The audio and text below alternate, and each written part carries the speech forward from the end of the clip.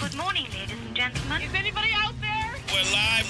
Ladies and gentlemen, welcome to Chaos. Are you ready? Let the games begin. And now, Will you fasten your seatbelts for takeoff, please? Broadcasting live from the City of Champions. and now we're world champions.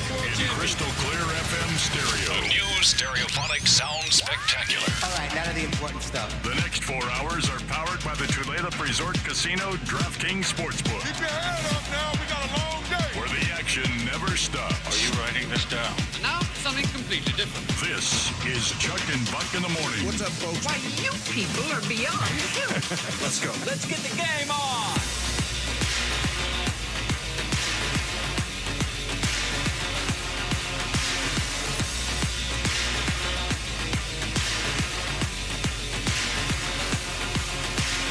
Oh, good. The water's cold again. Hey, good morning and welcome into the radio show. It is Chuck Powell and Ashley Ryan with you here on this Tuesday morning. Great to have you with us. We've got you for the next 4 hours as we will take you to 10 o'clock today, talking about all sorts of things in the world of sports, including a red-hot baseball team that has now won 7 consecutive games. We'll get to that in a moment. But, of course, we'll also be talking about, and with a lot of our experts, the blockbuster trade yesterday in the National Football League. Of course, we are wondering which billionaire is just going to float his yacht up to the station today. Yeah, do we have any yachts out there yet so far? Haven't seen anything not yet. But yeah, we had one yesterday. I guess still time. I guess Facebook boy rolled by here yesterday. A lot of different theories as to why he might have done that. Apparently, Meta pays well. I mean, if you're Mark Zuckerberg. Yeah. If you are one of the employees, thousands of employees that got laid off. I wonder with Zuckerberg if you got that much money, which basically you stole. And if you do just basically wear hoodies all the time, that's pretty much all you wear. I would think that's a great opportunity to save a lot of money. Is hoodies. Yeah, because your wardrobe is all hoodies and you're not wearing suits and stuff like that. You're not really a fashionista. Right. And yet something tells me that he's got to feel like he's wearing something expensive. So my guess is that he has $1 million hoodies just to feel like he's fancy. I think that's all millionaires or billionaires that wear T-shirts all the time or sweatshirts all the time. Right. It's not like they went to the Gap. Right. No. But, I mean, what's the highest you would spend on a T-shirt? That I would spend on a T-shirt? $20. $20. Okay. Now, so unless it's if it's a Mariners T-shirt, you're going to spend probably $40. But put yourself in the shoes of anybody. I mean, what is the highest? If money was no object, what is an expensive T-shirt in? I imagine there's T-shirts that are $300. $300 still, that's not even making a dent in the fortunes of a person like this. But it'd feel pretty gross to spend $300 on a T-shirt. Yeah, but, they probably waste a lot more money in a lot of other areas. So I would think $300. But if you're sitting there no, I've got to have this fabric that was made, by the hands of babies in Malaysia. And it costs $3 million to get that kind of baby quality. If you're just I will spend whatever it takes. I still want to wear a hoodie, but I also have to wear really expensive stuff. Got to be really soft. Really soft. Yeah, I mean. Are we growing?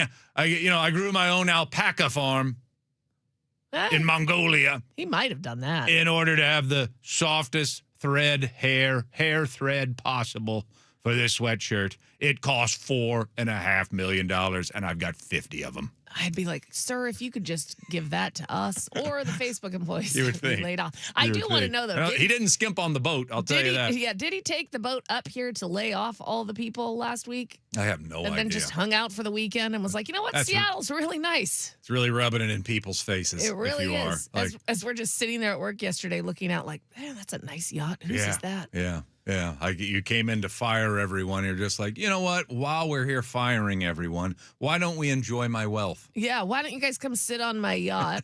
No, not you guys. No, not you guys that I fired. No. I'm talking about like the other people that are up here with me. No, the one other person that I brought. Yeah. Let's really flaunt this. And by the way, go get my alpaca sweatshirts out of the car. Out of the car. All right. Well, good morning to you. Welcome into the radio show. It is Ashley Ryan. It is Chuck Powell, and we have a lot of things to discuss today. What's on tap coming up in a moment. I'll tell you who's going to join us to discuss these things on the program because it should be rather riveting, I would think, before it all comes to a close. But let's start with the National Football League. My goodness, it was one of those, am I seeing this the right way kind of moments as a sports fan, especially the modern day sports fan, and that is the sports fan that has a phone with them at all times and is constantly harassed by Adam Schefter. Doesn't matter what time of day or night, I get texts from Adam Schefter. Oh, that means he really likes you. No, I'm just on the group thing that he does. I don't even know. I didn't even sign up for it, but apparently I get Adam Schefter tweets. Okay. And they will come constantly, but not many like this. As we found out yesterday in a blockbuster headline that the Los Angeles Rams, our chief rival in the division, our chief rival for winning the Super Bowl, trying to go back-to-back, have added the best defensive player in the world. Myles Garrett, what a trade yesterday. You don't see many this big. Garrett going to the Rams in exchange for young pass rushing star Jared Verse, also a first-round draft pick this year, a second-round draft pick next year, and then a third-round draft pick in the year 2029, all part of the package to land Myles Garrett in Los Angeles. And so now, suddenly, the team that was supposed to be the team that was the biggest threat to the Seahawks trying to repeat the Super Bowl has the reigning MVP on their roster back and signed, and the reigning Defensive Player of the Year on their roster coming off a record-breaking season. There's really no way to chop this up, slice it up, and come away feeling better about your chances than you did 24 hours ago when we started this show. I mean, you can try, you can jump into your Seahawk pool and wrap yourself in your, pour some Seahawk bubbles and wrap yourself in a Seahawk blanket if you'd like, and try to convince yourself that, no, we're better off today than what we were 24 hours ago. But the truth of the matter is, they just signed one of the greatest pass rushers in the history of the NFL. It happens to be a very valuable position. And even though Jared Verse was good, very good, this guy is undeniably great. And so the Rams have gotten better since last you and I stared at each other through this glass window of ours. Yeah, they absolutely have. And I'm wondering if the Seahawks are going to do anything or if they're confident in where they are. And part of me thought yesterday, well, you know what? Yeah, the Rams are better, but it's just going to feel that much better when we kick their butts at the end of the year. And then I thought, God, I hope we can kick their butts at the end of the year. Well, I mean, sure, that can still happen. I think that the Seahawks are still on a trajectory of getting better. Yep. It doesn't sound like there's any kind of complacency over there. As Devin Witherspoon, who's potentially looking for a new deal himself this offseason, is the first guy reporting to everything that looks like a practice. It feels like they're as hungry as ever. Mike McDonald's track record suggests that his defenses just keep getting better on his watch, which they did from year number 1 to year number 2, and I suspect it's going to get even better in year number 3. Absolutely. We have a burgeoning superstar potentially in Byron Murphy, who we just talked about yesterday for 20 minutes with Corbin Smith. So that's probably going to get better. I mean, there is an element of respect being shown here by the Los Angeles Rams as to the beast that they're up against. I will give the Rams credit for this. Sean McVay doesn't seem to have the Mike McDonald struggles that Kyle Shanahan does. McDonald is way up in that ferret-headed face of Kyle Shanahan. He knows everything he's going to do before he ever does it. McVay struggled the first time in 3 meetings last year, and then the second 2 times it was McDonald chasing McVay, and it's in the other two matchups. And oddly enough, we won the first. Yeah, lost the first and won the two. Lost the first and then two. won the other two. And nonetheless, Sean McVay didn't seem to have Mike McDonald issues when it came to putting points on the board like Kyle Shanahan did. And yet still, there's no like sitting on that momentum, if you will, even though they're on a 2-game losing streak and they did not win the Super Bowl. I think there was a absolute tip of the cap of that team's going to keep getting better defensively. They're going to keep being difficult. I don't know how good they're going to get on the defensive side of the ball. I don't know how many points we're going to be able to put up on the board against that dude and the athletes that he's assembling and the way everybody's buying into that program over there. We've got to have a better defense. Mm-hmm. And even though we were good with Jared Verse and we were one of the best teams in the NFL, and if not for that 2-point conversion, we would have won it all. That's the thing that screwed him up. Right. Yeah, that's it. Yeah, it really comes down to that. That's what it was. That's what it was. Damn you, Zach Charbonnet. It's clearly why you didn't win the Super Bowl, you idiots. And so this is them saying, we're all in on this. We gave up a really nice package for this player. A lot of people, and I think maybe even myself, might weigh that trade as a Cleveland Browns win yesterday. And yet, this is an organization, and I don't know, maybe Sean McVay constantly thinks he's only going to coach for one more year. I don't know. But this is an organization more so than any other in the National Football League that is in the moment. Even more so than San Francisco, even more so than Philadelphia. The Los Angeles Rams are in the moment. What's it going to take to win the Super Bowl right now? I prefer to be on a Seahawks quest, on a Seahawks timeline like they're on right now, where we're still the team to beat. I don't care what you add. We're the defending champs, and we're set up beautifully for the next 10 years to just keep this thing going. Who knows how many we can rack up? We'll see. I'd rather be on that trajectory, but I do have to acknowledge, man, when they go all in, they go all in, and they've gone all in on this. And I think it's around the statement of, man, we have to give up fewer points, period. And even though we have a very good player at edge, the opportunity to get a great player, a transcendent player, maybe the best player defensively in the world right now, and we're going to go for that. And we're going to become that much better of a team. And I don't think there's any way that we can convince ourselves here in Seattle that our chief competitor for the Super Bowl crown just got better yesterday. Yeah, you can't ignore it, and you can't pretend that it's not something that's going to be, an extra thought for Mike McDonald as he plans to play the Rams twice at a very pivotal time of the year. I mean, our first game against the Rams is on Christmas Day. So 2 games at the end of the year that we're going to be playing this team.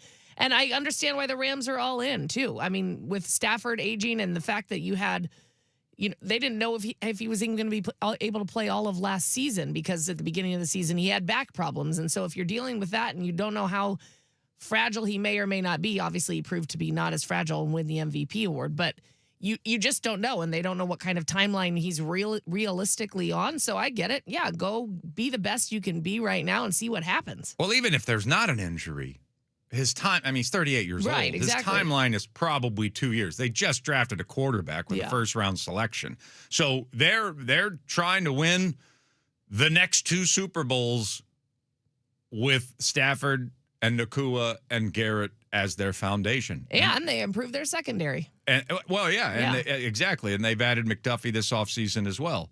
That's a hell of a foundation to work off of. Yeah, it is. And certainly it feels like they've gotten better. And then all of a sudden you hear rumors about Aaron Donald. Maybe he wants to come back now, and now it gets even more terrifying for the Seattle Seahawks. But there's no question that they got better yesterday. I mean, I'm sitting here and I'm like, okay, maybe the Cleveland Browns did win this trade. I think that there's an argument to be made for that.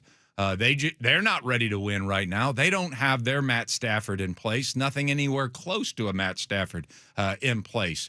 They're not going to win this season. They know they're not going to win this season.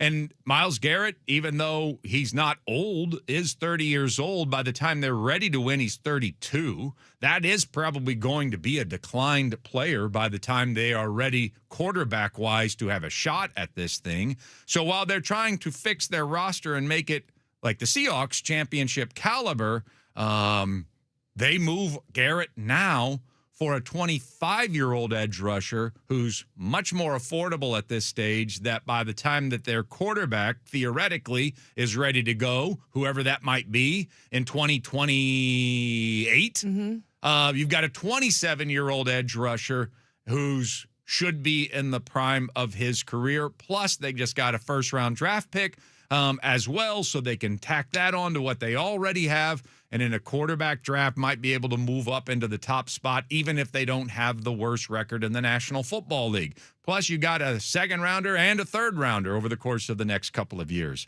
There are a lot of people, a lot of smart people that are saying the Cleveland Browns won the trade overall, and I'll hear that argument. But right now, what makes us better? Jared Verse has 12 sacks in his NFL career over 2 seasons. Myles Garrett had 23 last year. Yeah. So Myles Garrett has had twice the number of sacks than Jared Verse in half the amount of time. That's how good he is. That's what a difference maker that he is. He's got 37 over the last 2 years, so 3 times the sacks. Now, Jared Verse is young, probably getting better, probably was going to have a bigger sack number this year. He's third, I think, in the National Football League in pressures, so he wasn't getting to the quarterback, but he was harassing the quarterback, and a lot of people will tell you that's the more important statistic because you are affecting more passes, more plays by getting that many pressures on them, and sometimes you just don't always get to the quarterback and bring him down. So Jared Verse is certainly on a path to become a great defensive end, but they know that Myles Garrett already is that. So it's a bit of certainly an eye-opener. My goodness, did that come as a shock coming over the wire yesterday? And sounds like the Rams have been working on bringing him in for the last 4 years. That's the report, as now NFL insiders everywhere want you to believe I had this story 4 years ago. Right, of course. No, but when you said it, I thought it was a joke. I was like, there's got to be some parody account that's putting this out there. Like, it didn't seem real. Oh, no. And as far I don't get parody accounts texting me. Just Adam Schefter. Just Adam Schefter. Sometimes at 3 a.m. Oh, that's nice of him. He just wants to make sure you know he's there. I will say, I see for sure that both of them won because both of them got what they needed right now. I mean, Cleveland got what they need to start building their team of the future, and the Rams got what they need to try and win a Super Bowl this year. So I'd say it's a win-win for both teams, and they should both be thrilled with it. I agree. But it is a loss for the Seahawks. Yes. Yeah. So I agree with you. I think Cleveland got what they needed out of it. They have to project 2 years from now because they don't have a quarterback. Right. And they can use those 2 draft picks and, go get them. And I think the Rams went from having a very good on his way to being great defensive end, and they traded him for the best defensive player in the world. So I think they both won for what they were going after and where their timelines currently sit. But from whoever lost in the trade, Seahawks, 49ers, and Cardinals. Well, the Cardinals have lost a lot. Yeah.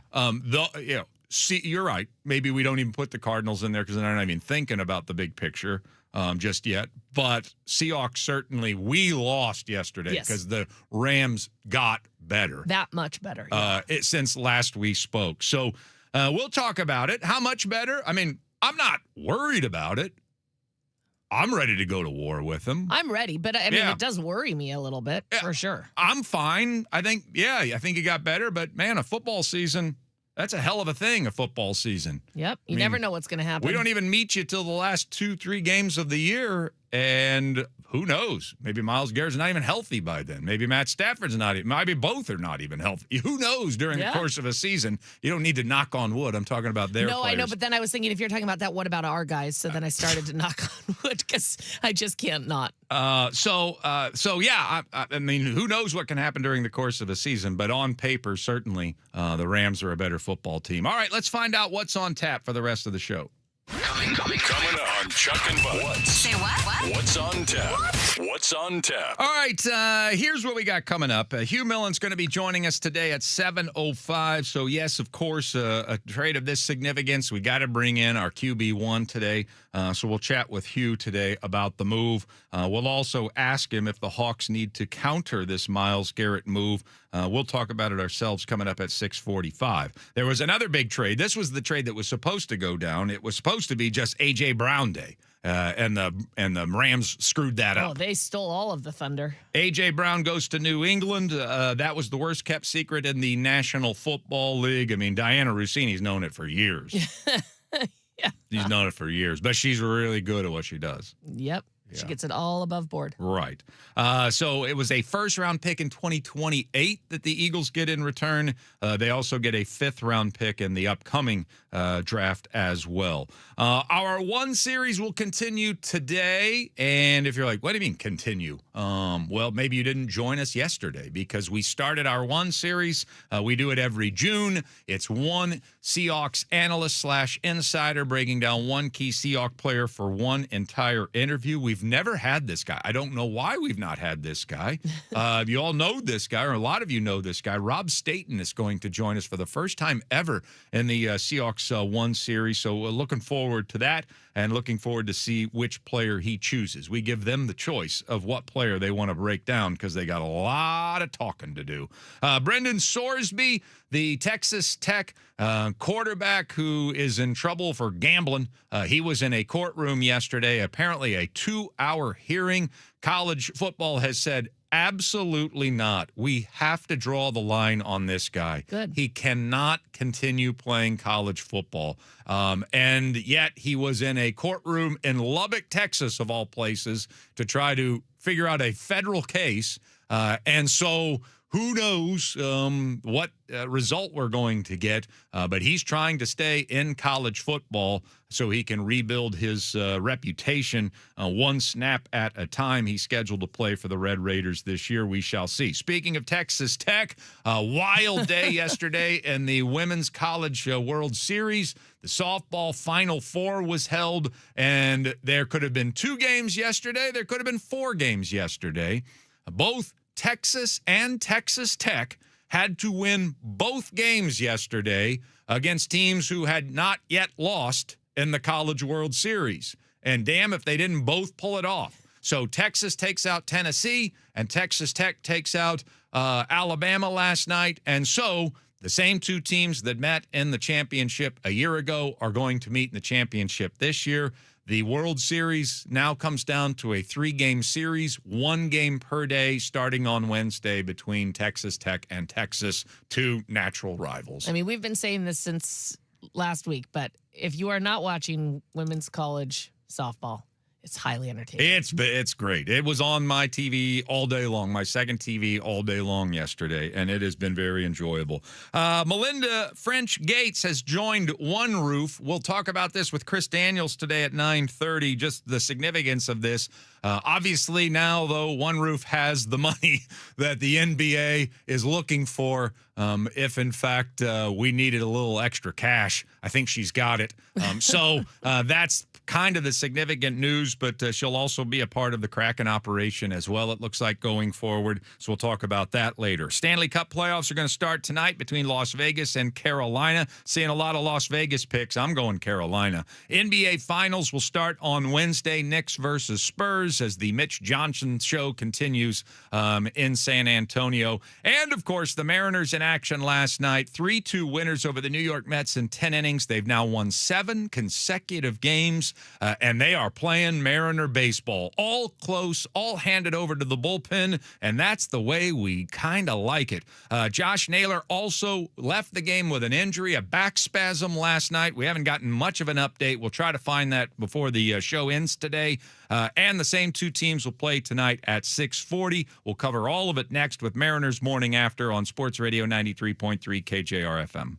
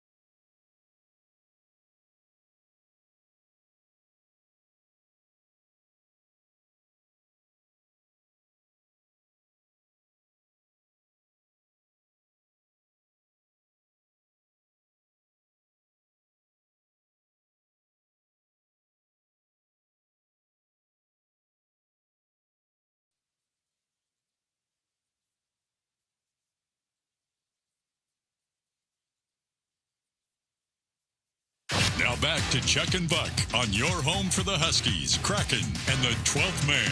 Brought to you by Tulalip Resort Casino. When all you want is everything.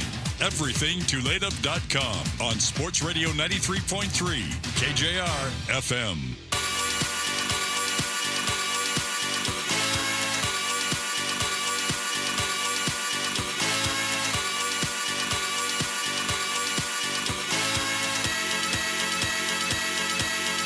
One more time. Hey! Ah! Whoa! Ah! Giddy up! Diddle it, bow, bow, diddle-doo, diddle-air, diddle-down.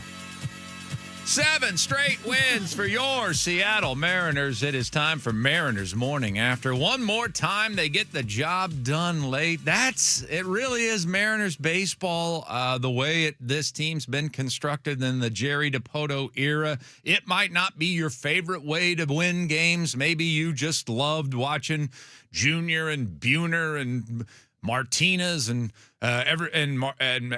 Martinez slug you to 9-6 wins once upon a time. But this team, nope. This is the recipe right here. Get a very good to great starting pitching performance, build up a strong bullpen, have them healthy and ready to go. Thank you, Piggyback.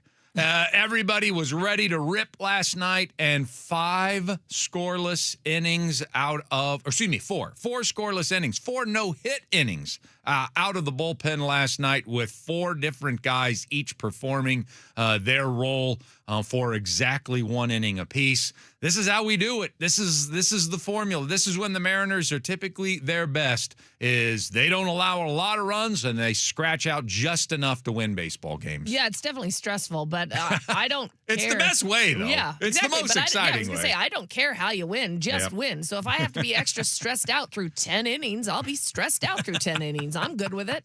I don't think there's another way to watch sports. I mean, I've always said this, the only way to truly have a great sports game watching experience is to, at some point, know that you think you're going to win. You're sure you're going to win, and then within the same game, you're sure you're going to lose, and then you ultimately win. Yes.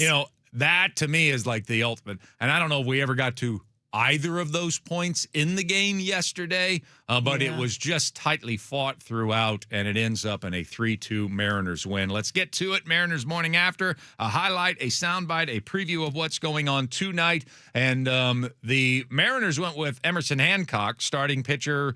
He was terrific. He did allow 2 home runs in the game, but that's the way he's going to pitch. That's how they're going to be taught to pitch. Like, as long as they're not 2-3-run homers because you've walked a couple of guys or given up some traffic, we can live with a game in which you go out there and give up 2 solo home runs. And obviously, he did that last night, the only 2 hits that he allowed. Meanwhile, the Mets gave us fits, probably shouldn't have, because Sean Manaea is way past it. And yet, a left-handed pitcher against our lineup, he had his way with us as well.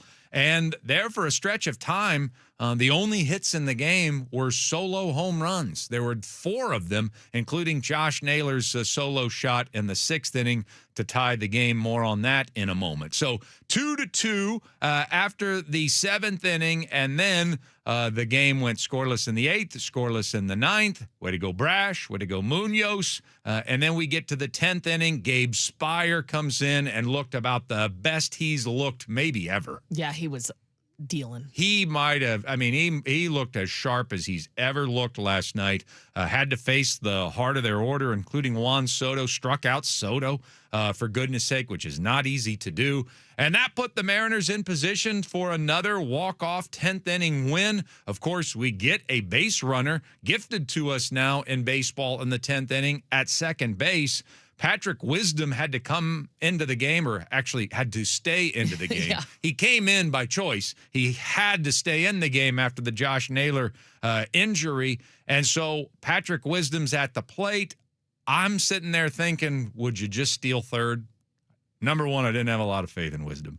Yeah, I would agree with you there. I wasn't thinking he was going to be the walk-off winner. Number two, I'm like, Randy's had a really good deft touch at when to take off here this year. And so I was already thinking, steal third, just steal third. Yeah, make it easy. Don't even count on Wisdom putting the ball in play. And then all of a sudden, the Mets just do us this biggest favor ever, because even if you fake 2 attempts at second and don't even throw the ball, you can't make another one. It's the same rules at second as they are at first. You stopped the game twice to check on the runner at second base, and there's no way you're going to do it a third time and let the winning run get to third base on a balk. And so Randy Rosarita, I'm sure that Dan Wilson screamed it from the dugout. Just run. Yeah, they're not going to get you.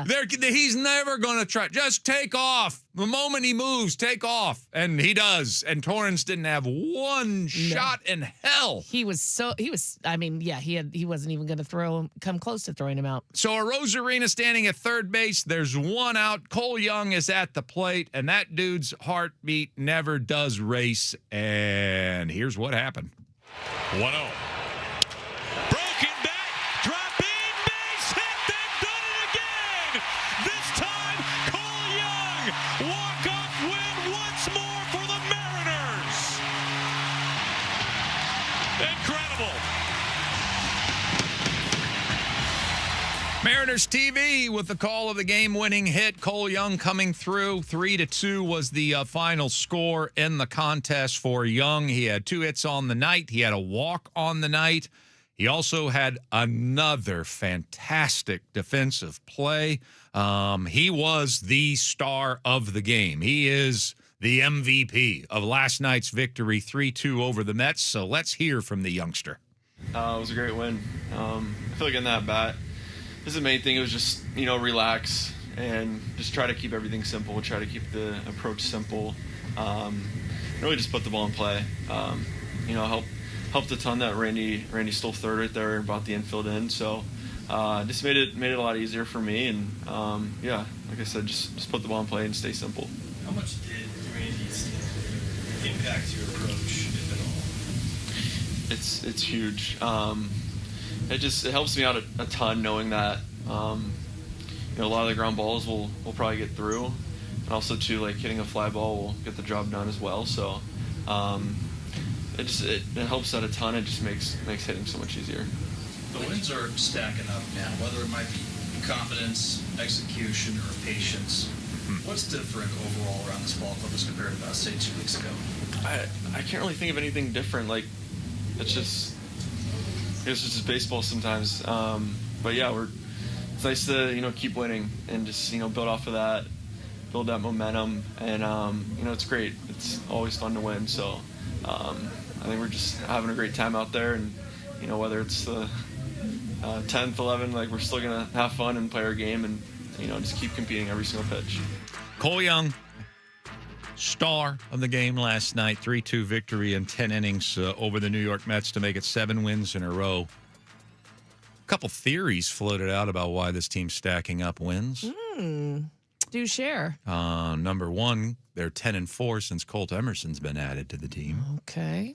So the Colt Cole thing, I said this weeks ago, people. Lock them both up. Yeah. Second base, shortstop for the next 10 years, those two. I'm ready to do it. I've seen enough from both of them. And Emerson's already locked up. That's the one I, because of a lack of exposure, I probably have more question about him than I do out of Cole Young. And then the second thing Matt Calkins wrote about overnight, and that is, did the piggyback turn the team around? Not only is it not a bad thing, but since that time, the team started playing better baseball. Our bullpen looked awfully fresh and fantastic last night. Sure did. And that's how I always try to look every time I step outside. Yeah. I look salon fresh. Fresh and fantastic. Fresh and fantastic. Look at us at 6 a.m. I mean, I don't know. Again, the last 2 times we did the piggyback couldn't have been better. Gave the entire bullpen a whole day off, and then you get to use them however you would like to the next day in a very close game. And I would not underestimate this. I mean, that piggyback thing is an introduction of competition. That is the Mariners announcing to the world, we got too many pitchers for too few spots. Everybody had to sharpen their game.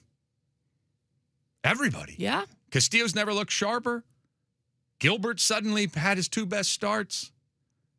Hancock's not fallen off at all. Nope.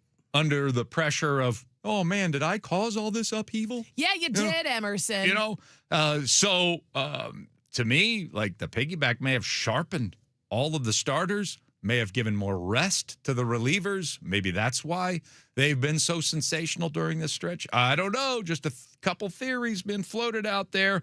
I do want to talk quickly, though, about Cole Young. Maybe I can expand on this later. That play at second base where he tagged the runner that was coming by. Do you know how hard that is to concentrate with a runner who's 6'3", flashing in front of you, and you've got to get a high chopper and you tag the guy out?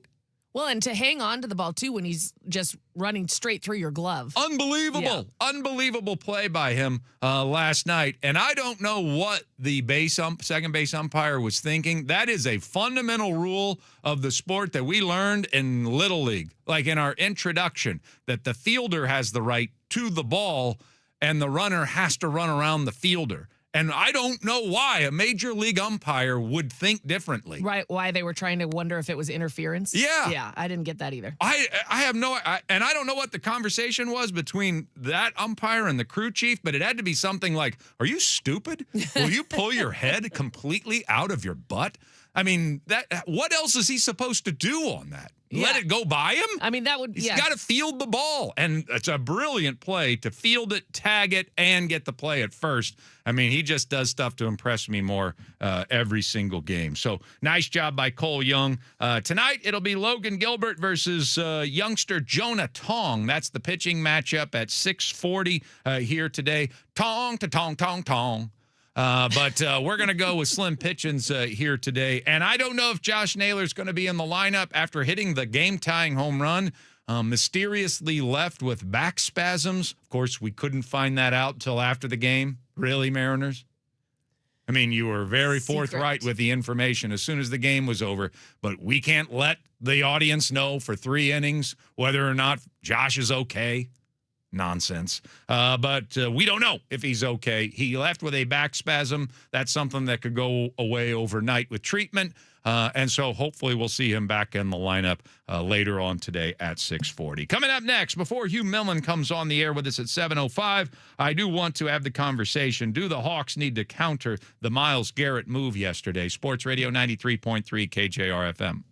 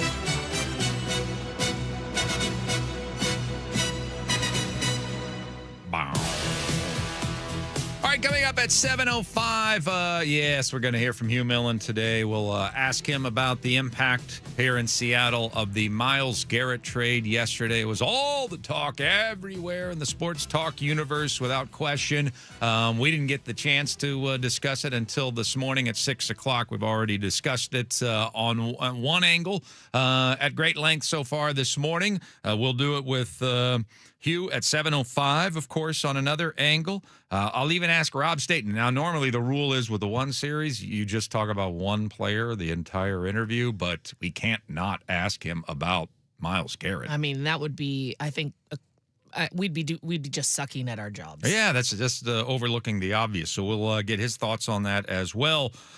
Certainly, if you haven't heard, prepare yourself for shock. The Seahawks had to watch the Los Angeles Rams get better yesterday. They gave up a good package. Jared Verse probably would fetch by himself a top 10 pick in the NFL draft. So him, a first rounder, a second rounder, and a third rounder, all going to the Cleveland Browns in exchange for the reigning Defensive Player of the Year in the National Football League, a guy coming off a record-setting sack season with 23 of them this past year. Myles Garrett is now a member of the Los Angeles Rams. And so if you're the Seahawks and you just watched your chief competitor, not just in the division, but to win the Super Bowl odds, get that much better yesterday, do you make a counter move? Do you feel compelled to make a counter move? Not now. I don't think that's the way. You don't have to do a panic counter move. Yeah, that's not the way we do things. That's not the way John Schneider is going to do things. That, oh my gosh, look what they did. What are we going to do, Mike? I don't think that's the reaction here at all. So I don't expect them to make some sort of counter move, but I do think that they are an organization well known, steeped in the tradition of adding in the season something of significance. And maybe you don't have to be your best version of yourself at the beginning of the year, but at some point during the course of the year, maybe you will need. Maybe you've assessed your team. Maybe you've had injuries along the way. You got $30 million in cap space right now, and you don't have any holds barred in terms of who you might go after once the pretenders start to emerge in the National Football League this year. And so I certainly expect them at some point during the season to make a trade of significance that maybe would counteract it, but I don't expect to see anything right up front. And yet, what would that be? I mean, the immediate reaction is, okay, Charles Cross is good. Is he good enough to counter who he's going to have to be going up against now twice per year? He allowed only 2 sacks last season.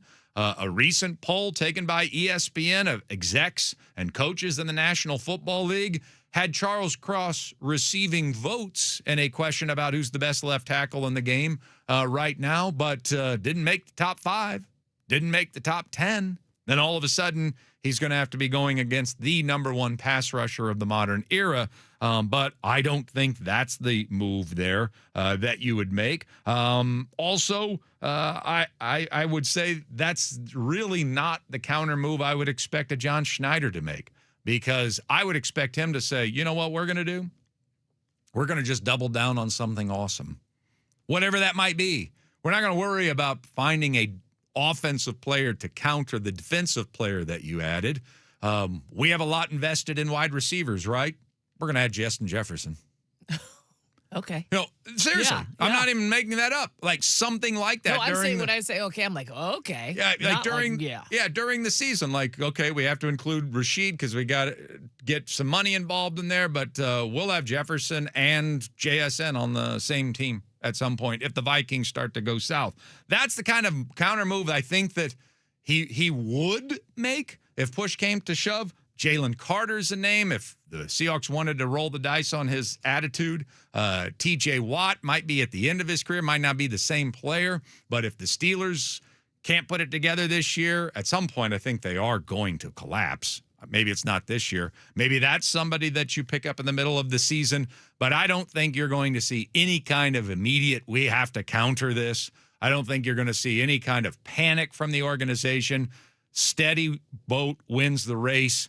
I think the Seahawks have been built better than any other roster in the National Football League, and they're going to count on them just getting naturally better from the previous year in Mike McDonald's third year on the job. No, and I would agree with that. I don't think I would be shocked if there was a panic move or something that was done quickly, like, oh my gosh, because at that point too, you're showing the Rams your hand, right? You're showing the Rams, oh, what you did scared us a little bit. And so we've got to, right now, you got to stay cool, calm, and steady and figure out where the additions can be made. No fear, no panic, not here. They do not care. Yeah, exactly. Look elsewhere for that if you're looking for it. As a matter of fact, our stone cold face should scare the crap out of you.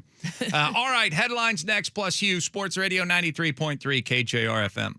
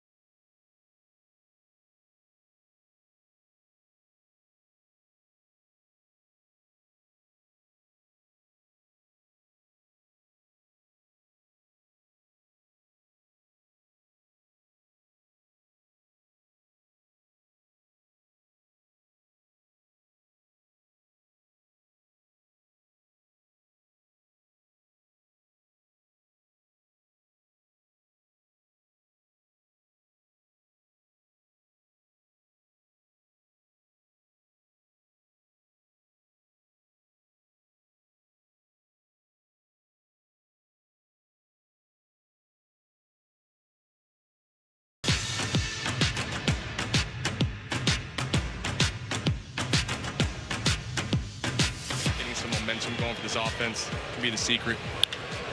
High fly, right field, back and gone! Game-tying 7th inning home run, Josh Naylor.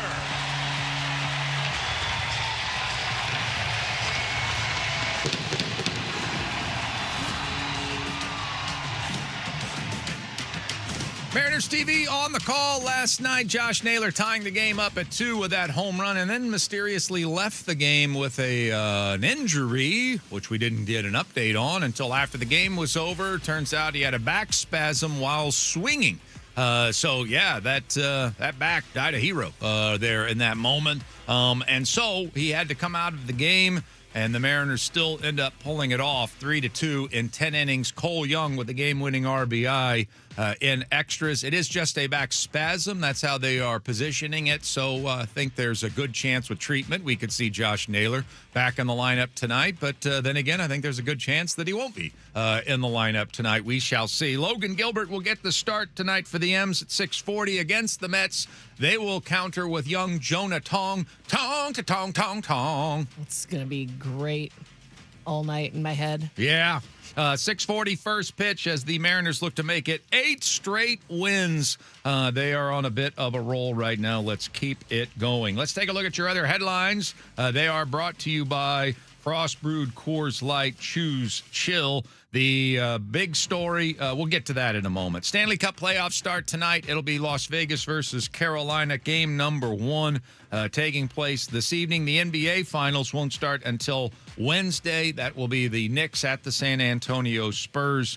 Go Mitch Johnson, go Spurs. Melinda French Gates joins One Roof as a big-time investor in both their efforts to lure the Sonics back here to Seattle. And, of course, I'm sure she's going to be a part of the Kraken ownership group as well. So that was big news. We'll talk to Chris Daniels about that today at 9:30. Texas Tech had an interesting day yesterday. Their quarterback, Brendan Sorsby, had a 2-hour hearing to determine whether or not, as a gambling degenerate, he will be allowed to play football this year for the Red Raiders, or if he is, in fact, crossed the line by just being too gambly at Texas Tech or prior to arriving at Texas Tech. Meanwhile, their softball team, nothing but celebratory as they won 2 games against Alabama yesterday in the Final Four. They had to win them both, and they make it to the finals to take on Texas starting on Wednesday. That will be a 3-game series. Speaking of series, the one series continues today here on Chuck and Buck. Rob Staten's going to join us. He'll break down one Seahawks player for one entire interview at 8 o'clock. We'll probably also talk to him about the trades that were swung yesterday in the NFL. A.J. Brown to the New England Patriots for a first-round pick and a 5th-round pick. And the biggie, Myles Garrett has been traded to the Los Angeles Rams from the Cleveland Browns for young defensive end Jared Verse, a first-round pick, a second-round pick, and a third-round pick in the next 3 NFL drafts. And so, with that, we had to bring in the big guns today to talk about this monster of a story. Joining us now is our QB1. Hugh Millen is with us. Good morning, sir. What's happening, gang? Good to be with you. Great to be with you. What was your reaction to that deal yesterday? Well, it evolved a little bit over the day because I wanted to know what they gave up, and I have somewhat of a fuzzy vision of how players at the age of 30 at that position even can have a drop off, and I've got some numbers that can bring more focus into that point. But then as I endeavored to sit down and say, okay, I got to do a lot of tape study on Myles Garrett, and I'm going to do a fair amount on Jared Verse as well, just to see what the Rams traded for. Essentially, when we're talking about the 2026 year. And I had thought, well, hey, we don't know for sure that the 2026 that certainly beyond 2026, you could say this is good for the Seahawks. There's an argument to be made there. For 2026, I thought it was a little bit more in question. Well, then the more I spent watching the tape, it's very hard for me to come forth with the argument that the Rams aren't better in 2026. I mean, just to put this in perspective, now Miles Garrett turned 30 at late December, and so he was 29 most of the year. But the NFL, just to have apples to apples, the way they tabulate that, it's what's your birthday on or your age at December 31st. So here's the four guys that are the top sack achievers age 30 or under in the history of the NFL. There's only four over 100. Notice how these first three are clumped together. TJ Watt at 101, he's number 4. Jared Allen, he's number 3 at 105, and Reggie White at 108, who's number 2. Number 1 is Myles Garrett at 124 and a half. So the gap between 1 and 2, the gap between Myles Garrett and Reggie White is greater than the gap between 2nd and 12th on the all-time list. So we're talking about a guy who is in Canton. It's not in pencil. It's not in pen. It's already been emblazoned in brass, and he doesn't have to worry about losing his hair because his bust has already been made. He's in Canton. Yeah. Yeah, and no question about it. Phenomenal football player. There's no question on that front. And so how much better does one guy, I mean, you were already good at that position. How much better does Myles Garrett then make the Rams? Well, I compared him to Jared Verse, and really there's no comparison. We're talking about a class of player that, I mean, if you think the great the edge players of all time, you want to say Lawrence Taylor, Reggie White, Bruce Smith, whatever league you can put, he's in every league. Yeah. So then you throw on the tape and you look at Jared Verse, who's a very good player. I mean, a Pro Bowl-ish level player, but he can't compete with that class of player. I mean, if you look at Myles Garrett, just watching the tape, here's a guy that the first thing you notice before the ball's even snapped is his frame. He's 6'4" and a quarter, which is the 58th percentile in height. But his arm length is 94th percentile. In fact, out of 203 defensive ends who had a sack or more last year, he had the 10th longest arms. So the old saying, low man wins, that's great. We say, well, you want tall guys because you generally want the correlation of the height to arm length, but he has the arm length. His strength, his 41-inch vertical. I had to say there's no way he jumped 41 inches. No way. I had to check like 4 sources before I'd come on to the radio with this.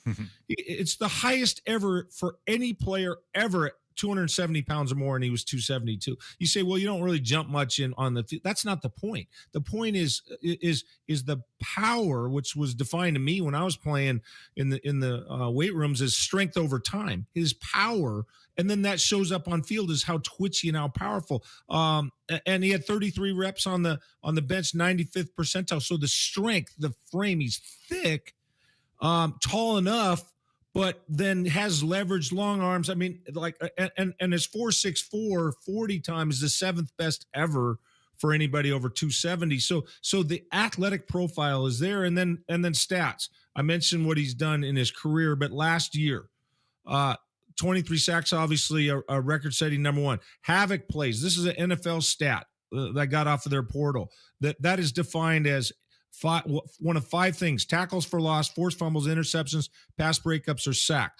He's number 1 in the entire league at any position in havoc plays. Hits on the quarterback, number 2. Pressures, number 4. Now he's a durable guy, played a lot of snaps, so his pressure percentage at 17.5%. That's number 33 in the league. But that is offset by this stat.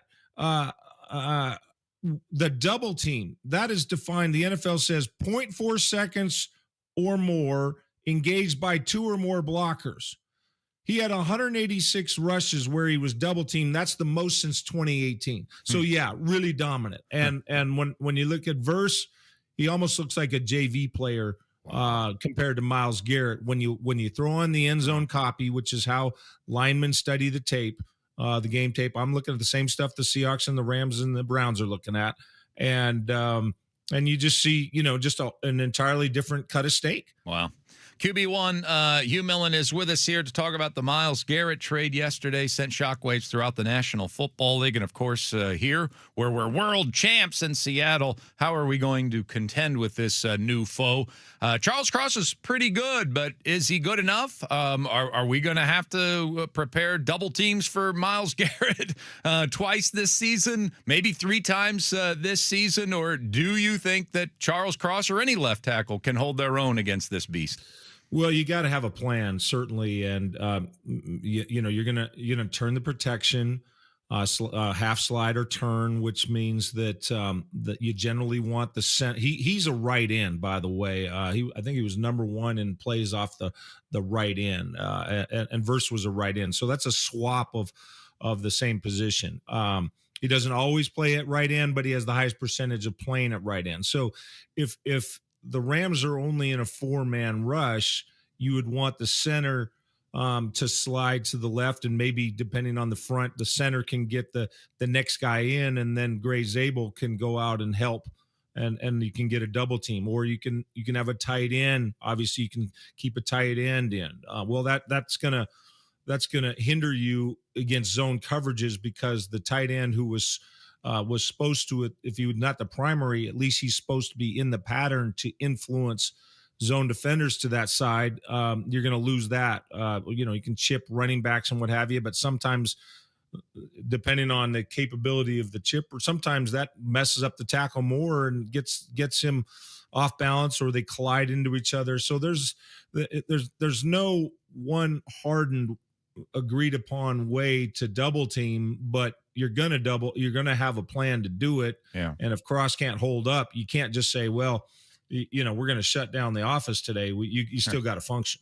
Do the Seahawks have to make some sort of counter move to this? That the Rams just got better yesterday, so now it's on John Schneider to find a player that can counteract that? Or do they just go with, hey, we're in a great position, young team coming off a Super Bowl, we're just going to count on improving and just doing it the right way the rest of the time? Well, I kind of put that question into 2 categories of answers. I don't think that you do anything to the Seahawks offense.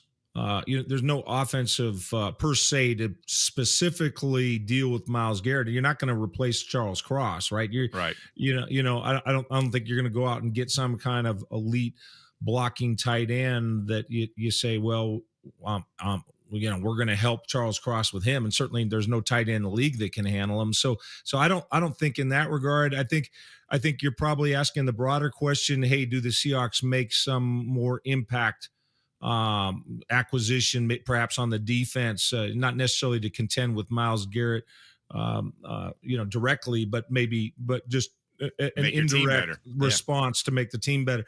Yeah.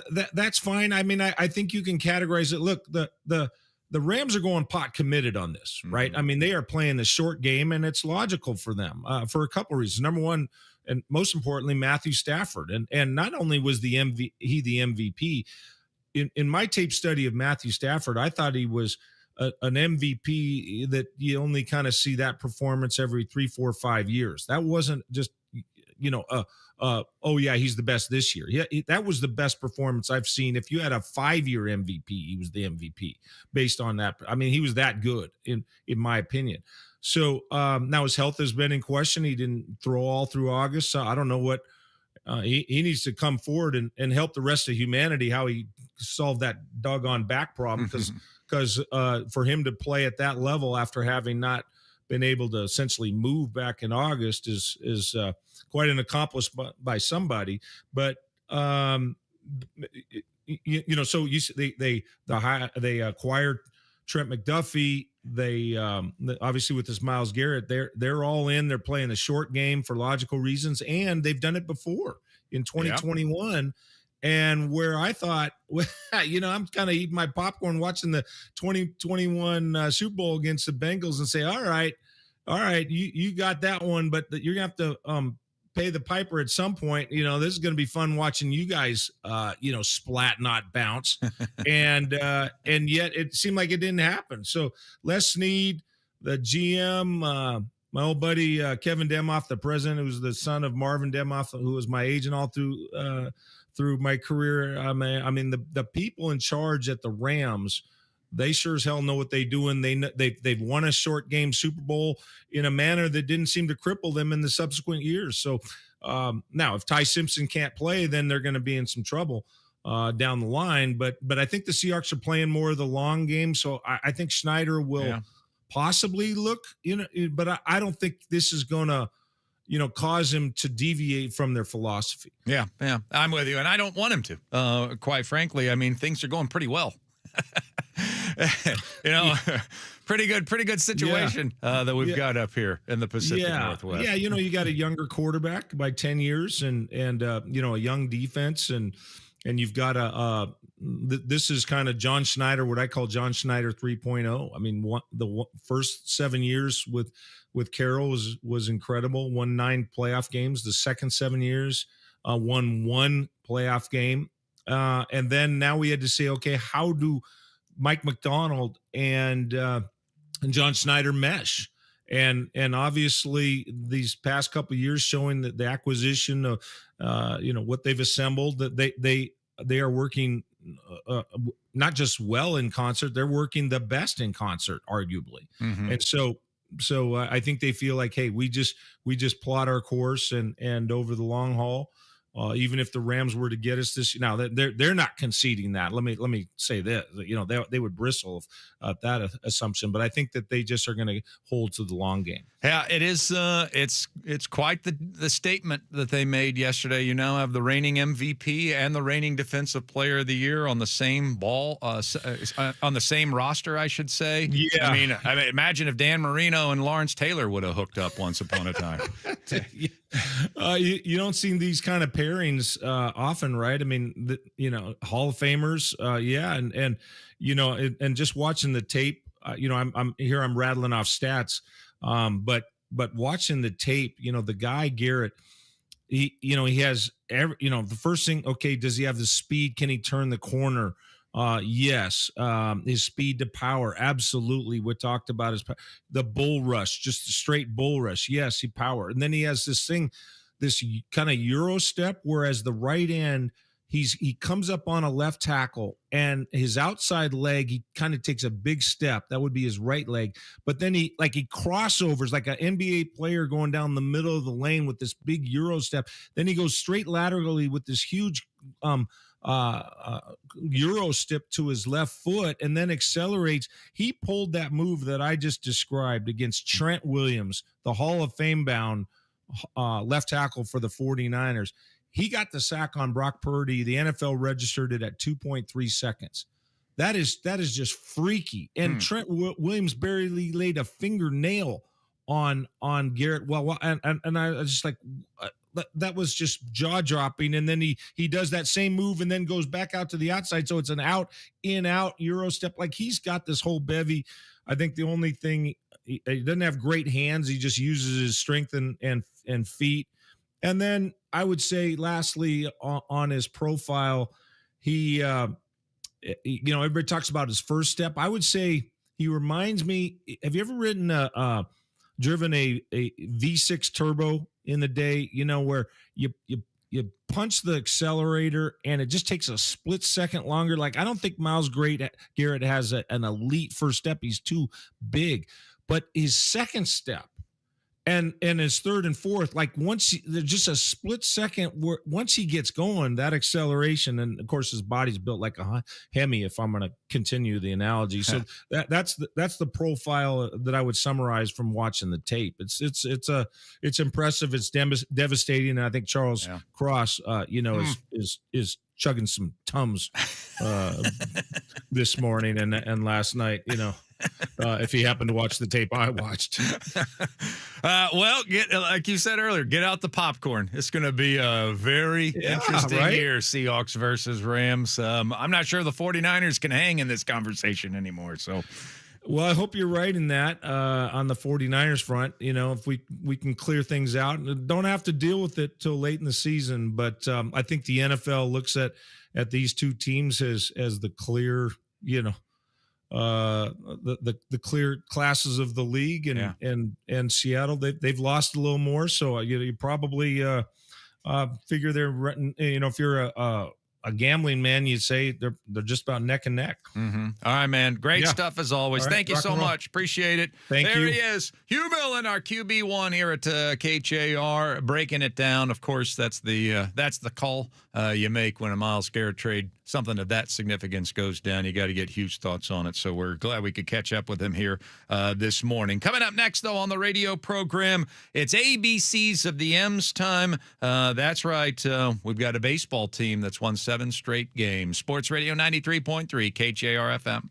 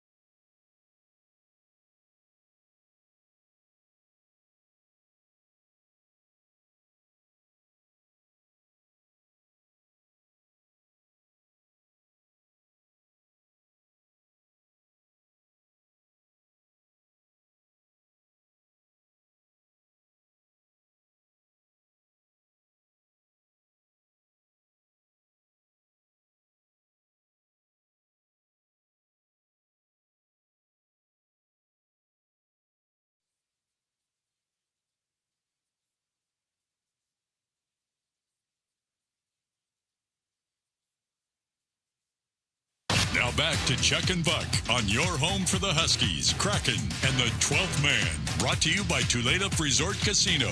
When all you want is everything. Everything Tulalip.com on Sports Radio 93.3 KJR FM.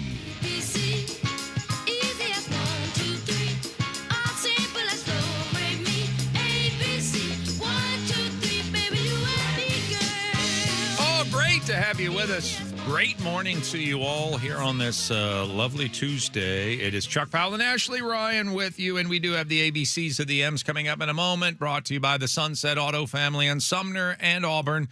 You just get more at Sunset, and people do like that. I've been told that. Mm-hmm. ABCs come your way here in a little bit. I do want to let you know that Rob Staten, for the first time ever, is going to be joining us in our one series at 8 o'clock. So we've already talked a lot about Myles Garrett joining the Rams here this morning. You just missed Hugh. Probably kicking yourself over that.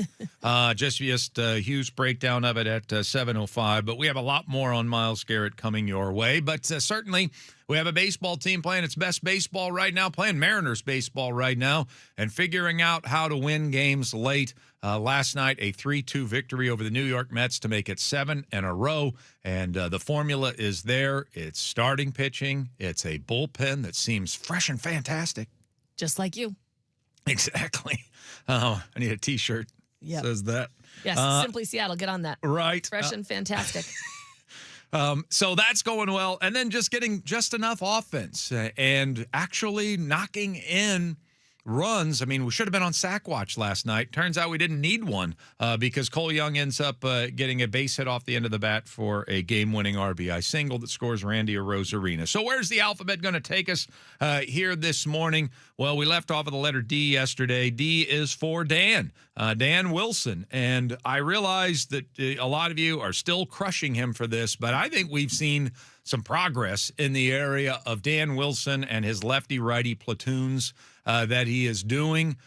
I think that was wonderful. I suggested it yesterday. The Mets are not sticking with Austin Warren. Everybody knew that beyond an inning or two. He only went one. You're going to see Sean Manaea most likely coming in soon into the game. But there was also a chance they could go to a long reliever who was right-handed in that situation if you built up too much of a right-handed lineup. And so he did the little balancing act. He had Raley and Refsnyder in the lineup at the same time, which we rarely ever see. And then he just kind of had to ride it out. You know, they brought in Manaea. I'm not going to take out Raley. But in the seventh inning, they did take out Raley, and they brought in Patrick Wisdom, and he didn't come through. He was 0 for 2. He certainly did not come through for the team last night. But to me, that's progress. To me, those are correct moves. They don't always work out. Those are correct moves in that situation. And so I think what we're seeing here recently out of Dan is him getting his arms around this, getting a handle on how he should be platooning, when he should be pinch hitting. I see progress. I've seen it as well. And it is funny, though, because I think we are so accustomed to being irritated with his moves. We got a text when we came in this morning that was, why the F did he pinch hit for Naylor? The person didn't have their TV volume on, so they didn't realize Naylor had been hurt. But they were like, what are you doing? So I felt bad just sitting there angry at Dan Wilson for 16 hours. But luckily now they can be calmed. Yeah, I know. And so we kind of just jumped to this, but Luke Raley can't hit left-handers. He never has. I think it's a good idea to platoon him. I think it is a good idea to pinch hit him. I don't like pinch hitting him too early, because I want him late. Like the Diamondbacks series was a perfect example of that. They only have one left-hander. They can only play that trick one time. It's like the scene with the green bomb in Game of Thrones. The dwarf can only play that trick one time. I had to think about it for a second. and so that's what they had to do in that situation. So I see some progress there, and I think he's finally starting to understand how he wants to incorporate this. Now, I just brought up Byron Buxton's name yesterday on day one of trade season. That helps with a lot of strategy if you just can have a superstar playing the outfield every day, and you don't ever have to consider pinch hitting for him. That would be nice. Does that sound wonderful? Yeah, I was just imagining it. Although, is there the concern, I think, when we've brought up Buxton is, does he have a no-trade clause? But then I was thinking, a lot of people have a no-trade clause. You just have to have the right trade partner that they'll agree to go to. Yeah, he said last year he was never going to waive it. And then all of a sudden he said, I would for the right situation. How could this not be the right situation? Playing for this team, he's already accustomed to life in the North. There's at least a chance. I think more than a chance. Yeah. I think if we traded for Byron Buxton, he'd be like, where do I sign? All right, E is for Ewing. We saw A.J. Ewing, who is one of the Mets' young prospects, and he's made quite a splash with the New York Mets. And he made 2 good plays last night, 2 very good plays, maybe even 1 great play. But, of course, he did make 1 play in which he timed out his dive so that he could be on the highlights last night. And I just want to take this time to, again, I hope you appreciate that Cole Young made a much better defensive play than either of the A.J. Ewing plays last night. But I'm sure Ewing got on all the highlights because he got grass on his jersey. But Cole Young just waited on a high chopper at second base and turns a double play with a runner crossing right in front of his face. Do you know the degree of difficulty of that play?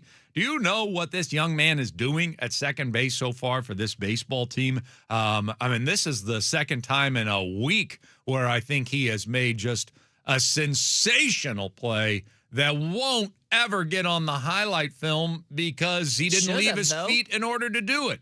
I mean, that was once again, Cole Young authored a great defensive play, even if the stupid umpire didn't know the rules. And I thought Cole Young's play was equally impressive, so I think it should have made a highlight reel. And also, does New York just have a thing with Ewings? They like stars named Ewing? Is that yes. Okay. Yes, they do. Well, you know it's a funny thing. Dallas, the TV show, was originally supposed to be shot in New York. That makes so much more sense now.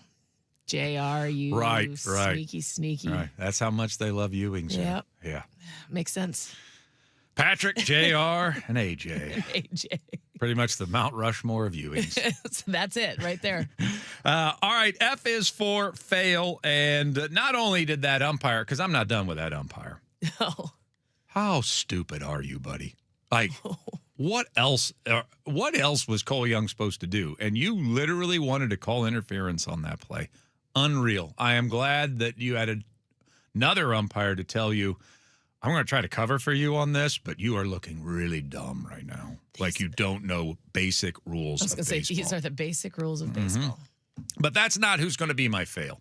F is for fail, and I am directing that at the Mariners television broadcast. Why do we do this? Oh, no. And I'm not blaming Brad or Angie. This is all about the Mariners not giving updated information. Why do you protect this? You have a fan base that wants to know things. You should be happy that you have thousands of Mariner fans, tens of thousands, hundreds of thousands of Mariners fans watching that really want to know why Josh Naylor left the game. I just told you about a guy who thought he just got pinch hit for because he had no clue because there was no update. You don't talk about it when a guy goes out? I mean, it's one thing. I mean, because I'm going to blame Aaron on this too. Number one, you don't need to protect injury information like that. Dan then got to his press conference and said it as casually as could be. Yeah, he had a back spasm when he swung, and we just, precaution took him out, but we don't think it's going to be anything big. We'll see. Says a cash. Why can't that be mentioned? This is not football. And even in football, you have sideline reporters that get information from the teams and pass it along. Knee injury, return doubtful. Right. And that's in football when they can come back into the game. Yeah. Once a guy leaves the game, what are you protecting?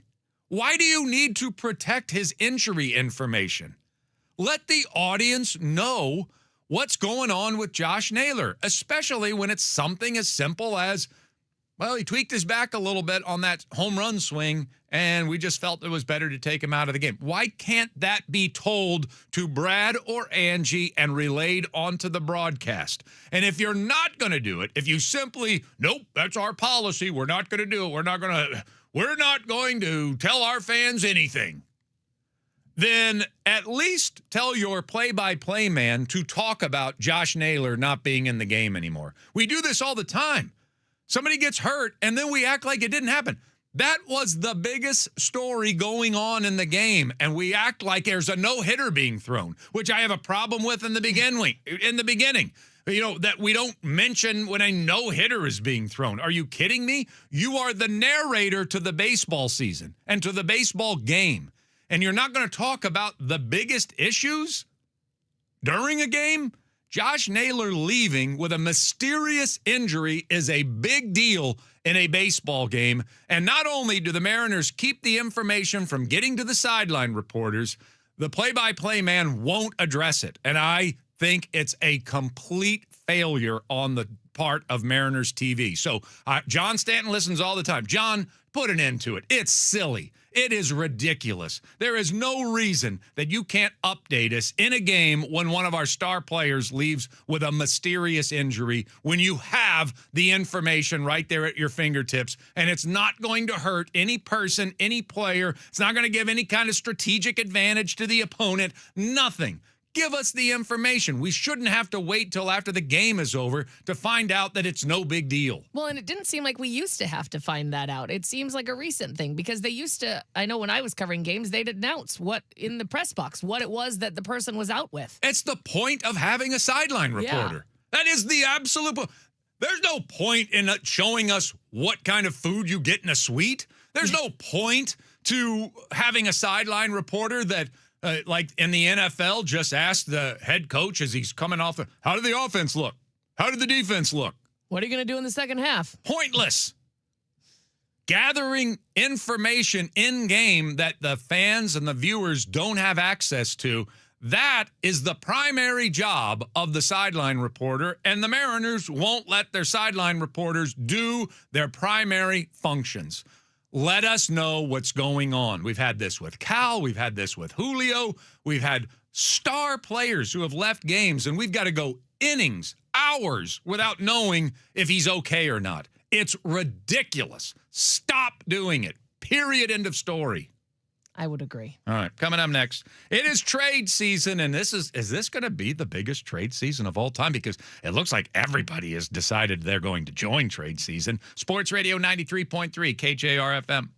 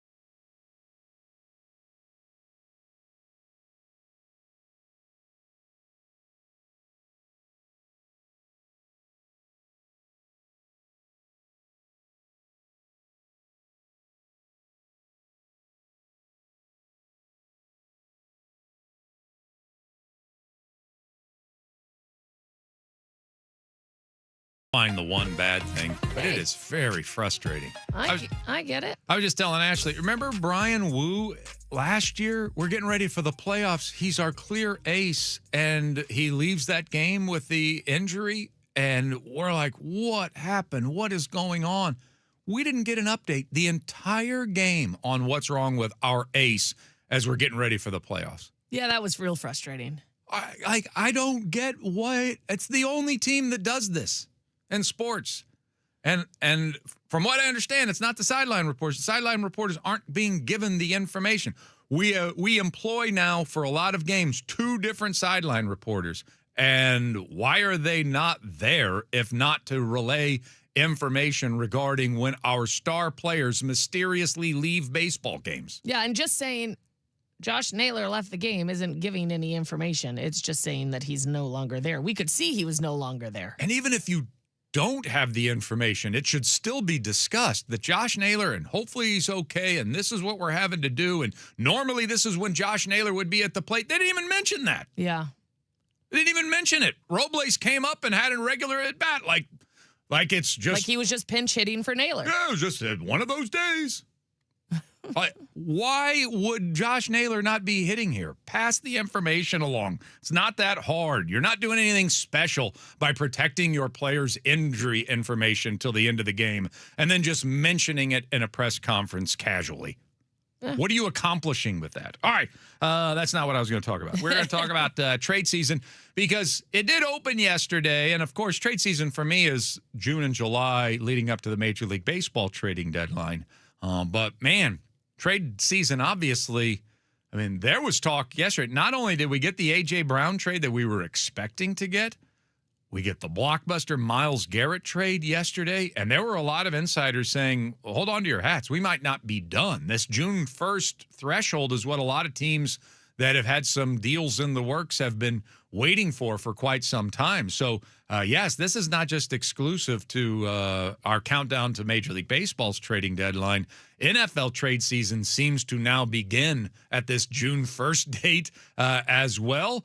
And I think that, we got one more series in the NBA, and then the NBA draft happens very quickly after the season comes to a close, like a week later, for goodness sake. And there's going to be a lot that's going to have to get done on that front before the draft rolls around. We could have a situation in the month of June, Ashley, where the best defensive football player in the world has been traded. The best pitcher in the world has been traded, because Tarek Skubal is probably going to be traded before the end of the month, as long as he comes back and looks healthy in his first couple starts with the Tigers back from the injury list. And we could have Giannis Antetokounmpo also traded within the span of a month. I mean, you want to talk about trade season. This could be one of the most banner Junes for sports trades in America we've ever seen. Well, you know why they'd be doing it, because America's 250 years old, and they've got to make the trade season of the 250th anniversary of America even bigger. I'm sure, because that's why everything's happening. Yeah, because America's 250. Yeah, and I think that's how it all started. We traded for our freedom. There you go. And now Tarek Skubal will be pitching for the Dodgers, probably. So that could all happen this month. So this could be a very memorable trade season. I hope it does. Indeed. But obviously, Myles Garrett stole all the headlines yesterday. The defensive end is now a member of the Los Angeles Rams. If you didn't hear Hugh's conversation, I mean, we all knew, including Hugh, obviously, how great Myles Garrett is. But then when he did his deep dive, man, you got to go back and listen to the Hugh conversation, because, man, does he paint the portrait of just a game wrecker in Myles Garrett. I think in Hugh doing a more thorough breakdown is when he came to appreciate just how great Myles Garrett is. I mean, we're throwing around some of the greatest pass rushing names of all time that he's comparing him to in our segment, and the statistics bear out that he might be on more so of a heater than Reggie White was during the highlight of his career, while Lawrence Taylor was during the heyday of his career. So, yeah, things got a little uncomfortable up in here in this division. And I'm sure the Seahawks are just going to stay the course. I mean, there was a story that broke yesterday about how great a position they're in financially. Like, they will have less dead money, the Seahawks, than any other team on their cap in the National Football League. Do you know what a great stat that is? You know what that really means when you tear it down? That means all of your money's on the field. You have more of your money on the field in a salary cap league than any other team in the National Football League. You're also the youngest team in the NFL. Great cap situation at this point. Oh, and you're the returning Super Bowl champions. And you're the returning Super Bowl champions as well. And so they're in phenomenal position. And I think that the key to countering what the Rams did yesterday, and they definitely got better, is just to stay the course and count on the fact that you're going to get better this year. And if a move is required in season to bridge the gap, I have no doubt in my mind that we have the right guy in charge of that maneuver. Yeah. So no panic here, but certainly an impactful move, to say the least, yesterday by the Rams. We're going to ask Rob Staten about it next, but primarily we're bringing him on for our Seahawks One series. It's one Seahawks analyst breaking down one key Seahawks player for one entire interview. It comes your way next on KJR.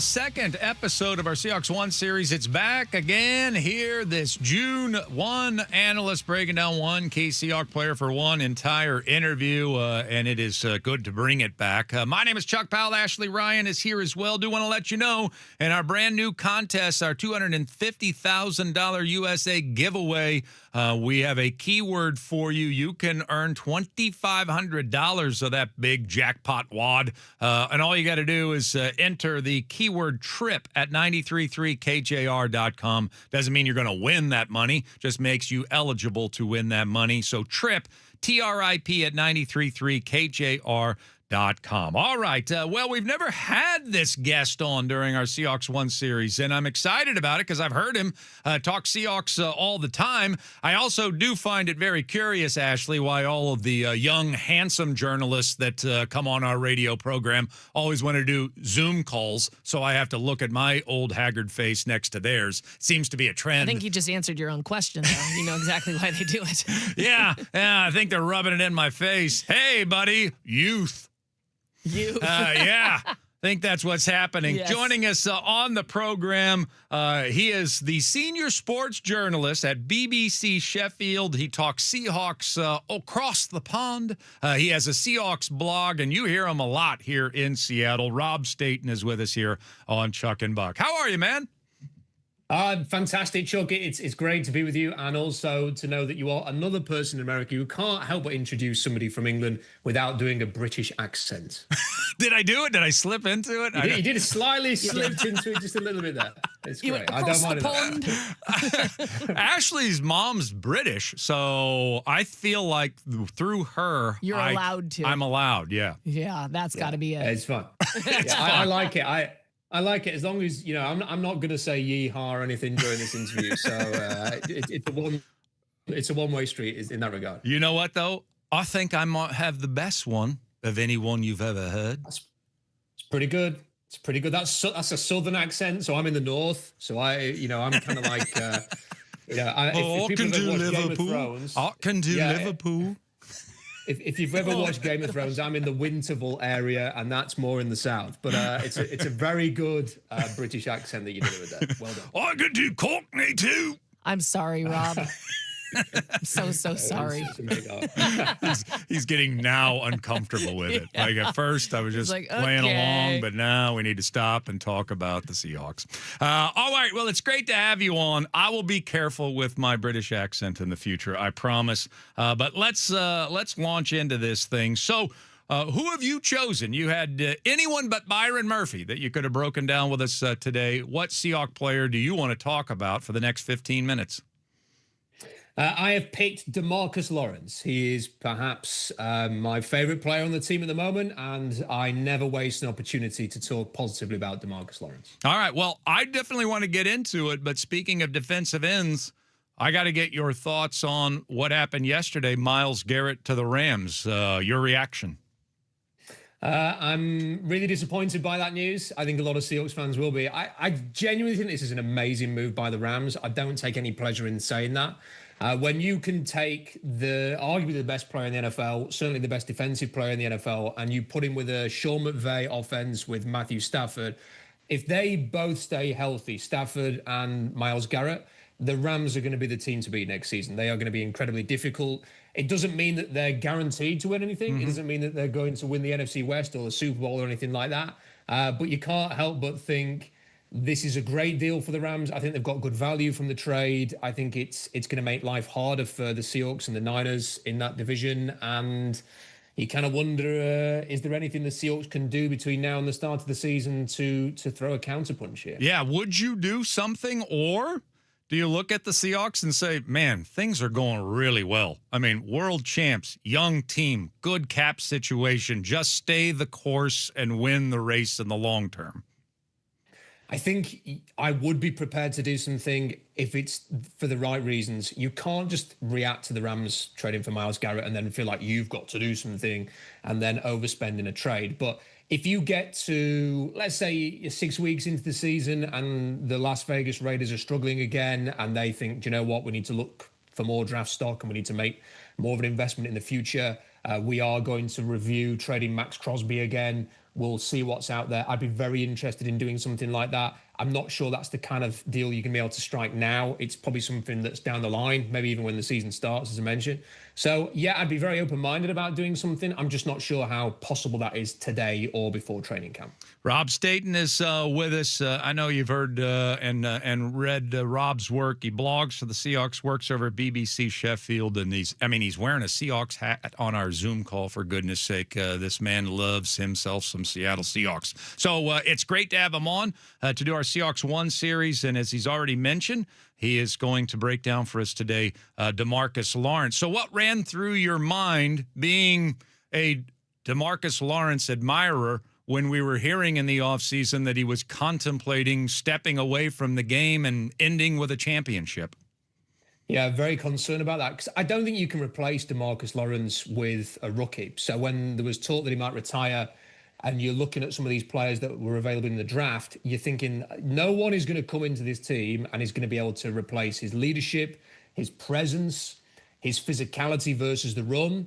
There were not many great options in free agency as well. So it was a concern. Now, they've got good players on the roster.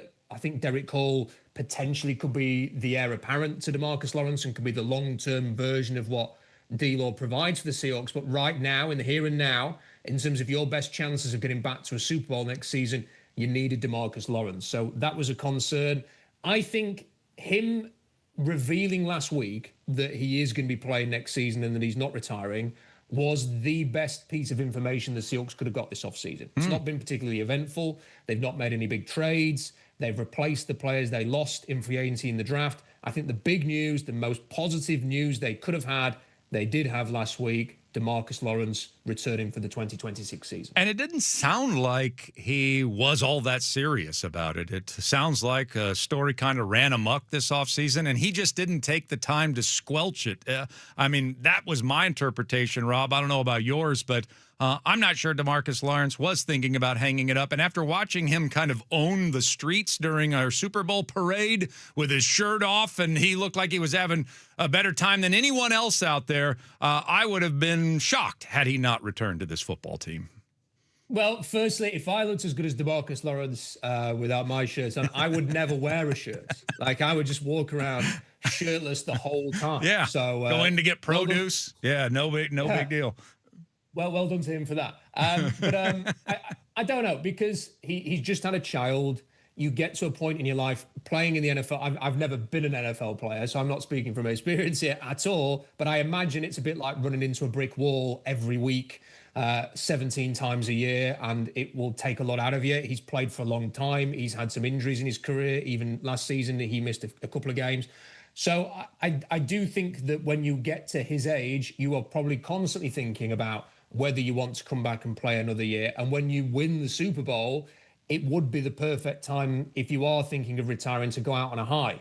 But then I also imagine that for some people, moving away from something that's been a huge part of your life and then sort of deciding you're going to do something completely different is a huge decision as well. And if he just loves playing the game and enjoys the game, he's maybe taken his time to give this real careful consideration, and then has thought, of course I'm going to play. Like, I am going to come back. I want to play again. I love playing with this team.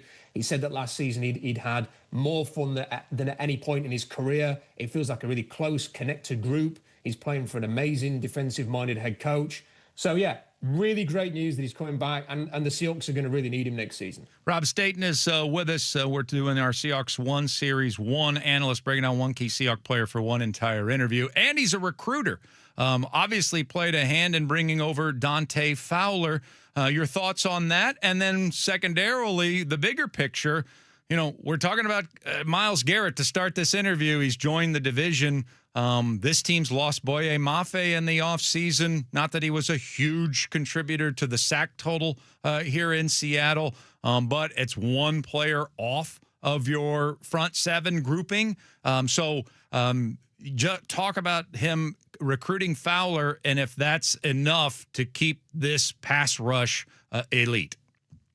Well, they absolutely needed somebody else. And Dante Fowler, of the remaining options, was one of the most attractive. In terms of pure pressures last season, he was still very productive and has been for some time. Whether he's got enough juice left to be the kind of player that we became familiar with when he was playing for the Rams previously. I don't know whether that's going to be enough. Again, I don't know. Boya Mafe did not get a lot of sacks last year, but he was reasonable when it came to pressures. If the Seahawks can replace that, then they may feel somewhat confident that they can get this done. But they did need somebody else. And it seems that the impact of Adam Durdy is really underrated as well. He played a big part in DeMarcus Lawrence coming to Seattle a year ago. They worked together in Dallas. Dante Fowler's worked with Adam Durdy as well. It feels as if his influence plus DeMarcus Lawrence's has helped bring him here. The one thing that just gives me that little bit of pause is in the last two games against the Rams, they didn't get a lot of pressure on Matthew Stafford. They need some quick wins against Stafford and the Rams if they are going to have a better defensive performance in the future against that team. I'm not sure if they've done enough to address that. I'm not sure if Dante Fowler is enough to solve that problem. That is going to be a key question mark when they eventually play the Rams late in the season, as they're going to this season twice at the end of the year. What about Lawrence's age? As you know, in the National Football League, sometimes you can look good one day, and then all of a sudden you hit that wall. You concerned at all that Lawrence is near the wall? I think you always have to be conscious of that. The one thing that I do think, and I was writing about this last week, was if you are going to be a Super Bowl team, I think you need some experienced veteran players. And the comparison that I made was the Philadelphia Eagles. When they won their two Super Bowls and lost the Super Bowl as well to the Chiefs in a shootout, you know, they had the likes of Fletcher Cox, Brandon Graham, Jason Kelsey, Lane Johnson, who obviously is still playing. Now, Fletcher Cox and Brandon Graham and Kelsey probably were not at their peak performance level when they actually got to the Super Bowl. But their ability to have been there, done it, got the T-shirt, lead by example, provide a physical presence in the trenches, be able to get up and do it week after week after week and be really consistent is vital. And it complemented the young players that the Eagles had. And I think with DeMarcus Lawrence and with players like Jaron Reed and Cooper Kupp on this roster, that's why the Seahawks needed them last year, is that you've got a lot of talented younger players. But when you've got the two players who are barking at the rest of the team in the tunnel before the Carolina game, who are they? It's DeMarcus Lawrence and it's Jaron Reed. Who are the people leading the huddles? It's Jaron Reed, it's DeMarcus Lawrence. You need some players like this. So whether or not he's going to hit a wall in the future, as you quite rightly said, when he's walking around with his shirts off, the guy doesn't look like he's going to hit a wall anytime soon. Like he looks the wall. fantastic. Yeah. I mean, he looks better than a lot of these college students who are coming into the league age 21. So Yeah. I don't worry too much about that. Injuries eventually will catch up with you, but I'm confident that he can give us another season of football here. What do you think is his greatest attribute? If you were listing them, he has numerous ones, but is it something tangible or intangible? Is it leadership or is it physicality? What would you rank as DeMarcus Lawrence's main attribute? I think the main thing is we saw what helped the Seahawks be such a productive pass rush team last year was that they could rush with four, whatever the situation. And that allowed them to play Nick Imanwari as this kind of roaming hybrid player who could almost act like a Sam linebacker some of the time and then drop into coverage on other times. And the reason they could do that is because they've got the four up front. They're not having to blitz as much. They're not having to put extra bodies into the pass rush. And you can only do that if your front four are very good against the run and the pass. And having somebody like DeMarcus Lawrence who can line up, if I was an offensive tackle and I'm looking across at DeMarcus Lawrence, I'm not thinking this is going to be an easy day for me. He's going to make your life a misery against the run, and then he's going to provide some pass rush ability as well. So he is a complete edge rusher. He's not the biggest, he's not 275 pounds, but he kind of plays like he is versus the run. So you've got that, you've got some pass rush. He provided big plays. Think of those two touchdowns he got against Arizona. The sack fumble against Minnesota was one of the best plays of the season, even if it was against a very inexperienced quarterback, still had to go and make the play. Those are the kind of moments he provides, as well as doing the dirty work that you need your defensive linemen to do. Defend the run, set a tone up front, be physical, make life difficult for the other team. He definitely does that, along with all the leadership qualities he has. And he's got that alpha presence. He's very experienced. And he's just a get off the bus kind of player, isn't he? He gets off the bus, the other team know they're in for a battle. You know, it's interesting you said that because when the Seahawks acquired him, And I saw the weight. You know, you start doing your little research and you want to pass on the information on the airwaves. And so I saw the height and weight, and I'm like, wait, that can't be right. He's much bigger than that, isn't he? I don't know what it is about him, but he plays a lot bigger than he actually is. I mean, even to this day, I got to watch him every snap this past season.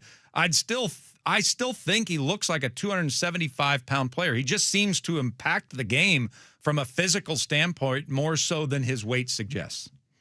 Yeah, I mean, I'm about 190 pounds, and his six-pack looks like it weighs as much as I do. So I don't really understand how he's like 250 or something like that. I mean, the guy looks about 270 pounds. Yeah. And it's all muscle. He's got muscles on muscles, hasn't he? So he looks big, and yet he's still got that extra bit of quickness to get around the edge. If you think about the play against the Rams in the NFC Championship game, where Stafford actually got away from him, just kind of slipped through the tackle and got a first down on fourth down. The quickness that he showed on that play, deep into an NFC Championship right at the end of the season, shows that's where maybe the 250 shows up. He is still a quick player. He can win off the edge, but he just looks bigger, doesn't he? He does look 270, 275.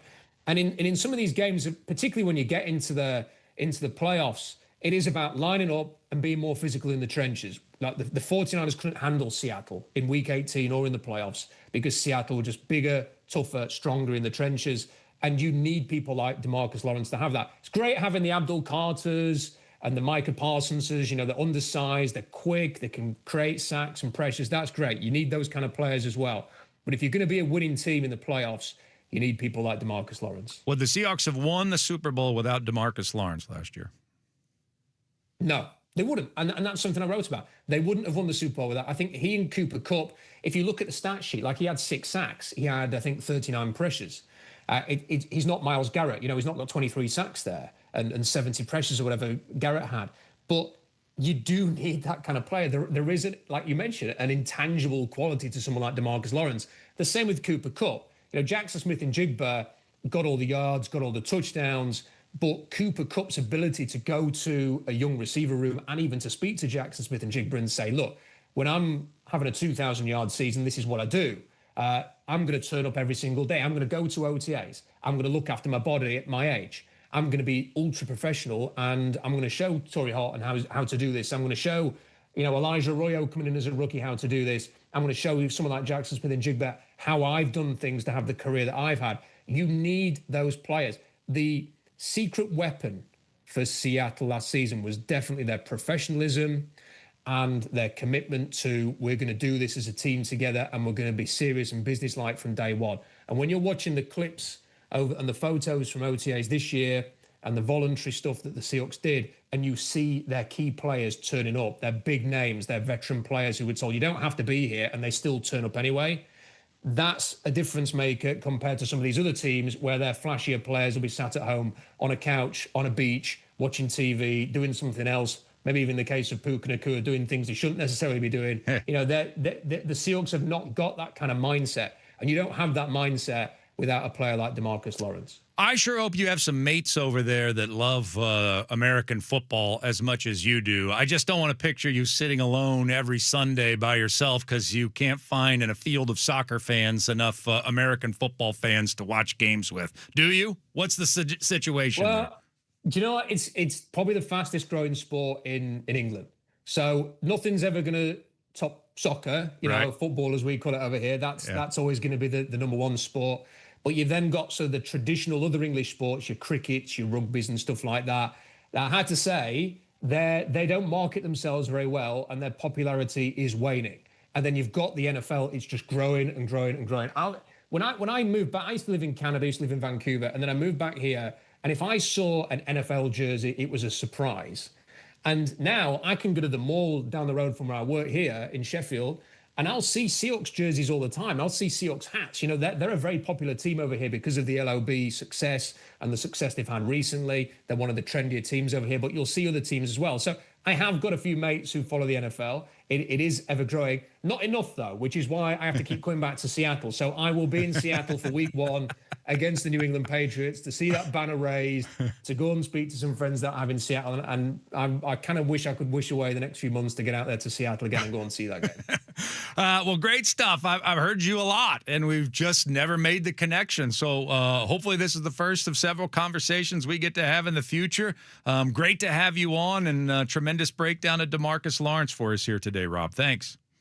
Oh, thanks for having me on, and a good luck to the United States, the World Cup. I hope you finish second to England. Thank you. I appreciate it. Rob Staten joining us right here on Chuck and Buck. I think that's actually generous, because I don't think that we're going to finish second. I think that's Rob. That's a really generous wish Yeah, that he's he being has. really nice to us. Yeah, he's being very kind to America. All right, so we appreciate Rob joining us, of course, with BBC Sheffield, senior sports journalist there. He does a Seahawks blog. He's been doing it for years. He does television over there as well, and he also, I don't really think, liked my British accent. No, wasn't my best. You don't think he liked your British I accent? don't think he did. I think he was just... I think the first one was all right.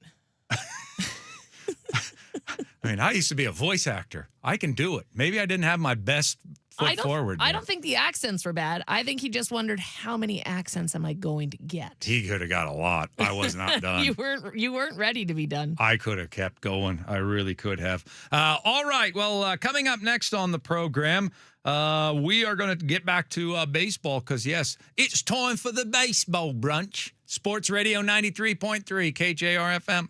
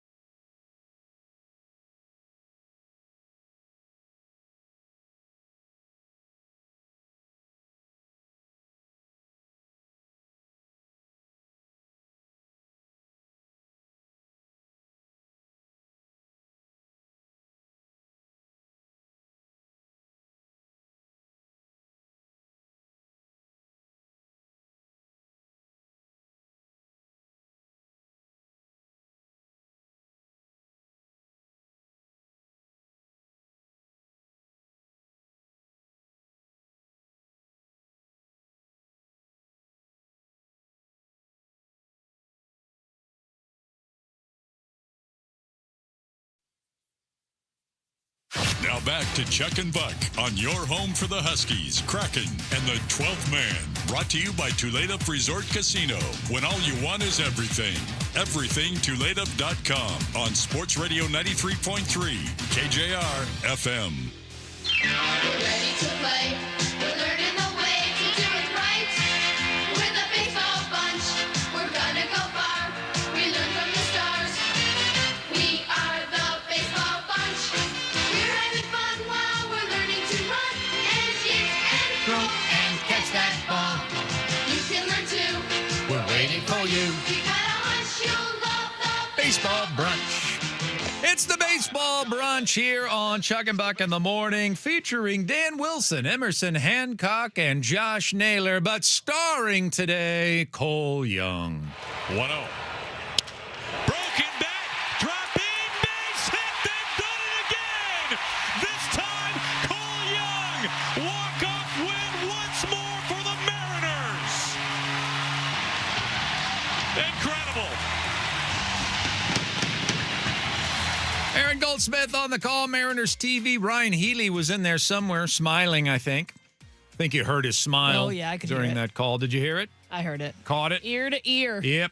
He's going to join us today at 9 o'clock. But right now we got the baseball brunch where Cole Young comes through in extra innings. The Mariners win their 7th straight, their second extra inning win in back-to-back games. And they are winning the way that the Jerry DiPoto era Mariners have won. And that is getting very good to great starting pitching and then great bullpen work. And that's what occurred last night, was 4 no-hit innings from 4 different relievers stretching all the way through the 10th inning. Maybe the best we've seen Gabe Spire look all season long. And that set up the Mariners with the automatic runner at second base, a stolen base from Randy Arozarena of third, and that set up Cole Young for the game-winning hit. So let's talk about our star today, because I don't think there was any doubt about it. I mean, there are a lot of good candidates. Any of the relievers, Hancock, Naylor with the big home run to tie the thing up, Randy with the huge stolen base to put Cole Young in a position to be the hero. But the star of the game last night was Cole Young. He is turning out to be pretty special. 2 more hits, a walk last night. He doesn't seem to get rattled in those moments whatsoever. I don't think his pulse ever raises. And then, again, tremendous without having to get his uniform dirty defensively last night. He just makes really good, smart, sound baseball plays all game long. Well, and that was the second play in a row that stood out. I mean, on Sunday, he had that leap, that grab that was, I mean, potentially game-saving. And then last night with the double play. And even when he's struggled, you said his pulse doesn't seem to raise in those moments, those big moments. But I don't think it's, I think he's just as steady as can ever be. Because, yeah, even when he struggles, he's not trying to do too much. It's just cool, calm, and steady. Yeah, and he's not a complete player. I mean, he has had some experiences with drought for offensive production. He's made a few errors this year, but he grades very highly on defensive metrics. He's playing every single inning of every single game for this baseball team, and he's driving in runs, which is a forgotten statistic in the analytics department, but he's already knocked in 30 runs this year, and he just does not seem to get rattled in those moments. He laid down a bunt in the previous game, which was excellent, and you know he hasn't done a lot of bunting in his life because he's only 21 years old. He's 3 years removed from being a high school legend. You don't ask high school legends to ever bunt. And he looked as natural as could be doing that. I mean, he didn't get down the first one, but it was like, oh, that was pretty good technique. And then all of a sudden on the second one, perfect. Yeah. He just got it done. I mean, he's just got such a high floor. Lock him up, Jerry. You know, like Cole Emerson, Cole Young, that's our middle infield for the next decade. Let's all sign up for it right now. And we'll see how many people can swap their names while they're excitedly yelling Cole Young or Colt Emerson. Yeah, Colton Cole. Colton Cole. The old Colton Cole train. I will say, 5 Iron last night said, gosh, I sure love the law firm of Emerson and Young. Oh, that's good too. Yeah. Yeah, that's one I would trust. That's for sure. Agreed. I already have given them all my money. Of course, the baseball brunch also features Dan Wilson today, the manager, speaking after a 7th consecutive win. Yeah, another outstanding ball game tonight. you know, we got a little bit of a flair for the dramatic, you know, recently anyway. But just a really good ball game all around. Start with the pitching, which was phenomenal today. You know, Emerson continuing to do what he does, just giving up 2 hits to this team tonight. You know, and then they were both, you know, the solo homers. But I thought he handled that lineup, you know, pretty left-handed heavy lineup very, very well. He just continues using that heater, using the sweeper, you know, changing speeds, doing what he does. I thought he pitched an outstanding ball game, and then the bullpen. You can't say enough about the job that they did. We talked about, you know, that 10th inning and being able to hold them at the beginning of the 10th inning and how important that is. Gabe, with, you know, sort of the meat of that lineup, just went right through him, and I thought that was a huge part in the ball game where you knew that, you know, good things were going to come on your end. And you know, offensively, you know, doing what we had to do to win that game. You know, the home runs early. Colt, I thought, was, you know, he got that breaking ball up and put a good swing on it. You know, he just continues to swing the bat. Nails with a huge homer there to tie it back up, and then certainly Cole there in that last inning. I thought Randy's stolen base there was a big momentum shift. Even though they got the punch out there on Wiz, it was a perfect opportunity for Randy.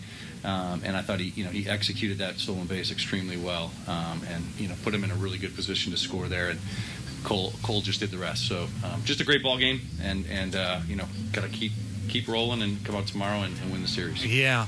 Thank you to Luis Torrens. They're doing the replay right now for us right here in studio here of the Mariners game, and Torrens is coming to the plate. Former Mariner. Yeah, Luis Torrens. And I don't know, he did us a solid last night. He told relief pitcher A.J. Mentor to check on Rosarina on 2 different pickoff plays.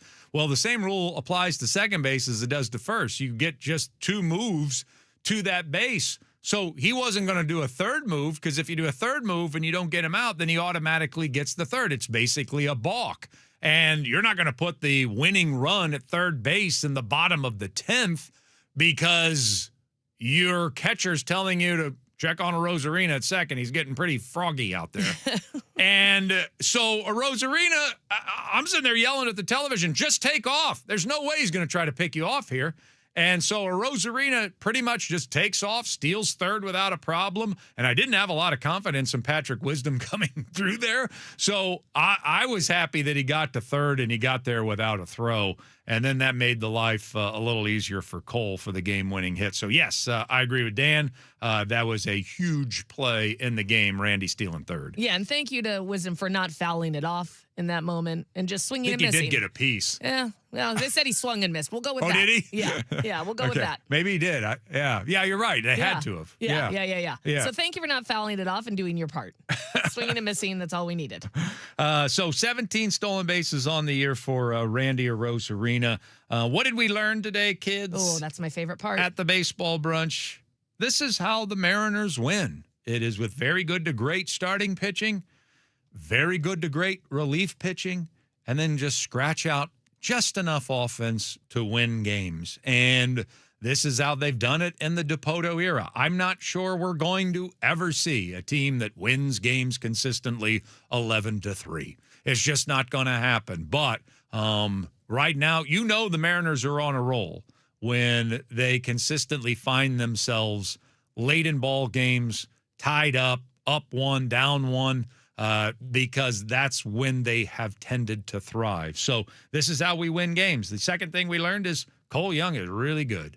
Really good. And he's got a really high floor as well. And so that's exciting. And then the third thing that we learned, maybe you didn't learn it, but I learned, and that is that I'm on television now every day, and I got to remember to wear an appropriate T-shirt.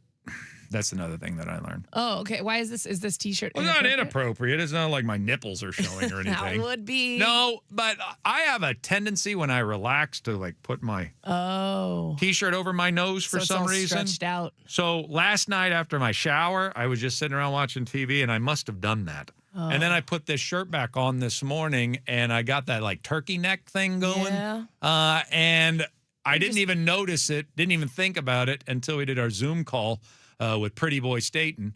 And then I'm like, oh my gosh, look at my neckline. looks horrible. I look like a laundry ad. Meanwhile, he's got like a $3,000 T-shirt on. It was he had a nice T-shirt. A very nice T-shirt. It has at least $300. Yeah. He's not buying from where Mark Zuckerberg shops. No, he's not getting anything free from the team shop. I'll tell you that much. Like I did. But anyway, we also learned I got to be more careful with my neckwear. Or, just wear a different, like, put the T-shirt on that you wore in the morning. And then stretch that one out. And then the next day, start over with a new T-shirt versus the one you had on at night. Stretched out. I don't know. I always shower at night, put on a shirt, and then I just saw it there this morning. And I'm like, well, I only wore that for like a half hour last night. So I throw it on. But apparently while I was sitting there doing it, I was stretching it up over my nose. Well, you were stressed out. Anyway. The Mariners do that to you. Yep. Sorry about that, people. I look a mess. Look, they've been telling me all day on that. I just didn't want to tell you. On the YouTube chat line. By the way, Tulalip Resort Casino is waiting for you in a couple of days. Colin Ray is going to be performing there live. If you want to check out his show, do so at Tulalip Resort Casino. You can get everything you're looking for a night of entertainment. Colin Ray, you can go inside, play some games. You can stay the night if you would like. You can go to the DraftKings Sportsbook. If there's a game on, you can watch that there. You can even put down a couple of ducats on a game as well. When all you want is everything, Tulalip Resort Casino is there for you, and you can find out everything you need to know at everythingtulalip.com. Plus, purchase those tickets. Get them tickets. All right, coming up next on the show, we will talk more about today's big story, and that is our 20 hours later reaction to the Myles Garrett trade. Sports Radio 93.3 KJR FM.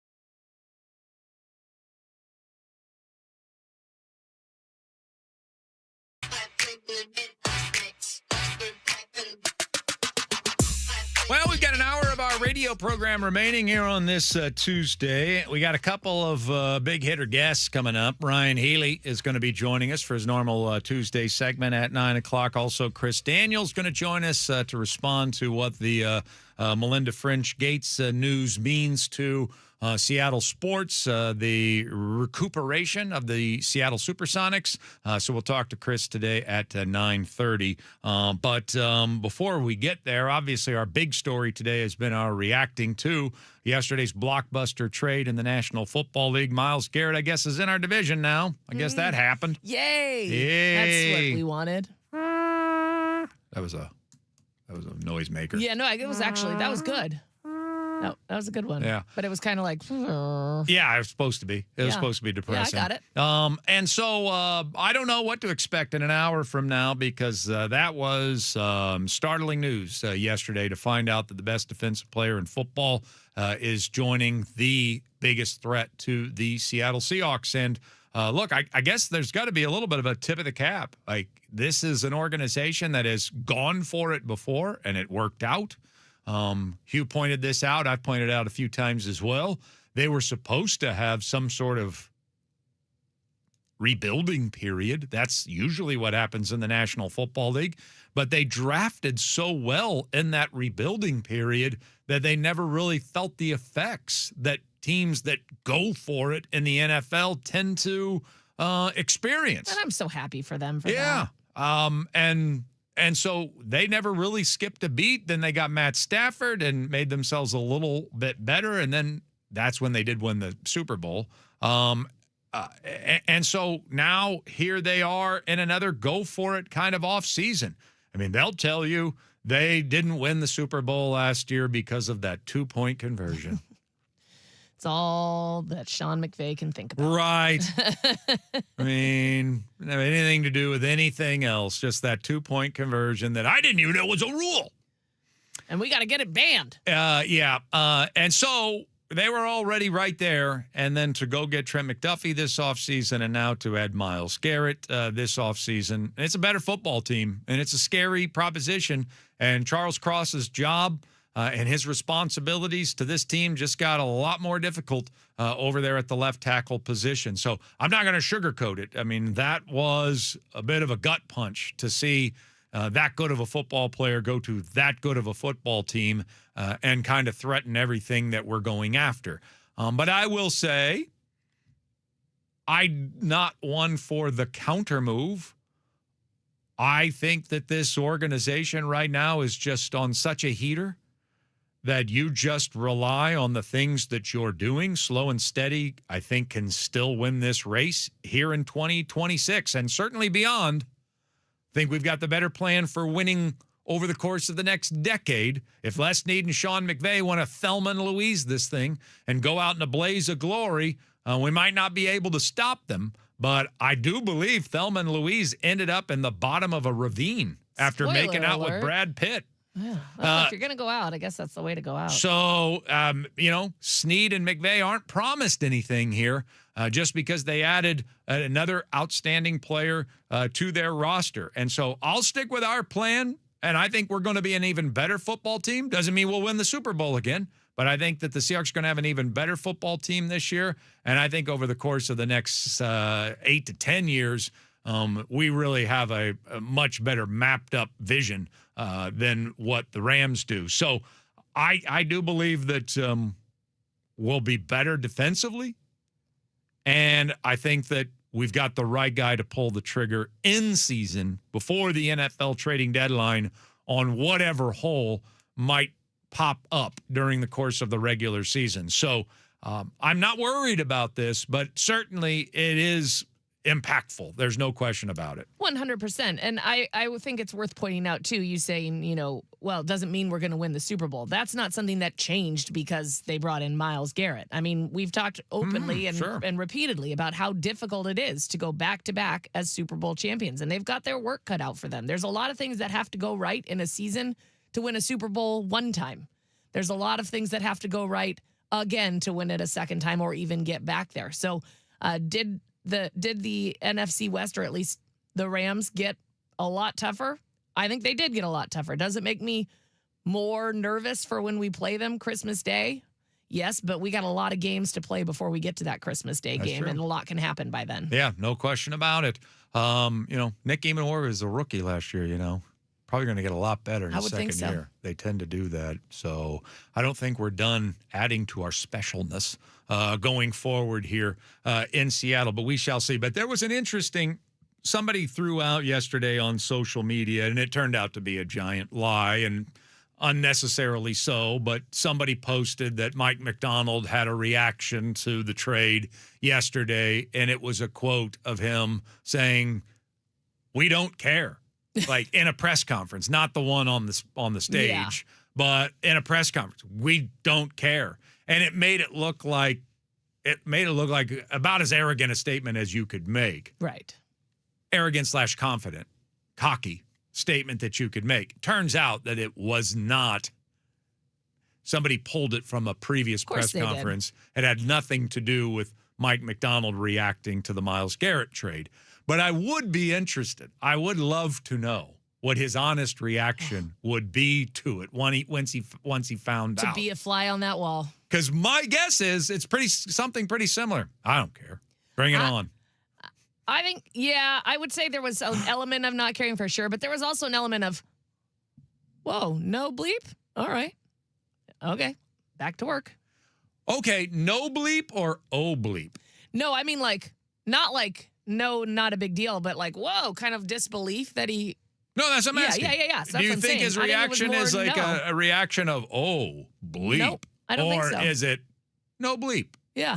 No, whoa, all right, good for them.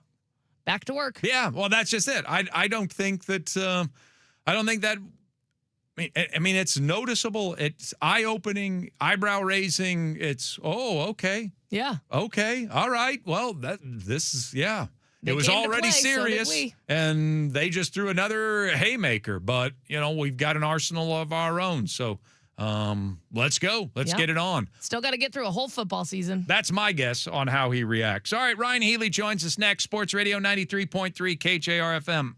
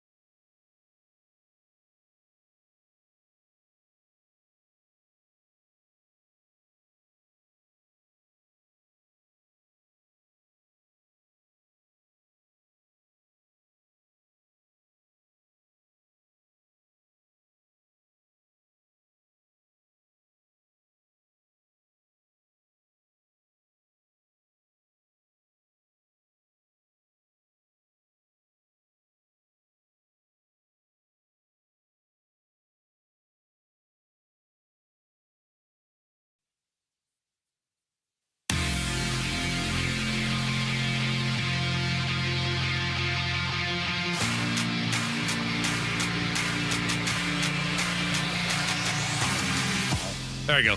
I just zipped up my jacket, got rid of my turkey neck T-shirt underneath. Now you can't see it. Now Healy and I are matching. Now we got black matching hoodies going on right now. He doesn't want you to see the stretched out neck of his T-shirt. Right, yeah. Because then he thinks you're going to shame him. Yeah, you might judge me for that. You're always looking. You got some bacon neck? I did. I had that. I don't know why I picked that T-shirt this morning. I tend to put my T-shirt over my nose when I'm just like sitting and watching and relaxing. I don't know why.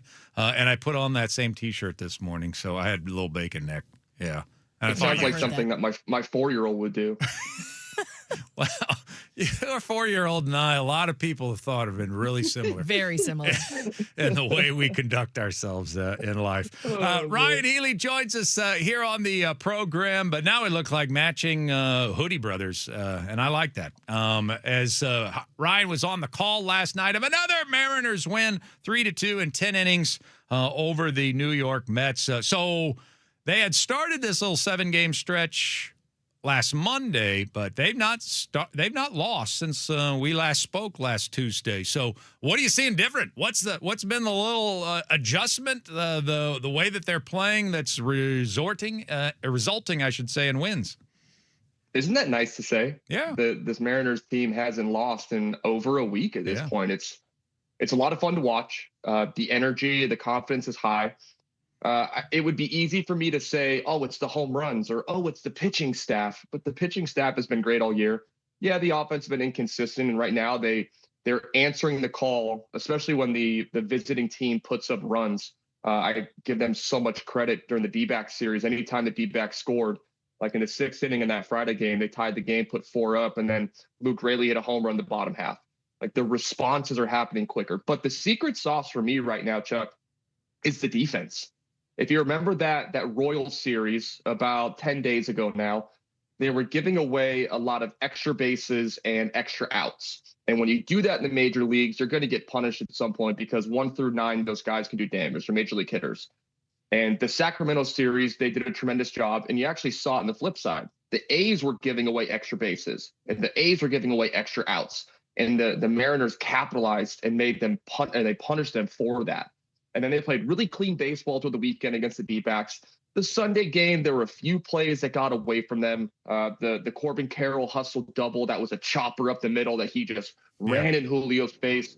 Had a chance to talk with the third base coach, Carlos Cardozo, yesterday about that. And I told him, I was like, as a baseball fan, you had to appreciate that play. He goes, a little bit, but there's also ways we can get better on both sides of the ball there, defensively and offensively. He's like, we got guys in our team that can do that same play. But they didn't let that play be the headline, by the time the game was over. They were able to respond. They were able to find a way. Cole Young gets a bunt down in extra innings. It's the little details that have really come together that every single Mariners fan listening right now thought this team was capable of. And for the first time in the 2026 season, we're seeing it come to light. Yeah, no doubt about it. And you mentioned Cole Young. Like, I don't know if you did growing up or coming up in the system or whatever the case may be. If you always wanted to hear you had such an incredibly high ceiling, maybe all athletes want to be described that way. I like my high floor guys, and I'm not saying that Cole Young doesn't have a high ceiling, but man, does that kid's floor, I mean, he just looks like he's just going to be a special regular for the next 10 to 15 years in Major League Baseball, and we're watching him every game, I feel, Ryan, get a little bit better at practically everything. Did you have any idea how bad his May was? I know that he was slipping, like, offensively a little bit. Like, did you see the numbers, defense or offensively, I should say? I don't know if I did see them directly, no, but I knew that he was plummeting. When I saw them and I came back here, I was like, I would have never guessed that he was hitting in the ones for the month of May, just because the quality at bat is still consistent. Mm-hmm. And to your point, Chuck, the floor is very high. There is still consistency. There's still productivity, even when he's not getting hits or hitting home runs. And a lot of that comes from the defensive side of the ball. He is able to save runs and get big outs in those situations that could flip the game on its head immediately. He's been such a bright spot for this team, and I'm excited to see what he does with the 162 games, meaning how many times does he go through that cycle of having a rough May where he does hit in the ones, and where is he also able to contribute. But a high school player got drafted in the first round, Chuck, Do you think he got drafted in the first round because of his bunting ability? No. I don't think he'd ever bunted in high school, He was period. banging baseballs around the yard in high school. Yeah. So he had to learn how to bunt in professional baseball. And I can almost guarantee you he wasn't doing much of it in the minor leagues. And if you think about playoffs from 2025, how important do those sacrifice bunts become late in games? And if Cole Young is a guy that you can count on in your lineup to get one down, wow, that is definitely raising the floor for key components to winning a World Series that this Mariners team was looking for this offseason. And I know you're a fan of JP and you're not in any hurry to rush him away. That said, Colt and Cole up the middle, I think maybe I've asked you this before. I mean, I'm ready to sign up for that for the next 10 years. We've already locked Emerson up for the next 9 years. I'm ready to do that with Cole Young. Your response to that, and then piggyback. Oh, wrong word to use. Piggyback. Don't use that word. Yeah, the Emerson impact and impression that you've gotten here early in his stint as a major leaguer. I would love to see Cole Young get locked up as well. My guess is if there hasn't been conversations about it, there will be conversations that come. I think Brendan Donovan coming back will create some unique formats. I believe Colt has anchored himself into being an everyday guy. It doesn't mean that, they won't get off days between Colt, JP, and Cole. I think Brendan will be able to give all of them off days when he comes back. And then the dynamic of that, of how Dan Wilson utilizes his surplus of quality bats and defenders, will be really nice to watch. JP Crawford has done such a great job of answering the bell. Ever since he said, I'm willing to go to third base, I feel like he's flipped it into a different gear on both sides of the ball. Offensively, hitting multiple home runs, first ever career 2-home-run game last week. Had the big home run in Sacramento as well. The game-saving play up the middle, the way that he was able to slide and scoop that ball. I don't think people realize how tough of a play that was. He made it look easy. I know the question was, how excited am I for this young middle infield to get together? And trust me, I am. But I'm also enjoying the leadership that I'm watching JP Crawford execute right now on a big level. And I don't want that to go unnoticed. The presence that he brings on a daily basis, the work ethic. Every day when I go to the yard about 2:00, 4.5 hours before game time, guess who's out there every single day hitting early work? JP Crawford. Yeah.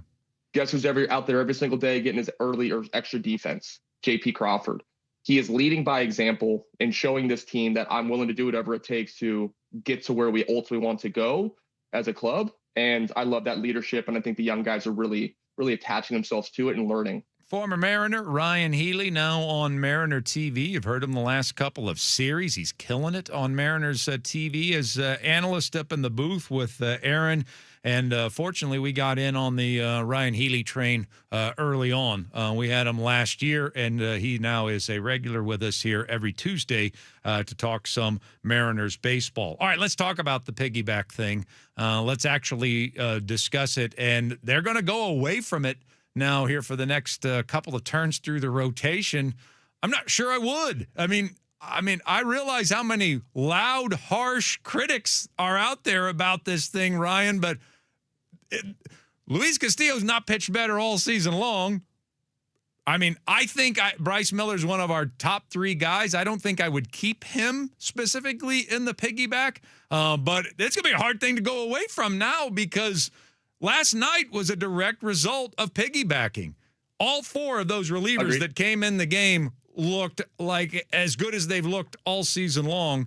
So where's your head at right now with how the piggyback should or shouldn't be used going forward? I think that both pitchers have done such a great job doing their job. They're performing well. And I was laughing a little bit this weekend with Aaron Goldsmith about we need to think of a new word for the piggyback because it has a negative connotation now next to it. So I'm gonna call it a starter surplus. The Mariners have a starter surplus, and what a great problem to have. And more importantly, if you were the Diamondbacks coming in and you had to face both of those starters over the weekend, you're not looking forward to that. There are no breaks. There are no gaps in that game. And Luis Castillo comes out of the bullpen throwing 97, 98 mile an hour sinkers with a nasty slider. And then he's the guy that you got to face in the 10th inning because you end up going to extra innings. And we're sitting there I wonder if we'll see Luis come out in the 10th inning. And sure enough, he did. And he got out of a big spot. It was unbelievable to see. You understand why they're going to the 6-man, though, right? With how the scheduling is. I think they have 16 games in 17 days. So like just the travel, the wear and tear that happens to these guys, it does make sense to be able to stretch out some of those guys a little bit, allow Luis and Bryce the opportunity to push past that 5-inning mark that we've seen them both kind of cap that and see. I would love to see what Bryce Miller looks like in the 6th, 7th, and maybe even 8th inning with how good he's been. I think that'd be really exciting. No matter what Luis does, I think the trend that he's on is really positive. The bullpen being fully healthy allows some more opportunity there. How fun does it have to be, though, to be Dan Wilson right now and making decisions in high leverage games where it's late and it's close with the score, and he has every single arm healthy and available to him? How fun is that to watch? Well, I mean, and look, I think Dan sometimes struggles with these. That's just my own personal view of it. I've never done it myself, so I've never, obviously been there making these decisions, these pitching decisions. But I said in the offseason, said it last year, said it this year. Last year, when he was just managing to win ball games and didn't have to worry about all the stuff, the early season rest and who can go and how many guys pitched yesterday, when he was just managing to win ball games, he did really well. And we went on a run and won the division and nearly made it to the World Series. And so the piggyback kind of gives you that day off where it allows you to – I get to use whoever I want, whenever I want to use them. And the biggest reason we won last night, Cole Young was the star individual player. Emerson was terrific. Josh Naylor had a clutch hit, but 4 no-hit innings from the bullpen, and they all looked fresh as could be. I think that was the reason for the win last night. I agree with you. And Friday was the first game where that was fully deployed. And you saw Kirby, Brash, Ferrer, Bizzardo, Spire, Munoz, and then Criswell came in the 10th. Like, that was unbelievable usage. And I thought an aggressive decision early in the game. And George Kirby didn't look tremendous. He didn't look like his normal self. But to go out there and get him, I believe it was in the 6th inning when he pulled him. I think George ended up going about 5 1/3 maybe. And then he went out there and got Brash. And things went a little bit south in that inning. The D-backs offense came in really hot. But overall, this team was able to silence, really quality team. And I don't know if fans saw this, but the D-backs went home, played the Dodgers, and won last night 4-1. Yeah. So it's not like they just all of a sudden became a terrible team in Seattle. No, the Mariners pitching staff shut them down. They kept Ketel Marte quiet. They kept Corbin Carroll fairly quiet as well, apart from a couple hits here and there. But they did such a great job. And to have access to those weapons, and I think to your point, Chuck, what you just touched on was really important. The time of year really matters. When was Dan Wilson making those I'm only here making decisions to win games? What time of year was that? Late in the season. Yeah. Okay, so if you want to be able to make those decisions late in the year, you have to have your pitchers healthy and fresh. Have you ever seen Gabe Spire throw the baseball as well as he is right now? Nope. Yes, go back to last year, but this season, no. He threw 3 fastballs right by Corbin Carroll on Friday night. And they pitched around Marte to get to Corbin. And then Corbin comes up, and Goldie and I are like, how do you walk Marte to get to Corbin Carroll? Because you got Gabe Spire. And then guess what pitch Gabe Spire threw in a 3-2 count to the best hitter in Major League Baseball last night, Juan Soto. The fastball. A fastball on the outside corner. He went right after him. Yeah. I was floored at that because it would have been so easy to get cautious and careful in that situation and pitch around a very dangerous bat. But Gabe Spire has so much conviction and stuff that boom, here it is. Hit it or don't. It doesn't matter. But yes, it seems like the first 6 weeks of the season, that's when the manager has to be more cautious with this decision of not going back to backs, not stretching guys out. And now as they're getting closer to summer, Dan Wilson can make more of those winning decisions, and credit to the starting surplus that they have. They're able to give the bullpen a complete day off, and it's really been working out nicely. We're going to send that past our test audiences to see if they like starting surplus. We're going to see Results how that are being pulled right now. Are they being pulled right now? Good. They're gonna hate it. I think you might have a winner. Well, they don't like piggyback, that's for sure. Ryan Heatley is with us. Obviously when you're winning, everything feels good around there, but you did get Cal Raleigh back in the clubhouse this week. You were around that. How much does that really matter to get, that big of a central figure on your baseball club? Even though he's not playing and he's probably still a couple of weeks from playing, how much does it matter to a clubhouse to see your guy come back through the doors? A ton. I'm sitting in the dugout yesterday with Rick Riz, and all of a sudden this a large figure walks by, and he's got the mask on, so you have no idea it's Cal. And then he pulls the mask up and he pulls a fist out. He goes, "Hey, Ryan, how are you?" I was like, "Oh my gosh, that's Cal Raleigh. Can you sign this for me, please?" Like, it just kind of came out of nowhere. Like, he's got this big smile on his face, and he just was able to catch a bullpen. And just, I know for him, like, if you've heard any of his interviews that he's done pregame, he's talked about the difference of appreciation and respect that he has for this team and how talented this team is. And when you're in the thick of it, especially if you're struggling as a player, it's hard to not be looking in a mirror constantly about how bad you're struggling. So for Cal to be taken out of this live roster and the live lineup and have a different perspective on things, I hope that really helps him when he comes back to say, this team is already really good and I don't have to hit 60 home runs to contribute. I can just do my thing and really help in different ways. And I think he's seeing this, or he's seeing baseball through a different lens right now than he ever has been. But to your original question, Chuck, having a player like that in your locker room, whether he's playing or not, is a game changer. It's the leader. It's the consistent voice. It's the consistent attitude every single day that he brings. He is even Stevens in that locker room. You can ask anyone around there. So his presence being around is tremendous for this club. We didn't lose Josh Naylor for any time, did we? I mean, what's a back spasm do to a baseball player? It definitely doesn't feel great. The timing of it was funky. I know we saw the conversation between Dan Wilson and him, and it sounded like Dan made the ultimate decision, because I know Josh was going to say, "Hey, coach, take me out of this game." Like, that's not how players function. It can come and go pretty quickly. I'm eager to see if he'll be in the lineup tonight, but even if he's not, I think a couple days of treatment can really help that. The back spasms are kind of a normal thing for baseball players. It just depends on what spot of the back it is. Is it more muscle? Is it more, bone? And from there, if he can maybe not rotate for one day, like, hey, take today completely off, don't swing the bat, go get some treatment, and then let's see how you feel tomorrow. Something like that could really turn things around within a 48-hour window. Should players steal third more? I mean, it seems like it's easier to steal third. Randy Rosarina got there early. I mean, they did him some favors by doing the 2 pickoff moves, so he knew they weren't going to do a third. 2 non-competitive pickoff moves, too. Yeah, they just handed him third base, which, that's stupid. But, I mean, it just feels like teams are having so much trouble, like, moving a runner to third in that situation.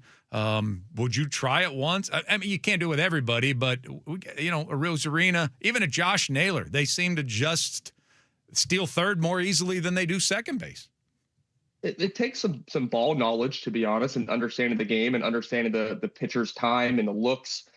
There's a lot of prep work that goes into that I know, EY, Eric Young Jr. does a great job of helping making sure these guys have the right information available to make those aggressive decisions. But there's also like a catch-22 to it, Chuck. Like, what's the golden rule of baseball? You don't make the first or the last out of third base or home, right? So if you're going to steal third base, you better be 110% that you're going to be safe. Yeah. And that takes a couple pitches to get the looks down, to see what the timing is of the pitcher's leg. But you won't really see pitchers mix in slide steps or run around second base. So if it's a higher leg kick, longer arm from a pitcher, then they know they're going to have about a second and a half. If it gets above 1.5 seconds, then that's plenty of time for the runner to be able to get there. All right. I am going to come to the game tomorrow. So you're going through this series, correct? Yes, sir. Okay. All right. And then when's your next one? End of August. I'll come back up for that. Oh. And then September. Well, that's too long. That's too long without Ryan Healy on the call of a Mariners baseball game.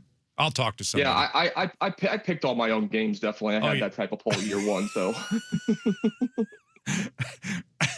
Throwing your weight around already, are you? Yeah. Well, you know what?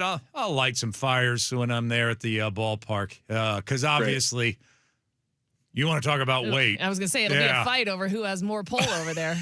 Who's got 2 thumbs and a lot of weight with the Mariners? This you guys guy. are both super important. I'll be hiding in the booth tomorrow while you're currently raising a sword. Poor Ryan's in the corner like, he doesn't speak for me. I just want to be friends. Everyone be friends. Let me come back. Could you see me going in there just throwing a fit? You should be on more games. And it's like, I'm fine with August. August works. I'm just happy to be here. I don't know him, actually. Look, John, I've had enough. All right, man. Well, we'll be listening tonight. I'll see you tomorrow. Thank you very much. We appreciate you. Can't wait. Have a great day, guys. All right. Ryan Ely joining us right here on Chuck and Buck in the mornings. He does not represent me. All right. Coming up next. Oh, wait a minute. Coming up now. Yeah, we got to do it now. Breaking news. We got a guest. What do we have? We've got a Seahawks extension. Oh. The Seahawks have reached a 3-year agreement, $42 million agreement with Derek Hall, who we were just talking about with Rob Staten as somebody that could be important when DeMarcus Lawrence decides to hang it up. Interesting. I did see that flash, and I was too busy, and I couldn't look at it. Get to the bottom of it. Gosh, you know what I'm going to hate about this? This is what I'm going to hate. Okay. You're going to have, for the next 2 hours, smart-ass Rams fans, both saying of them. That's our move. Both of them, going, oh, nice counter. That'll make up for us getting Garrett. Yeah, that's definitely not the counter. But I'm glad that they locked him up. I like Derek Hall a lot. All right. Coming up next, Chris Daniels will join us. I'm not going to ask him about Derek Hall. That's why I figured we had to get it in right now, because otherwise it was going to be a little difficult. Derek Hall, with his new finances, wants to be an investor, a minority investor in the Sonics. He might want to be. He actually might want to be. We'll talk to Chris Daniels about that next. Sports Radio 93.3 KJR FM.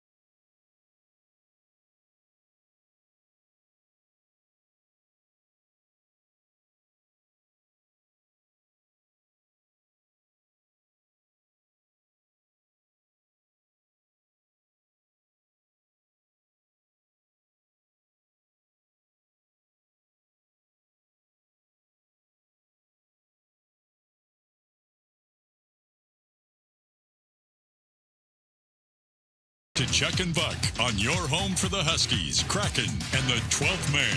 Brought to you by Tulalip Resort Casino. When all you want is everything. Everything Tulalip.com on Sports Radio 93.3 KJR FM.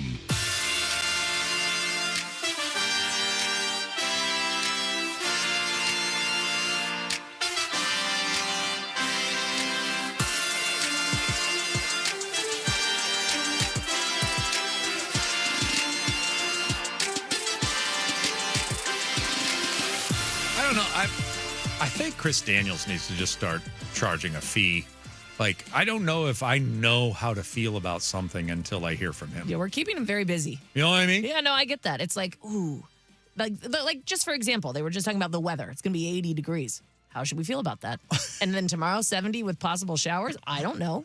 Well, let's ask Chris Daniels. Yeah. No, I think I've got a pretty good handle on how I feel about the weather. I don't know. At this stage in my life, but whenever it comes to something like Sonics related, I'm like, okay, I read the story, but what does Chris think? That's fair. Yeah, so joining us now on the program is Chris Daniels to tell us what to think about the news yesterday. He is, of course, with Como News and has been following the Sonics leaving and trying to return to Seattle for years.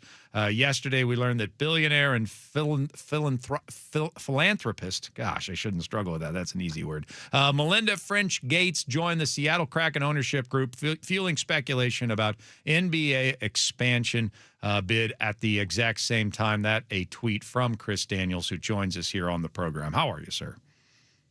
Good. Philanthropy is a big word. It doesn't always roll easy off the tongue. I know. I just got caught in the middle of it because you can go philanthropy, but then philanthropic, and then so I got caught in between the two different pronunciations of it and screwed it up. The syllables are tough. Right. The syllables are tough. Exactly. Yeah. Maybe I put the wrong emphasis on the wrong syllable. Yes. You're right. Yes. All right. So what does this mean then, Chris? When I read this headline of yours, how am I supposed to feel about it?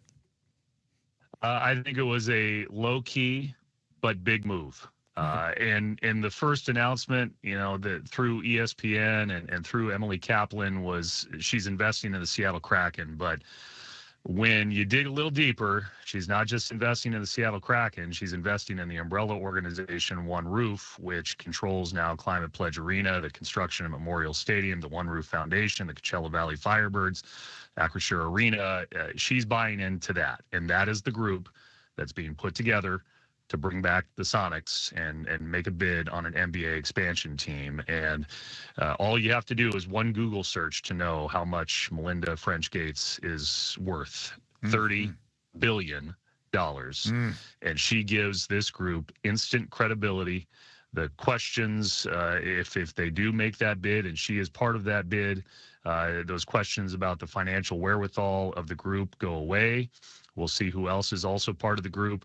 But as they go out and get other investors and put the cross the T's and dot the I's on their financial package that they're going to present to the NBA, she is an extremely, extremely credible person, not only in the United States and North America, but globally around the world. Instant credibility. And I think also everything that she had to say through the Seattle Kraken's social media channels yesterday talked about community and civic engagement.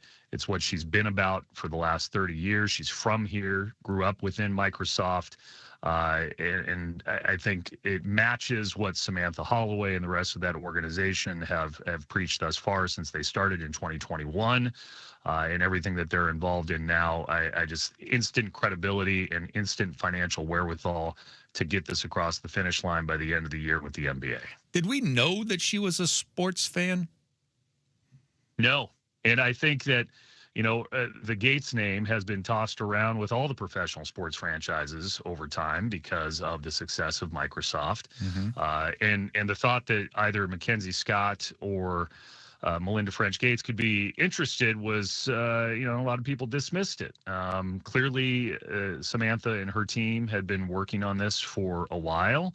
The timing here should not be lost on anybody either, right before the NBA Finals and the NHL Stanley Cup Finals, that this is getting announced. They did something similar months ago with the announcement that Samantha had bought the controlling interest of the arena and started One Roof right before the NBA Board of Governors meeting.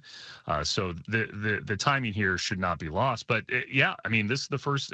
She said she's never invested in sports before, but because of what she has seen with sports, and I'm paraphrasing what she said on their social media channels, because of the power of sports and bringing community together and what it can do for young people and what the Kraken have already done in places like Northgate and Kirkland, that is why she's getting involved. Chris Daniels is with us, senior reporter, Como News, and of course is our go-to guy everywhere for Sonics news. And we had some yesterday with Melinda French Gates getting involved. And as you mentioned, she has so much money. I mean, is she just a piece to get you across the finish line, or is there a chance here, Chris, that she might want to be the majority owner? I mean, she's got that kind of cash. Yeah, it's a great question. I don't think I've had a straight answer on that yet about what her level of interest may be. I think I told you the last time I was on your air, and in some ways I'm trying to will it into existence that Mackenzie Scott gets involved. Her name was whispered quite a bit around the Portland Trail Blazers before they were sold to Tom Dundon by reputable reporters down in Portland who clearly were having her name whispered in their ear as a potential buyer.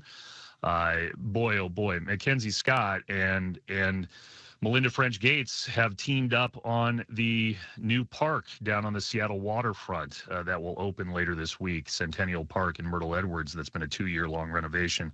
They put their private money into that as part of a public-private partnership. So I've had my eye on Mackenzie somehow getting involved at a certain point too, whether it's with the Seahawks or with this organization, because both Mackenzie and Melinda are here in the community. And if you're trying to sell potentially a new franchise to the community as well, that does matter. We saw what happened when the Sonics left and who they were purchased by. But boy, if you had Samantha and Melinda and say a Mackenzie involved, that is, I think, the best case scenario for everyone involved. And again, that's a little bit of me willing it into existence, but there is a story shaping up right now where I think there could be a great story to tell, not only for a potential ownership group in Seattle, but also for an ownership group to go to the NBA and say, we want to be the new owners of the Sonics. And all female. All female ownership.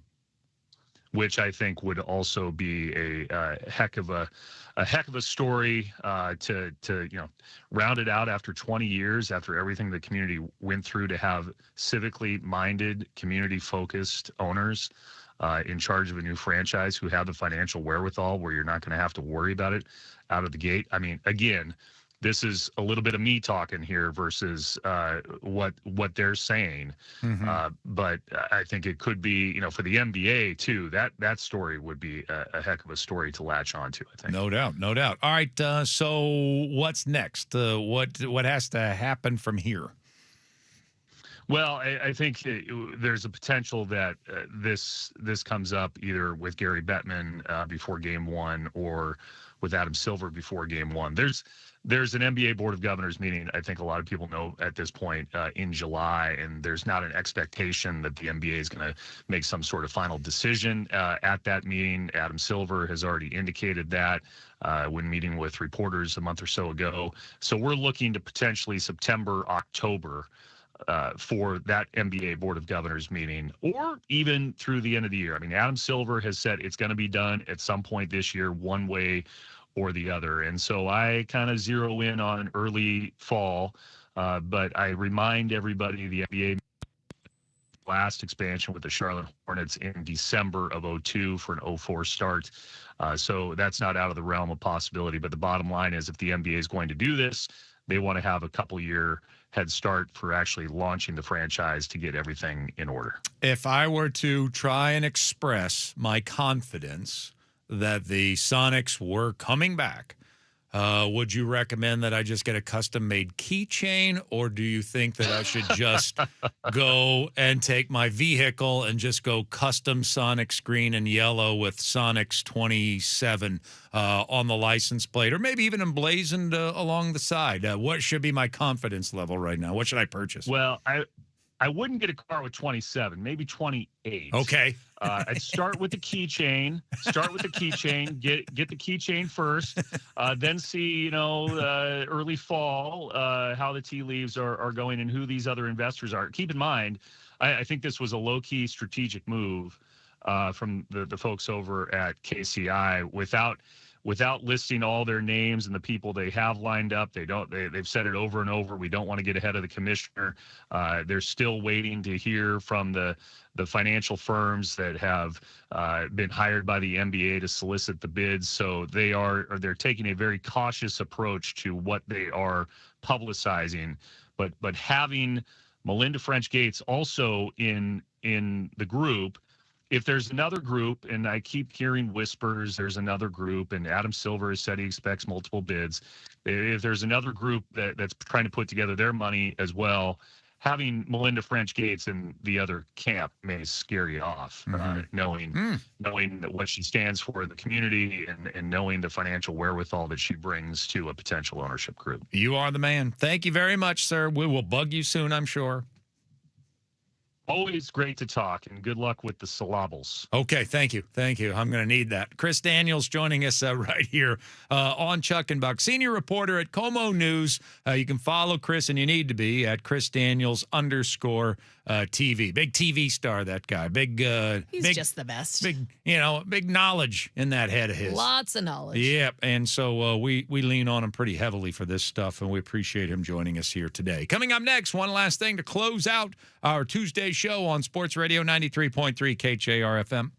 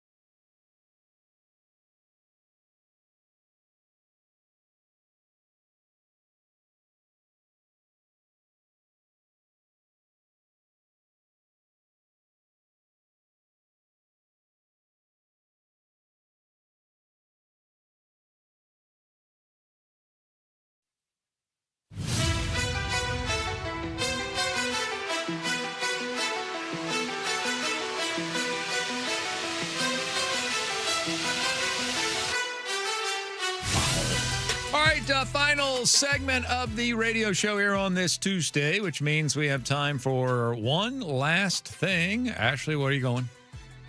Well, first I'm going to turn my microphone on. Okay. Then I'm going to say, so we had some. Should have figured that out a long time I know I should have. That should have been important. Yeah.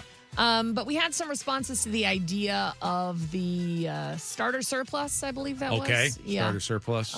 So it was a mixed audience, 50-50 on who if people liked it or didn't like it. But we did get some suggestions on the Tacoma Dodge text I'm all line. ears. Yeah. Let's see. This one was the double feature. This is from the 253. They actually gave us two suggestions, and I liked them both. So the double feature or a twofer.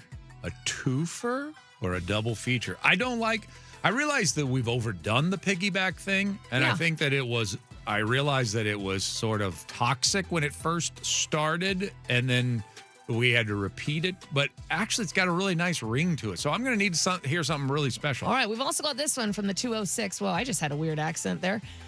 Here's a name to replace the piggyback. Ice cold beer. Miller on the rock. Miller on the rocks. I There see. You go. Ice cold Let's beer. see.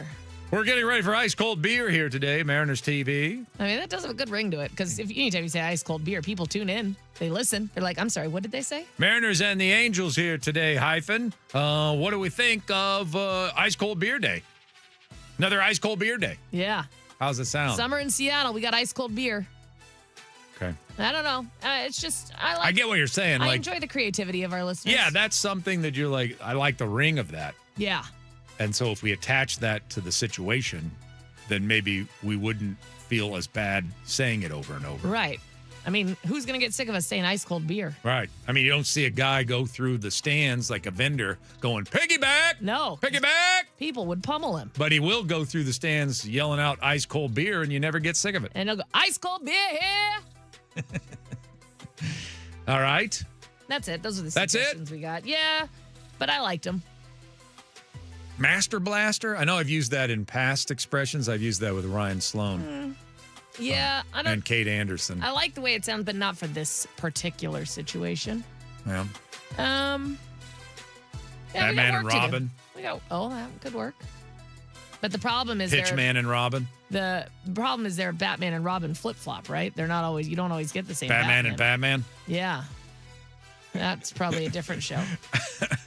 All right. Well, I don't know. I'm going with piggyback until somebody can come up with it. Because I kind of like I don't even think we've gone far enough using it. Like we could go, who's down in the piggy pen? I mean, I would agree. Let's embrace it fully. I think it's funny, Right. though, because people have sent messages like, well, if you guys hate it so much, why don't you change it? I'm like, we haven't hated it. That's we haven't just complained Softy. about the name at all. It's just Softy who Uh-huh. hates it. Yeah. We're not going to change it because it's called Piggyback. Yeah, because people know what we're talking about when we mention it. That's the cool thing about words. Yeah. Yeah, they mean something. Weird. Right. Like if I say sofa, you know exactly what I'm talking about. But if you say, I'm going to go sit on the plum, nobody knows. No, they're like, plum. Yeah. Maybe you'd want to give it a try, but you wouldn't know what we're talking Who's about. this weirdo with his plum sitting? That guy brought his plum here? All right, I got my one last. I have two great ones. I'm going to have to choose just the one. I'm going to go with this one today because I think it's more timely. Rick Adelman passed away. And he, of course, had some Sonics connection, but a long career in the National Basketball Association. And I was thinking about, like, that statement where people say, boy, I wish you could have an event where you got to tell people how much you appreciated them before they passed. Because we usually do that after they passed. Right. And then there's this big, 24 hours of social media eulogizing. And then obviously they'll be doing some sports talk radio in Denver about Rick Adelman and elsewhere.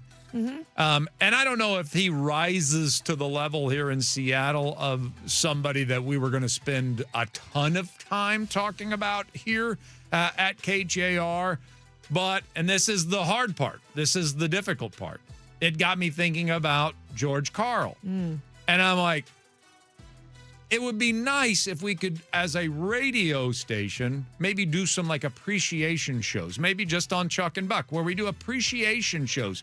But I also don't want it to sound like Like we're saying to someone they're about to die. Yeah, like we think you're close to death, so let us tell you how great we think you are. So is there a middle ground there where we could do like some appreciation shows? Maybe we start with a really young person. Maybe we start with like a Marshawn Lynch or something like that, or somebody that we don't feel like would take it that way. And so you just set the standard by going with somebody young. And you don't call them like, hey, it's the About to Die podcast. It's it's a appreciation show.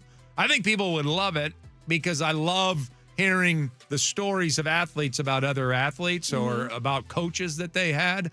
And then you could infuse like a Lou Piniella in there somewhere along the line. Yeah, I do love Lou. I don't want it to sound like we're getting ready to have the person's funeral, but I think that would be something that person would love to have as long as they weren't insulted. I mean, see what I'm saying? Yeah, I do see what you're saying. And how great would that be if you got to just sit there and listen to people talk about your accomplishments and what you meant to them?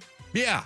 I think that's awesome. Is there a way to do it that we could do, especially in the summer? I mean, there's really not any downtime anymore in sports talk radio. There used to be. Yeah. But maybe in July, you had a little bit of downtime that we could try out maybe an appreciation show. I mean, it'd take a lot of work to try to get those people to come on the show and talk about them. So it's not like it's something we can just throw together on a Wednesday. Right. But I don't know. I mean, I would like to know how much people appreciated me if I was getting ready, if my career was over. Right. And it's more of that. The career's over. You're not going to do anything else. Marshawn Lynch isn't going to take any more carries. Right. But he's obviously not close to death, by natural causes. And so I don't know. Maybe that's something that we could think about doing into the future. I think that could be fun. Celebrating the successes of somebody. And Seattle sports fans love stories of Seattle past, and just to be able to spend a show here and there, I think people would tune in and not be able to tune out if we did like a 3-4 hour special on, some Seattle, on Ken Griffey Jr. Oh, yeah. And then you just have his former teammates. Yeah, and we had him here in studio and for the whole 4 hours. And then he got to catch up with the people that are talking about him. Yeah, so that's what it made me think of last night. I think that's great. And you could find things that you could work it around, like the Sonics coming back. All right, we want to appreciate George Karl and all he's done and the support that he's given to getting a team back here. Ken Griffey Jr. The Mariners are doing their 50 best players of all time. There you go. Yeah. Well, anyway, just a thought that I had to close out the show today. All right, we'll talk to you tomorrow at 6 a.m. Greg and Chris are next. Sports Radio 93.3 KJR FM.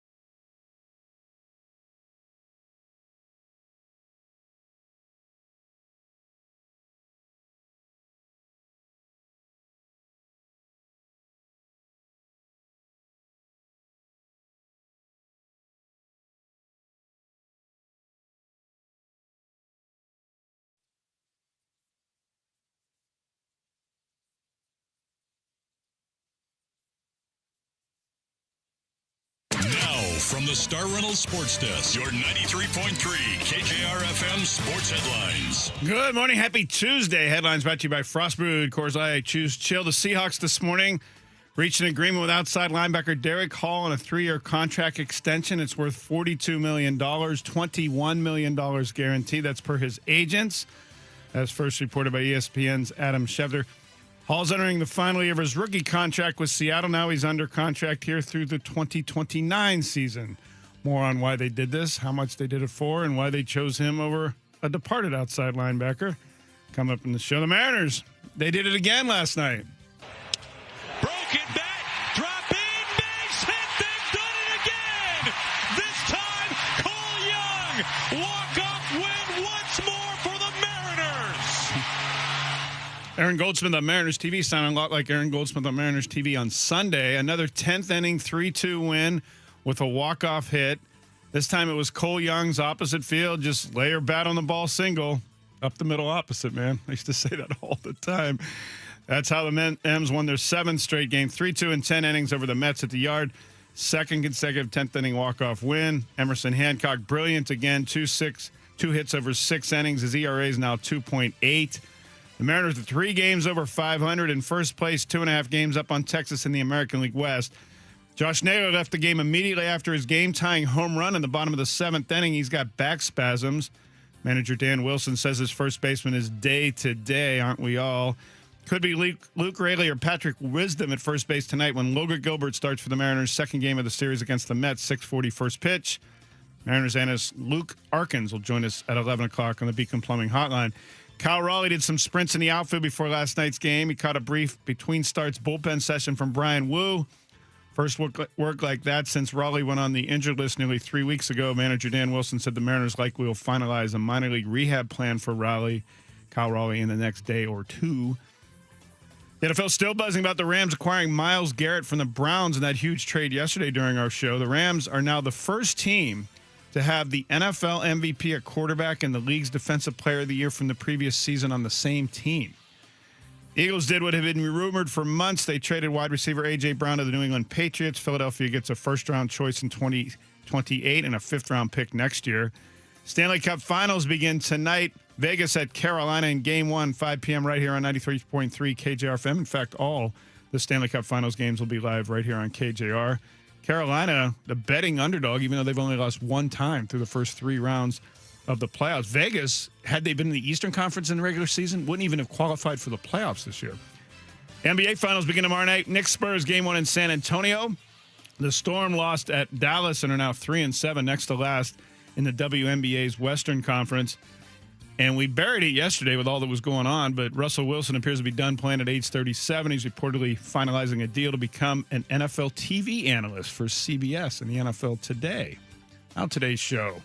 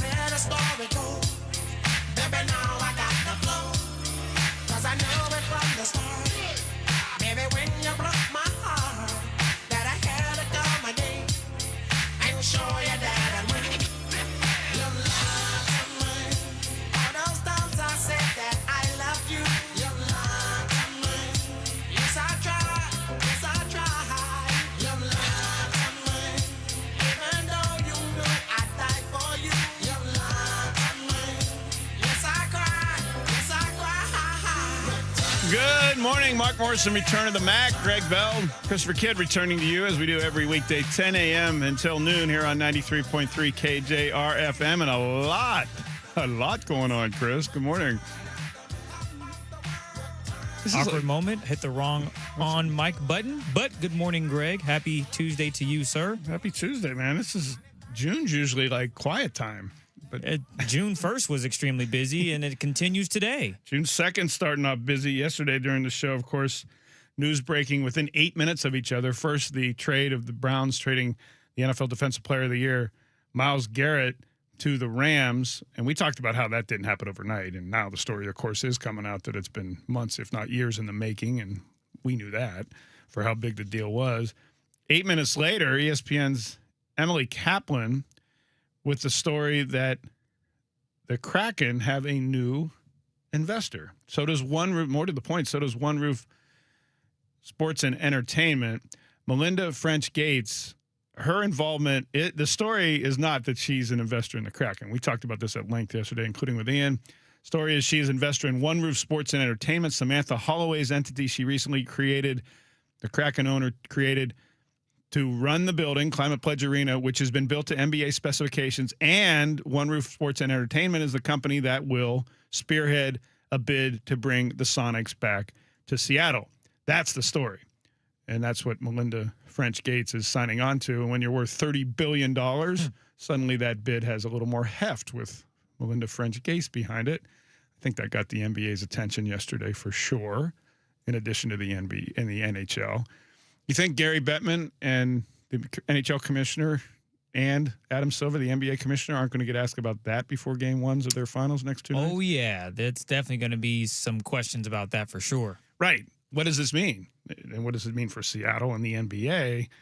It means all good. I mean, there's no other say. It's a good thing. The NBA's bid in Seattle just got a lot of heft yesterday. So that was the stuff yesterday. And then I'm preparing to come down from Green Lake to the show today, and the Seahawks have an agreement with Derek Hall. We'll talk about that during the show, why they did that, for how much. We're also talking about how I think Cole Young is now the best all-around Mariners player, and he's only 22 years old. How the Mets got cute last night in the 10th inning to set up Young's game-winning hit, which might not have happened. That game might have gone to the 11th inning if the Mets and their relief pitcher didn't get cute on the mound. Major League Baseball's team owners are trying to ram a salary cap onto their players for the first time. We've talked a little bit about that.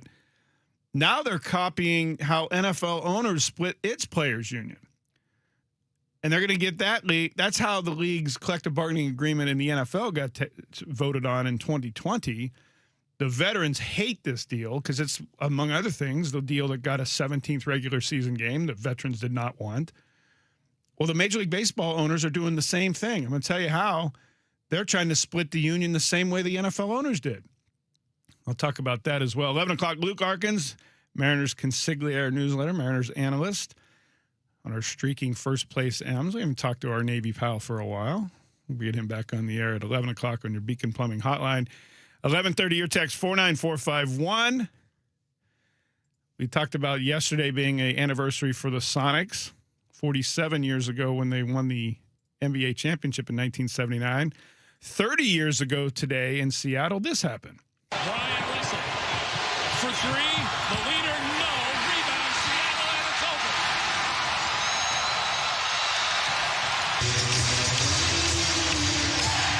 The Seattle Sonics are going to the NBA championship round. I thought we played relaxed. It's a very difficult basketball game. Utah battled us every game, and I'm just excited for my team. They're proud players, and a lot of stuff has been said about them in this city that's not true.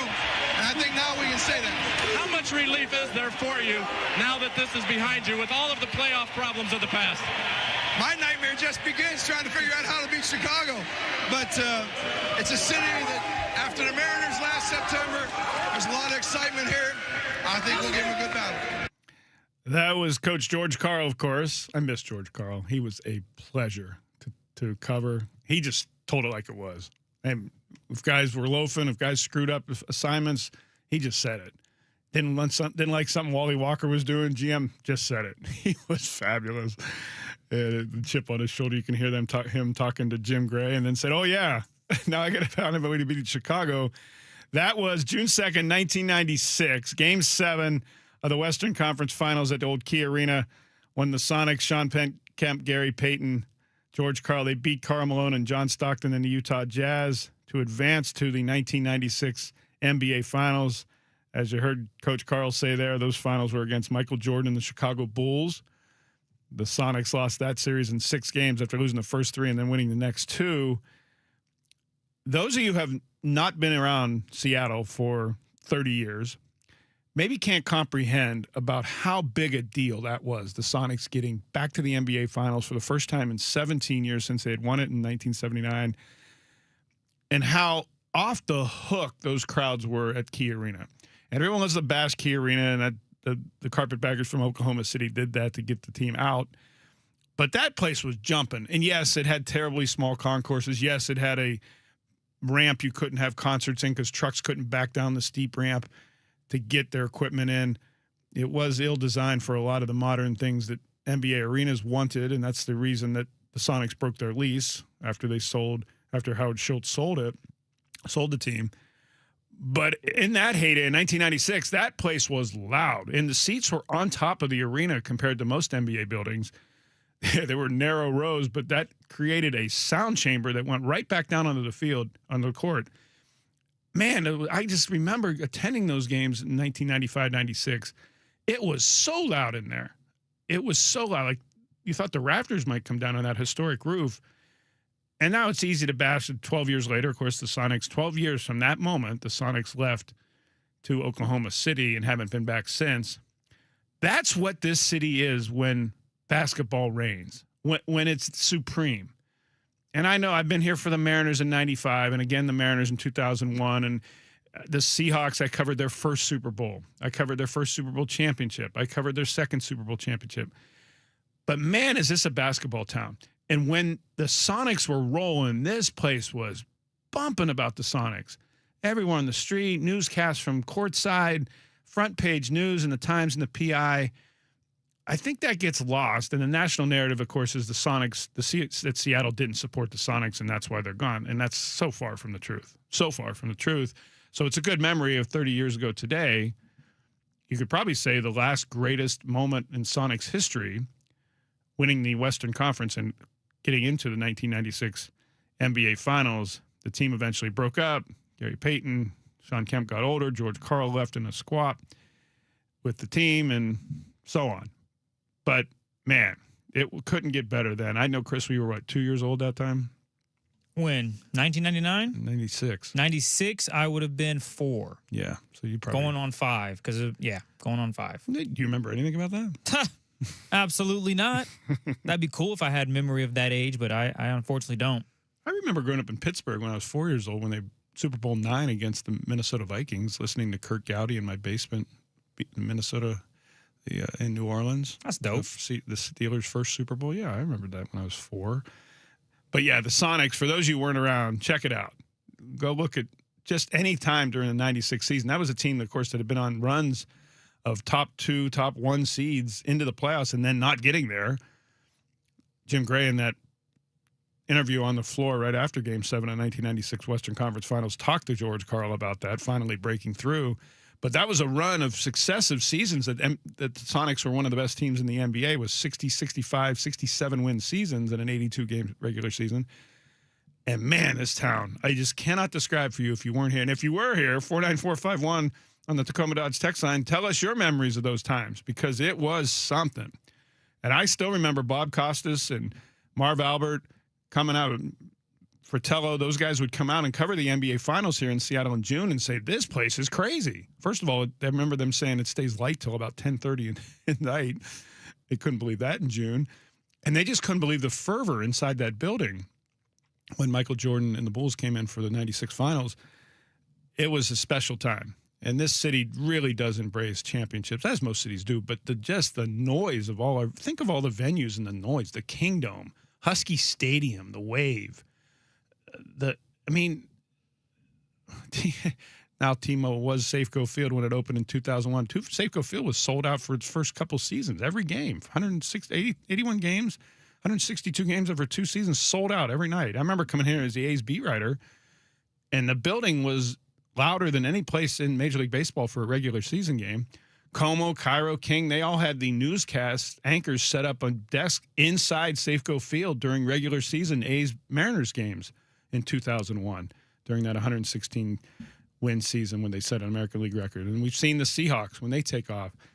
So, yeah, this is a sports town. And you just look at the legacy of basketball here and the products and players that have come out of here, even since the Sonics have left. this is absolutely a basketball town, and that's what we're on the cusp of getting back. We'll see when the vote comes. Adam Silver's promising, the NBA commissioner promising it happen this year. Those Mariners, man, 7 games in a row. What a sight. Longest streak since last September when they were pushing into the playoffs. They ended up grabbing the American League West crown. And now it does seem, I mean, even if they have a losing streak, they're going to stay at or near first place. They're 2.5 up. Texas has surged somewhat here in the last week or so while the Mariners have taken off. The rest of the division's fallen off. The A's are now 3 games back, and the Angels are in an abyss. And so is Houston with all its problems. So here we are. 7-game winning streak, pitching. Among these, remember they were having trouble. They were 1-4 in 1-run games. Yeah, they flipped extra inning games. Extra inning games, and they were like 7-12 in 1-run games. 3 of the last 4 games have gone to 10 innings, and they have not allowed, as Larry Stone, the great former columnist of the Seattle Times and Bay Area friend of mine, pointed out last night on Twitter, they haven't allowed a 10th inning run, which is hard to do with the ghost runner at second. Last night it was Gabe Speier who came in and just shut them down. But there wasn't a hero that earlier in the game, the Cole Young double play. Not many 32-year-olds make that play at second base. A chopper to him. He didn't panic. He stayed out of the baseline to avoid the interference call, tags the runner as he's catching the chopper, and then throws to first for an easy double play. Easy for him. Then Sunday, we didn't talk about it yesterday with all this going on, but his sacrifice bunt really won the game. They finally bunted in the 10th inning because they had a guy up there who could do it. Count on the 22-year-old guy who's just got about less than a full season of experience to lay down the bunt and get the runner to third. If that runner's not at third, he doesn't score on Victor Robles' ground ball to the shortstop who fumbled it, and he's on his knees. If that runner's at second, he might get the third, but he ain't scoring. So who knows if that game ends in 10 innings, and they might go to the 11th. Last night, Patrick Wisdom, first of all, I about ate my TV when I saw Wisdom pinch hitting for Luke Raley in the 7th inning. And then it turns out that Josh Naylor, back spasms on the home run. He might have gotten the back spasms, Chris. I don't know if you're watching the game.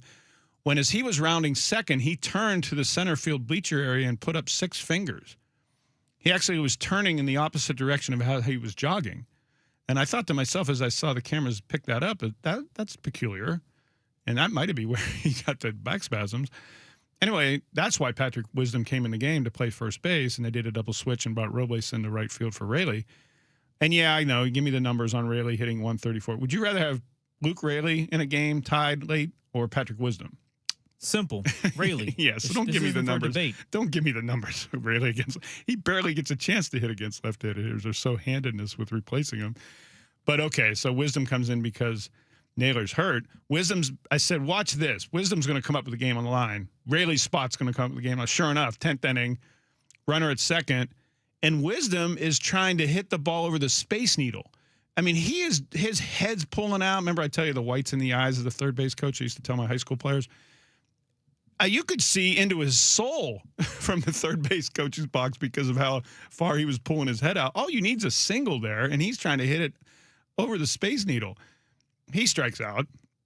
But in doing so, did you notice what the Mets reliever, I don't know what he was, A.J. Minter? He did 2 step-offs and look-backs of Randy Arozarena to second base. Arozarena's not running there.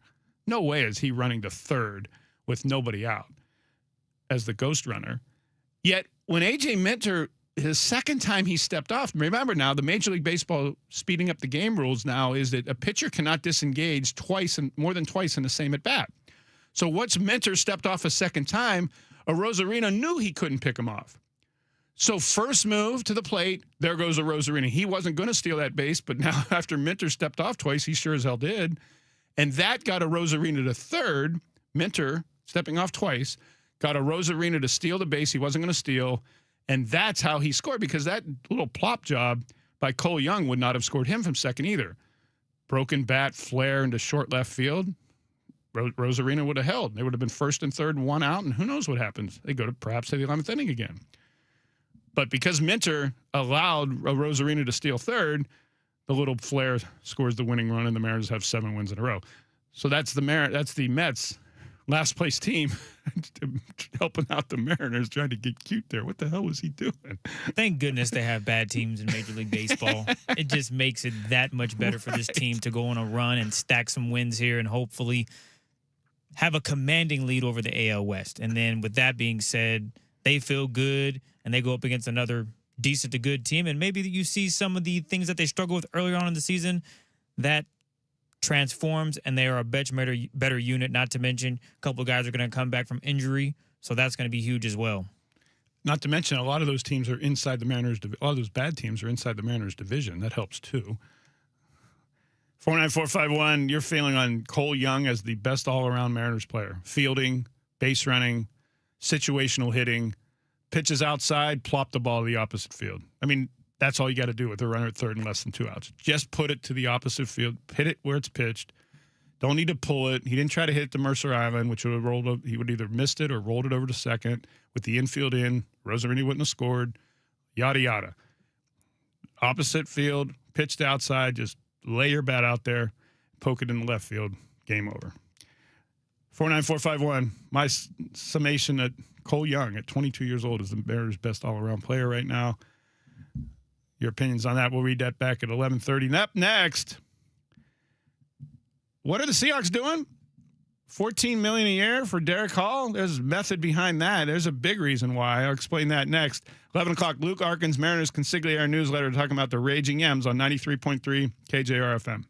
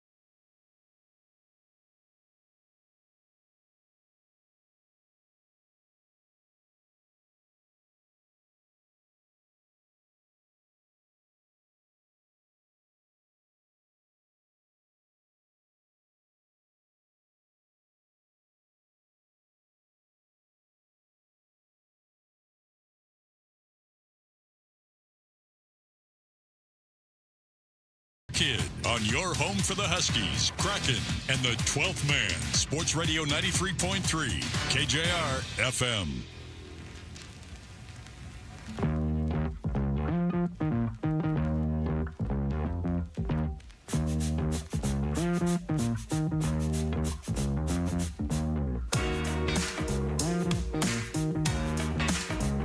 Welcome back to the Greg Bell Show with Christopher Kidd, live on 93.3 KJR FM.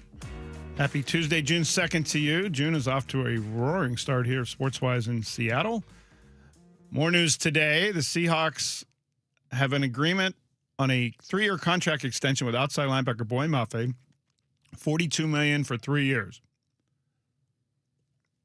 $21 million, half of that guaranteed. Okay, so what's at play here? Well, it's obvious they chose Derek Hall, 1 year younger, over Boye Mafe. They let Mafe's rookie contract play out, expire with the Super Bowl in February. He left the deal to Cincinnati for $20 million per year. Now they give Derek Hall, a year younger, for $14 million a year for 3 years and contract through 2029. Of course, the Bengals massively overpaid for Boye Mafe. They just lost Trey Hendrickson. They needed a pass rusher. The top one that they thought left in free agency at the time in mid-March, was Boye Mafe. The Seahawks saw Mafe, 27 years old, as someone who they didn't think was as stout a run stopper as is Derek Hall.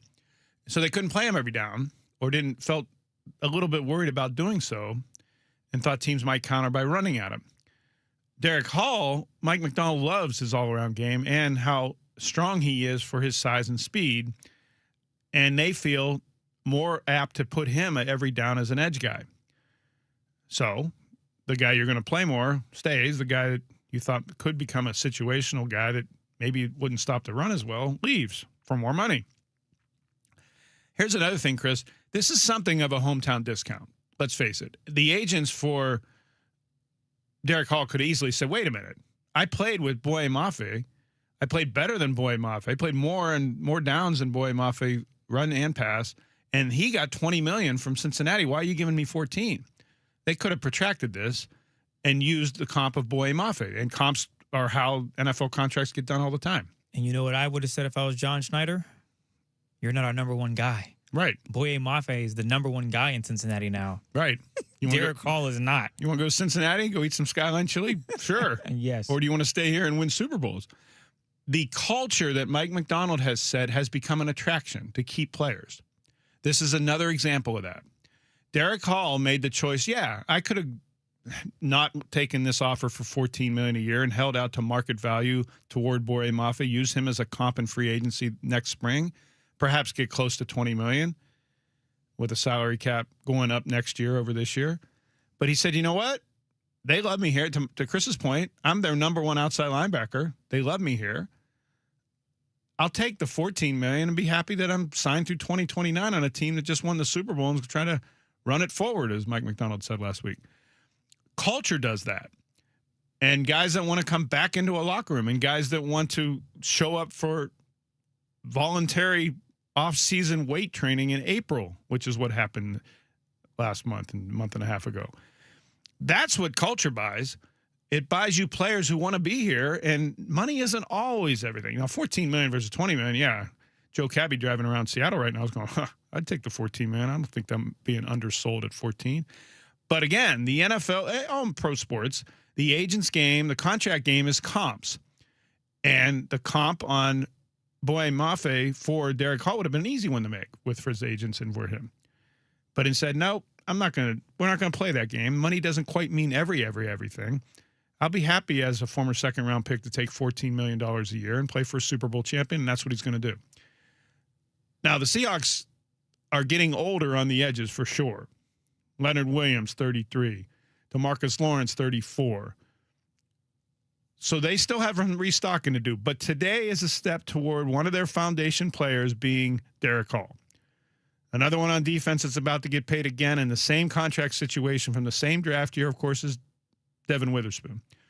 The reason that isn't done yet is because he's going to be the highest paid cornerback in football, $31 million plus. Trent McDuffie, the Rams, currently $31 million a year. And that takes time. Guaranteed money, when does that guaranteed money come due? How much is guaranteed at signing? Those are all the sticking points that make that a harder contract to get done. The Jackson Smith and Jigba, Chris, being done in March was an anomaly. And John Schneider said that. The relationship he had with Smith and Jigba, the agent, how much Smith and Jigba wanted to be here, all of that contributed to that deal, a record deal for a wide receiver, $168 million over 4 years, 123, I believe, off the top of my head, million guaranteed, got done in March. And that surprised, I think, even John Schneider how easily that got done. But that's usually the exception to those kind of contracts. And that's why Devin Witherspoon's going to get done probably at or around the start of training camp instead of now. Much more straightforward if you count $14 million a year and $21 million guaranteed, straightforward. Much more straightforward deal with Derek Hall. 49451 on the Tacoma Dodge text line. How you feel about Derek Hall being a foundation player of this team? I don't know that we can argue this, Chris. He's a foundation player on a number one ranked defense of a Super Bowl champion. Absolutely. I know people will probably wonder, well, he only had 4 sacks. Well, you said something earlier about what Derek Hall does, and he plays the run really well. So if you look at last season in terms of the quality they were getting from 2 different players, and Boye Mafe, who played roughly around 520 snaps, and then you have Derek Hall, who played around 420. Derek Hall had 21 stops. So if you guys don't know, a stop is basically, it defines a tackle where the location of the play results in a win for the defense. So Boye Mafe had 25 of those, and Boye Mafe had 21. Now, let's say you throw 100 more snaps to Derek Hall. I would guess that number goes up and stops. He's going to also get pressure on the quarterback because he's really good at that. Yep. I think Mike McDonald has talked about how quick he gets off and is able to just pressure the quarterback. He's really good at that. He just doesn't always get those sacks. 17% pressure rate last year, 16.7. So I think the league average is what? Do you know what the league average is? He's above league average. I want to say it's 14. I was going to guess that, but I'm going with you on 14%. So it's not more so what has Derek Hall done lately. It's the projection of what he's going to do through 2026 now all the way to 2029. And the projection is he's going to play a lot better. He's going to get some of those sacks, and he's going to continue to do what Mike McDonald loves, which is stopping the run. You can go back and watch games where Derek Hall is just demolishing tight ends, edge or offensive tackles, fullbacks, and Juszczyk, who he just dominates every time they try to run the football on his side, blows up Juszczyk or a tight end, Kittle, and is making a stop for a 1 or 2 yard gain. That's Derek Hall's DNA. Now, if he can just finish on some of those sacks, I think this is going to be a steal contract for him because he's going to get even more money that 2029 season, assuming that he plays at an even better rate the next 2-3 seasons. He had 6 pressures, second on the team last year, and he played 46% of the defensive snaps. With Mafe gone, he's probably going to play more, although they were playing opposite sides. And with this contract now, he will probably play more than 46% of the defensive snaps. And to Chris's point about how he plays the run, I think that alone is going to get him more time on the field. In this division, as long as Kyle Shanahan and Sean McVay are your opponents in the division, you have to stop the run first. And if you don't, you're in trouble. And part of the reason the Seahawks won the last 2 games over the Rams were they able to stop the run, especially late in the game. They didn't do it early in the game in the regular season Thursday night matchup, but they did late to allow them to get back in. Remember the 3 or 4 in a row 3-and-outs they had in the fourth quarter that allowed the Seahawks to rally from 16 down? And then in the NFC Championship game, they bottled up the run game the Rams intended to play to give Stafford a more wide-open pass game. That's the key to beating San Francisco, always has been. Kyle Shanahan and you got Juszczyk and McCaffrey. You got to stop the run first, and McDonald knows that. And Derek Hall is a big reason why. And to Chris's point, you can't quantify that with stats as well. So people just see sack numbers. That's not why they're paying Derek Hall $14 million a year. It's not. I can tell you that. They love his mentality. They love how he practices. He's one of those DeMarcus Lawrence guys who does everything the coaches ask, the preparation, leader into the meeting rooms. Again, a culture, intangible, off-the-field type of fit. And we don't talk about that enough because you can't quantify that. But with this Seahawks team in particular, that is a big deal. How you fit in the overall program, how you fit in the locker room and the meeting rooms might mean more than, or at least as much as what you do on the field. Certainly to Mike McDonald and his teammates it does. And that is why Derek Hall is getting $14 million a year for the next 3 years after this one. He's under contract now through 2029. Devin Witherspoon will be next, and I expect that to happen July 25th, plus or minus 5 days. Training camp's probably going to start around the 29th or 30th reporting date, and plus or minus 5 days on either side of that, I'm expecting Devin Witherspoon to be paid $31 million a year or more as the highest paid cornerback in the NFL. That's the cost of doing business when you win a Super Bowl championship. Keep your hometown, homegrown, foundational guys. Up next, Major League Baseball is doing something that the NFL owners did when they split that players' union for the new collective bargaining agreement. A lot of people think there's going to be a lockout next spring training. They're on the road to one. So the MLB owners are doing something the NFL owners did. I'll explain that next. Luke Arkins at 11 o'clock on 93.3 KJR FM.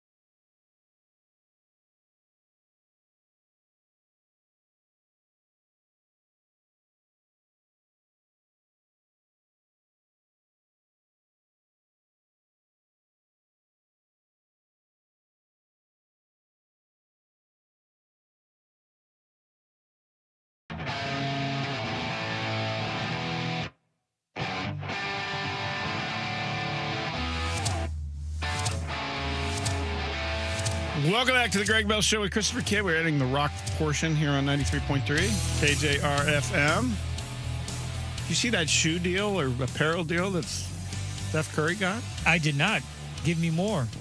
Li Ning, China's a brand sports apparel company, 10-year contract. Some people are saying it's going to be worth $1.3 billion with a B. Damn.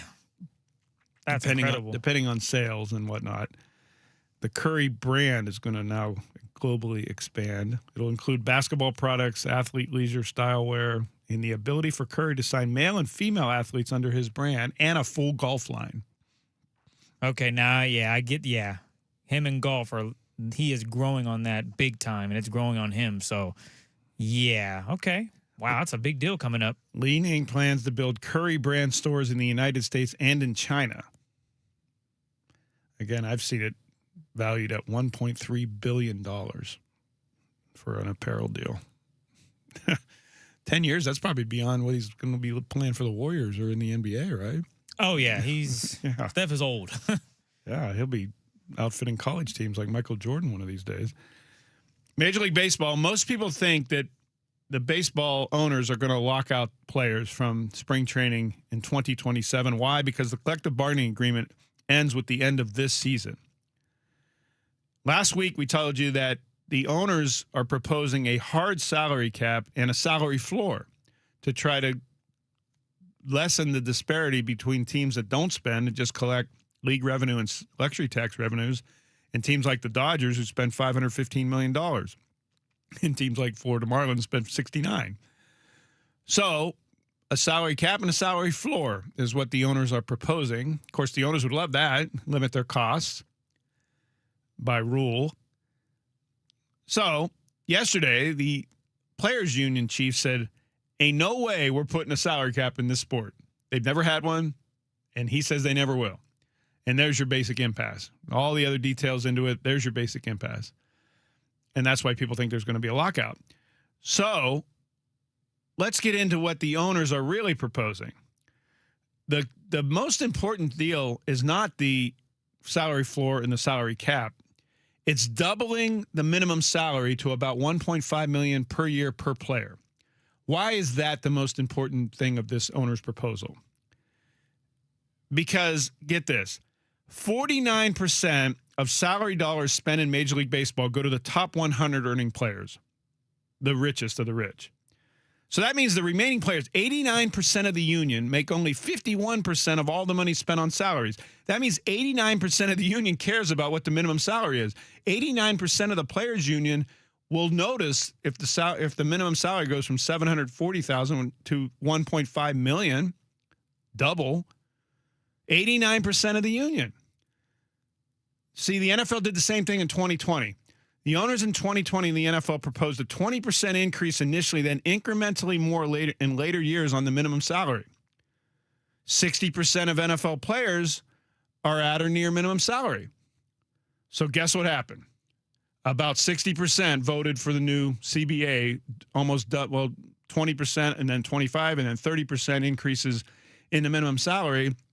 Players that used to make $300,000, $400,000 were suddenly making $1 million, $1.2 million, which is now up to minimum salary. Minimum salary in the NFL goes up depending on how many years you're in the league. So that new CBA in the NFL, remember, it added a 17th regular season game, which no veteran player wanted. It expanded the Thursday night games, which no NFL player wanted. It expanded and maintained the wide power of Roger Goodell to punish without precedent anything outside of jurisprudence, outside of the legal system, which no veteran player wanted. It was really light on pension payments and quality of life issues beyond playing careers, which no veteran player wanted. But because the majority of the union cared about and were getting paid near minimum salary, the majority of the union voted for the raise of the minimum salary. And that's how it passed. It passed by 60 votes, Chris. There were 2,000 players voted in the union vote for the CBA in 2020. It passed by 60 votes because of that minimum salary going up. And this is exactly the same playbook that the Major League Baseball owners are going to try. 89% of the baseball players don't make the top 100 salaries. 89% care what the minimum salary is and if it goes up year over year, and that's what the Major League Baseball owners are proposing. We'll raise the minimum salary to appeal to the rank and file in the union so we can get the CBA passed while the veteran players say, hell no, we're not doing a salary cap. If you're a guy who spent 8 years in AAA, AA, single A riding buses, you really don't care whether there's a salary cap. You care whether you're going to make $1.5 million or $700,000 for making a major league team after riding buses for 8 years. And that's how the major league owners are going to try to get this done. So expect here a round of players, union heads, and player reps from teams talking to teammates saying, don't go for this. I know it's a carrot. It looks enticing for you at a young age in your career to get a minimum salary doubled. But don't go for this. This is not good for the entire union. The NFL players tried to do the same thing in the rank and file near the minimum salary, didn't listen to it. And now they're still complaining about the CBA. And now there's going to be an 18th game. So the MLB, the point is that MLB just looked at the NFL and said, how are we going to do this? The NFL, of course, has a salary cap. And they're going to try to split the union's vote and allegiances based on the minimum salary raising in the proposal of minimum salary. So all the other stuff you hear about salary cap, salary floor, and those numbers moving back and forth from 250-some million and 170-some million, that's not the big issue. The big issue is raising the minimum salary and by how much. And if they do, in fact, almost double it, they're going to get a large percentage of the Major League Baseball Players Union to vote for it. And that's how a salary cap could get in. I don't know, Chris.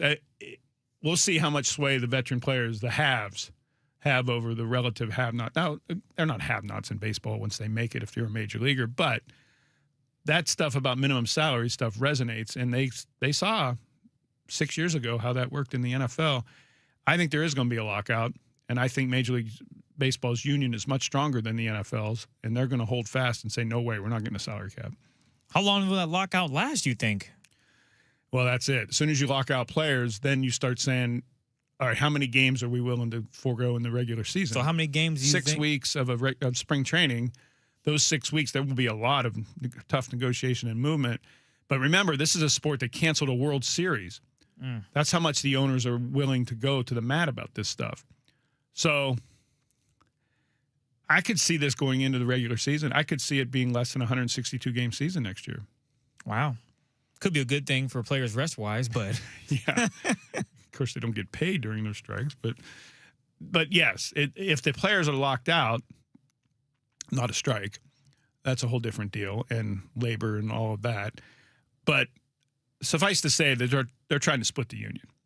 And they'll never call it that, but that is effectively exactly what the NFL owners did. We'll see what happens.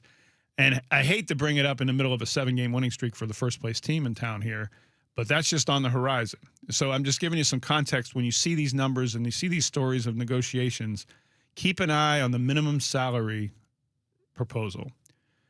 And if it stays at potentially doubling it, you're going to have a lot, like a majority of the Major League Baseball Players Union voting for it. Up next, Major League Baseball back on the field. Luke Arkins, Mariners Consigliere newsletter, former Navy officer.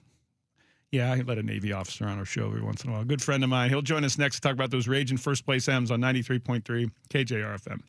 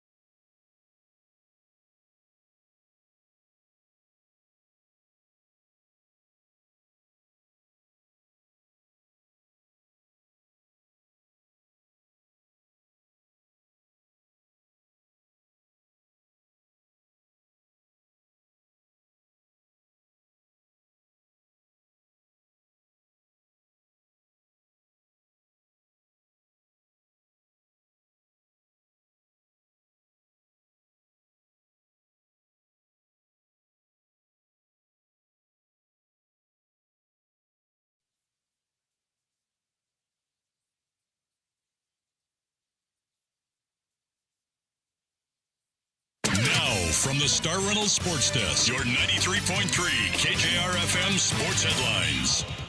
Headlines for the second hour of the Greg Bill Show with Christopher Kidd, brought to you by Soft Brewed, Frost Brewed. Maybe it's Soft Brewed. It's probably Frost Brewed, too. Coors Light, choose chill.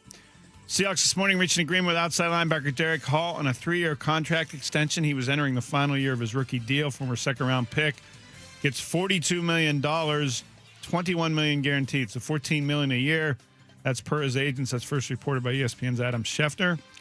He's now under contract. Hall is through the 2029 season. The Mariners, they did it again last night. Cole Young's broken bat opposite field single on a pitch outside, going where the pitch was sent. Got him the win. Scored Randy Arozarena from third, who had stolen third base as the ghost runner because the Mets reliever A.J. Minter stepped off twice and looked at him and allowed a free pass basically for Arozarena to steal third. That's how the Mariners won their 7th game in a row. Emerson Hancock brilliant again. 2 hits over 6 innings. His ERA is now 2.8. The Mariners are now 3 games over 500 in first place, 2.5 games up on Texas in the American League West. Tonight's game 2 of the series against the Mets. Logan Gilbert on the hill. Could be Luke Raley or Patrick Wisdom at first base tonight because Josh Naylor left the game immediately last night after his tying home run in the 7th inning with back spasms. Day to day is what manager Dan Wilson says about Naylor. Kyle Raleigh did some sprints in the outfield before last night's game. He caught a brief bullpen start or session from Brian Wu. First work like that since Raleigh went on the injured list about 3 weeks ago. Manager Dan Wilson said the Mariners will likely finalize a minor league rehab plan for Raleigh in the next day or two. NFL still buzzing about the Rams acquiring Myles Garrett from the Browns yesterday in a huge trade. The Rams are the first team to have the NFL MVP at quarterback and the league's Defensive Player of the Year from the previous season on the same team. Eagles finally made that trade of A.J. Brown to the New England Patriots. Philadelphia gets a first-round draft choice in 2028 and a fifth-round pick next year. The Stanley Cup Finals begin tonight right here on KJR at 5 p.m. Vegas at Carolina in Game 1 of the Cup Finals. All the Cup Final games will be on 93.3 KJR FM. The NBA Finals begin tomorrow night with Knicks and Spurs Game 1 in San Antonio. The Storm lost last night at Dallas and are now 3-7, next to last in the WNBA's Western Conference. As we told you a little bit yesterday and again this morning, Russell Wilson looks like his career is over in football playing-wise at 37 years old because he's about to sign a contract reportedly with CBS to be on the NFL Today. Let's go back to the Mariners, shall we? 7 wins in a row. My favorite Navy guy, there's not a long list, Luke Arkins, will join us on the Beacon Plumbing Hotline after I give you a chance at more money from Sports Radio 93.3 KJR. The $250,000 USA giveaway, your chance at $2,500. Listen each weekday from 8 a.m., 11 a.m., 2 p.m., 5 p.m. Those times, 8 a.m., 11 a.m., 2 p.m. and 5 p.m. each weekday for a nationwide keyword to enter on our website, 933kjr.com. Just when you thought it was over, now we go for double and a half, $2,500 instead of $1,000. Right now, your keyword is America, the place we live. I'm not even going to spell it. If you don't know how to spell it, maybe you shouldn't live here. America, go to 933kjr.com for your chance to win $2,500 by entering America at our website, 933kjr.com. Another man who served America is joining us on the Beacon Plumbing Hotline, former Navy officer Luke Arkins. Yes, we're equal opportunity here. I'm wearing an Army West Point lacrosse shirt, welcoming Navy man Luke Arkins to the show. Hello, sir. Hi, Greg. It's good to talk to you. I assume I'm your favorite Navy guy, and I rank one of one. Yes, you are one of one. Navy guys, yeah. One of one, yeah. Among Navy guys that you like. No, I've served with great Navy guys, just begrudgingly want to admit that. But yes, no, thank you, sir. Okay, so Mr. Mariner, tell us why, analytically speaking, the Mariners are suddenly in first place after a couple months in slumber. Well, one thing they've done just over, if you go back to the Royals, the beginning of the Royals series, their swing and miss rate, their whiff rate on pitches in the strike zone was around 20%. And since then, it's down to 17. It doesn't sound like a big jump, but it's a lot closer to the league average, which is about 16%. The other thing they've been doing is swinging more often at the first pitch. They were around 27% since before the Royals series, and it's jumped to 34%, which is better than the league average. So that's two things they're doing right there, certainly. And You look at Colt Emerson as providing better defense at third base, and certainly he provided some excitement along the way. Julio haven't had a great May. That certainly helps quite a bit. It looks like Cole Young's bat is starting to heat back up. He had kind of a rough May. And so you take all those things and other little pieces and parts, and you also play a couple of teams that, frankly, are not that good. That certainly helps too. Helps you get right. And so that's kind of what I'm seeing. I just made the assertion last hour that Cole Young is the best all-around Mariners player. Defensively, situational hitting, base running. What are the numbers? What do the analytics tell you? Am I far off on that, Luke? All-around value, he's right there with Randy Arozarena, if you go by WAR, the baseball reference version. I tend to lean towards Julio, although Julio's defense has not been as good as it has in previous years. Cole Young does all the things you just said, the situational hitting and the defense. He does that extremely well. But Julio is still the better run producer, the bigger threat on the bases, and just the more power. Right. But they're both great players. It's a good problem. It's a good debate to have, isn't it? To say, hey, who's the better all-around player? And you have several players you can debate about instead of just saying, oh yeah, this guy is the guy because there's nobody else that's doing it. And so I look at Cole Young as just a great, solid all-around player. And the other thing about him is I didn't realize that until I was looking at some numbers for this show. He has played more innings in the field than anybody in baseball this year. In the top five, it's like him, Randy Arozarena, Julio Rodriguez, and of course Marcus Semien, who we saw last night for the Mets. And so that's pretty significant in itself. The guy posts. He's in every game, every inning, just like Randy has been and Julio. And so that is a significant thing that's going on there. I can't think of a second baseman in baseball better. My son, after the game-winning hit by Young last night, said that's the best second baseman in baseball right there. Yeah, I guess you could. I have to think about that for a minute. I really thought of him that way. Offensively, I don't know that he is, but all-around player, yeah, I think he's in the conversation. So how concerned, Luke, should Mariner fans be about back spasms becoming maybe a reoccurring issue for Naylor, given how vital he's been to the lineup since last year? Well, Christopher, if it's a long-term issue or it's something that leads to an IELTS, then it'll be interesting to see how the Mariners fill that hole. They're not exactly deep at the position. I don't know what they would do, frankly, if it's kind of hard to imagine Patrick Wisdom playing full-time at first base. I guess you could use Luke Raley over there, but his bat is a big deal. His energy is a big deal, and certainly losing him for any period of time, just like Cal Raleigh, would be a big deal. He looked like he got injured on the home run swing, perhaps. Yeah, I think so. If I'm not mistaken, I don't want to guess on it, but do you view this 7-game win streak, which has been nice? I mean, I'm sure Mariner fans are cheesing just now hearing about it and watching these games, but is it evidence that this team has become perhaps a legitimate playoff caliber team, or are there still issues or weaknesses that could potentially resurface over the next, let's say, 2 months or so? Well, I view them, even when they were not playing well, I still thought they were the class of the division and that they were a solid postseason contender.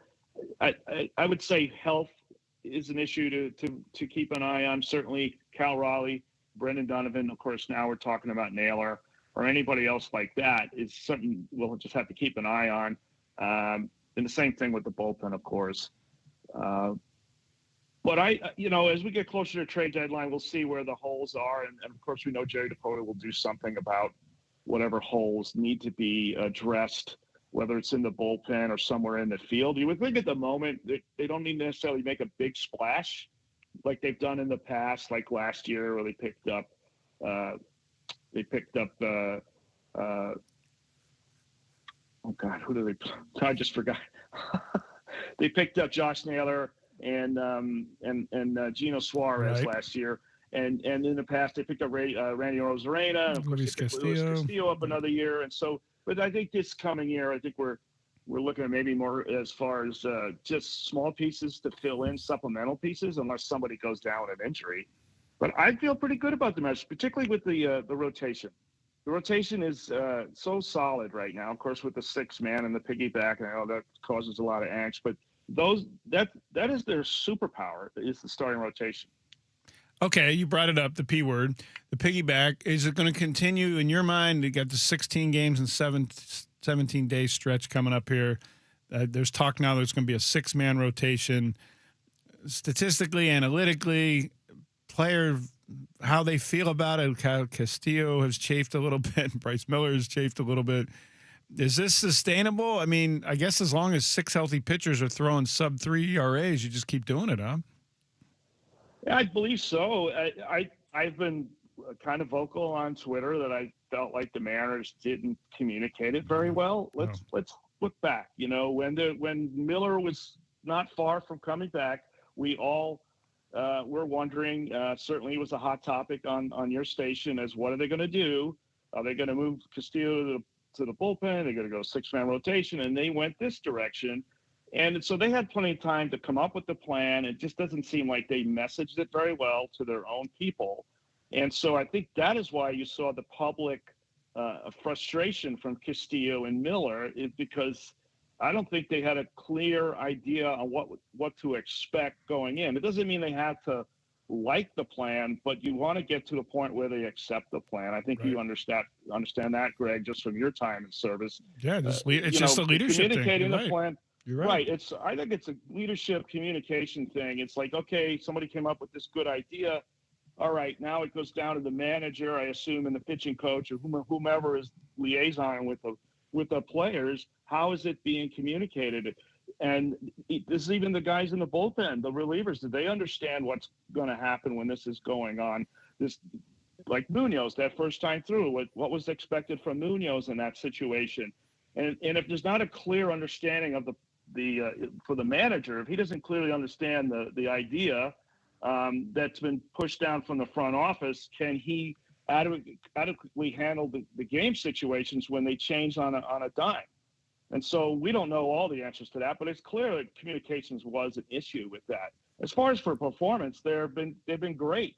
They're a top 5 rotation since they went to this, and over the last 2 weeks, they're arguably the best rotation in baseball. So it's hard to argue with results when that's in place. And at some point, I assume the management believes that somebody is going to have an injury, is going to fall out for a few turns or something like that. I mean, look at everybody in the rotation. Like, other than Castillo, everybody else missed time last year. Right. Exactly. And that's what they're counting on, of course. Almost counting on, but you're right. Commanders counting on for bad news. Right. Well, yeah, it's inevitable, it seemed. Commander's intent. That's what we used to be told all the time in the military. You have to be able to convey your commander's intent. You have a first-time manager getting pushed upon him. He doesn't have experience communicating or, to Luke's point, dealing with it in the middle of a game when situations change. Yeah, that was a failure of leadership from the top, for sure. Luke Arkins, Mariners Consigliere newsletter, former Navy officer and Mariners analyst, joining us here on the Beacon Plumbing Hotline. Okay, when Brendan Donovan comes back, we're not sure when that's going to be, but when it is, what do you do in the infield, Luke? Wow, that's a tough question, one thing is, I was thinking about this morning. They're so left-handed. Mm-hmm. You look around, like, who's the right-handed hitting infield? I guess Patrick Wisdom. I'm trying to think who else that might be there. I guess maybe it's like the 6-man. Maybe you're banking on somebody being hurt. Perhaps what we'll see is I think with Donovan, they're going to manage his workload. Perhaps he DHs a little bit more. This injury that he's dealing with is really started last year. He had surgery in the offseason, and he came back, and he was gangbusters in the beginning, but then he started having issues. And I think they're going to be guarded in the way they bring him back and how they roll him out, because the goal is to have him 100%, or at whatever 100% looks like for any player at the end of the season when they're rolling into the postseason. Clearly, they need him to get to the postseason, but they want the best version of him when they get there. I think you're right about that. That's a pretty vague No, deflection there, I guess. No, I don't know I exactly what they're going to do for sure. No, I don't think Cole Emerson's going back down unless Right. he just falls on his face, which I don't think is going to happen. I think he's going to struggle, but I don't think he's going to collapse either. No, and you'd be messing with the psyche of a guy you just gave $95 million to guaranteed if you sent him back to Tacoma at this point. Go ahead, Chris. Of the Mariners' top 4 starters, Logan, Bryan, George, Kirby, and Emerson Hancock, which one do you think has the best combination, strikeout ability, and underlying metrics to potentially sustain a legitimate AL Cy Young campaign over these next 3-4 months? Yeah, let's just raise the flag right now. Emerson Hancock for Cy Young, man. Hey. Got a 2.8. He's in the conversation. Yeah, I would also, but I would metrically, I would go with Brian Wu. Okay. He's just the lack of contact and or hard contact, and also the strikeout. And I will say Emerson Hancock has done a fabulous job of reinventing himself to a degree. I posted something on Twitter last night talking about his strikeout rate when he gets to 2 strikes. So in 2024, it's like 28%.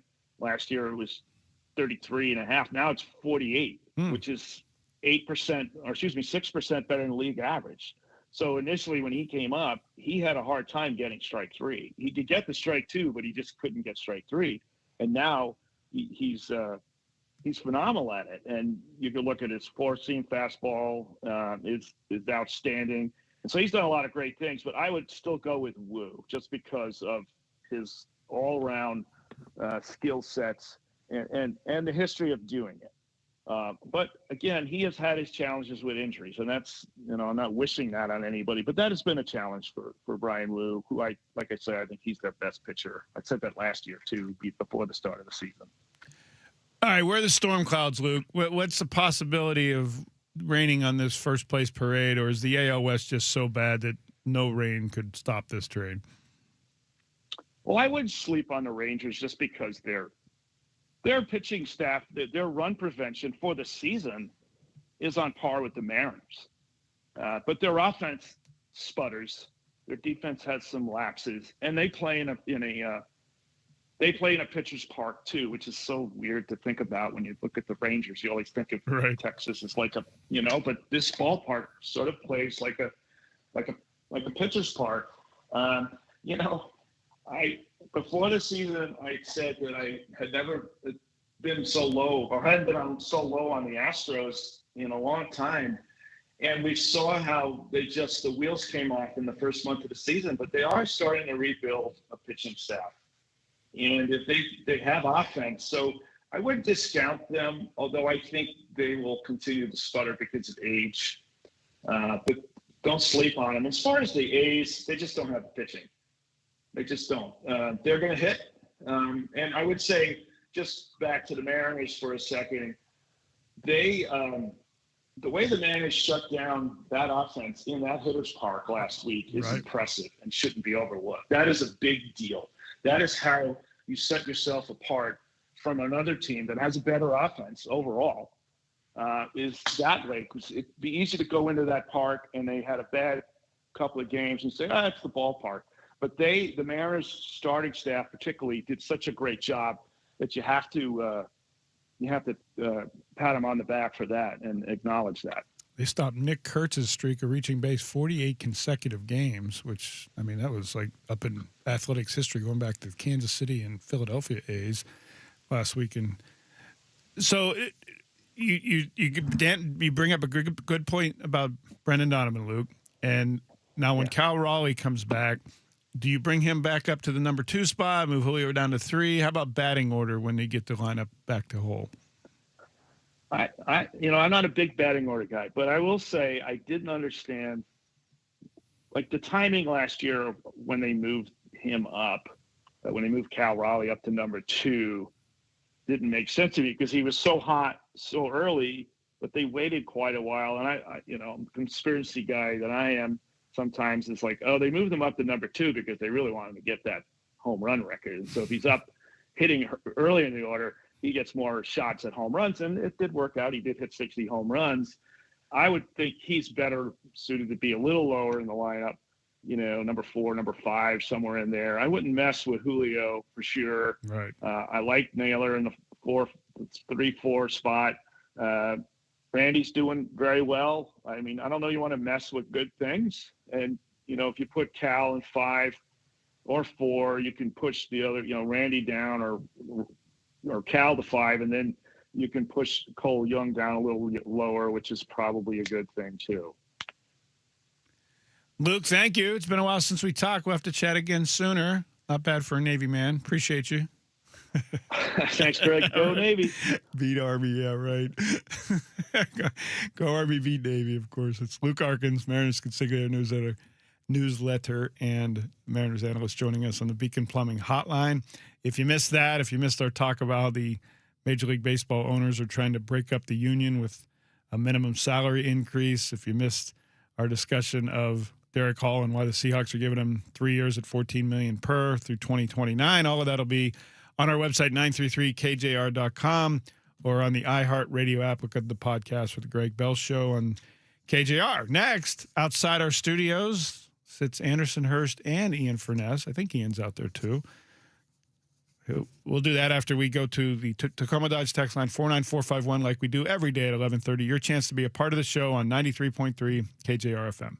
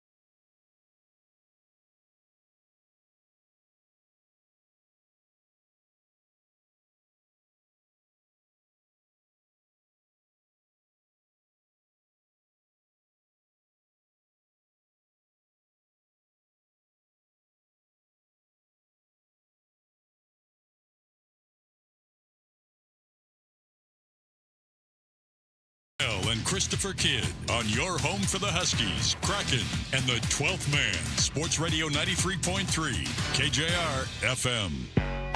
If we in your city, the 12s is outside.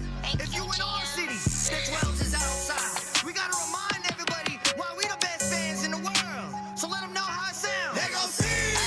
Yeah, we like to get loud. We like the 206. We in this city, you gon' hear the sound. Okay, look, you know we turn it up. It's the dark side, blue and green. That's how we suitin' up. They gon' see. You don't want no problems. Making people happy. I was letting it roll. This is land of the 12. Whole team full of demons. Come to room and give you hell. Sexy cause we ranking number 1, no 32. Just look at how I'm walking with my blue and green shoes. On a Sunday turned up, whole city outside. You must be tripping if you thinking that my team don't got the fire. It's the land of the 12, trapping dubs on the field. And we the 12th man, don't give a damn. Is this our guy? Yes, sir. Real Rob. Yes, sir. He's back with another anthem for you guys. This is new? Brand new. Super Bowl champs. Oh, okay. He said, let me get back in the studio. Okay. And he did. All right. So this is called 12's Outside. He just dropped it.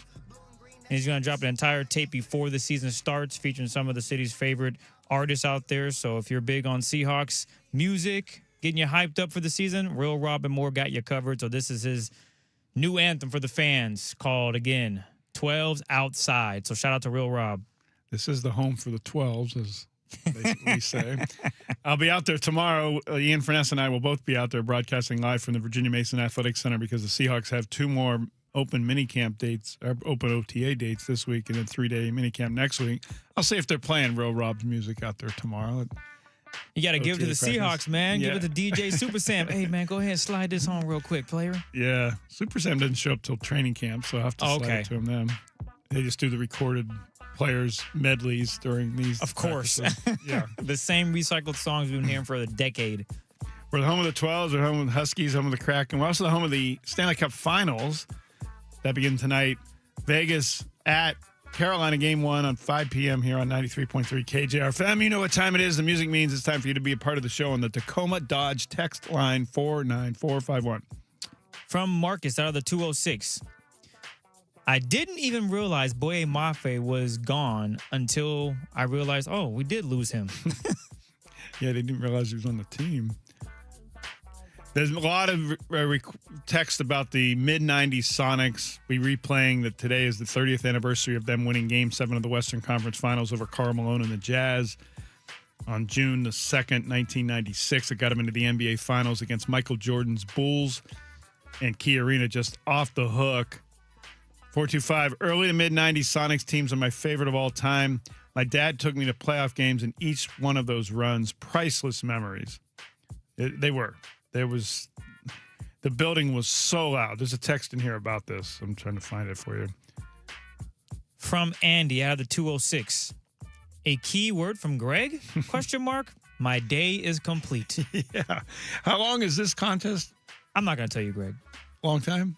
I'm not going to tell you. You're just gonna have to, see a paper every day for a while, and we'll go from there. Chris always reminds me. He points at the thing while I'm talking. Hey, keyword. Yeah. Now we have a $250,000 giveaway, USA giveaway, $2,500 each time we mention it. 8 a.m., 11 a.m., 2 p.m., 5 p.m. for a nationwide keyword to enter at 933KJR.com. This hour, the word is America. One of my Navy friends said I better spell America for my Army buddies. We know. Little shot there. All right. AMERICK. I messed it up. You said K? What in the world? MAR. Whatever. AMERICA. Yes, I just proved the Navy man's point there, or Navy woman's point. Enter America at our website right now this hour for your chance to win $2,500. I could use that. Yeah. The 206 said that 96 Sonic season was literally like having 41 home Seahawks games in the same season. Every home game was must-watch TV, watch parties, all times of the week. That's true. We used to have people come over to our bachelor lieutenant pad and house we rented on Dash Point Way and Federal Way when I was a lieutenant at Fort Lewis. I told you we had season tickets the year they were at the Tacoma Dome. the year that Key Arena was getting renovated. That was the year before they went to the NBA Finals. That was Key Arena's first year, if I'm not mistaken. I might be wrong about that. It might be second year. But I thought it was 95 was when they, maybe 94, but 95 they were in the Tacoma Dome for a year. We'll have to do some Googling on that. 971 said, I went to games during those years. Still to this day, the loudest stadium I've ever been to. Barkley still talks about how loud it was here. Let me tell you something. It was loud. I could barely hear myself think. Pretty good, Chris. From the 206, I bet the 2026 Rams flame out like this is a good one. The 2011 Eagles Dream Team. All the big acquisitions serve as a jinx. Yeah, that was a crazy year. Yeah. They got the cornerback, awesome. I cannot say his name. I see his face. Not Asamoah. Thank you. Namdi Asamoah. I covered him. I covered Yes. him when he was at Cal. I covered the Raiders when they drafted Namdi Asamoah, who was terrible his first couple of years. Couldn't even get on the field. They benched him. And ended up being the highest paid cornerback in the NFL. Yeah, that didn't work out too well that whole season. Jason 253, the South Sound got to rock the Tacoma Dome for at least a season in the 90s. Got to see a couple games there. You and I both did, Jason. I remember that. 253, here's my Sonic story. I got married on June 1st, 30 years ago. Nice. Congratulations. Luckily for me, I had the understanding wife, and we postponed our honeymoon until after the finals were over. My wife would not have done that. Game 7 against Utah was great. Our 2 studs against theirs 2 studs. What a battle. If I remember correctly, Sam Perkins had a lot of big threes in that game and all season and a couple seasons. Silky, we called him Silky Smooth. Sam Perkins. Man, that is an understanding spouse, huh? Just delay your honeymoon till a NBA series is over? And then what happened when the finals? You had to delay it again? I don't want to. Yeah, that's tough. I'm glad I got married when I got married because it was the off season. It was March. Like no one.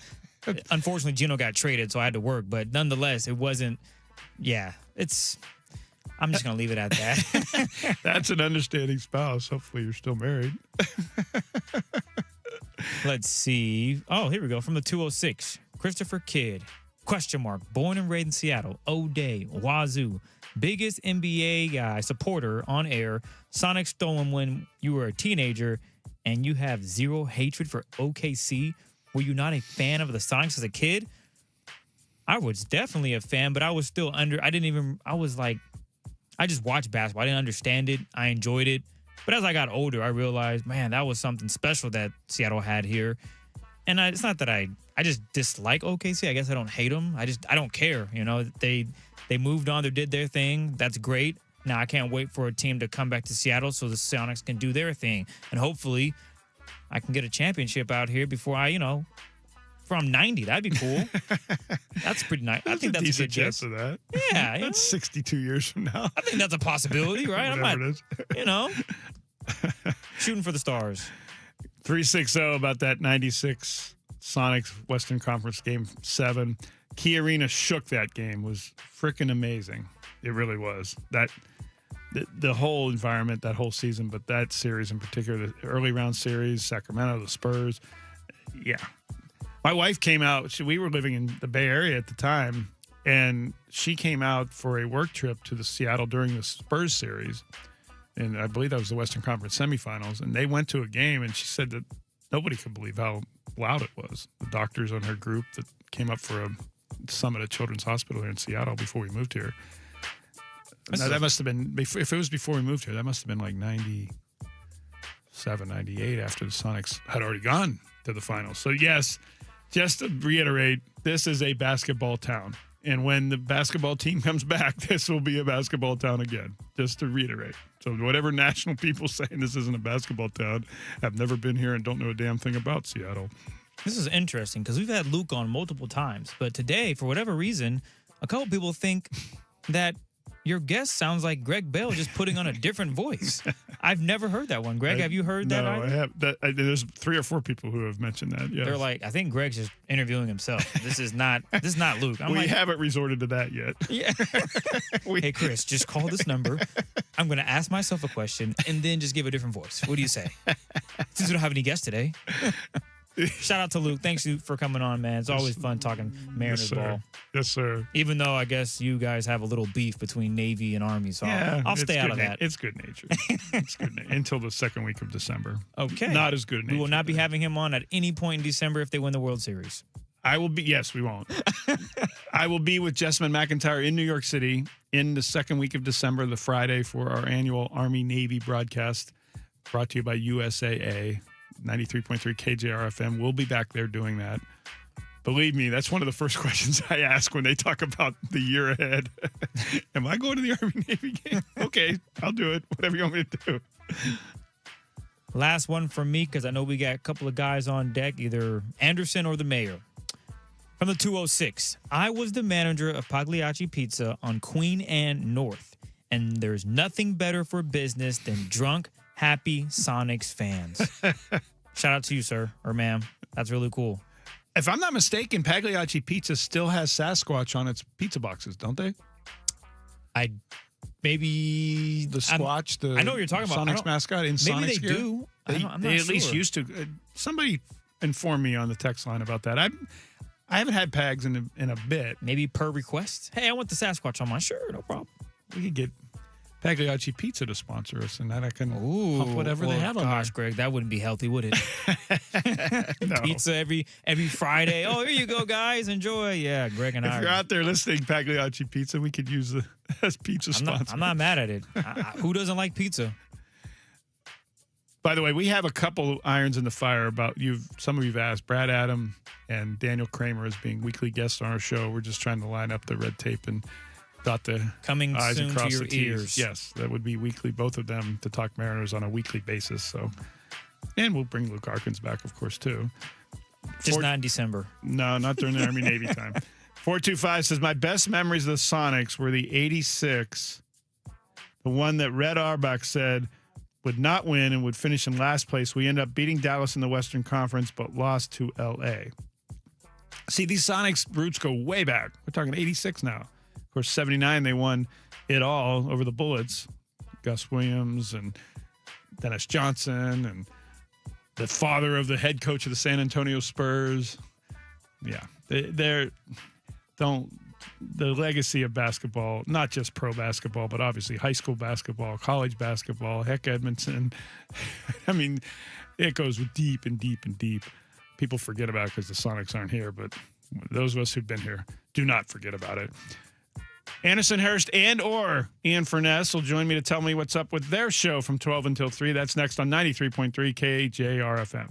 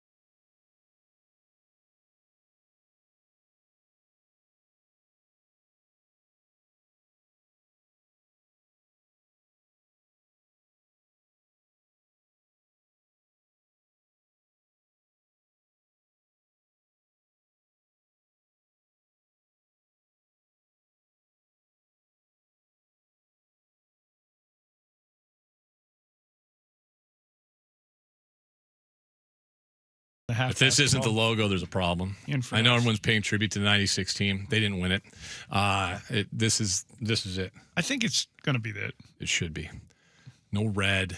None of that nonsense. You did like the earth tones. Hated of it with a 90s. passion. That's when they dropped super from the name too. They were just going by Yeah, songs. they went through all. I mean, yeah. But yeah. I do find it. We love that. We love that 96 team in this town, don't we? I'm okay with it. They didn't win. I don't know. Most people think it's because they ran into some guy named Michael Jordan.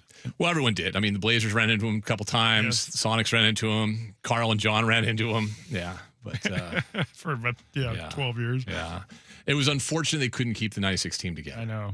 That's the unfortunate thing. Guys like Hersey Hawkins and, glue dudes. And I joke because, I'm just so partial to the 79 team because I'm old and I remember that team winning. But, the 96 team, the problem with the 96 team, I think, the path to get to the finals for those teams, I just mentioned, the Blazers were great. The Jazz were great. The Sonics were great. There was a Phoenix mixed in there for a while. Spurs had David Robinson. The West was so flipping good. You get there and you're like... Yeah. Like you're okay. Well, and meanwhile, Chicago's just waltzing through the East. They're playing the Nets and the Bullets. And That's the playoffs. fun. Here we go. Mike's just kind of taking a nap. Right. Let me wake me up when we get to the finals. But yeah. So how are you? What's going on? Good. Everything's good. Yeah. Busy start of June in yesterday was Seattle. crazy, That huh? was. And I think everyone's now realizing that this was not a Kraken story as much as it was a Sonic story. It just got caught in the wake. It's unfortunate that it broke yesterday on June 1st. Mm-hmm. The NHL isn't the smartest league in the world. Were they doing it to try to get it before the finals started? Yes. We're talking about Melinda French Gates. And giving it to ESPN. Yes. Games are on ABC for the finals. Yes. Bettman and Daly are talking today. Yes. I understand all that. June 1st is always a big day in the NFL. We didn't know Myles Garrett's going to get traded, but there was going to be stuff going on, right? Yeah. First day after with the cap stuff and all that. And 8 minutes before Emily Kaplan's story posted about Melinda French Gates and the Kraken. And so it's unfortunate because, I think what got lost yesterday was what you just said.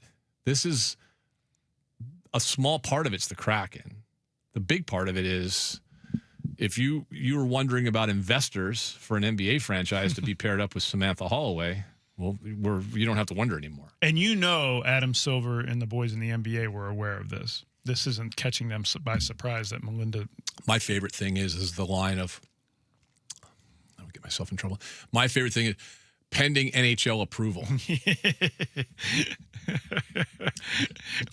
What are we going to approve? Well, who else is better? That's making an assumption that Gary Bettman and the NHL haven't been aware for a while now that Melinda French Gates is going to be involved with the Kraken.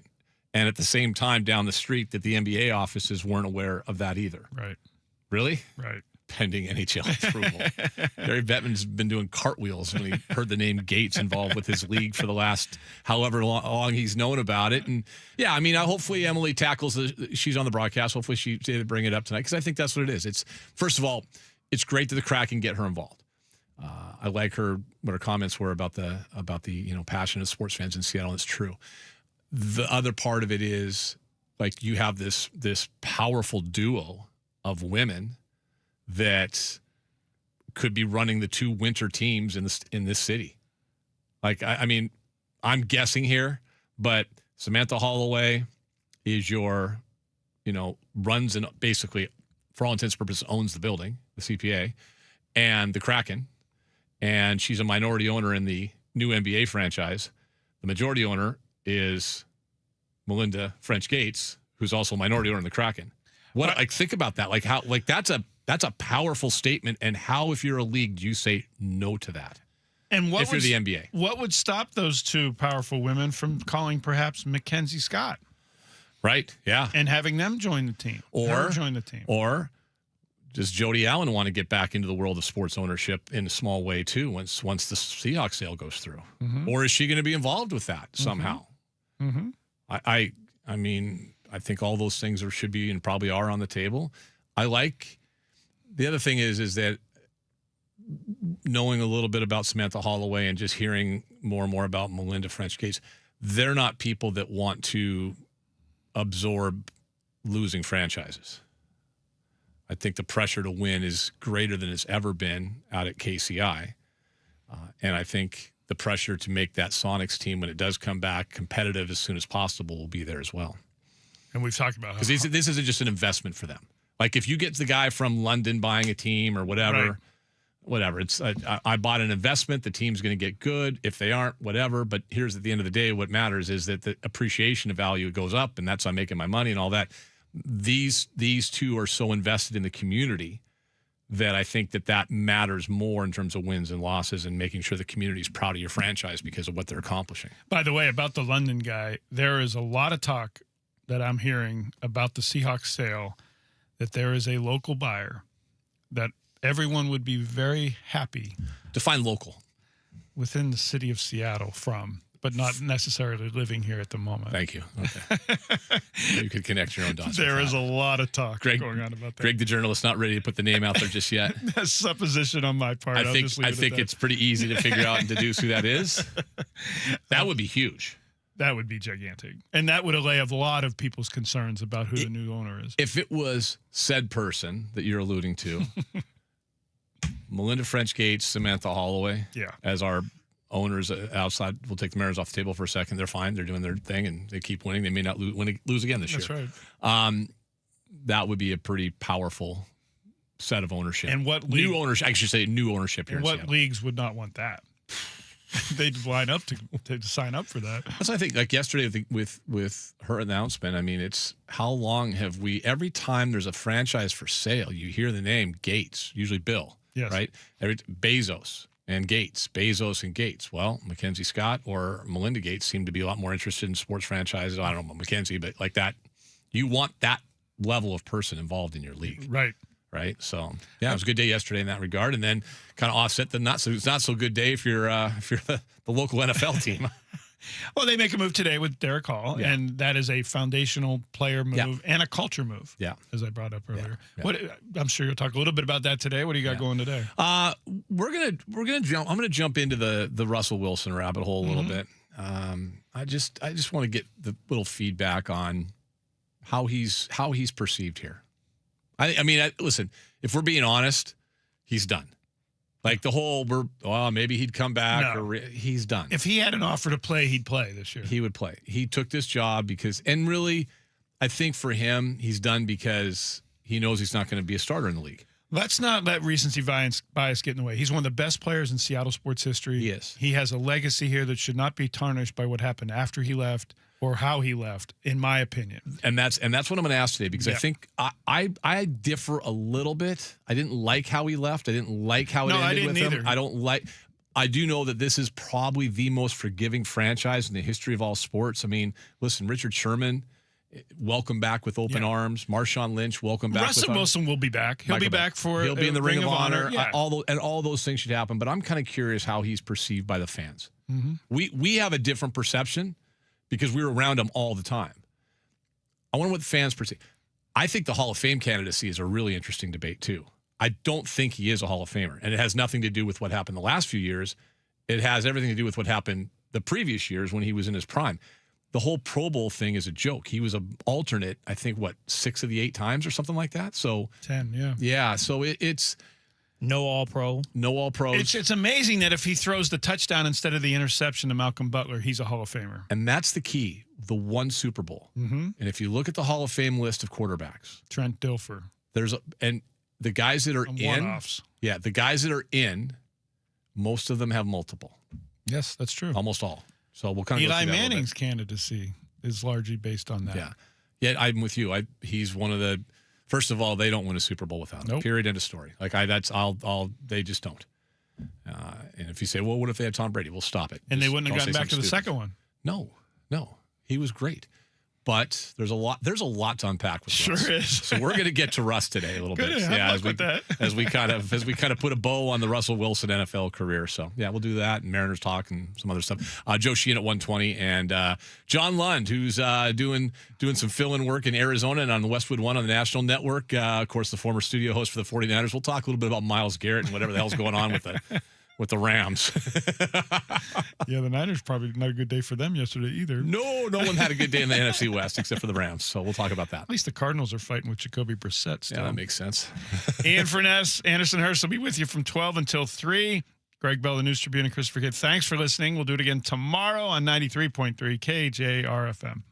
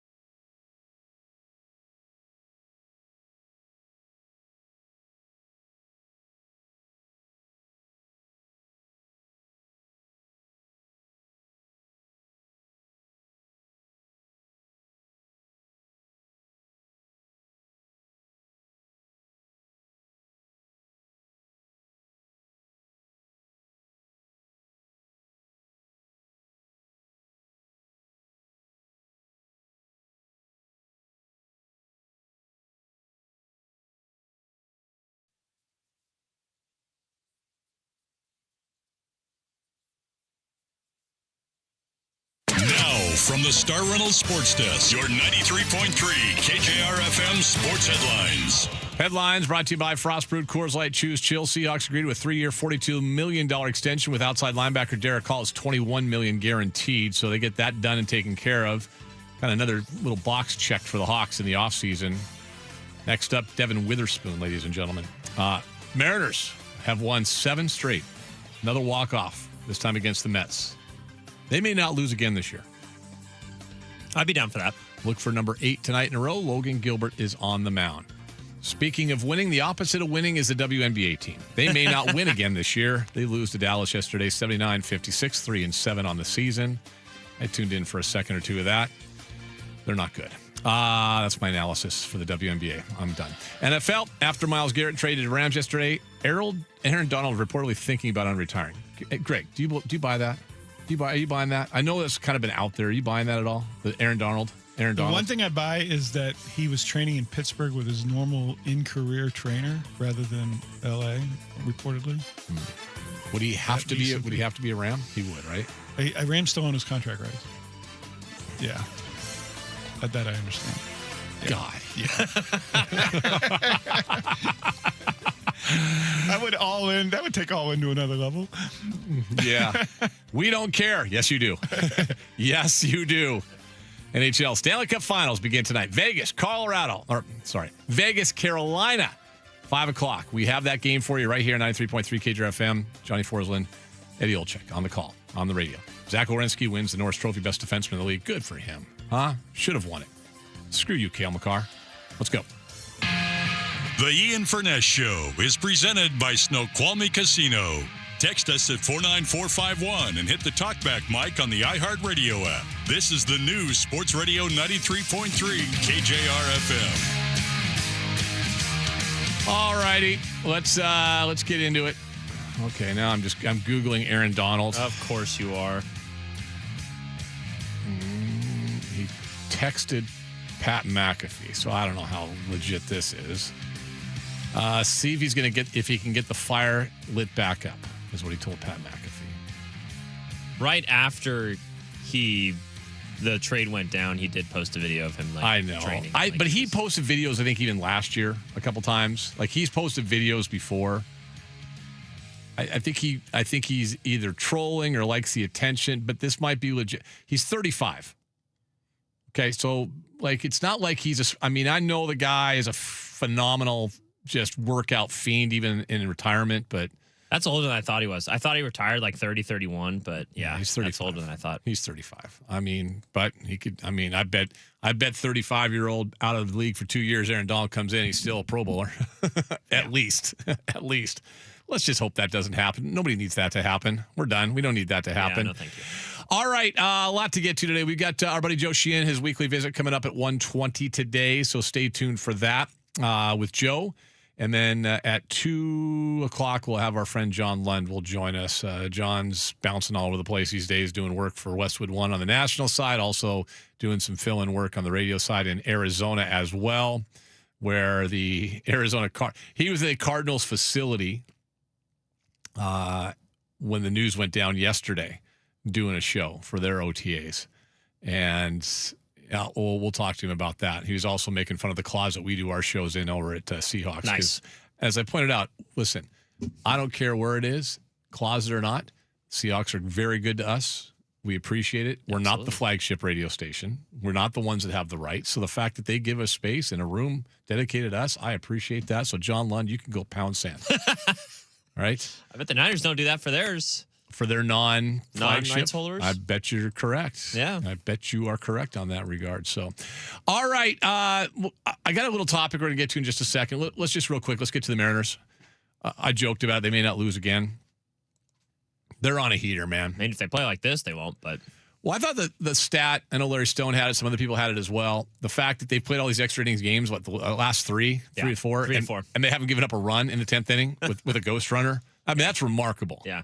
Guys, that's remarkable. It's not just the Mariners that don't bunt when there's someone on second base in the ghost runner rule, just so you know. I know Greg talked about it in his show too, but They now sit there with an 8-game winning streak. They have 2.5 game lead over the Rangers, who have won 4 in a row and are kind of surging as well. They're separating themselves from the pack. It's Mariners Rangers. It does feel that way, right? Yeah. I mean, and you just kind of look at run differential, if nothing else. Both are in the green, not in the red. So we're kind of humming along. I got people get mad, softy. Oh, you can't say that stuff. I've said all along, my stress level for this team winning the division is like a 1 out of 10. Yeah. And that's been the case since the end of last season. Like, they're the best team in this division. They're the best pitching staff in this division, if not the American League. Now we're going 6 deep. Mm-hmm. And they've been doing this, keeping in mind, without the runner-up for the MVP last year in Cal Raleigh. Arguably their best player. At some point, he's going to come back. And your big offseason acquisition in Brendan Donovan. Who has, I think you just forget about him until he proves otherwise. And you just say, that's fine, because Cole Emerson's here. Yeah. And Cole Young is here. That's a whole situation. Because it's going to be a situation. Yeah. But it's a good problem. I think Donovan, it's pretty simple what Donovan does. Donovan's your super utility guy. Yeah. That's where he thrived before. Yeah. When you hear people say that Brendan Donovan was a Gold Glover, that was Dylan Moore Gold Glove. Exactly. Utility player Gold Glove. There's value in that. And there's value in that. Listen, before Dylan Moore decided he couldn't hit anymore last year and demote. And turned into demote as opposed to D-Moore, valuable piece. Play him everywhere and kind of get away with it. Well, that's probably what Donovan's going to be. So I don't think this. Listen, you don't need to have Randy Arozarena in the outfield. You just don't. But you need Randy in the batter's box. Yeah, you do. You need him on the base pass. Absolutely, you do. You saw that last night. Saw that 100% last night. One of the reasons why you win that game. Yeah, I think they win anyway. He scores from second anyway, probably. Would have been close. Yeah, he's got enough speed. That ball was so flared out there. The guy tried to sell it in left field. Yeah, It's right. Randy is not a good outfielder. Randy's reading that ball. He knows where it's going to be. That's true. He's scoring on that play. But it made it a lot easier getting to third. It also changes how the pitcher pitches in that situation. Well, and you got knowing that you don't just need a hit, you can get a sack fly, anything. You got the infield in, all those things happen. Right. Yeah. So all that takes place yesterday.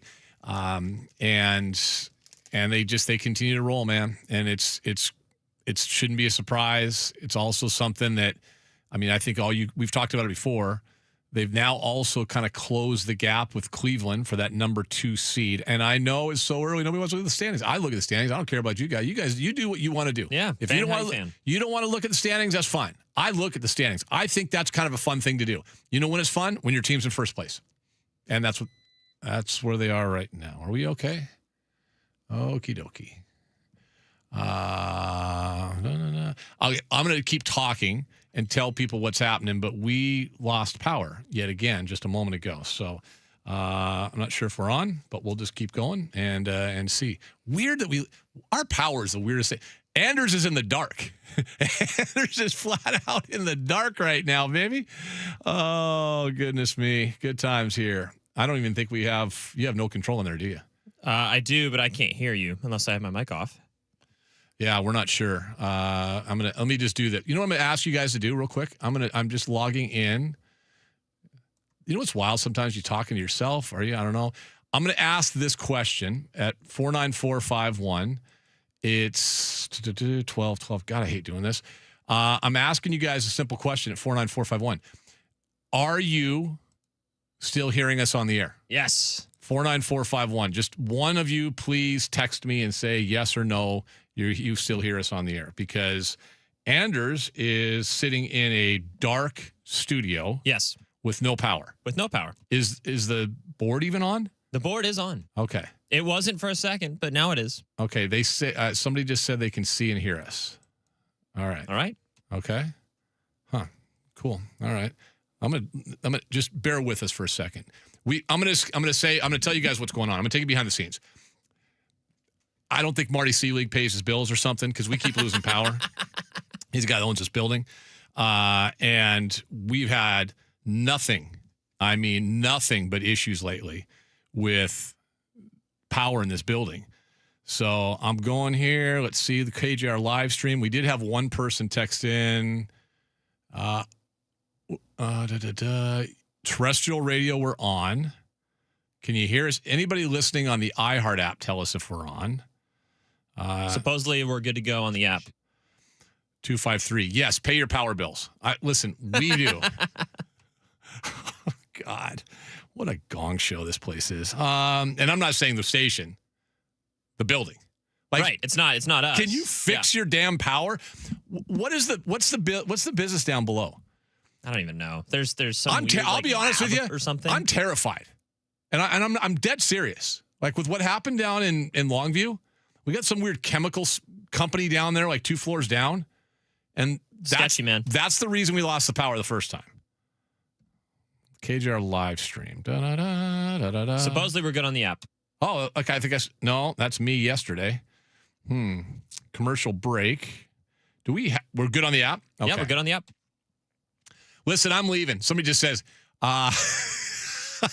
we can still hear you and Russell Wilson still sucks. I haven't even got to that topic yet. I haven't even got to that damn topic yet. Man. Oh, Lordy. Okay, I'm looking at us on YouTube right now. I think we're still there. We are. Are you able to play commercials? We'll see. Or am I just going to have to talk for 3 hours straight? I think we'll be good on commercials. I You really think? Okay. God, this is incredible, man. We are on the YouTube. That's insane.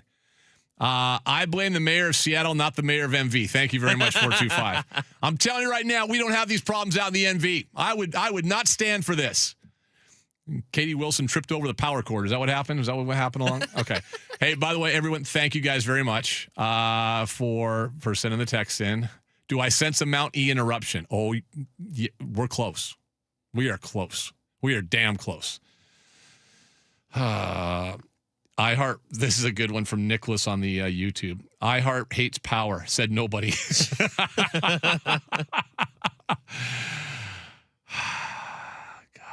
I think we're good, Ian. I just don't have any lights in here, so. I know I'm gonna take a picture. Hang on, hang on. Just this is funny. This is a live picture of Anders. It actually looks better because of the reflection. Yeah, because I got my computer screen back on. Okay. But the actual, lights in here are off. Okay. That was weird. That was weird. It's like it was. There's no power out in the there isn't office. I can look out there. Yeah. Everything's dark out there. Although there's like computers, so the computers must all be on backup. Wild. Okay. All right. All here. Yeah. Okay. We got it. All right. Here's what we're gonna do. Are we done with the Mariners? We're good with the Mariners, right? Yeah. Okay. Yeah. I think we'll 7 in a row. Yeah. Let's keep going. Joe's going to join us coming up at 1:20 today, so we'll get into that with him. I do want to get back into it with him with the salary cap a little bit, because that he's talked about it a bunch of times. I want to go back down that road again, because since we last talked to him is when the proposal came out. Yes. It really, and this is what is kind of, I don't want to say, yeah, it's time for some day drinking. Damn right. I'm down. It's always time for, listen, first of all, 425, always down for that. Yeah. So when we when we get to the conversation with Joe, he's been adamant about no salary cap. And I think Eno was as well. Yeah. Like guys that really, I think did you do your podcast with Chuck today? Yes. What are his thoughts? He's Mr. Baseball too. He is pro salary cap. What's your thoughts? We kind of talked about this last time, but to me, I'm not hell bent on a salary cap, but I think the floor is more important, to be completely honest. See, and to get the floor, you have to have the cap. Exactly. So right? I am willing to sign up for the cap, and I think it wouldn't hurt baseball. I don't think it'll help it as much as a lot of people do, because the top teams will still find ways to circumvent it. Wouldn't most rank and file players benefit? Yeah, I think so. Especially if you give something. If you obviously, it's what the way negotiations work. If you get something you want, you have to give something up to kind of get that, right? Right. So theoretically, if the owners get the salary cap, they're going to have to, concede on another part that the players have always wanted. So that's why I'm thinking that, it's service time stuff that probably is the first thing that comes to mind for me. Yeah. So I think we'll talk to Joe about that and then get into the Mariners as well. Yeah. All right. One of the things, and I'll quickly set it up. It's first of all, there's some classic texts here. 49451-4206. This is just an elaborate ploy for you guys not to work, just like when your dumbass buddies took over. It's true. First of all, you're right. Well played. Well played, Mr. Furness. That worked out well for everybody. Except maybe Jess. Except for, that's why Jess just said, I got to be out of here for she's gone for 3 weeks. Yeah, 3 weeks. I'm out. See you, whatever. Emmy winning radio. Yes, it is. Exactly. I feel like an Emmy's coming right now.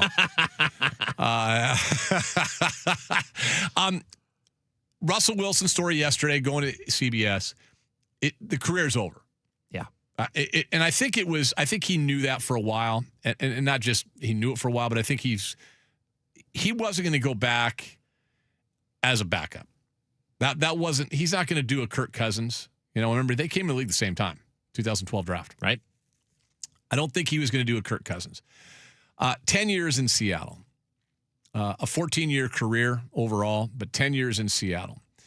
And Russ built a legacy here. The question I'm going to have for you guys next, and I'll talk about it. Anders will talk about it. We'll get your thoughts, 49451 on the Tacoma Dodge text line. Also love some talkbacks today. All I have to do is go to the iHeartRadio app, which apparently is working. Red microphone, speak, and we'll get your thoughts. The legacy of Russell Wilson. When someone says to you, Russell Wilson, and you're a Seahawk fan, what's your overriding emotion? What's your thoughts on Russ today, right now, today? And if you want to say, hey, greatest quarterback ever here, Hall of Famer, there's no right or wrong answer here, but I want to know what his legacy is here in Seattle. What's the first thing you think of when you think of Russell Wilson? First thing you think of. Yeah. Because for me, I'm really conflicted. Mm-hmm. And I'll talk about that in the next segment.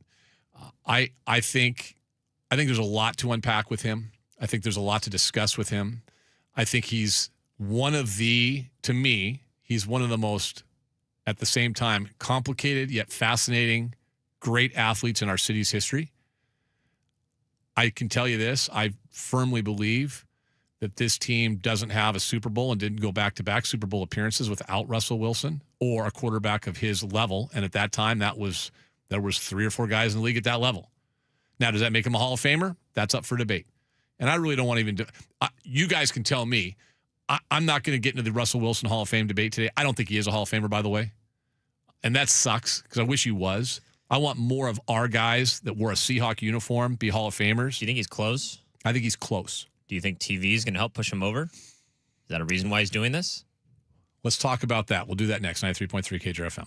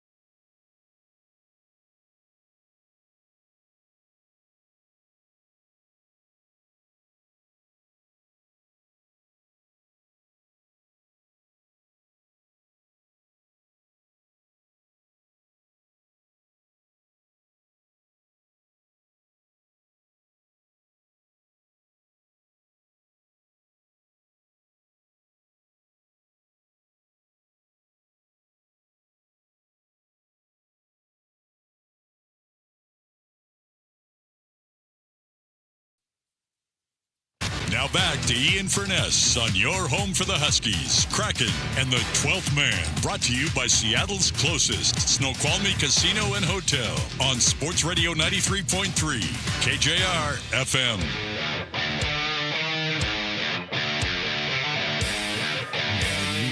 Some of you guys are smart asses. 49451 206. Now would be the best time to watch you on TV, especially the power's out. We can't see your faces.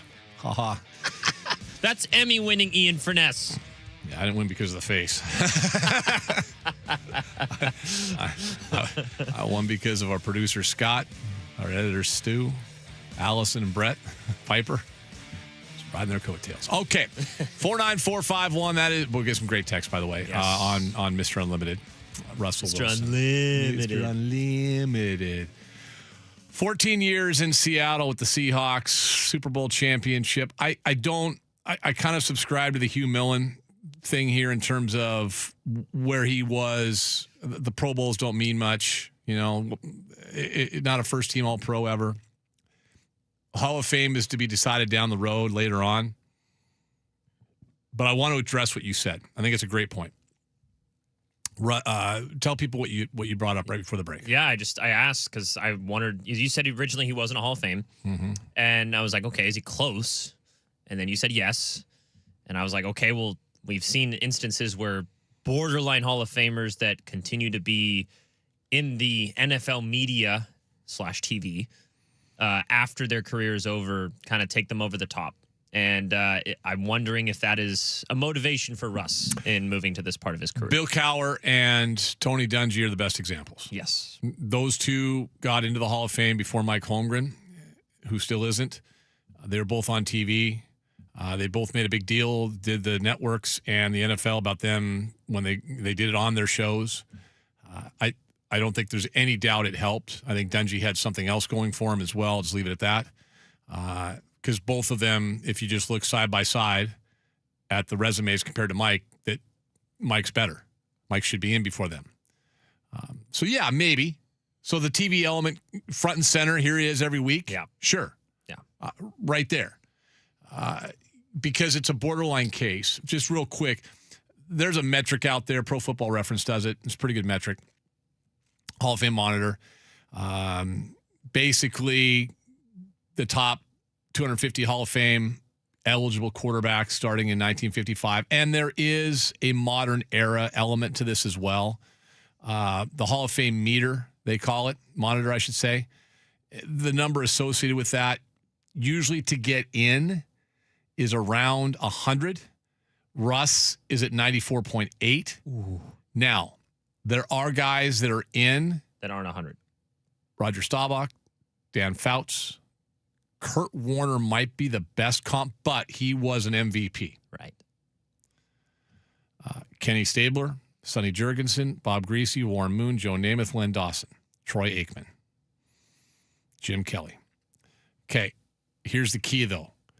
All those guys had more, either they were non-modern era guys, different time, so the numbers don't really kind of equate. The game was a little different. Or, in the case of most of those guys outside of Warren Moon didn't win a Super Bowl.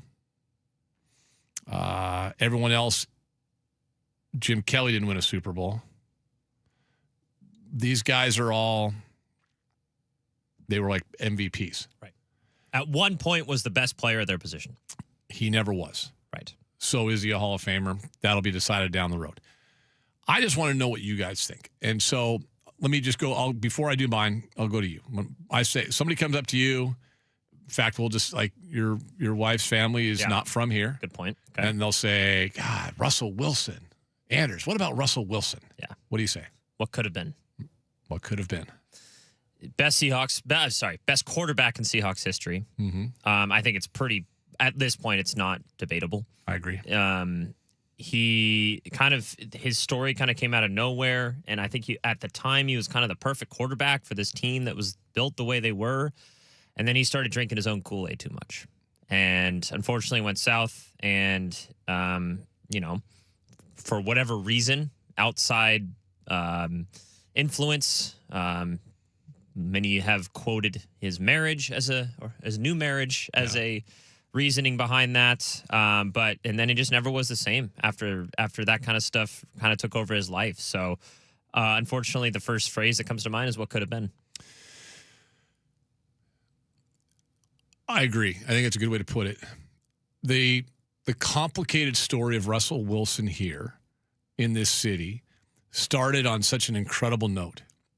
When he was drafted in 2012, third-round pick, I mean, it's one of those. It's funny, Andrews, you'll find this as you get older, especially with kids, and you're young and right now who's watching Dad on YouTube, which is the coolest thing. One of the coolest videos I've seen in a long time yesterday. Yeah.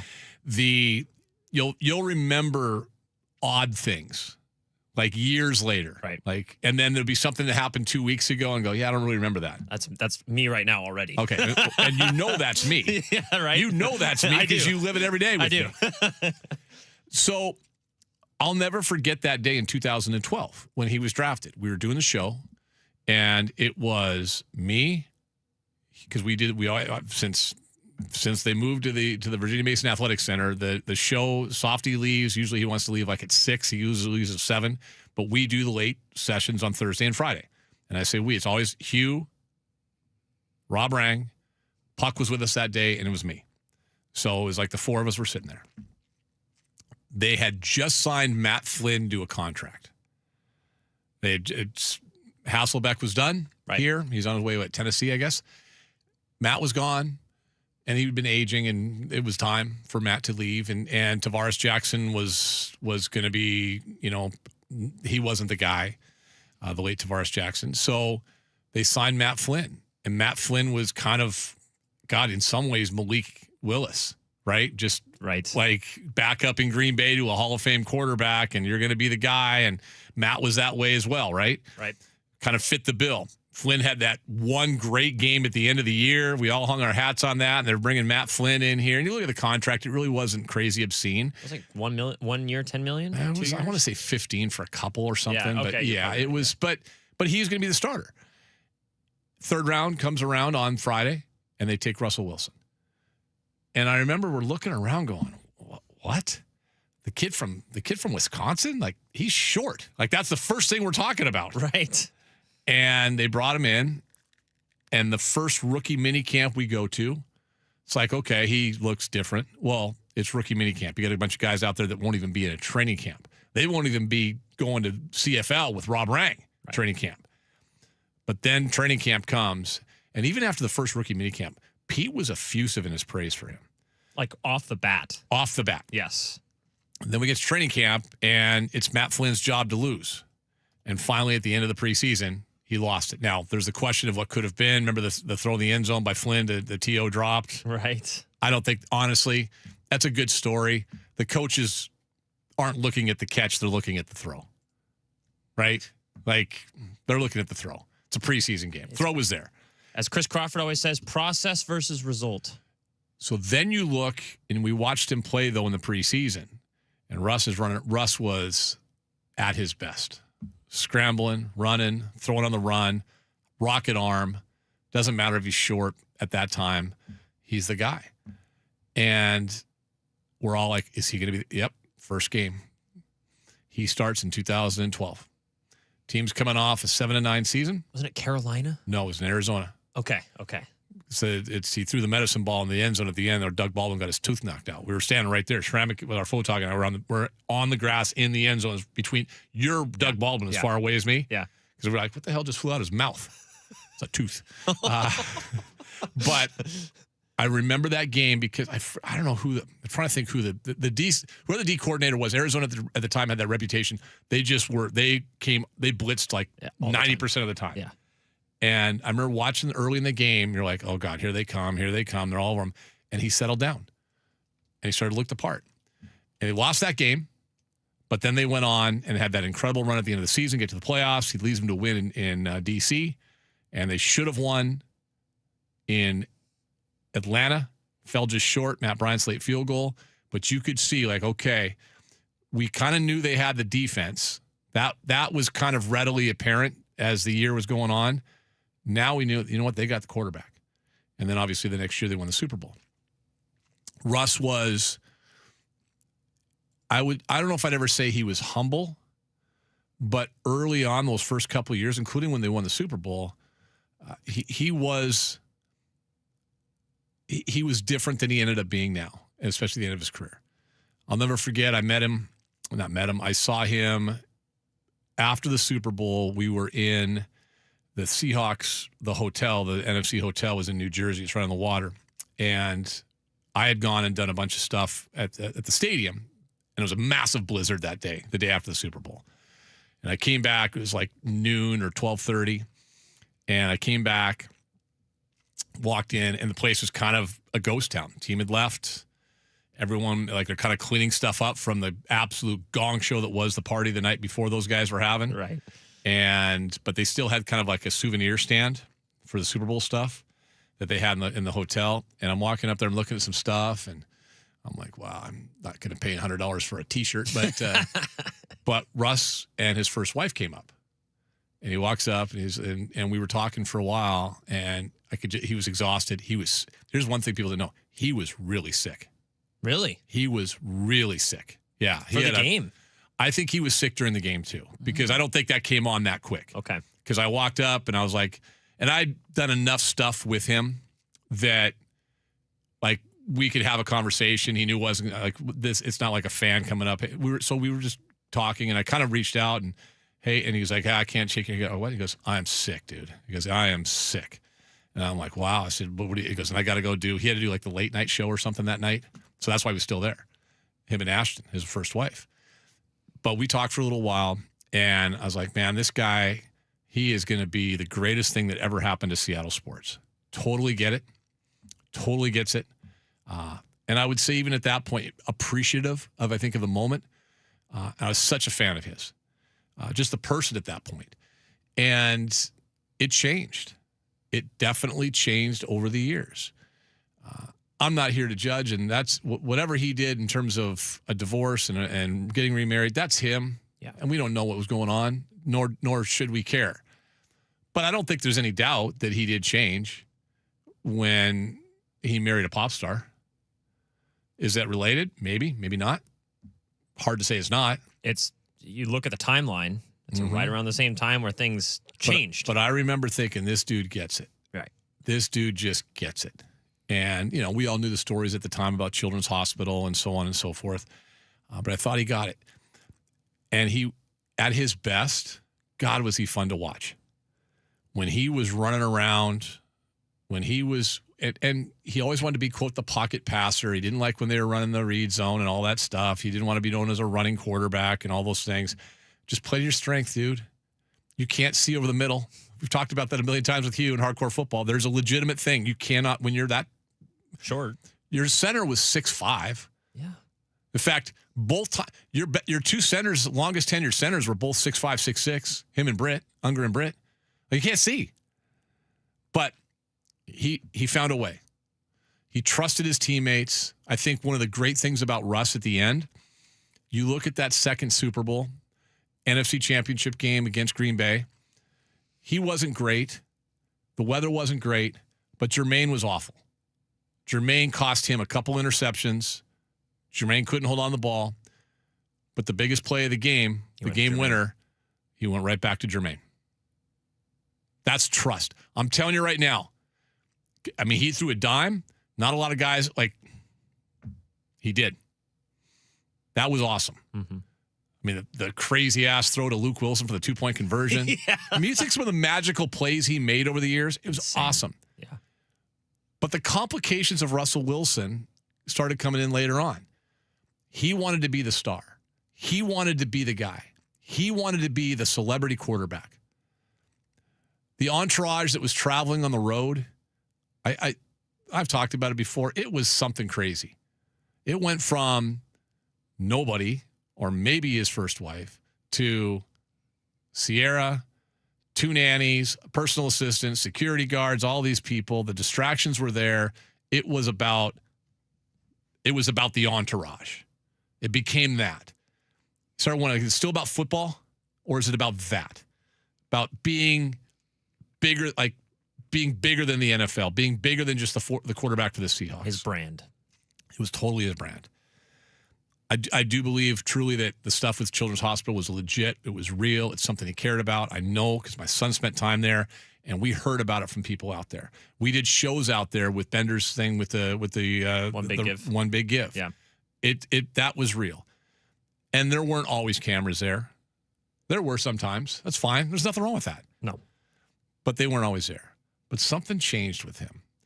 And that's the unfortunate thing because I think his legacy is a little tainted in Seattle. And I'll tell you why, because of how he left. We'll do that next. 93.3 KJR FM.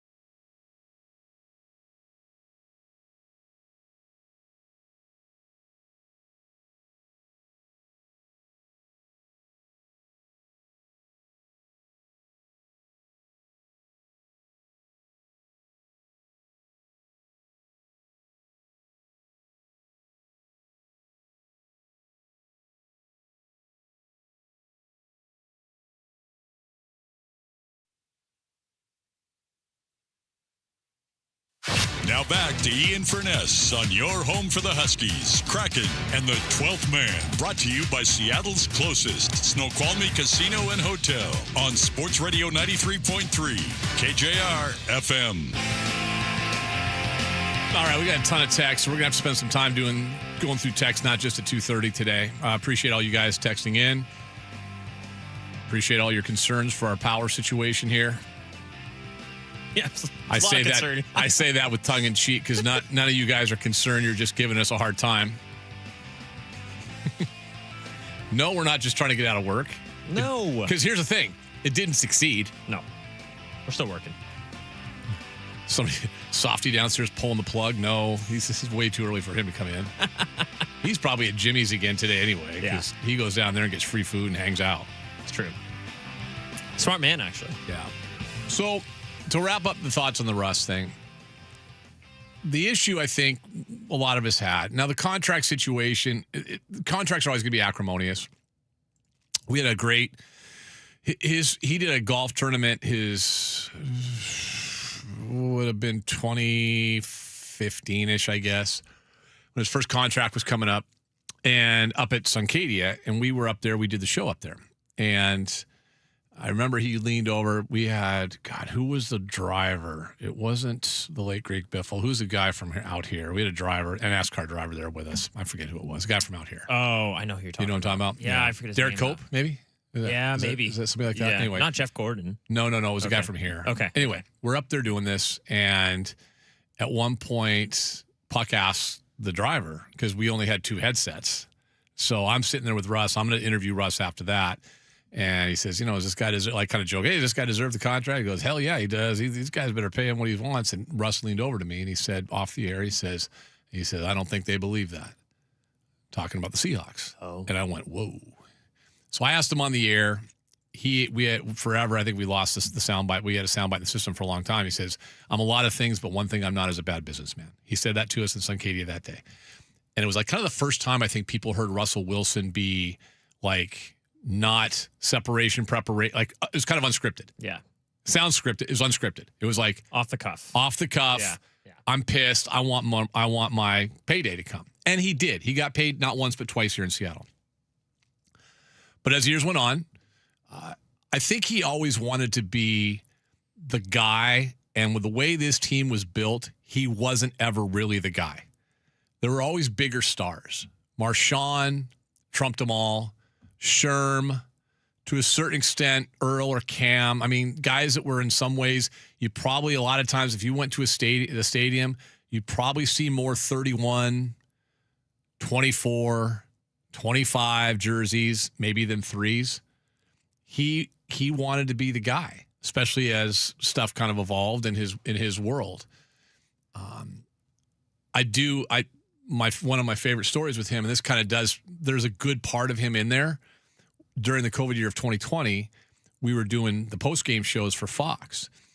The first little while, we were trying to do them remote. We weren't traveling, but the home games, we said, let's try to do one there. We still had to have the separation, right, from the players. We had to be like, we could. So we had the PR guys would put a headset on a guy. We tried to do it one time. We had all kinds of technical issues, like today. But he couldn't hear me. I was on a headset standing in the first row of the stands at the 20-yard line. He was next to the tunnel, so 20 yards away with a headset.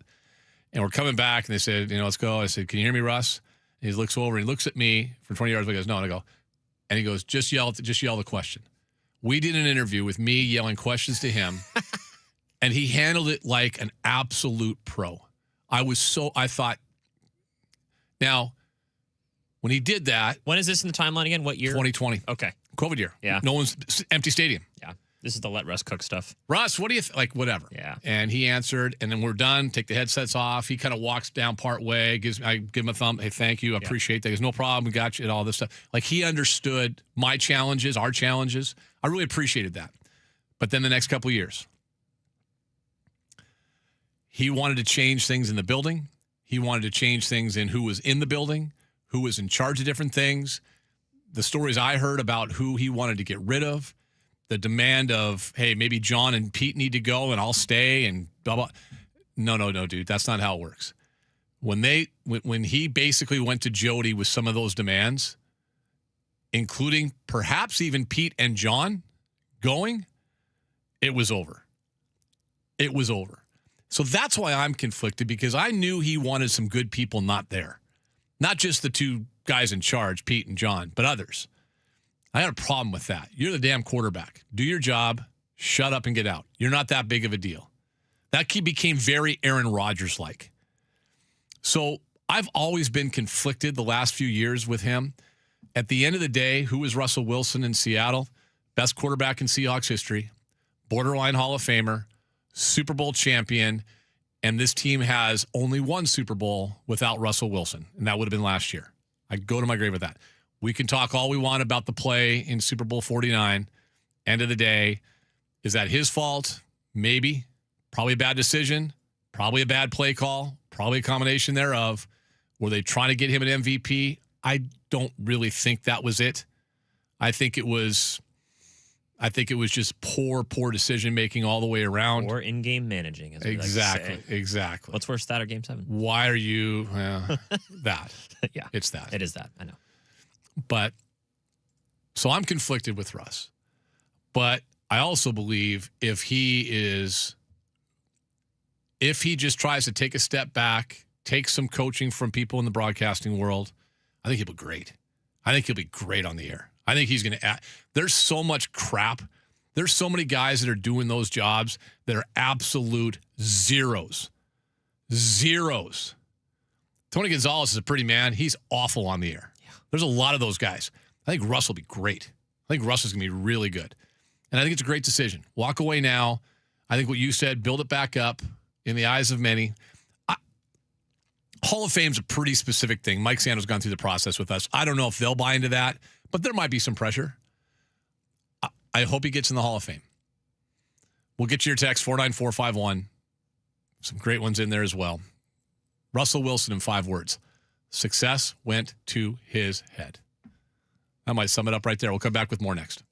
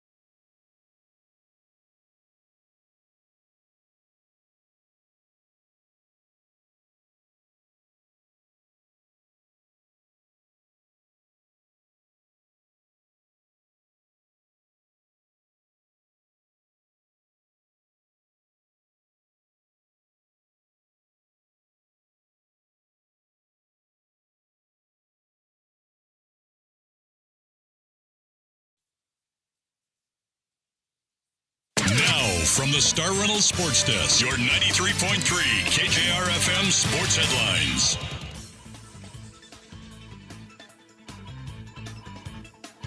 Headlines are brought to you by Frost Brewed Coors Light. Choose chill. You scared me, Ian. What the hell?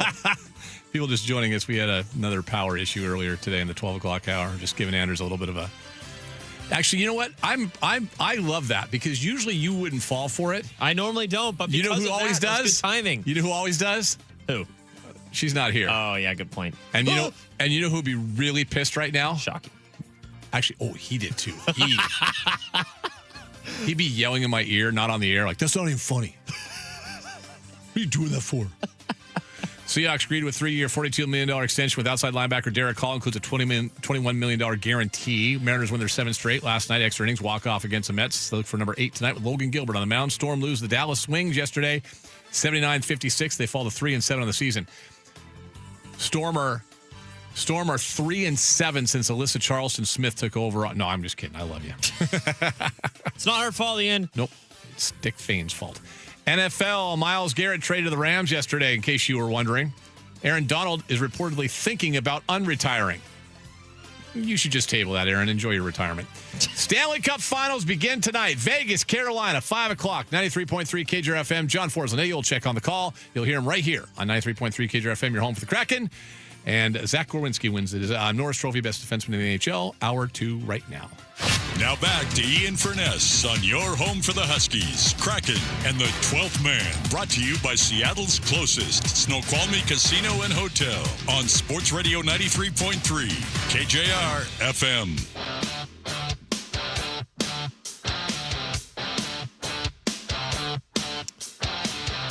Hour number 2 of the radio show. Joe Sheehan's going to join us at 1:20, and then at 2 o'clock, our friend John Lund is scheduled to join us, talking all things Myles Garrett. Pretty cool. Got ESPN up here right now. Watching. You gonna ask him about Russ? I'll ask him about Russ for sure. Yeah. I'm watching right now Myles Garrett highlights. Oh, God. Wow. Please, no. Not fun. Nope. Really not fun. Nope. Not fun to see that at all. 5-time first-team All-Pro, 2-time NFL Defensive Player of the Year, and he's now a member of the Rams, who already upgraded in the offseason with the additions of McDuffie and Watson at corner. Their defense just got so much better. Hugh did a great job yesterday, and thought it was really good stuff with him talking about, Jared Verse has just been, if you're a Seahawks fan, you know the name Jared Verse, and he's been a nightmare for this team for the last couple. Yeah, it's a relative win that you don't have. I don't know, relative win. The Rams just traded for Myles Garrett. Okay, let's call it like it is. They got better. Yeah, but thank you for jumping in. Don't have a fiber bar before or whatever that was, a fig bar. But not having to face both Jared Verse and Myles Garrett. Yeah, that's the only upside. Yeah. I mean, and listen, Hugh did a great job yesterday explaining that, like, one guy looks he's on the JV and the other guy doesn't. Yeah. And which is pretty amazing when you think that a guy like Jared Verse looks like he's a JV player when you compare him to Myles Garrett because he's a good player. But it's true. So we'll get into that with Lund as well coming up. We Mariners talk we'll get into with our friend Joe Sheehan in just a few minutes. Some good stuff that he actually wrote about on the Joe Sheehan newsletter, joesheehan.com, about what's going on with the salary cap situation and the early negotiations with the MLBPA and Major League Baseball. It's not going to go well. I know it's the first initial discussions, but everything we thought might be coming up in terms of how far apart they could be is doing exactly that right now. So it's not great. So we'll get into that with him in just a few minutes. Talk about the Mariners as well and what's going on and how they're surging right now with their 7 straight wins, just kind of humming along. But like Anders mentioned earlier, Texas isn't going away. Nope. So now they decide they want to get good at the same time. So good thing Seattle is doing well because otherwise it could be going on. Okay. By the way, what you were asking me earlier, Ian, in the break, 3 games. What's that? 3. Both semifinals. Okay. Well, what we will do is we will get to all of that. We're going to do something later in the week with the World Cup, right? Right. Yes. Yeah, Yes. Love that. Okay. Love that. Asked the question earlier about Russell Wilson. He's obviously probably done and moving on and going into the world of broadcasting now. So we're just going to ask your thoughts on him. I want to get to it. Casey Kane, thank you very much. Yes, that was the NASCAR it. Thank you, rock. text line. Thank you. Yes. I think I think with Russ, how complicated his relationship was here in Seattle, it shouldn't diminish, especially his departure, what he accomplished. Somebody asked the other day, and I saw this on the text line too, when do you think, and think he's going to be a Ring of Honor guy? 100%. This organization has a great ability to forgive and forget. And I'll give you a couple examples. One, top of the list, is Kenny Easley, the late Kenny Easley. Kenny Easley sued the organization. Let me explain that again. Kenny Easley sued the organization. Said, yes, I am suing you. Lawsuit filed. Couldn't have been a worse departure from the team. Years later, he's in the Hall of Fame. He's in the Ring of Honor. Forgive, forget, you move on. There's been others. Listen, the way Sherm, when Sherm left, went to San Francisco, ended up in Tampa, that was not a great divorce. Richard Sherman's out at practice all the time now. Mike McDonald, John Schneider, welcome him back into the organization. Marshawn was one of the most difficult players they've ever worked with and dealt with. Marshawn, welcome back with open arms. Michael Bennett famously said he was ignoring Pete Carroll and reading his book during some of his things. I've heard all this before. He said that. Sherm said that. Guess who's part of the broadcast in the preseason? Michael Bennett. This team, Russell Wilson will be in the Ring of Honor soon. I think the question really for them, which of the players from that first Super Bowl team is the first one in the Ring of Honor? Ooh. Bobby Wagner. Still playing.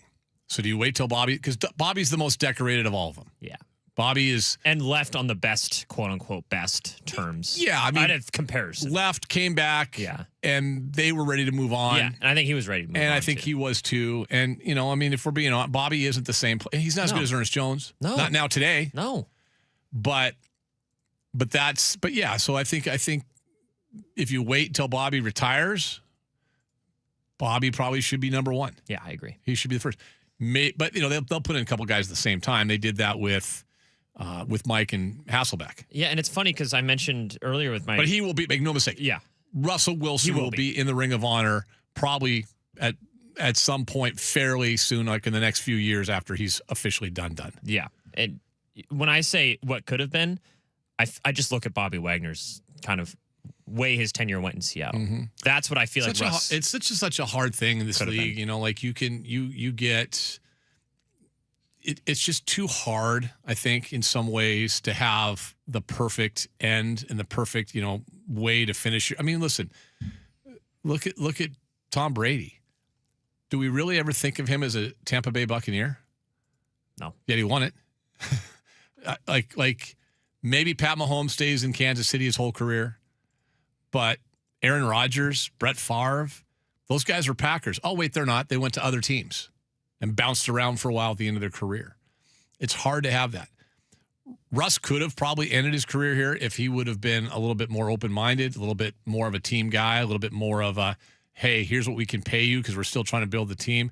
Maybe not. Maybe they were just ready to move on and say diminishing skill set, which it was, and we're better off. And they are better off right now. I don't know if there's ever been more of a nondescript Super Bowl champion quarterback not named Trent Dilfer than Sam Darnold last year. And that's not a shot at Sam Darnold. Sam Darnold was just an unassuming team guy.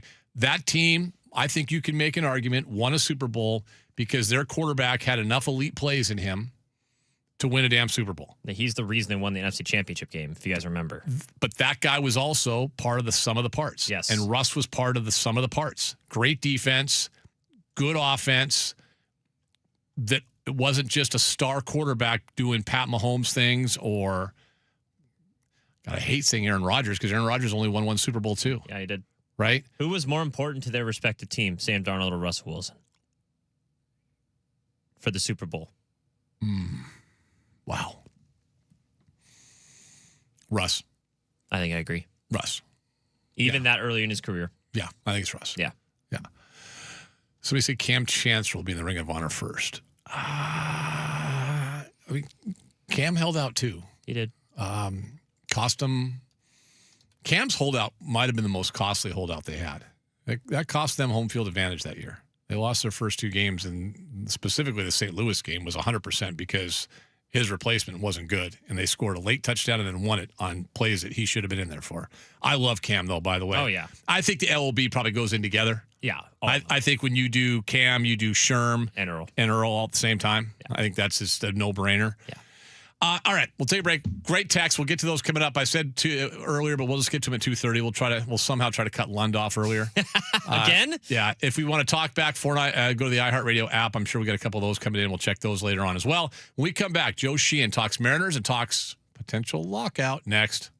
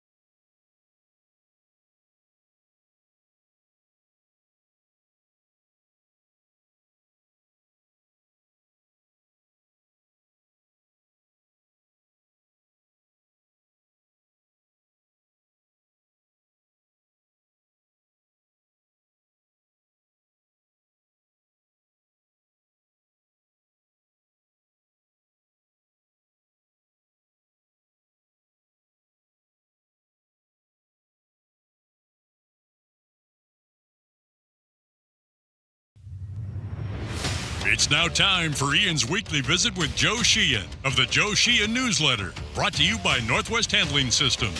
From forklifts to pallet racks, conveyors to loading dock equipment, we sell, rent, and service all your warehousing needs. Request a quote today at nwhs.com or give us a call at 425-255-0500. Now here's Ian with our weekly baseball fix from Joe Sheehan. It is our weekly Joe Sheehan baseball segment fix, if you want to call it as well. There's some things in baseball that need fixing, specifically a labor agreement, and we'll see where that goes in a little while. But Joe joins us right now on the Beacon Plumbing Hotline, brought to you by Northwest Handling Systems. Hello, sir. How are you? I was kind of wondering whether you were going to have me back. I took last week off, and the Mariners haven't lost since. Oh, Anders. Now we know who to blame if they do. Anders, make note of that tonight. Anders, make note of that tonight with the 7-game winning streak on the line. It's going on my postcast if we lose. Oh, my goodness. Didn't even think about that. What did we? Oh, you know what we replaced you with last week? Because we were off on Monday because of the Memorial Day holiday. So we just moved our Mollywop Monday segment with Nathan and Chris to Tuesday and replaced you with them. I don't know how that went over, to be honest with you, with our listeners. Downgrade. Oh, Anders throws a downgrade out there? I like it. Yeah. I like it.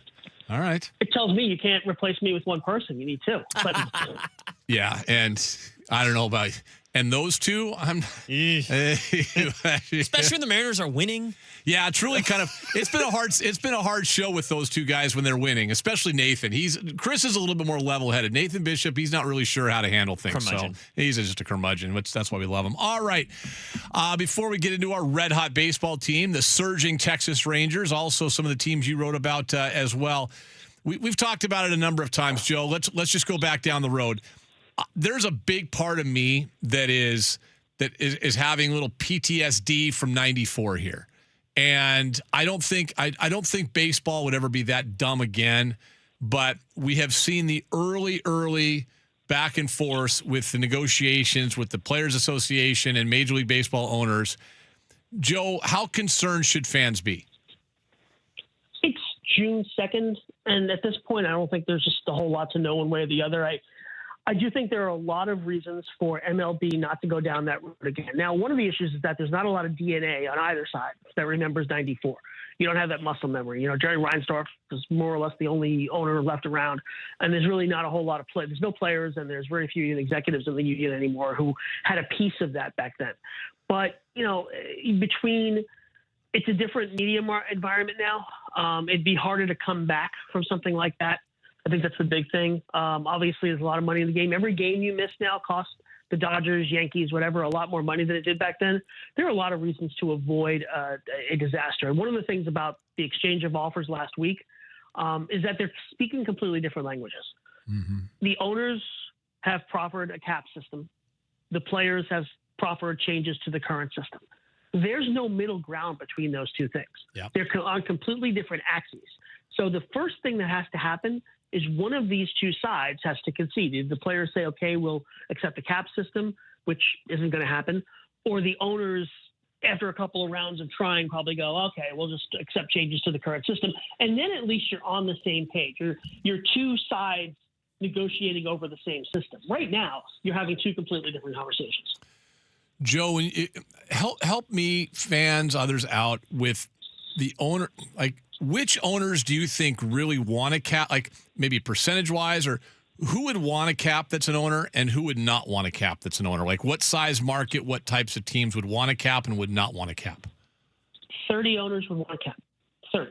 Because you get cost certainty. You get that locked in. You get to, when you go to sell the team, say, hey, you're only going to have to, you know, collectively, we're only giving up 50% of revenue. Some of you, if you're a small market team, a lot of that is going to come from the large market teams. What the large market teams get in a deal like this is the lower payroll. So this, you go back to 94, and we're kind of still having the same fight we had in 94, because it's not really owners and players. It's high revenue owners, low revenue owners, and players. High revenue owners will agree to increased revenue sharing. That's what this is. This is a big fight over the money that 7 or 8 teams are making in their local media market. So if you're a low revenue team, I don't like small market, a low revenue team, you're going to have to push your payroll up, but you're going to be doing it with other people's money. So you're fine with that. If you're a high revenue team, you're going to be giving up a lot of that local revenue, but you're also not going to have to pay the players as much. The rules are going to say you can't pay the players as much. And basically the owners agree to that structure and then go to the players, and the players go, no, wait, this doesn't work for us at all. And then we're in 1994 again. Owners have to figure out how they're going to distribute their money. And then when they do that, they go to the players and say, we're going to take it out of your behinds. See, that's what I was thinking, and maybe there is some thought this way, is that if you are a lower revenue team with a lower payroll, Anders, what was the number? How many teams would have to come up to just to get to the basement, to the floor? It was like 10 or 11, something like that. That are below what the floor would be. I was wondering how many of those owners would say, yeah, we're good without the cap, because with the cap comes the floor. But you're getting even additional money. Like right now, at the extremes, the teams, and this is an estimate based on things that were written like 6 years ago, but just go with it. The extremes are the Dodgers, Yankees, et cetera, putting about $80 to $100 million into the kitty. Your Pirates, Royals, Brewers types are collecting about that much from the kitty every single year. And those teams aren't spending that money on payroll. Some of these teams aren't spending as much on payroll as they're getting in local revenue sharing, just local revenue sharing. I'm not talking about national money. I'm not talking about selling tickets and hot dogs at the ballpark. So the new system would not only give them that money, it would actually add to that money. The teams in the lower end, you're talking about your Pirates and your Brewers and your Royals here, the money that they would be spending on additional payroll wouldn't be their money. It would still be money coming from the other teams. They're actually going to be fine no matter what. And if they get a cap system, that's the kind of thing that really adheres to franchise values. The biggest thing driving this right now is the increase in franchise values that the owners would get from this kind of system. Once you put a system in place that locks in your expenses at 50% or player expenses at 50% of revenues, it could potentially go down over time, as we've seen. I know the NFL is going to try for that in the next negotiation. But once you've locked in a cap system, your franchise value skyrockets. And that's what this is about right now. It's not about competitive balance. It's not about fairness. It's not even really about the Dodgers. It's about a cap system drives up franchise values. So, Joe Sheehan joining us. Joe, this, what you said, we go back to 94. They've talked about this every time there's been a collective bargaining agreement that has come up for renewal, renegotiation. It always comes up. Is this, in your eyes, someone who's watched it for all those years, is this different than what we've seen before? And if so, is it going to cause issues a year from now or 10 months from now? Well, it's different in that we haven't seen the owners go for a cap system since 94. And then, of course, we lost the World Series. Really basically, and honestly, the players acceded to the increased revenue sharing and tax system. The increased revenue sharing was 98. And that was also the first tax system that it was based on payrolls. It was a whole mess. It took them a few years to get it straightened out. But one of the things that we have a situation now is that the system the owners have right now is the best system they've had since 1975, since before free agency was allowed, since the reserve clause was the law of the land. The system in place right now is better for owners than anything they've had since before free agency started. So, whereas in '94, I think they were trying to make the argument that the cap system is definitely better and it's worth a war. It's not as clear now that the difference between the system they have now and a payroll cap system is better for them in terms of immediate financial benefit. Again, the revenue, setting aside the franchise value part of it, which is real. The owners are in such good position right now in terms of all the levers they control. Having players for 3 years below market value, having them for 3 years after that at less than market value, being able to know the data, the things that we collect now, knowing about career paths and stuff, and just how few players actually are worth truly investing in. All of those things have redounded to the value of the teams. The analytics revolution, if you want to call it that, has definitely benefited the teams more than the players. Guilty as charged.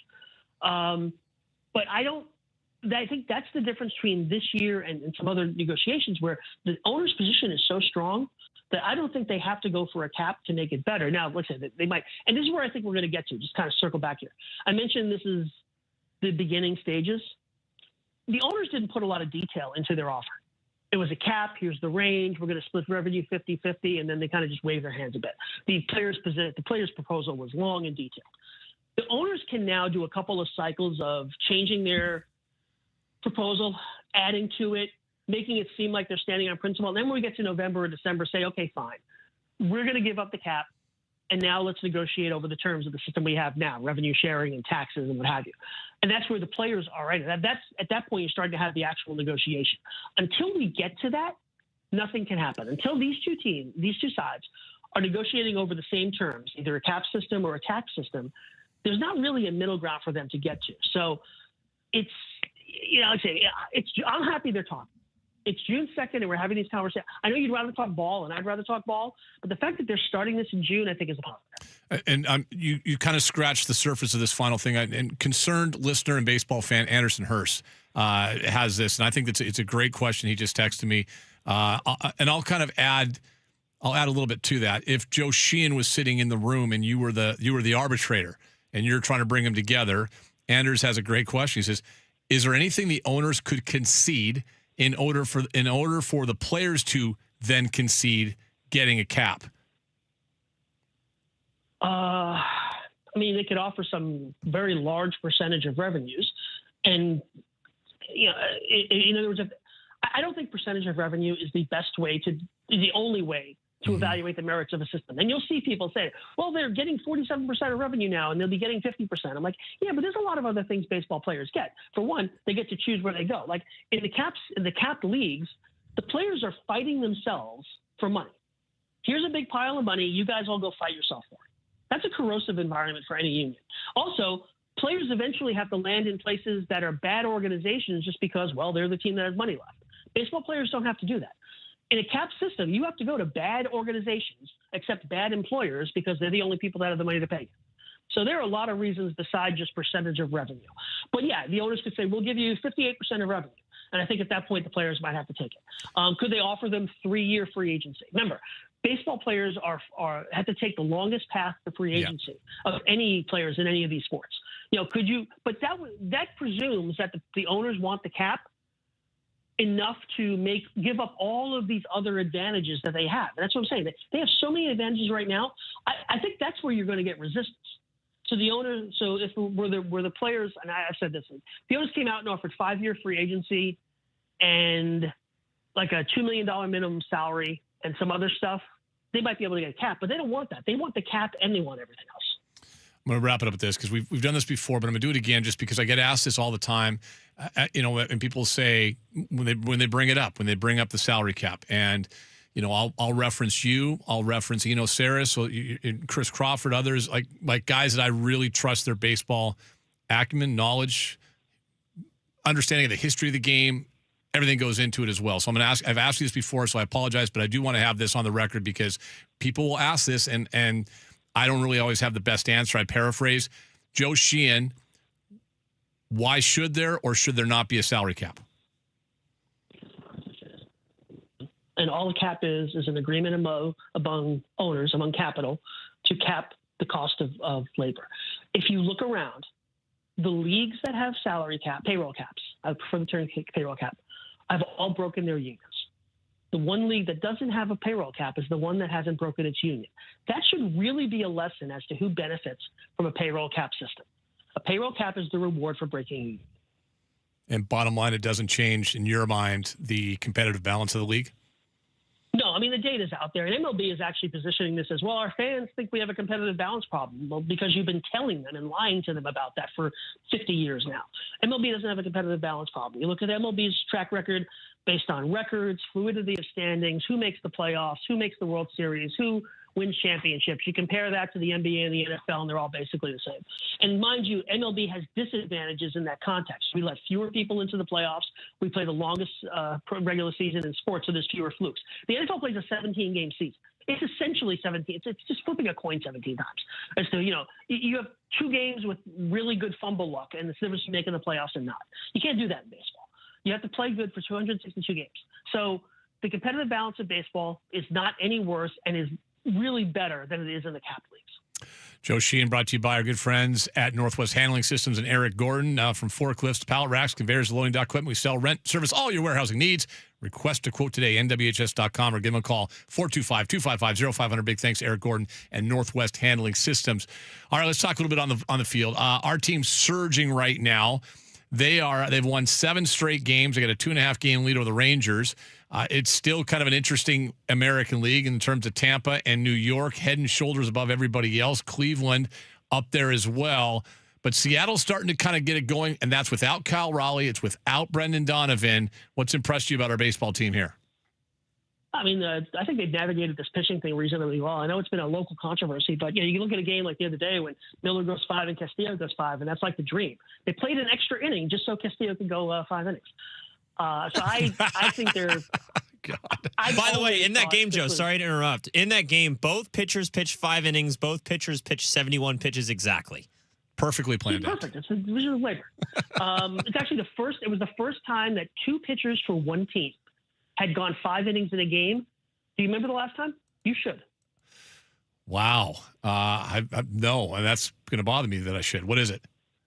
An 18-inning playoff game against the 1-0 game. That's what I was going to guess in 2022. Yeah. Oh, wow. That was the last time 2 pitchers on one team had each gone 5 innings a game. It was the first time in the regular season since like 2018. It takes one of these really long games usually for it to happen. So it was something of a fluke. But no, I remember I've been the guy saying the Mariners are going to be fine all along. So I'm going to give you the same riff again. This is the best team in the division, the deepest team in the division. They've wrestled. You mentioned Raleigh and Donovan, but you remember they were missing Brash and Spire for a bunch of that time. Mm-hmm. I mean, they had some guys pitching out of the bullpen who I literally had never heard of for a little, because it was Brash, Spire, and Spire out, and also Jose Ferrer went on paternity leave. Yes, yes, he did. So yeah, it was like 3 guys in the bullpen who had never been in my kitchen. Just incredibly, random collection of guys. They're healthy now, so the 2.5 up on the Rangers are the only 500 team in the division. I said to somebody the other day, and I'll put this on the line here.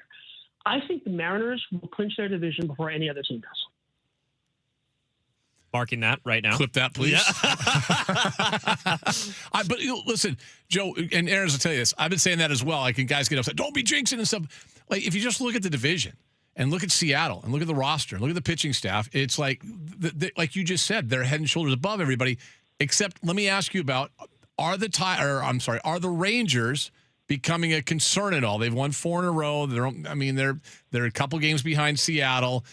Are we seeing signs of life? Should the Rangers be a concern to our team here? How many games left do they get to play with the Royals? Because that's what they did this weekend. They swept the bad Royals team. There you go. Yeah. Bad Royals team. Yeah. And there's a lot of that going around. There are some bad teams this year where you look at the teams, they must be hot. You look and they played, St. Mary's and Oswego and I don't know. Well, Joe, we just saw that. We just saw that with Arizona. Arizona came in, they'd won 11 of 13, and they were against the Rockies and the Giants exclusively in those 13 games. Yep. They had 2 weeks of games against the Rockies and Giants. I was talking about that when the month started. And they're probably a wild card contender as well, but you can't look and just say, oh, wow, they're really hot. No, they played bad teams. So call me when the Rangers get over 500. I said at the start of the year, I believe I had them as my last wild card team, and I'll stick by that. But I just think the separation here we're going to see from the Mariners. The Mariners are going to play some very good baseball here. And they say they're going to get Raleigh back, who, even if he's not last year's Raleigh, which we don't expect him to be, I mean, he's going to be more like the one you're used to from 23 and 24. I think Donovan will be interesting because obviously third base is now probably not an option to return to, which is fine. He didn't play it well. He's going to end up in this kind of rotating role, playing some outfield. Mm-hmm. I'm kind of fascinated to see how this works out, when he returns. And I think it gives them the luxury to wait on him and make sure he's healthy this time when he comes off the IL. But that's a great OBP beast to be able to eventually bring back. So, no, I just think they have more talent than anybody else. The Rangers, they can't hit. I mean, the series over the weekend, they play without, they've been playing without Seager. They've been playing without Langford. They're better than they've been. They're not going to stay under 500 all year long. But I just, anything can happen. I mean, we talked about head-to-head games a lot in recent years because it seems like these division races always come down to these late season series. And yeah, the Rangers could end up going 10-3 against the Mariners and stealing the division. But I think it's much more likely that the Mariners clinch around, September 20th or so. You're a baseball guy through and through. You got to enjoy watching our young kid Cole Emerson up here playing. You just mentioned Donovan's not coming back. Like, he's not going to be sitting there at third base. I know people are like, what about Donovan? What about JP? I mean, you can't take this kid out of the lineup right now, Joe. No, and that's great to see. I mean, not everybody. I want to believe teams are, we don't care what he hits as long as he, plays the position and plays every day. It's easier to make that call when the player comes up and hits. And, it's not – you look at 28% strikeout rate, 14.5 strikeout to walk ratio. These are fine. he's a 20-year-old player making his major league debut. Those numbers are actually much better than fine. Obviously, the power has been there. It's been great to see. And there was some talk, I think, during my off week about Crawford and him actually switching positions. I know Chris Crawford's been over this. I know I've been over this. We'll see if this happens. But if you do move him to shortstop, I think it makes it even more certain that he stays up. You're not going to make that move with a guy who you might have then eventually send down. So I think it's been great. And Cole Young, a fantastic defender, gets on base enough, he's valuable. It's just this organization has really started burping up talent. We talked about the pitching over the last 3 or 4 years. Now they're burping up some hitting talent as well. Yeah, just great job by Jerry and by Justin, and where they're at right now is a ton of fun to see. All right, the Joe Sheehan newsletter is there. JoeSheehan.com is the website, JoeSheehan.com, and you're a baseball fan sitting here in Seattle. What are you going to find there? Some excerpts from recent weeks. Recent days. I did the labor stuff today because I said I was off last week. Yesterday, I took a long look at offense in the league, which has been really weird. May was one of the worst hitting Mays in baseball history. The league hit 239, and this is just outside of the extra innings with the stupid runner. They hit 239, slugged 389. It's numbers we haven't seen in a really long time. The baseball isn't dead the way it was in recent years either.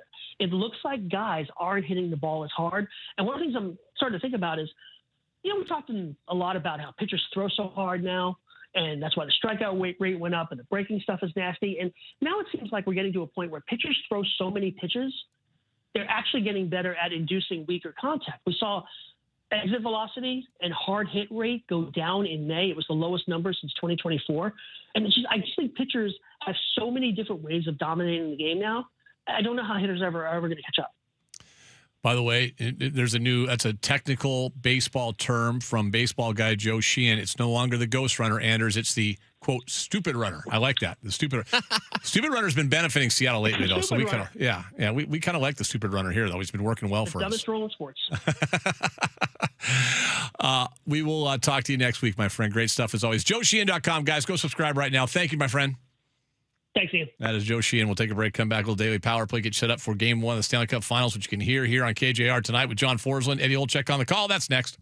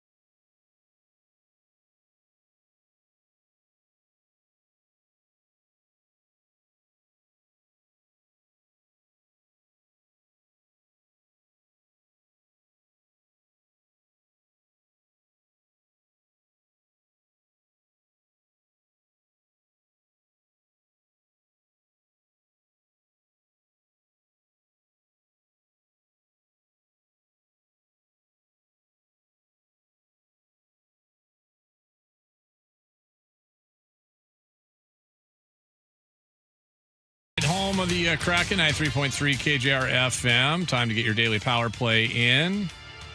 Da-da-da. Anders, I'll be honest with you here. I'm just fascinated by the World Cup. Let's go. Portugal. Ooh, plus 1,000. Yeah. Who? Portugal? Portugal. What is that, like 7th or 8th best odds? It's pretty good. Sixth? Odds, yeah. We'll get back to that.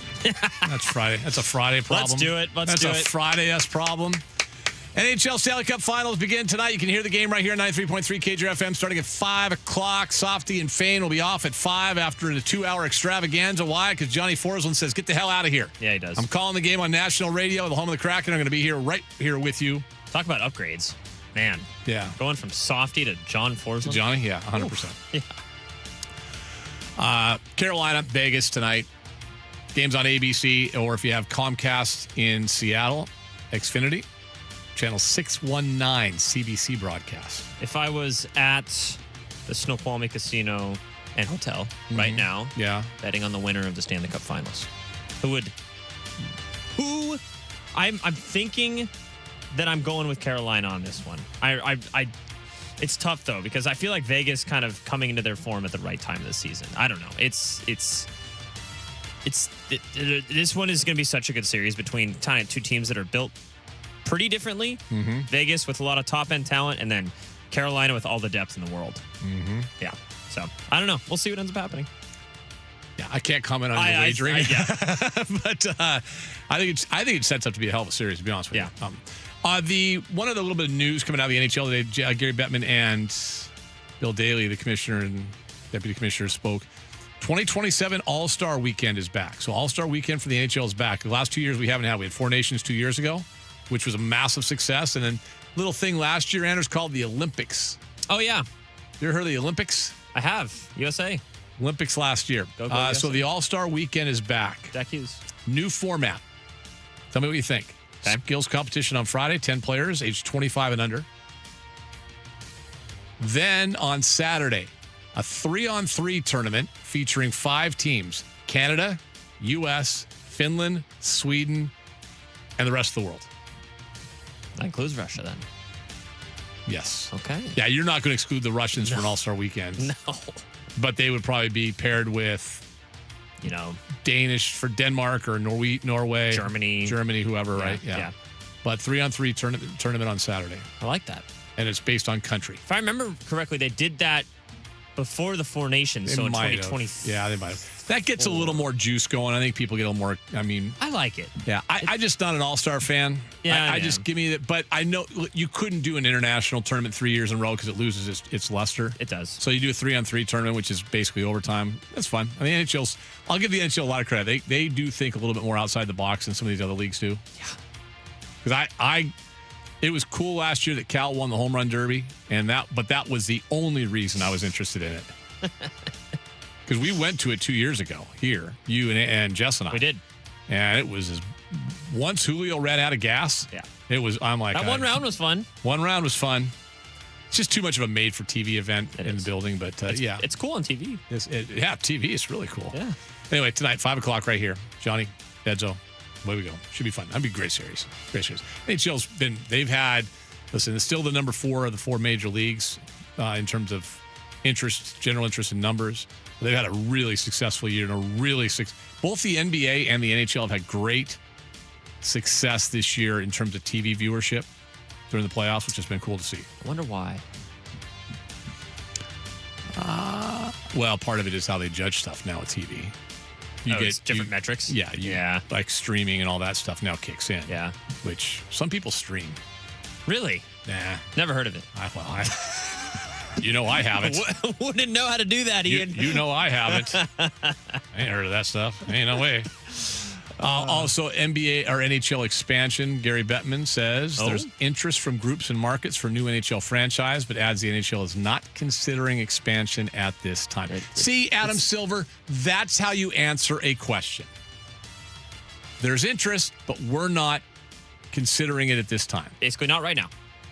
As opposed to whatever weird stuff he's said over the years up until March when he finally said, yeah, we're going to explore expansion. Just say yes or no. Yeah. As simple as that. All right, we good? think we're good. Let's have some shenanigans. John Lund will talk about the return of Aaron Donald. No, I'm kidding. God, I hope not. Jeez. John Lund will join us coming up next.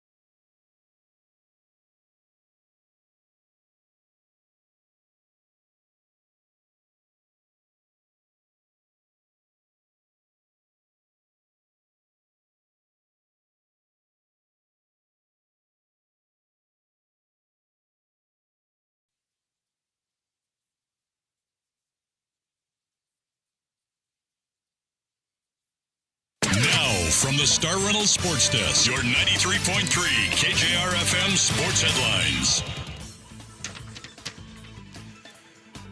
By the way, Sports Radio 93.3 KJR FM brings you the $250,000 USA giveaway for your chance at $2,500. Listen each weekday, 11, 8, 11, 2, 5 for the nationwide keyword. Enter on our website, 933kjr.com. That's right. Our keyword this hour is birthday, 933kjr.com. Headlines brought to you by Frostbrewed Coors Light. Choose chill. Seahawks agree to a contract extension with outside linebacker Derek Hall, $21 million guaranteed. They basically chose Hall over Maffei. I like it. Did.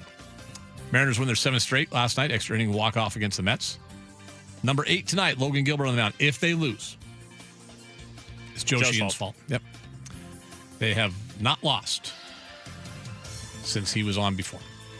Storm lose the Wings, 79-56. They fall to 3-7 on the season, ladies and gentlemen. 3-7 on the year.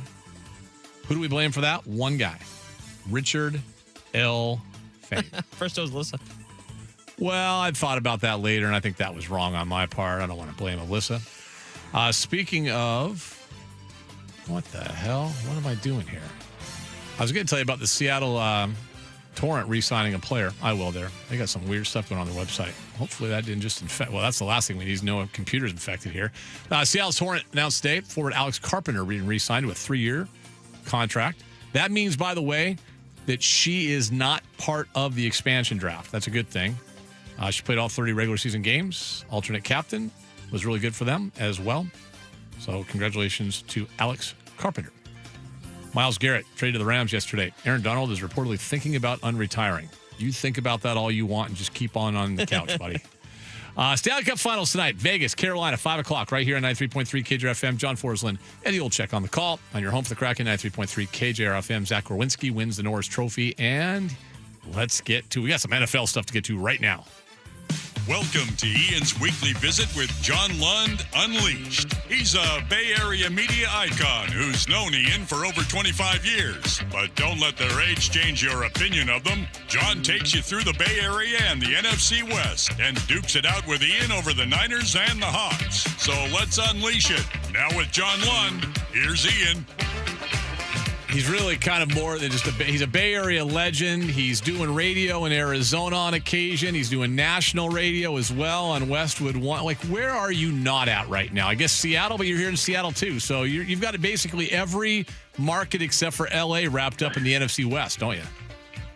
Yeah, I'm pretty much everywhere. And the reaction is universal because I was on the air right when this happened. And you know this. I mean, normally these insiders kind of get a whiff of something, and so they start reporting it and everything. And then, but in this case, it is so hilarious when these guys don't get the story. So like the Jay Glazers, Adam Schefter, Rap Sheet, they're all great at what they do. But it's like when they get totally scooped on this, they're like, "Well, I did say that." No, you didn't. Like nobody had this. Nobody had this. This was just out of the blue. And I'm on the air, and I'm like, "What?"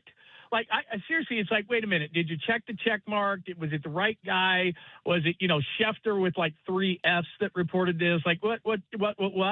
Like, this is crazy. It's nuts. It was what? So yesterday, John, we had a day. So our show before me, Greg Bell, the great Greg Bell, Captain Bell from the U.S. Army and our Tacoma News Tribune Seahawk writer, in the span of 8 minutes, tell me this isn't radio gold in June for a local market, and this is our market. I know. You just hit it, June, the slow month. I mean, just brutal. So I'm driving and listening, and in this course of 8 minutes' time, Myles Garrett goes to your biggest rival, the L.A. Rams, and 8 minutes later, we find out that, and I'll explain why this is relevant. 8 minutes later, we find out that, Melinda French Gates, Bill Gates' ex-wife, she is now a minority investor in the Seattle Kraken with Samantha Holloway, who is the majority owner of the Seattle Kraken, who, by the way, also owns, operates, and runs Climate Pledge Arena and is leading the charge to get the NBA back here and looking to put together an ownership group. And, oh, yes, Melinda Gates is worth $30 billion. You think that was Like, are you kidding me? Can't we spread this stuff out over 2 days? Opposite sides of the spectrum too. It's like one side's like, yeah, and the other side's like, oh, like how do that's you what I said. feel? That's what I said yesterday. It's like, okay, and the thing is the gate stuff that kind of got pushed aside because of the stress that everyone's having over Myles Garrett. But I'm saying, guys, it's kind of bad news, Garrett. Good news. If you were thinking at all, boy, do they have the investors for all that money, billions of dollars for an NBA franchise, and who are they? And would the NBA be interested? Do you think the NBA be interested in 2 females owning an NBA expansion franchise in Seattle? Probably. And one's last name is Gates. I mean, it's like, sorry, we can't tell you the team. We got to check your credit. I'm not sure if it's like, what do you, Gates? That's my credit. Fill out this credit application. My last name is Gates. Yeah. You're in. Like, Yeah. You know what I mean? Like, what better backing could you have? It's incredible. I think we're okay. Yeah. All right. Well, let's get to the Myles Garrett stuff. So this goes down, as he said, kind of came out of nowhere. All it was one of those things. I'm sure you did the same thing. People when we listened to Chris Kidd, the producer, and Greg yesterday, they're like, okay, this happened. Well, hang on, let's check. Is this AI generated, some fake account? Right. Yeah. And now we're all thinking, please let it be a fake account. No, it's not. It's a real deal. What's the reaction for John Lund? Well, here's first and foremost, same kind of thing. When our guys, so like every radio station, they play this breaking news, and it's normally just like, that's not breaking news. Like, stop it. Yeah. When he first said it, and our producer said on the air, and Myles Garrett's been traded too, and I swear to you, my first thought was Seattle. Just because I didn't think the Rams would do this. They already made their big move. They already got Trent McDuffie. They already made their moves. And I thought, well, it's going to be a Seattle counteroffer. And the way John Schneider works, and you're going to, they probably still need edge rushers. Like that would be the team. And when he said Rams, you know what it reminds me of? Because everyone on the West Coast is the same way. And when you get back into the NBA, but you know this from your time at the Sonics, everybody hates the Lakers and the Dodgers and the Rams. And it's because they make moves that your team doesn't. Now, the Seahawks do this. It's not that. It's just, for example, the 49ers are all excited. They got Mike Evans, and they think they're back in this thing. And now, the Rams do this. The Lakers did this with Luka. The Dodgers do this with Ohtani. Like, they have a different thing that they can do, and they make these moves. And they, getting Trent McDuffie was bad enough. And now you get a guy like Myles Garrett. And now, and I do truly believe this because Pat McAfee said that he contacted Aaron Donald, and Donald said, well, I got to make sure that the fire's lit under me. Okay, you don't have to go to training camp. You only have to play maybe 20 or 25 snaps. You don't even have to play full time, and you have a hell of a chance of getting a Super Bowl ring. The fire's lit again. Like, I expect Aaron Donald to be back. Now, do I expect him to be what he was, just an absolute wrecking ball terror? No. But for 20 or 25 plays a night at 35 years old, he can do that. So I'm not saying these things to depress everybody.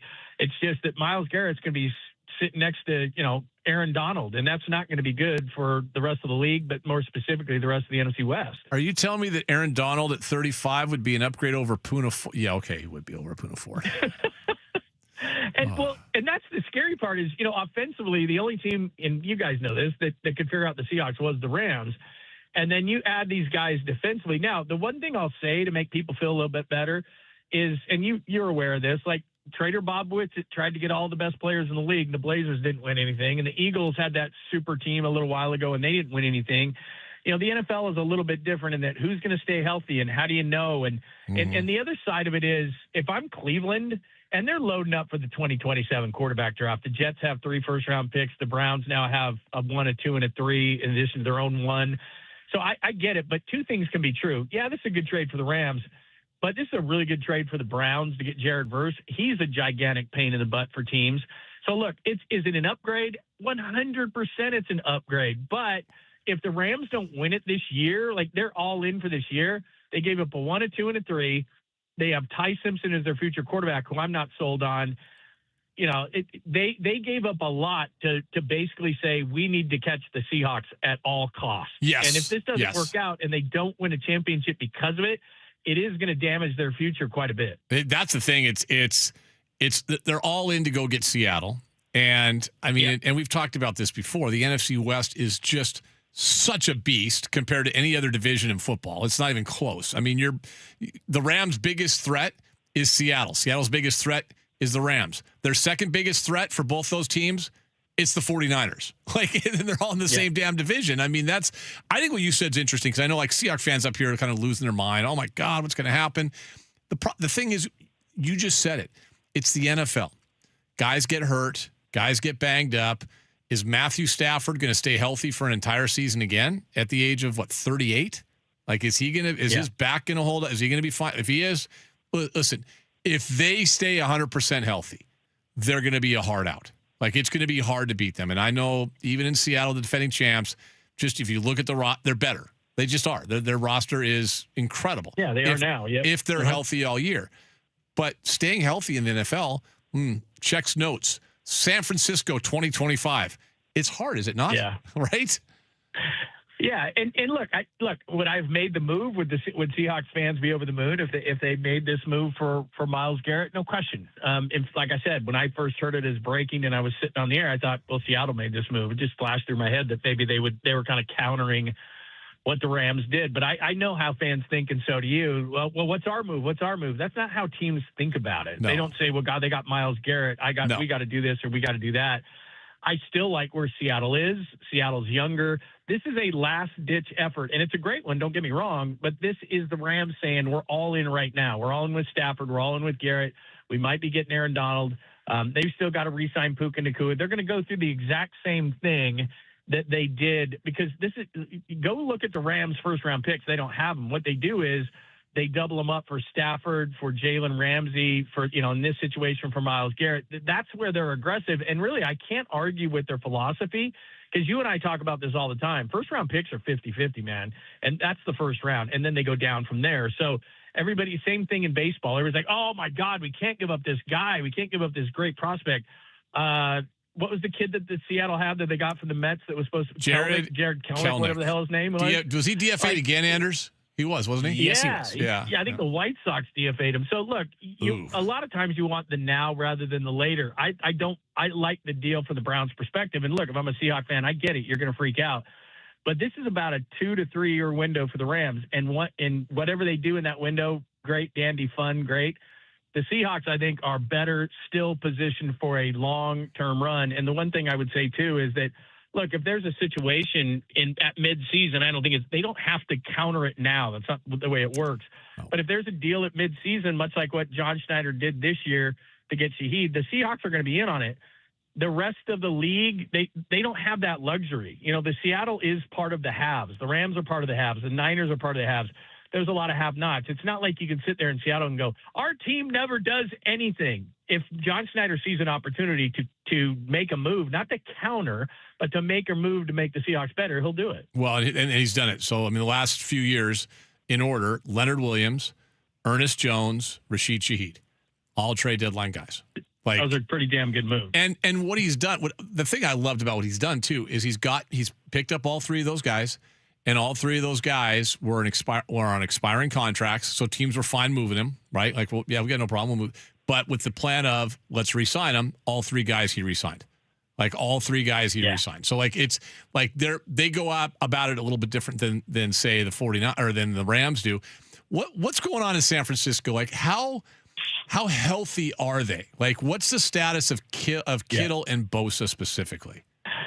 Yeah, that's a problem because Kittle's not all the way back. I mean, he's at OTAs, and I talked about this a little bit last week. I don't understand teams that don't have their guys there because up there, you were telling me last week, like, JSN's out there. Everyone's here. And it's raining outside, and, everybody's out there, and Witherspoon doesn't have to be there. He's looking for a contract. He's there. All the guys are there, and it reminds me a little bit of last year, like McCaffrey was coming back, and you and I got in the conversation a lot. Is he healthy? Is he healthy? Is he healthy? Well, Kyle ran him into the ground again, so I guess he is. But Kittle's not. That's all. Kyle's like every year. Kyle goes, we got to get him less carries, less touches, and then he, runs it 300 times and catches 100. It's like, dude, like really? But Kittle's Achilles is not even close. And then Bosa trains in Florida a lot of times. But this was interesting. They wanted to check in on him, so he did come into camp, but. So I think Bosa is going to be ready, but is he going to be as explosive as he normally is? No. I don't even think Kittle will play in the first number of games. He'll be on the PUP list. And then the other thing that's good for you, bad for the 49ers, Mikael Williams, their first-round pick last year, who's kind of a tweener. Mm-hmm. They want him to be like a Michael Bennett, but I don't think he's that good. But and so he's playing more of an edge, but an edge setter type. He's not going to be ready. He tore his knee late in the year. So, it wasn't just last year that they had all these injuries. And Ricky Pearsall, their former first-round pick wide receiver, can never stay healthy. Trent Williams is getting a lot older. They're kind of in a similar position as the Rams, to be honest with you, in terms of their age, but they're just not as good as the Rams are. So, obviously, I think the Rams right now are 1. Seattle's right there at 2. I think there's a gap between the 2 in the division and the Niners, but if I had to say, like, hey, everybody loves power rankings, I'd probably put the Niners still at like 7 or 8. But in this division, I mean, can you imagine you have 3 of probably the top, 7 teams in the league? But the Niners are just I think, a step back from where the Rams and the Seahawks are because they've got some unknown, as you said, some unknown or unresolved injury issues. The John Lund joining us. You're down there too in Arizona, so I got. Yeah. What are they like? Here's the thing. Here's the wild card for the 3 teams we just talked about with Seattle, San Francisco, and the Rams. Whatever team doesn't sweep Arizona is going to be in massive danger to miss the playoffs, right? Like you better, no doubt. Right? Like, is Jacoby Brissett still thinking he's going to get paid?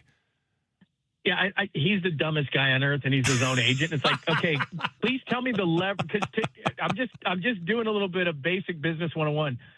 Tell me your leverage. I went 1-11 in games last year. Tell me your leverage. Well, Gardner Minshew is him. Like, they're like the Spider-Man meme. You're both a veteran quarterback, and they drafted a kid in the 3rd round in Carson Beck, who I don't expect to be very good, but they're going to give him a shot because they're going to stink so bad because they have to decide with the first pick in the draft. And if you've seen the Cardinals' schedule, it's brutal. It's 3rd hardest, but they're not going to win any games. They're probably going to have the first pick. So their main determination next year is if Carson Beck can play. And if not, then they are going to take Arch or Dante Moore or whatever the case may be. But they took Jeremiah Love because it's like, well, maybe he'll be exciting. And they got one of the LaFleurs. They got Mike LaFleur, who was at the Rams. They should be better offensively, but it's going to be just like last year. Teams are going to light them up for 40 points. They're like that meme, the dragon meme where there's like 3 fierce dragons and then there's the dopey looking one. That's the Cardinals. Like, it's so good. It's awful. When we reacted to it yesterday, it was like, well, like fans were freaking out and calling in, and I was like, why do you care? Yeah. Like, you should be happier that they gave up stuff for the future when you could be possibly decent because you're like, what, you were going to compete with the Rams this year? Like, what are you talking about? Stop it. So our national nightmare, at least in Seattle, the Seattle nightmare came to an end. We are all Spurs fans from now on, buddy. Huh? Told you. I told you last week. You did tell us that. You did tell us that. Oh, thank God. Look at the reluctance in your voice to at least give me any kind of credit. I'm giving you credit. Whatsoever. I just gave you credit. What are you talking about? No, that's yeah, more very begrudgingly. No, that's not. That's not reluctance. That's not reluctance. That's relief. That's the relief. Okay, It's a heavy sigh of relief. However I can get it, I'll take it. It's a heavy sigh of relief. It's a heavy sigh of relief because we don't have to watch SGA falling on the floor and Chet Holmgren looking like a giraffe on skates in the NBA Finals. They were terrible. He was terrible. He's terrible. You want to talk about bad contracts? Oh. His contract kicks in next year. Oh, I know. Well, see, and if you're a OKC hater, and I know everybody is, the last time they had this situation, because he gets paid a ton, SGA gets paid a ton, Jalen Williams, J-Dub gets paid a ton. Those guys are all maxed out guys. The last time this happened in Oklahoma City was Kevin Durant, Russell Westbrook, James Harden, and they had to break that up. The reality, they get a lot of network money, all that kind of stuff, but still, where you play matters. And them taking the Sonics from Seattle and going to some dumpy town in Oklahoma, there's not a lot of corporate sponsors and a lot of things like that. Like they're not rolling in money. So these guys have their window. But, Wemby took that thing away, and I don't know if Oklahoma City is going to get back because they've already got to start. It's already started. They're going to have to start chipping away at some of their players who have made them, you got the big 3, but they're not going to be able to afford everybody. So everybody thought that was going to be a dynasty. It's like, whoa, hang on here. There's a really tall guy in San Antonio that's like, not so fast, my friend. We've watched this league for a long time. It's safe to say we've never seen anything like this guy. Right? Like we've just, and the whole thing, I get it. Every year there's an MVP awarded and people want to complain about who it is and who it isn't. SGA is a great player. His flopping aside, give him his credit, right? He's a great player. He's a wing. There's over the years, there's been a lot of guys that look like that. They don't maybe play like that because he falls down, but you know what I'm saying? That's a guy. Wemby's just we've never seen anything like that. ever. No. Plus, here's the thing, too. He's 22. We all know this. He's 22. Crazy. He's going to fill out. He's going to get better. And then what also happens with smart players, and he's got the drive. You can tell he has the want. What starts to happen with these guys is you've thrown everything at them. You know, everybody threw everything at Durant or Curry or any of these great offensive players. And once they've seen it a number of times, they figure it out. And like I said, he's really thin right now. He's going to get bigger. He's going to get better. This is the worst version of him and this team you're going to see. These guys are all young. They're all 21, 22, 23-year-old guys. They're just starting. These guys aren't even close to contract extensions. But Wemby himself, who's going to be dominant for a really long time, you better get on him now. The Knicks better beat him now, because if they don't, these guys are going to reel off a bunch of them, because Wemby's just going to get better. How the hell San Antonio, man, what a lucky ass town. They're lucky. David They gotta be the Robinson, luckiest Tim town in Duncan, America. and Wemby. Like, really? Like, you have three of the best bigs ever. Yeah. Well, and here's the thing too with this, and you're going to get to know this when, you know, more and more getting closer to the NBA, is they're changing this whole thing, the lottery system, for the next 3 years. And what San Antonio did, so they get Wemby 1, and they get Dylan Harper 2, and they got Castle 5 to kind of build that team. You can't get consecutive top 5 picks the way that this whole new system is going to work. So the way San Antonio was built, you're not going to be able to do that anymore. Your teams, they're trying to spread the wealth the best that they can. So you're not going to be able to get 3 top 5 picks, including the number 1 pick, number 2 pick, number 5 pick, in 3 consecutive years to build the team like they did. Yeah, which isn't good when you're trying to build a team from scratch in a couple of years. But I do get that fact. It leads to a little more parity. By the way, we'll do this next week. I watched the Jailblazer thing on Netflix. What a piece! I did too. Oh, dude, it's so wrong. Like the timelines are screwed up. Trying to make Rashid be a sympathetic figure is just classic. Oh God, they skipped over so much stuff. Oh. They skipped over so much stuff. So much stuff on Kemp. Much stuff on Rashid. Like, we've told these stories before, but they didn't mention the fact that with all those technical fouls, they put his mom and wife in the front row to try to mellow him out, and she would yell, "Rashid!" Like, I mean, there's all these great stories that left out. The one on Stoudemire's weed was totally wrong, the way that they put that. There's two things wrong with that. The yellow Hummer happened in 2002, because I was already in Portland. You were gone, and they made it sound like it happened like in 2000 or 99. Then his whole thing where he snuck it through the that was the off season of 03. Like the timelines are all screwed up. I'll tell you what I did enjoy, though. I did enjoy seeing your old co-host Kenny Vance all the time, and he was in all kinds of video there. Big Kenny was there. He was standing. He's hard to miss, but yeah, he was in the background of a lot of things. But the other thing, oh man, the whole thing drove me crazy, because they had a lot of people too. There was a lot of different stories that they completely glossed over. But the guy who took over, like Bob Whitsitt, got this big forum, and he was trying to defend himself. Like, what would you have done? Like, that's how Whitsitt is. He's got so defensive at all these things, and it was like they didn't even talk to like Scottie Pippen or Steve Smith or Greg Ant. Like, there was all these guys on that team that could have said, like, this thing was a dumpster fire. And they gave Bob Whitsitt like this pulpit to get on top of and basically say, it wasn't my fault. It's like, dude, oh my God, you ruined the organization. Well, what are you talking about? The thing is weird too. We got to go. But the thing that's weird is, like, so you have the whole time they're talking, it's like there's Colin Cowherd never went in the locker room ever. Like, ever. Never.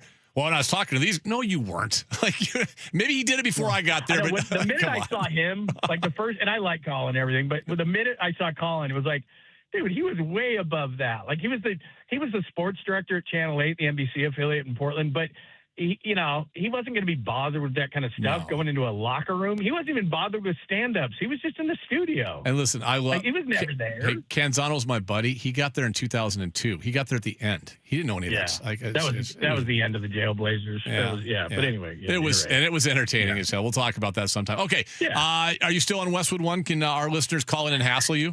Yes. In fact, you know what's so funny is when I get called on Saturday and Sunday nights on Westwood One Sports, which it's all over the place. And I think it's on your sister station. It's on Sirius XM 375 on the weekends, but they all call and reference your show now. Well, when you were on with Ian, and Ian said this, and so they're all your listeners, all 3 of them. So yeah. Is it 3?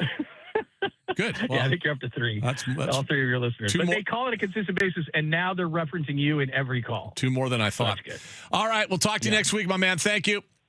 You're the best. See you guys. God bless and good night. That's John Lund. We'll take a break, come back. We'll check your text. We got talkbacks as well. Plenty talking about Russell Wilson next.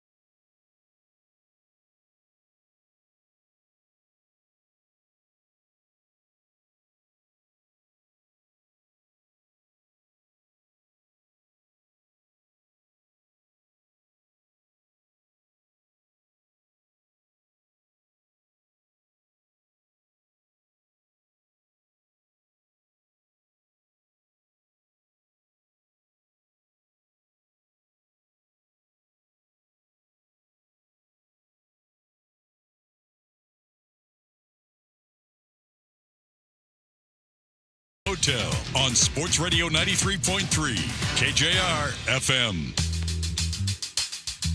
Ian, Jess, Anders, Jackson, French Gates, Phelps here. Totally titillated at the announcement of Melissa Melinda's involvement. We don't need men up in this piece. In fact, I'm so committed I have voluntarily decided to chop off my own testicles and give them to Sean Kemp so he can dunk them on opening night at the Return of the Sonics, baby. And frankly, Dick, this all reminds me of how furious I was at that article a few weeks ago. And I just want to remind you that, Mr. Schultz, you can lick my butt hole. Sounders at 7:30.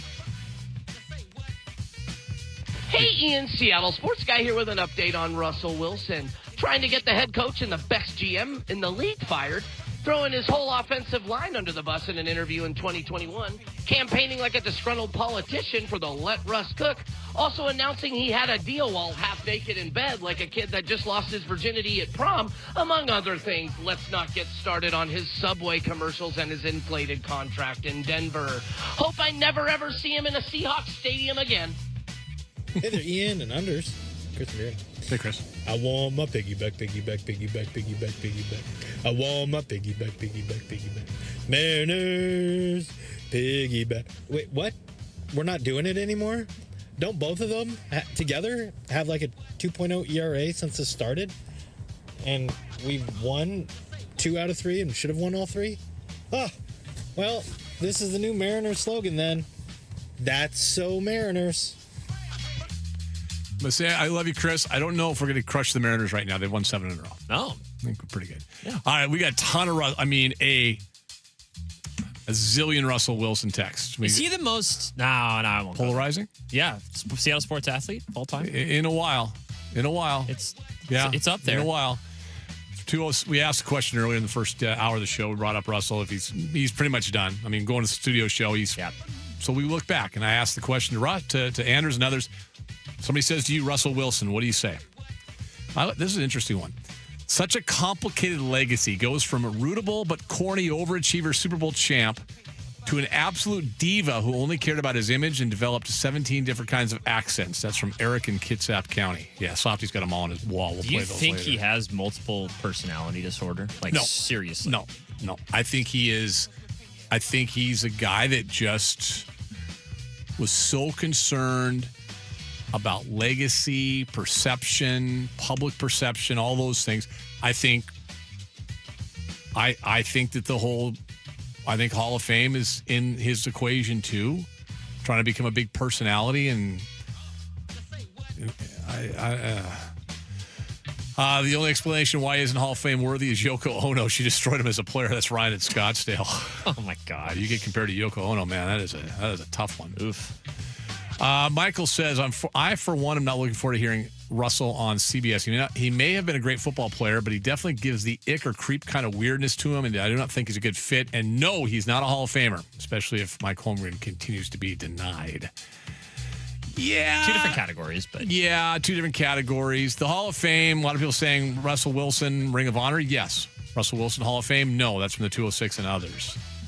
I agree. I agree with that 100%. Yeah. Let's see. He went down when he stopped coming in early and staying late. No, I think he still was there. No time to sleep. Listen, every team has 25 guys that are first in and first out. Someone's got to be first in and last out.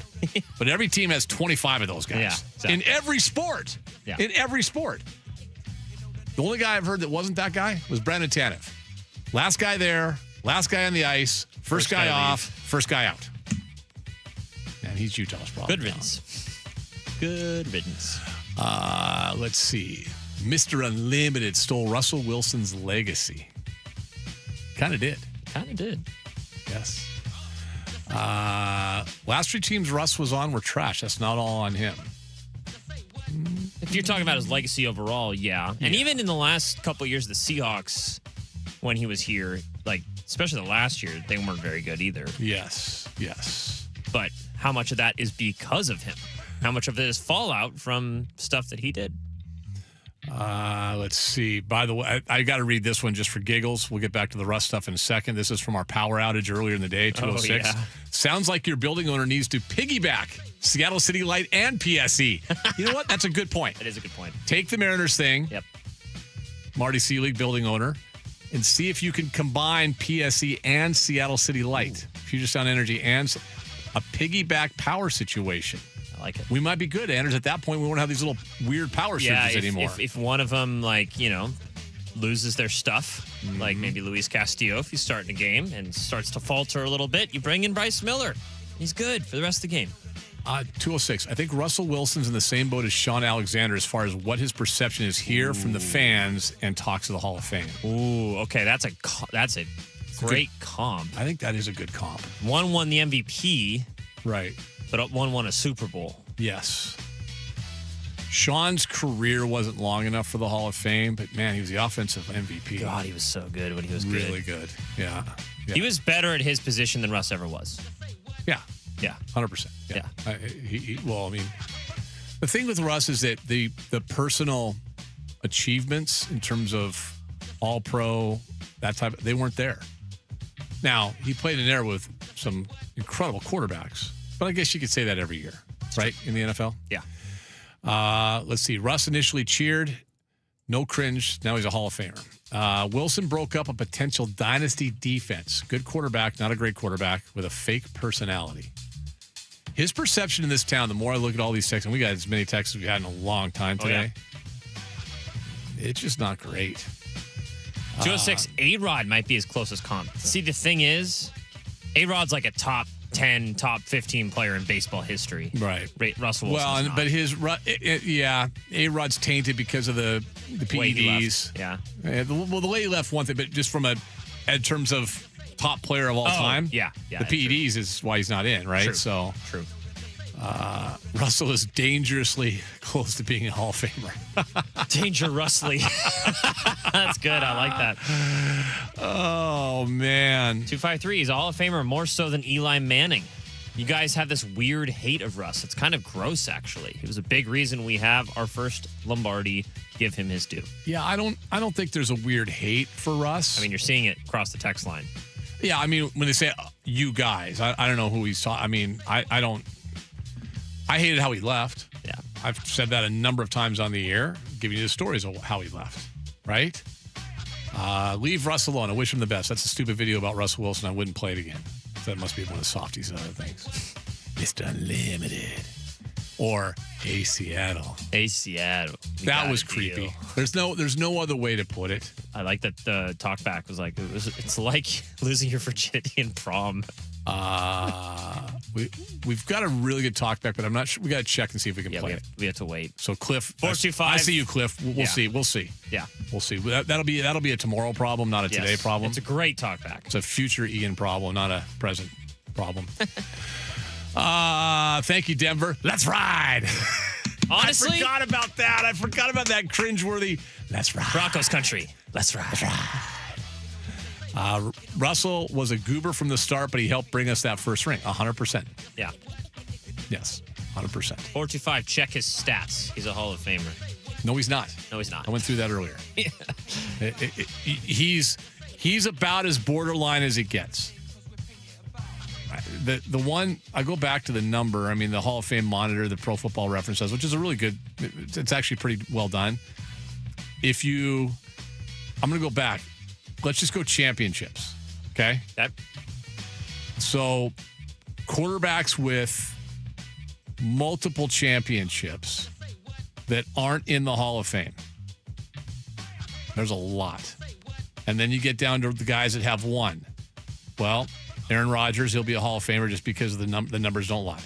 Brett Favre, Hall of Famer, numbers don't lie. Drew Brees, Hall of Famer, and when we numbers say don't lie. numbers don't lie, like we're talking. I just talked about the 3 all-time leading passers in the NFL. Yeah. 1, 2, Russell and Wilson 3. is not close to that. Matthew Stafford is a Hall of Famer. Yes. He's passed for 64,000 yards. Russell's going to end his career with less than 50,000 career yards passing. Kurt Warner's a Hall of Famer. I think the Kurt Warner one is a little bit closer. But here's the thing with Kurt Warner. 2-time AP, first team All-Pro. Let me go back to that. 2-time first team All-Pro. In addition to that, he was an MVP. And he won a Super Bowl. The guy that Russ was never a first team All-Pro. He was a 10-time Pro Bowler, but I want to say, honestly, Anders, 6, 7, or 8 of those were as an alternate. Yeah. Like, that's just no. Yeah. You guys are acting like going to back-to-back Super Bowls is ho-hum. Is there another quarterback that's ever done that for the Seahawks? No. And we said he's the best Seahawks quarterback. Yeah, he's the best Seahawks quarterback. We're talking Hall of Fame, NFL Hall of Fame, Right. Pro Football Hall of Fame. The interesting comp would be him and Sam Darnold if Darnold goes back this year for this reason. Both of their teams were defensive-based teams. Yeah. Defense first, And I posed the question to you earlier. Who was more important to their respective Super Bowl winning team, Sam Darnold or Russell Wilson? Yeah.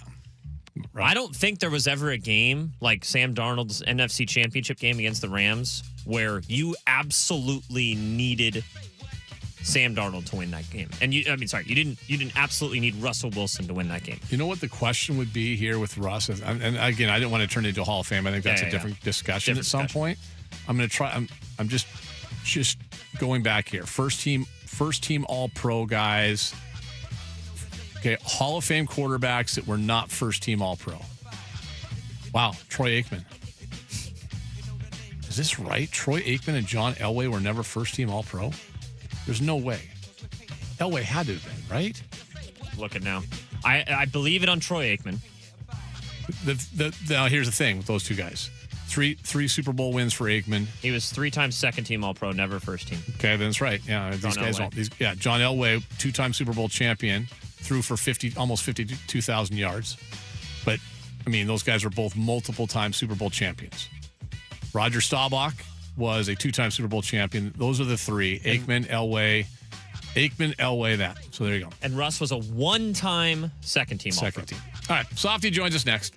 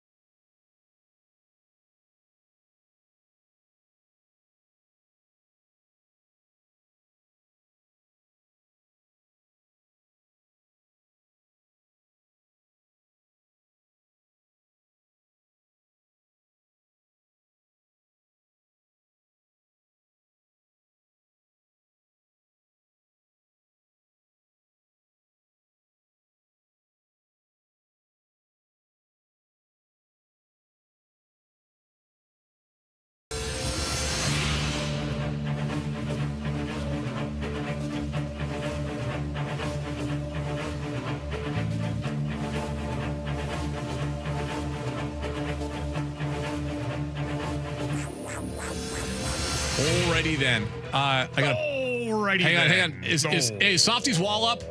Is it up? It is now. It should always be up. Chair too. First of all. God. Okay. Hey, no. Look what the hell she's doing. She out here, pregnant at all, trying to take a photo. We did this whole thing yesterday. So on the show. I know, but so I asked the question today to our listeners. Some guy, and we used Anders' in-laws as a good example because they're from Argentina, right? Have no idea what football is. Somebody comes up to they you, know nothing. Somebody comes up and says, "Hey, I love that. Russell Wilson, Dave. If your buddy what's your buddy's in Alabama's name? Fowler, Ryan Fowler. Do a Ryan Fowler. How y'all doing? If Ryan Fowler calls up and says, "Hey, what do you think about Russell Wilson? Yeah. What's his legacy in Seattle? Yeah. What do you say?" I'd say he's the greatest quarterback in franchise history. He's also a complete goober.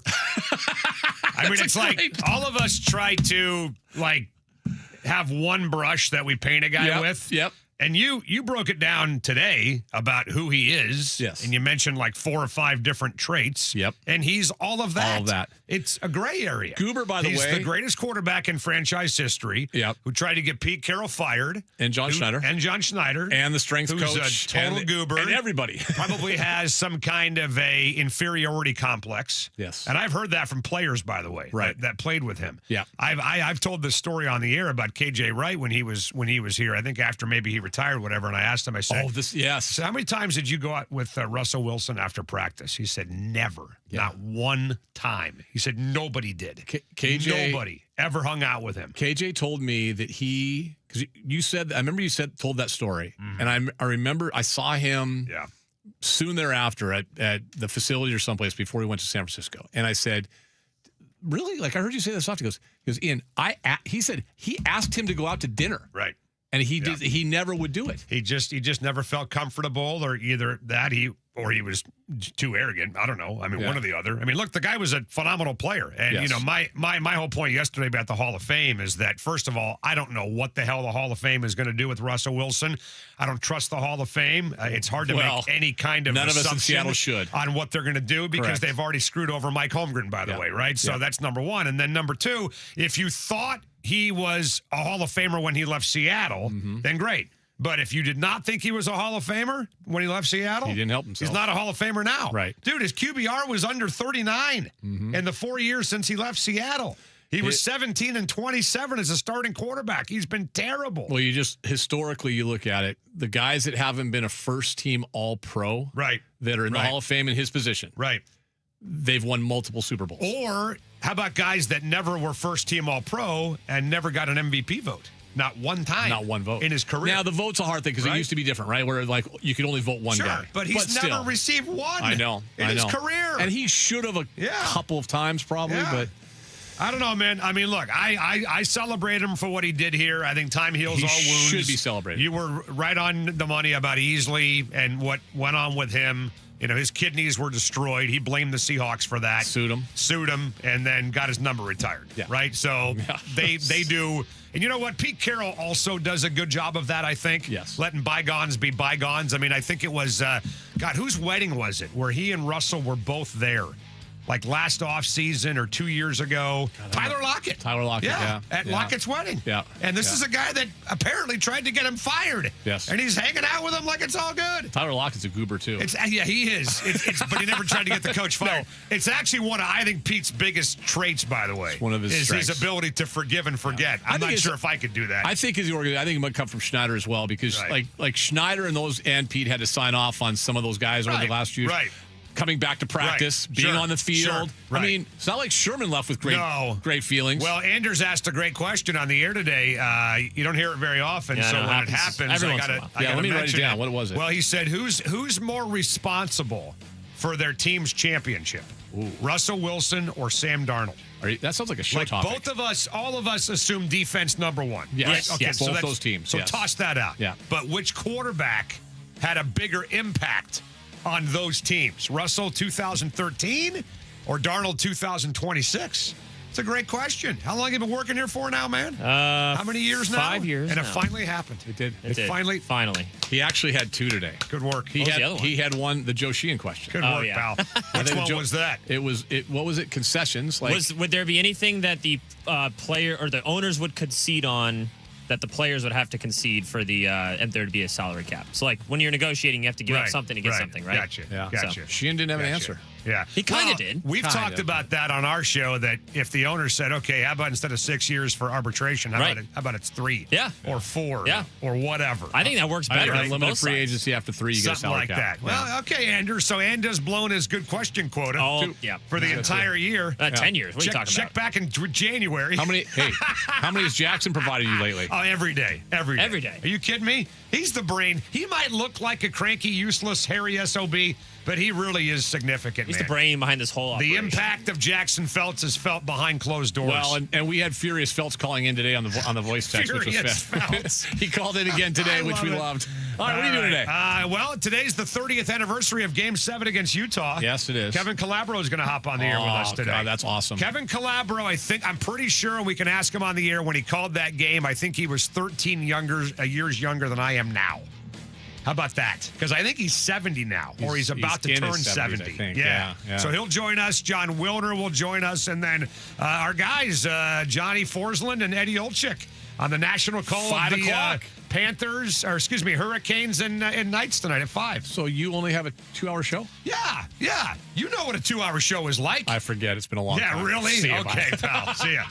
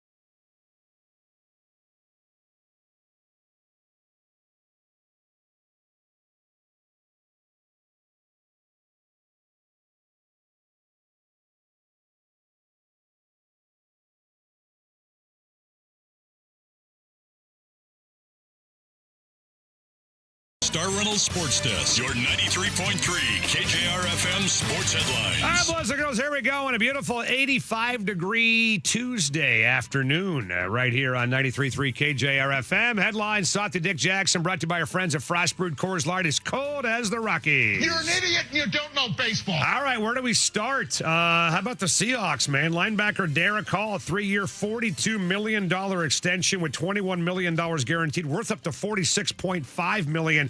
He's now under contract through the 2029 season, 8 sacks in 2024. Had 2 last year in 14 games while he dealt with injuries and a suspension. Well, the Steelers say, I'll see your Derek Hall and raise you a Nick Herbig. 4 years, $100 million for the pass rusher with $42 million guaranteed. Pittsburgh is now spending $83 million on 3 edge rushers every year. Well, more news in the NFL. Good to be Pat Surtain. He's getting $5 million in a raise from the Broncos and a contract adjustment. And they say if he makes All-Pro or a Pro Bowl this year, he'll get $5 million more next season. That? Arizona and Arkansas, who just met in March in the Sweet 16, have agreed to a multi-year series that will begin this coming season. Mariners tonight, 32-29. They've won 7 in a row after a 3-2 10th inning win last night against the Mets. Their 3rd straight extra inning victory. Game 2 of 3 against the Mets tonight. Logan Gilbert versus Jonah Tong at 6:40. And the Huskies have grabbed 4-star wide receiver Trey Moore for their class of 2027.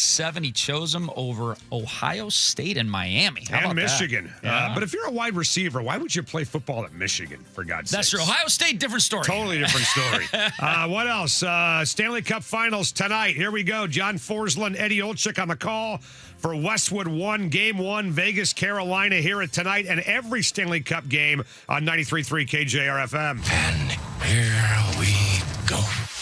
And now, 2 goofy, wacko, out-of-touch homers. Just brutal radio. Just horrible. Live 41 yards. from Elliott Bay. Can you feel it now? This is Softy and Dick. All right, here we go. We got a busy When Tuesday show. I almost said Wednesday, but I said When Tuesday show.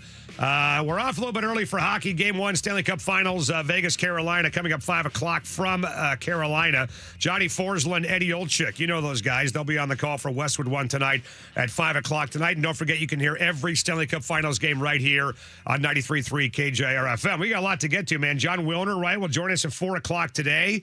Today is the 30th anniversary of Game 7 against the Utah Jazz, which Jackson and I figured out he was 4 years old for back in 1996. He had no idea what the hell was going on, unless, like the Fain family, you've got some, like, advanced brain that lets you remember stuff when you're 4 years old. All right? I mean, I was 23 for that game. I'm 53 now, and even my memory is fuzzy of that day. I will tell you this, man. There's a lot of memories of that game on and off the court. Kevin Calabro is obviously the narrator of that event, at least for radio purposes. He will join us at 3:20, and we'll get Casey's thoughts on what it was like to be a part of that Game 7 against the Utah Jazz. Jackson's got a montage of highlights from that game from 30 years ago that miraculously we've hung on to, right? 30 years later. We're going to play that for you at 4:45, but I think people like us and Jackson, again, you would have no memory or no idea what the hell we're talking about, but imagine if for 2 years in a row the Sounders were kicking everybody's ass in the regular season in the MLS and then lost in the first round for 2 years in a row.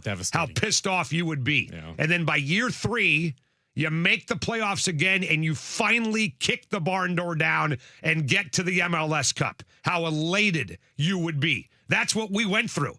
2 years in a row. Denver, Dikembe Mutombo coming to the Coliseum. I believe that was the last Sonic game ever in the Coliseum before they blew it up. Sonics went to the T-Dome and lost to the Lakers the very next season. And then they finally found a way to get there, and they won Game 7 against the Utah Jazz. Sean Kemp had a couple of big free throws. He kind of exercised that demon for himself.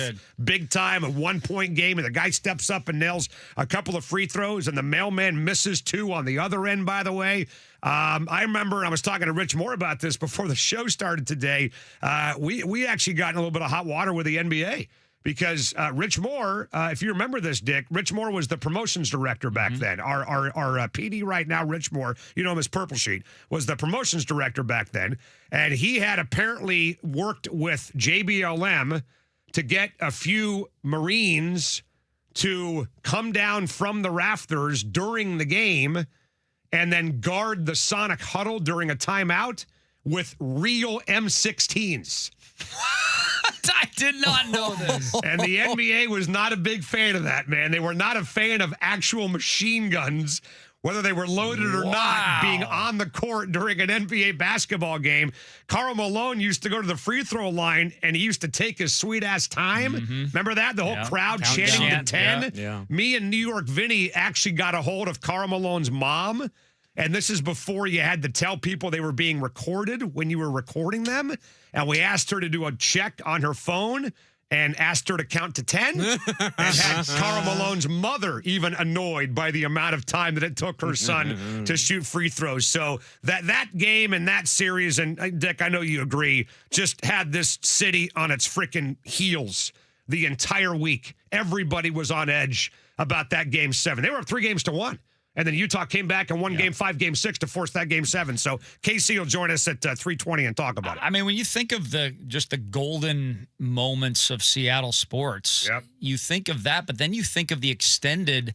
That happened only 9 months after the Mariner 95 run. That's right. I mean, we had in a 9-month span, we had the most amazing Mariner month of all time, and I'm still going to say all time, even more than what we saw this last October. And then the most amazing Sonic run in my memory. Yes, you think I remember everything about the 79?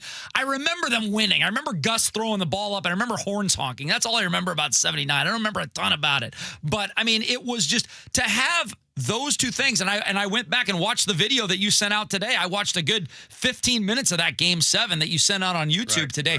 And George Karl actually talked about the Mariner run in the postgame. Now, he mentioned that. That's how fresh it was in our minds that we went through those 2-month-long runs in a 9-month span in this town. It was unbelievable. The funny thing about that broadcast, I was watching it today too. First of all, you know how YouTube automatically puts another video in the queue after you're done watching a video? Yeah. Right? So the very next video that came up was Game 5 against Denver. Oh, I thanks. mean, you can't even give me 2 seconds. Nice job, YouTube. To enjoy this. I mean, the son of a bitch has his yacht outside our office, for God's sakes. I should get in a dinghy and go out there and kick his ass. Are you kidding me? You can't even let me enjoy this thing 30 years later for 2 minutes, for God's sake, Zuckerberg. So that's number one. And then number two, Ahmad Rashad's doing the post-game stuff on the court. Imagine this happening today. Oh, I know the you're first person he spoke to. Make him guess. The first person. Sonics win the conference finals. Okay. Key Arena's going bananas. Yeah. And the first person Ahmad Rashad grabs to interview on the court as soon as the game ends is who? I would have no idea. Just take a wild guess. Superstar. Take a wild guess. Star. Okay? Maybe somebody from the Sonics, right? They I was just won going the to say, game. Kemp Payton, obviously, but Karl Malone. Karl Malone was the first interview. He interviews Karl Malone. The first thing they do is they grab Karl Malone and put him on TV. So, I mean, the guy just lost the here's my game. question.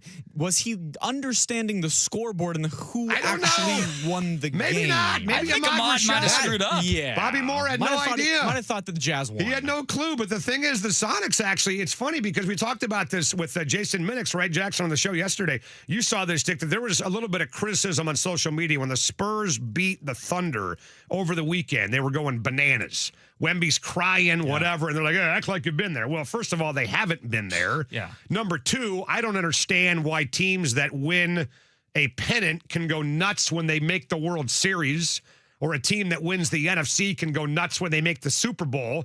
But an NBA basketball team can't do the same thing when they win a conference championship to go to the NBA Finals. It's weird like that, and it reminded me that there were actually people criticizing the Sonics for doing the exact same thing. Really? After they beat Utah. They were going, this is too much of a celebration. They should act like they've been here before. And, of course, they lost to Michael Jordan in Utah in the NBA Finals. But we're going to talk to Calabro about all that stuff, man. Not that we needed a reason to have KC on the air. But we thought with the Thunder losing over the weekend, and with today being the 30th anniversary of Game 7 of the win against Utah, You Thunder!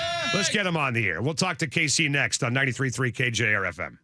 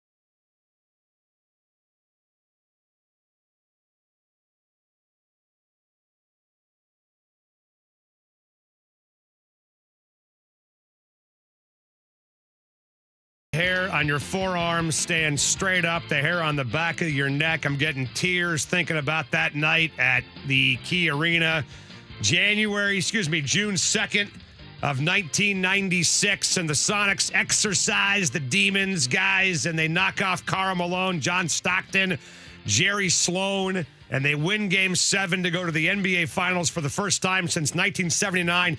And joining us right now on the air, he was a spry 40-year-old broadcaster, by the way, 13 years younger than I am now. And he's back with us on the radio show to reminisce and talk a little basketball as well. Our friend, the great Kevin Calabro. How are you, KC?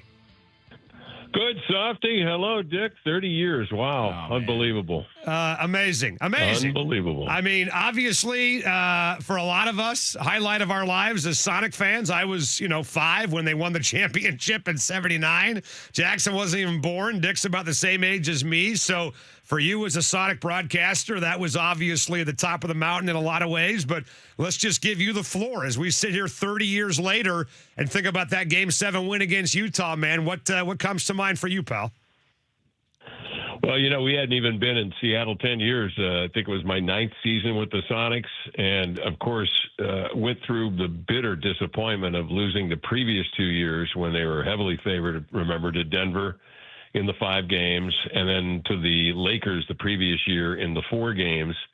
And then in the offseason, they go out and they acquire Hersey Hawkins, and they go out and they get Frank Burkowski, and they were just a machine. I mean, the thing that stands out to me is a 38-3 home record. I was watching today on YouTube the fourth quarter of Game 7, and the noise was deafening in there. That was at a time when NBC got the decibel meter. I think it was one of the first little gizmos that they had on the broadcast, the decibel meter. And of course, it was just off the chart. And it was just thrilling to watch that broadcast and watch that fourth quarter play and just see how that whole series unfolded over 7 games. It was thrills and spills. The season began with them just getting clubbed in Utah, just getting hammered in the regular season. And then, of course, it progressively got better for the Blazers. The Sonics, they went 26-15 on the road. The number 1 offense that year and the number 2 defense that year with a net rating of 8.2, meaning they'd beaten people by an average of better than 8 points per ball game. They were just that dominating. It was just something to see that group come into an opposing building and just take command of the opponents and of their audience as well, with the likes of Peyton and Kemp, Detlef and Sam, Hersey, obviously, Nate McMillan, Vincent Askew, Frank Burkowski, David Wingate, Steve Scheffler, had a rookie by the name of Pookie Snow on the team at that time, Irvin Johnson. That was just a fun group to be around. They were very athletic, but they were also very cerebral. They were smart. They were disciplined, and they were, above all, they were unselfish.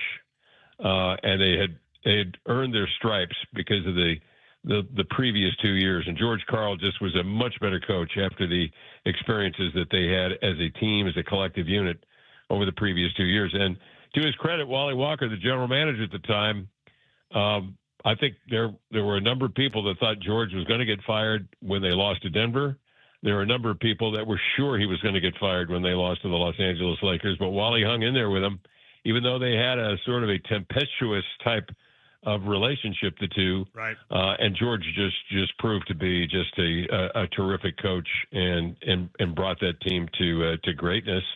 And unfortunately played a 72-win Chicago Bulls team with Michael Jordan, who was obviously on a real mission, as he had set out the previous year and a half. And they were just an indomitable force that unfortunately the Sonics just didn't have the matchup for. Well, Casey, it's always great to hear your voice. And you mentioned the difference between 94, 95, and 96. Jim Gray asked George flat out in the postgame on the court, were you nervous because of what you had gone through those last 2 years? And I thought George's answer was interesting. He said, no, because this team, and I think he was making a point, he said, this team has always been together. Almost kind of alluding to the other teams weren't always together. So what do you think got them over the hump that year? Was it more the additions you were talking about, or was it just maturity?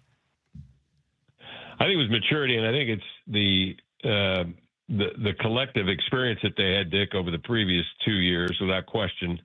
I mean, they could see what worked, they could see what didn't work, and clearly there were some things that did not work. Being tardy for practice, sometimes being late for flights, sometimes being late for a game. I mean, you didn't really see that the year they went to the finals. You saw a tight-knit group that was responsible to one another.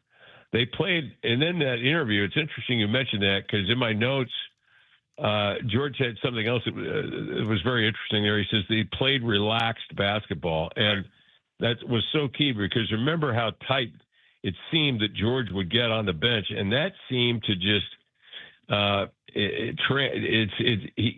seemed to exude that sometimes, and it seemed to be catching on with his team. There was just this tightness, sort of self-doubt, but there was none of that in the final, even though, of course, they got up to the 3-1 lead and lost a close one at home, and then went to Utah in Game 6 and just got waxed. Yeah. And I remember thinking back then, geez, they just lost this game by better than 30 points. Mm-hmm. Are we going to experience this again? And Game 7 was just an absolute delight. That people, if you're not acquainted with the team or the time or what we were talking about, do yourself a favor, get on YouTube and just watch the fourth quarter of that game. Yeah. Just some spectacular basketball between Stockton and Gary Payton. That matchup was crucial in the fourth quarter.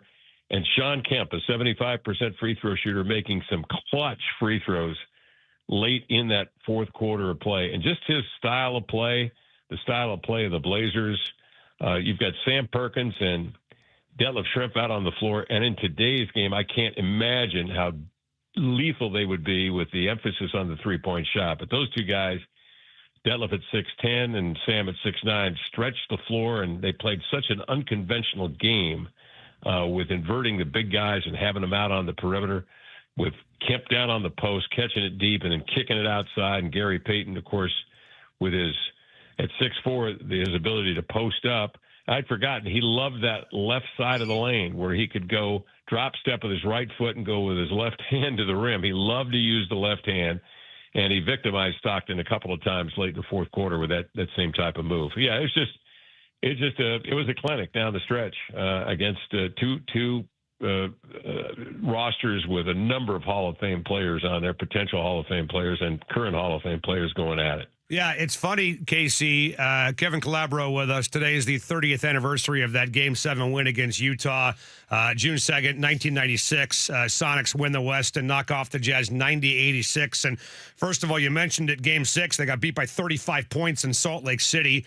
And then number 2, you mentioned how tight George had been at times. I don't know if you guys remember Game 2 against Sacramento that year. Okay. Remember that series? Yeah. They lost to the Kings, and that's the game where, I'm 23. George Karl called me an a-hole in the locker room because I asked about not playing Irvin Johnson. And he's going after a 23-year-old nobody in the media, all pissed off about questions he's getting. Do you think there was anything during that series or during the Rockets series that, I don't know, maybe had him chill out a little bit? Like, what was his demeanor off the court, practice, hotel, team plane? You observed all that stuff. Well, you remember there was a misconception that after this season of greatness, 64 wins, kept being a highly, highly ranked defensive player on a team that, as we just mentioned, is number 2 defensively. There was the thought that the Sonics might be better without Kemp in the first couple of games against Sacramento. It was just ridiculous. I do remember once that was just a key series, and just because of what had occurred the previous 2 years in the playoffs. And once they got past that series, they seemed, I go back to that word, relaxed again. They seemed relaxed. And then they just murdered a very good Houston team that would win the championship, a couple of times back to back, and beat them 4-0. And I just remember when the Sonics won down there in Houston in Game 4, on our way to the flight, it was decided that we would have a celebration. We stopped at a 7-Eleven down in Houston. The bus emptied. Everybody went in, and they grabbed all the beer that they could possibly drink, all the pop, all the ice, refreshments. It was absolute wild. And took it all on the bus, and we had a great little party on the way back. It's a 5-hour flight back from Houston to Seattle. And just had ourselves a great party. And it just felt like everybody was relieved at that point. Got it. And they were going to take on a team that they knew very, very well, the Utah Jazz. I mean, Stockton and Malone. They were very familiar with the team. Both teams very familiar. By the time they got to that Game 7, they knew one another's sets. They knew their tendencies. They knew the matchups. It was interesting because, again, going back and looking at that fourth quarter, remember Antoine Carr matched up against Kemp. There was a misconception that it was Karl Malone, and the Sonics in the meantime stationed Perkins over on Malone, so that was a key matchup. Well, Antoine Carr picks up 4 fouls early in the it was late in the third quarter. Get to the fourth quarter, and the Sonics went back at him time and time again. It goes back to just the cerebral approach that the Sonics took. They went at Antoine Carr and got him fouled out to a point with about a couple of minutes left. And Greg Foster is summoned off the bench, and Kemp had a couple of big moves inside, draws fouls, and as I mentioned, he hit those clutch free throws down the stretch in the last couple of minutes of play. But that was just kind of the thought process, I think, of the Sonics at the time. They knew those teams so extraordinarily well, and particularly the Utah Jazz. It just came down to just a beautifully played game in Game 7. Well, they were such a combustible group, Casey. I mean, much more similar to the last iteration of the Seahawks versus this iteration of the Seahawks. So what or who was the glue that kind of kept that combustible group from imploding on itself? Well, I think the dynamic between George and Gary ultimately is what drove this team, which is kind of scary to say because you got two guys who are absolutely headstrong, could be moody, but two very brilliant basketball people without question. And then you've got just the raw athleticism of Shawn Kemp.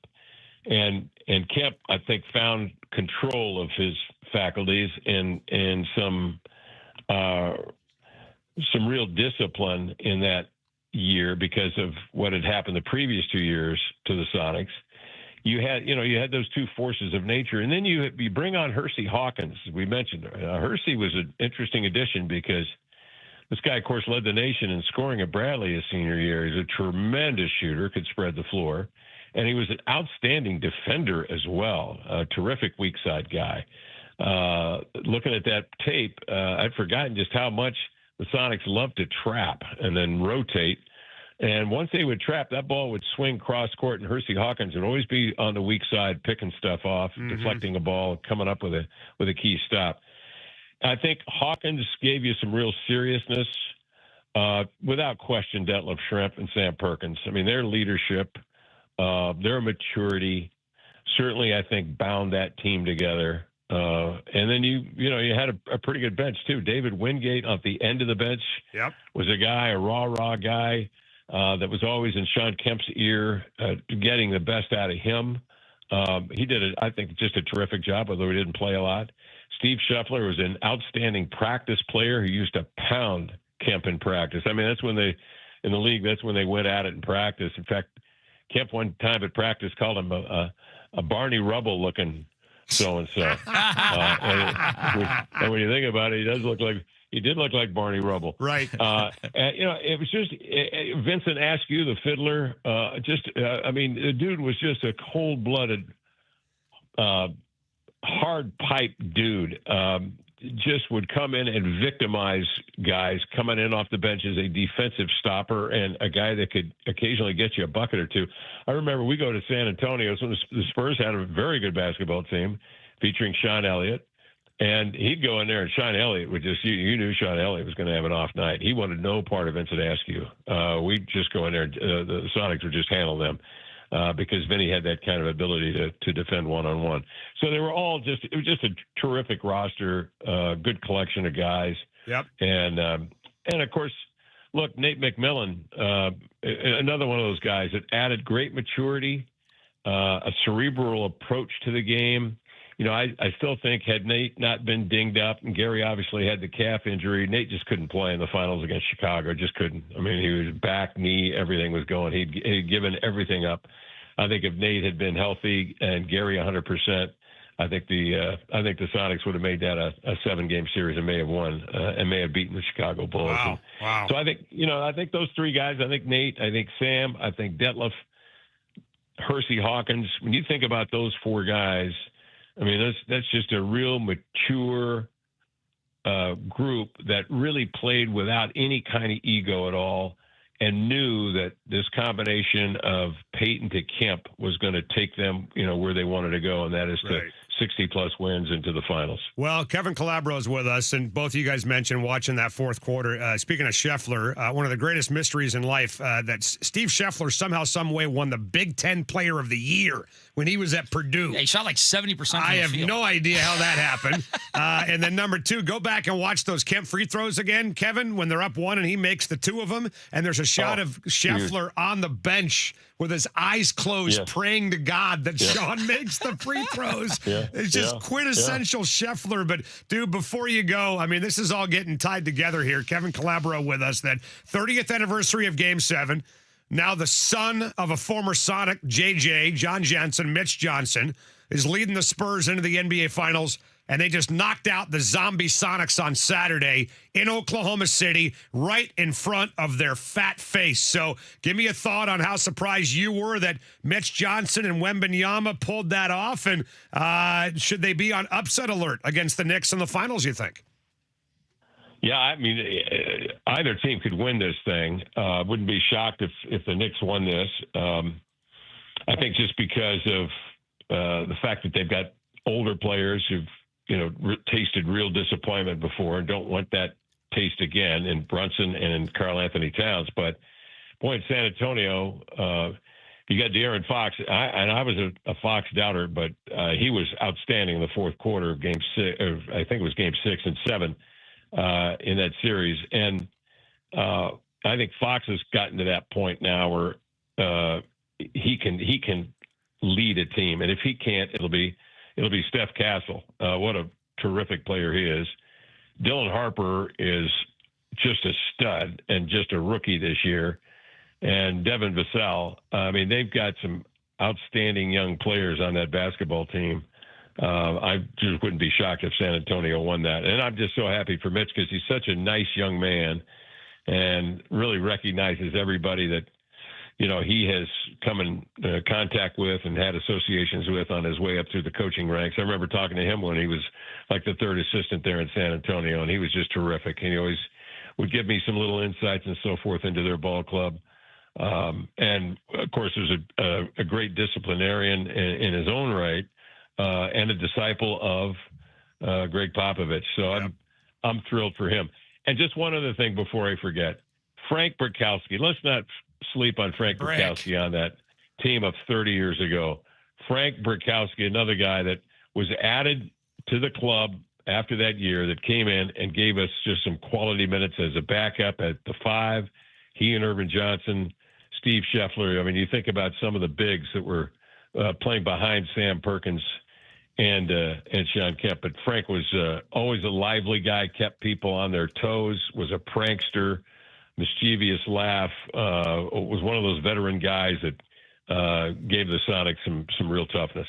Casey, before we let you go, we got to talk about the future Sonics. And Melinda French Gates, maybe some indirect good news that the Sonics got with her joining the Kraken investment group here. What do you think we'll hear from Adam Silver, both during this final series and later on this year about expansion? Well, I think you hit it. I think it'll be later on this year. I think it's, as he mentioned, it will be in the 26th that they make an announcement. And just based on his last comments, it sounds like it will be the fall meeting between the owners when it's finally announced, which I think is good. It allows Seattle to get everything in order. Not that they don't have everything in order, but it just gives them a little more time, a little more breathing room, of course, to reach out and get their group together. Andy Jassy's a part of that group.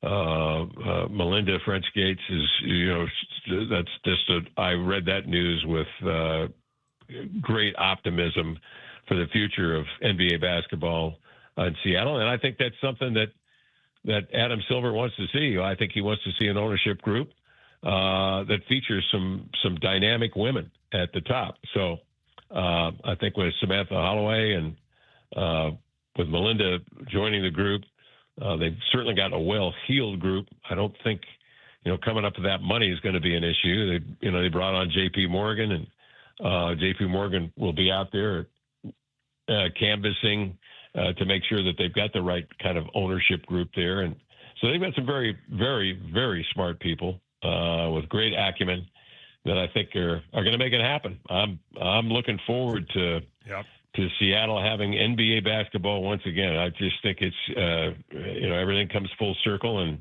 you're right. It's interesting. We celebrate 30 years with the announcement today that she's going to be on board. That's just a great addition, no question. Yeah, there's a lot of signs here, pal. All right, the Vatican is reporting in. We're getting close here, buddy. So no white smoke, but we're close. Not yet, but we're getting close, man. The conclave has begun. Listen, we love having you on. I know we're still a few weeks away, but happy early 70th birthday, my friend. Yeah. Hope you enjoy that, and we hope we hear a lot more of your voice on this radio station very, very soon, and you know what we're talking about. So enjoy the rest of your summer. Great stuff. Let's talk soon, and we appreciate Thanks, this, man. Casey.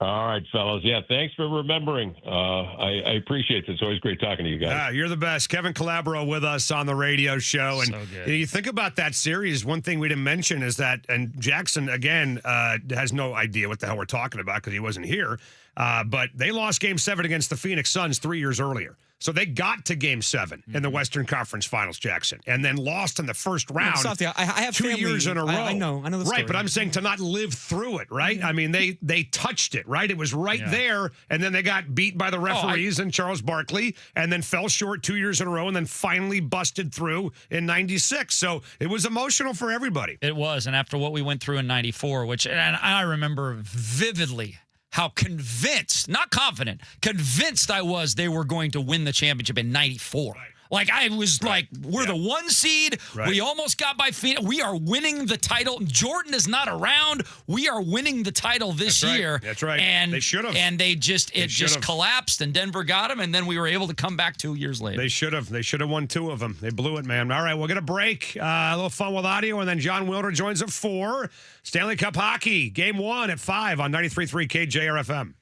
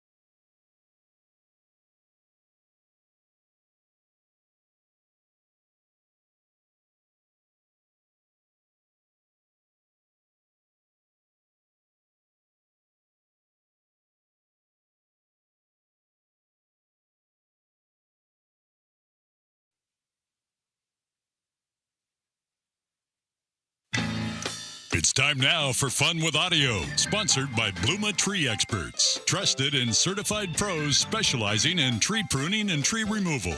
Contact one of their arborists today at 206-714-9835 or at blumatree.com. Now, Fun with Audio. Here's Softy and Dick. All right, big thanks to Kevin Calabro for jumping on the air with us.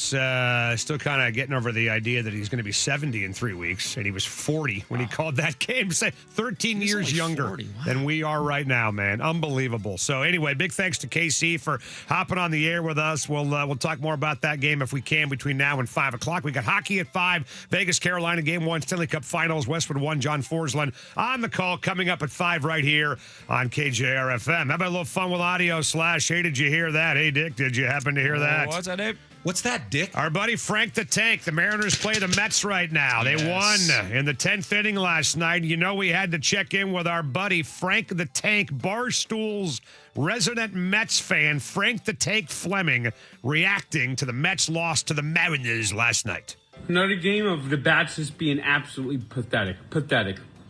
You know, with the ghost runner, you have to score in the 10th inning. When you don't, you lose. It's as simple as that.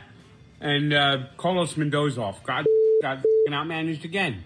Every game he gets outmanaged. Total moron. How about our guy Danny Wilson? Outmanaging somebody. That's right.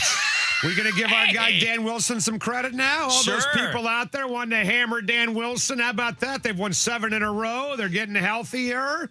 They're getting through all this piggyback stuff with all the chemistry problems and guys getting mad and throwing batting helmets and gloves around and the skipper's steadying the ship, Dick. We're going to give Danny Wilson a little credit here? Well, I mean, if you're going to give him blame when he does dumb stuff, I guess you got to give him some credit when he manages the team to a 7-game winning streak. I like the way you said that. Like begrudgingly. Well, I guess. Well, I mean, is he an upper echelon manager in your opinion? No. Okay, so I mean, that's all I'm saying. I think he's only been doing it for a couple years. Yeah, he could get better. We'll see. The problem is we don't have time for him to get better. We need to have him be good right now in 2026. Yeah, well, I just think, again, I think you're right. If you want to rip a guy when things are going poorly, then you should give him some credit when things are going well. And look, I think the M's are going on a run. I told you that Friday. I think they're about to go on a run, and I would not be surprised at all in a couple weeks from now if these guys are 6 or 7 games up on first place. Book it. The train is leaving the station, Dick. I think time to jump on. I think the first step is what we're going to see is we're going to see 2 teams separate. And the Mariners and Texas, the 2 teams we always thought were the best teams in the division anyway, are going to separate. And don't look now, but Texas has won 4 in a row too. Sure. So the 2 of us are separating from the rest of the dregs of society in that division. Well, they've got on the A's now, they have a plus 65 run differential advantage on the A's. Plus 65. I mean, they are way better than the A's are. All right, hey, Dick, did you happen to hear that? What's that, Dave? What's that, Dick? Yesterday in the Locked On Rams podcast, former LA lineman Michael Brockers hinted after yesterday's trade of Myles Garrett that Aaron Donald may be coming out of retirement to join the Rams. I would say that I do have some information that might be considered as some knowledge that others might not have. But I'm not going to tell it all. You know, you got to watch more of the Locked On Rams show to get some of that. But I will say this. My guy is staying ready so he doesn't have to get ready. And I'm going to just leave the audience with that so we can get some more viewers on the later show this week. So I'll be discussing if some of that is real or, goodness. So Aaron Donald texted Pat McAfee today. You guys see this, by the way? I see the text now. And he told him, he said, it sure has me thinking about making a comeback. Well, now, he's 35. The workout. Yeah, and from he said yesterday. Ain't done? Yeah, we talked about that. Yeah. Aaron Donald last played in 2023. He was a first-team All-Pro. That was 3 years ago at the age of 35. So you got to think he's got a little bit missing from his fastball, but still has likely a lot to offer. I mean, Reggie White and Bruce Smith played at 35, and they were incredible. So isn't that one of kind of the offshoots of the Myles Garrett trade if it convinces Aaron Donald to play again at the same time? Are you kidding me? Let me give you this really quick added piece of information. Aaron Donald's wife, Erica Donald, has a Twitter account, and she sent out 3 hours ago just 3 words. Y'all are hilarious. Okay, so she definitely doesn't want him to come. Right. Nope. Right. Or she's trying to just create an atmosphere where people believe the opposite until he makes his grand I want to return. believe Erica. Don't come back. Don't come back, Aaron. Well, what would he do? I mean, he'd probably play 20% of the snaps. Sure, 30%. And make a real whatever. impact on 2 or 3 plays a game. Third down. You can play third down.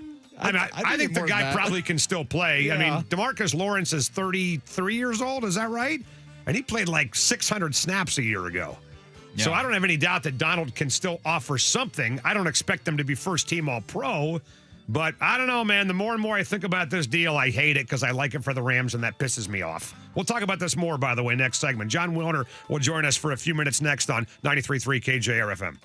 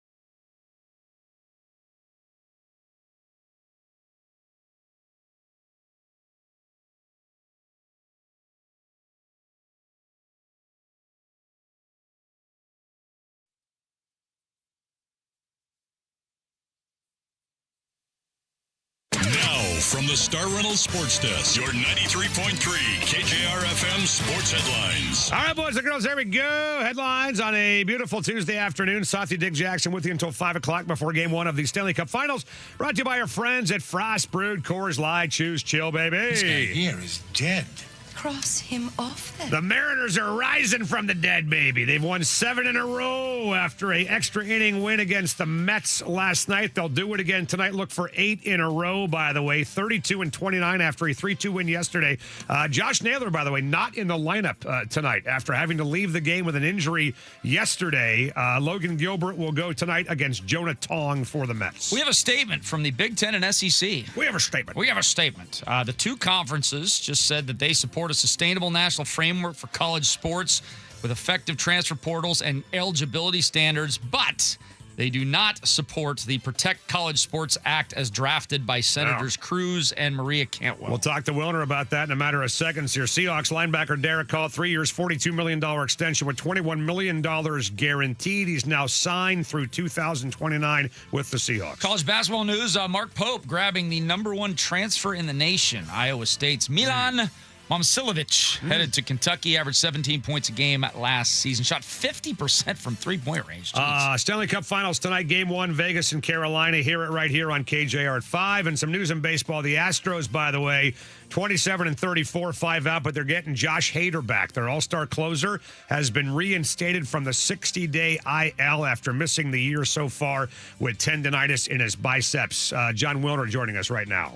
It's time for our weekly Pac-12 conversation with San Jose Mercury News reporter John Wilner. Brought to you by Simply Seattle. Our friends at SimplySeattle.com have the most amazing collection of all things Seattle. Seahawks gear, UW hats, and the largest selection of Sonics gear anywhere in the world. Learn more at SimplySeattle.com. All right, big thanks to our friends at SimplySeattle.com. I was actually out there today, by the way, at the mothership, and the amount of World Cup gear, Jackson, that is stuffing the office right now, you can't even move. It is absolutely unbelievable how much World Cup gear they've got right now in the offices, on the website. Gear up for the World Cup, Team USA styles, Seattle host city apparel, hats for every fan, and more. Visit them in store or use code KJR15 for 15% off when you shop online at SimplySeattle.com. Here he is, the Pope of the Pack, the Big Ten Baron himself, our friend Johnny Wilner. How are you, pal? What's going on? I'm good, thanks. Are people excited about the World Cup up there? Jackson is. I don't know if the masses are as fired up as we thought. Is that picking fair? up. I think in the last about 2 weeks it's picked up. Yeah, I mean, I don't know. Are you All excited for the World Cup to come to Seattle and be on the West Coast? Well, it's also in Santa Clara. Yeah, but nobody is excited here. Nobody. We don't have. We're not getting any of the top 15 teams in the world, so it's not really a big event. Well, I love we'll the World see. Cup, and actually, in a semi-forced segue to college football, I'm going to be curious to see how the group play goes, having expanded from 32 to 48. Are there going to be more games that we don't really care about watching and see what that might mean for a 24-team college football playoff? Yeah, maybe. I mean, it's going to be here whether you like it or not. So a few weeks, and we're going to be inundated with World Cup glory here in a few weeks from now. But, John, the College Football Hall of Fame ballot came out, and Mike Leach is on it. You've been talking about this for years, that they should drop the standard to make sure Mike Leach can get in. Obviously, he gets in. Can we assume that he gets in on the first ballot? And do you have a vote? And if so, are you voting for him?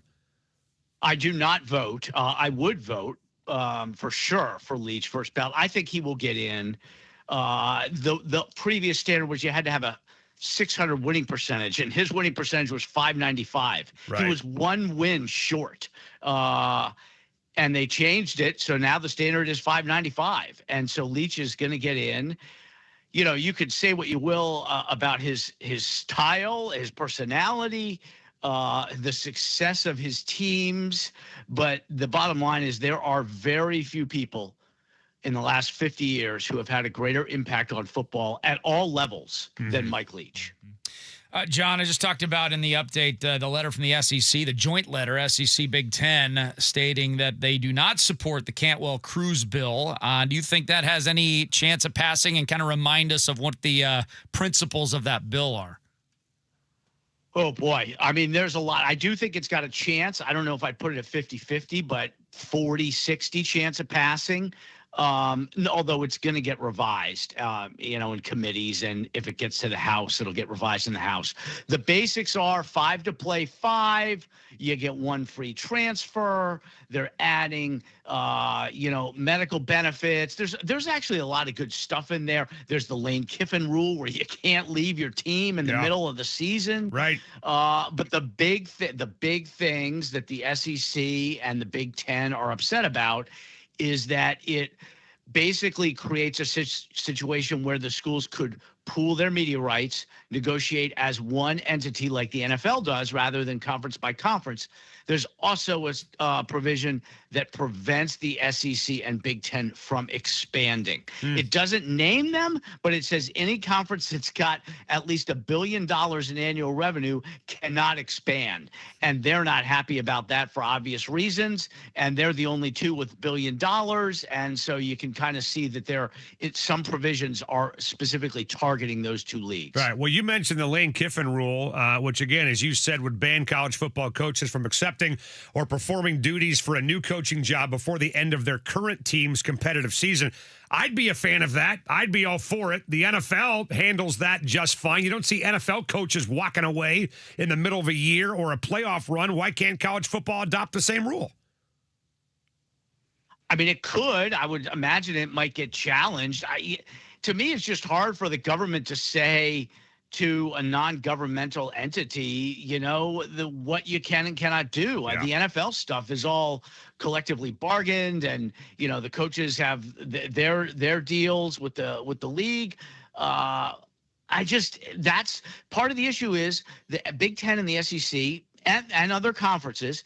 They spent millions and millions and years lobbying Congress for help. Finally, there's a bipartisan bill that does address some serious issues, and the Big Ten and the SEC are like, we don't want this help. This is what you get when you go to Capitol Hill for help, is they're going to help and they're going to get involved. And there's a lot of pieces of this where you could say Congress should not be dictating that about college sports. Yeah. And yet Congress is. John, I read something about a 75% provision to pool media rights. How would that work? Yep. And might that entice the smaller FBS conferences to expand with FCS teams? Well, the way it works is if 75% of the FBS schools agree to pool their media rights, they can do it. Now, pooling media rights is against the law. You have to have antitrust protection. So the bill grants antitrust protection on that front if 75% of FBS. So there are 138 teams. 34 teams are in the SEC and Big Ten. 104 is basically right on the border of 75%. It's 75.5. However, Notre Dame is the wild card. Basically, if Notre Dame sides with the SEC and Big Ten, they can't get to the threshold to pool media rights. If Notre Dame sides with everybody else, they get past the threshold to pool media rights.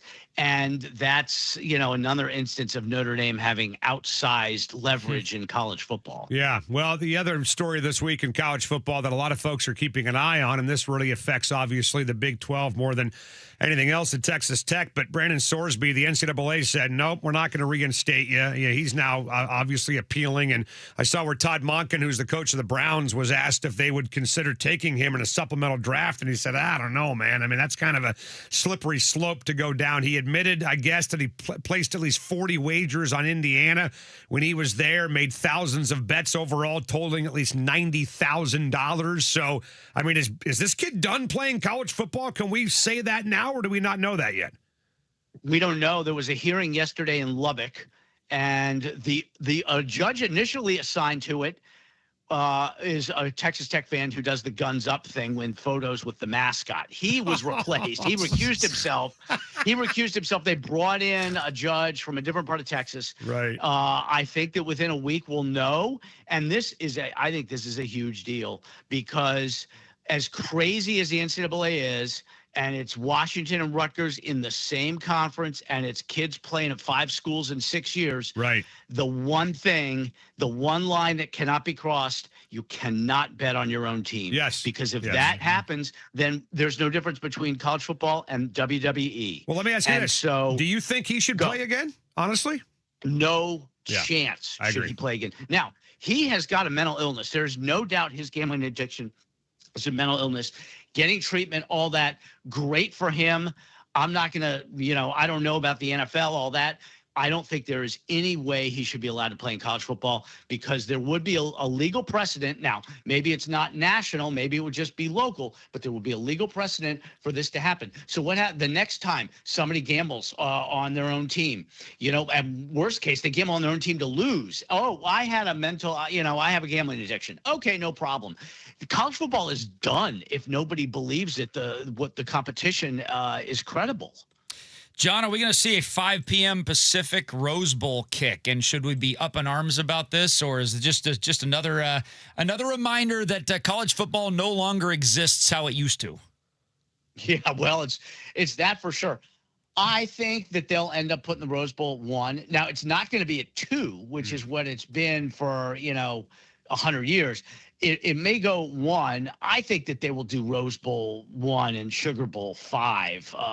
That just makes more sense to me. Yep. The Rose Bowl, the ratings for the Rose Bowl are just incredible, and I don't think that ESPN is going to want to screw with that. And I think that the committee will make it work with ESPN to keep the Rose Bowl in the early afternoon spot here. All right. Well, John, before you go, the last time I saw you were with us in our little booth there at Husky Stadium for a game. Which game was that, by the way, that you came up for? UW. Rutgers. Rutgers. Okay. It was Rutgers. Right. I'll never forget because you were a nervous wreck. I think that was like game 6 of the Mariners series, exactly. Right? That's 100% right. I mean, I'll admit I wasn't even watching the Husky game, to be honest with you.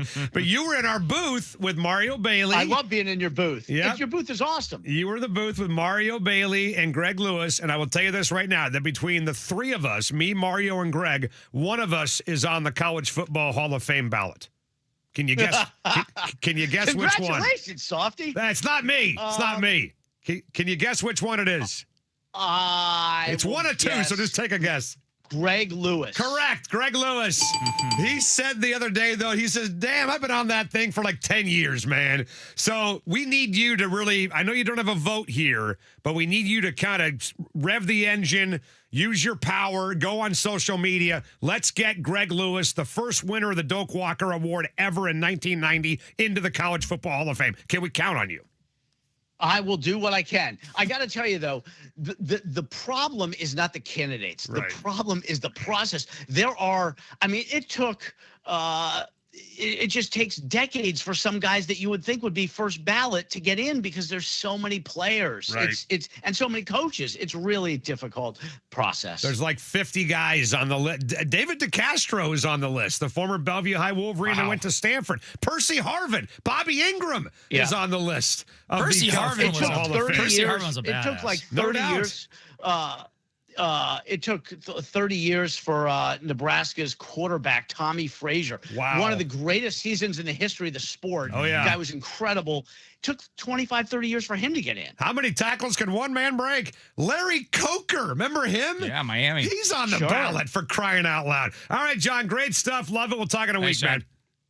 Thanks, guys. All right, John Wilner with us. Yeah, we were thinking the other day, this is great. I had no idea that Greg had even been on the ballot up until this year, and apparently he's been there, and nobody's freaking noticed. So good for Greg. That's a hell of an honor, but we need to get a little help to get the guy in the Hall of Fame. All right, well, the big story yesterday, which is still picking up steam today, is the Myles Garrett trade, obviously. We had Hugh on the air yesterday, Dick, when you were gone yesterday, talking about the deal.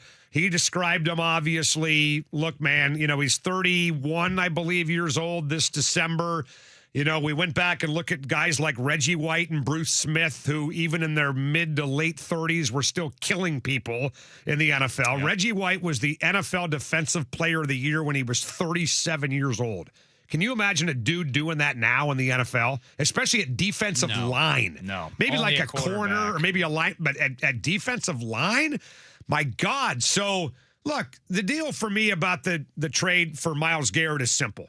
I think long term, it may come back to burn them. But if our focus as Seahawks fans is short term on repeating as Super Bowl champions, this is a problem. Myles Garrett going to the Rams. How big of a problem remains to be seen. Right. But I think they're a better football team now than they were yesterday with Jared Verse. Oh, there's no question about that. They made themselves better for 2026. Right, I correct. see it as a high-risk, high-reward deal for the Rams. I see it as a low-risk, high-reward deal for the Browns. I mean, I agree with most of the pundits who say the Browns got the better of the trade. When you look at the trade grades, the most that I've seen, Browns are getting A's almost across the board for what they got. My God, what I'm not hearing is enough of how good Jared Verse is. That's the thing that gets me. Jared Verse is one of probably my 5 favorite defensive linemen in football. I mean, he is fantastic. Well, Millen talked about that yesterday. What was the line that Hugh used? That watching Jared Verse compared to Myles Garrett is like watching a JV player compared to a varsity guy. I understand he's I understand he's not Myles Garrett, but I think that the question is this.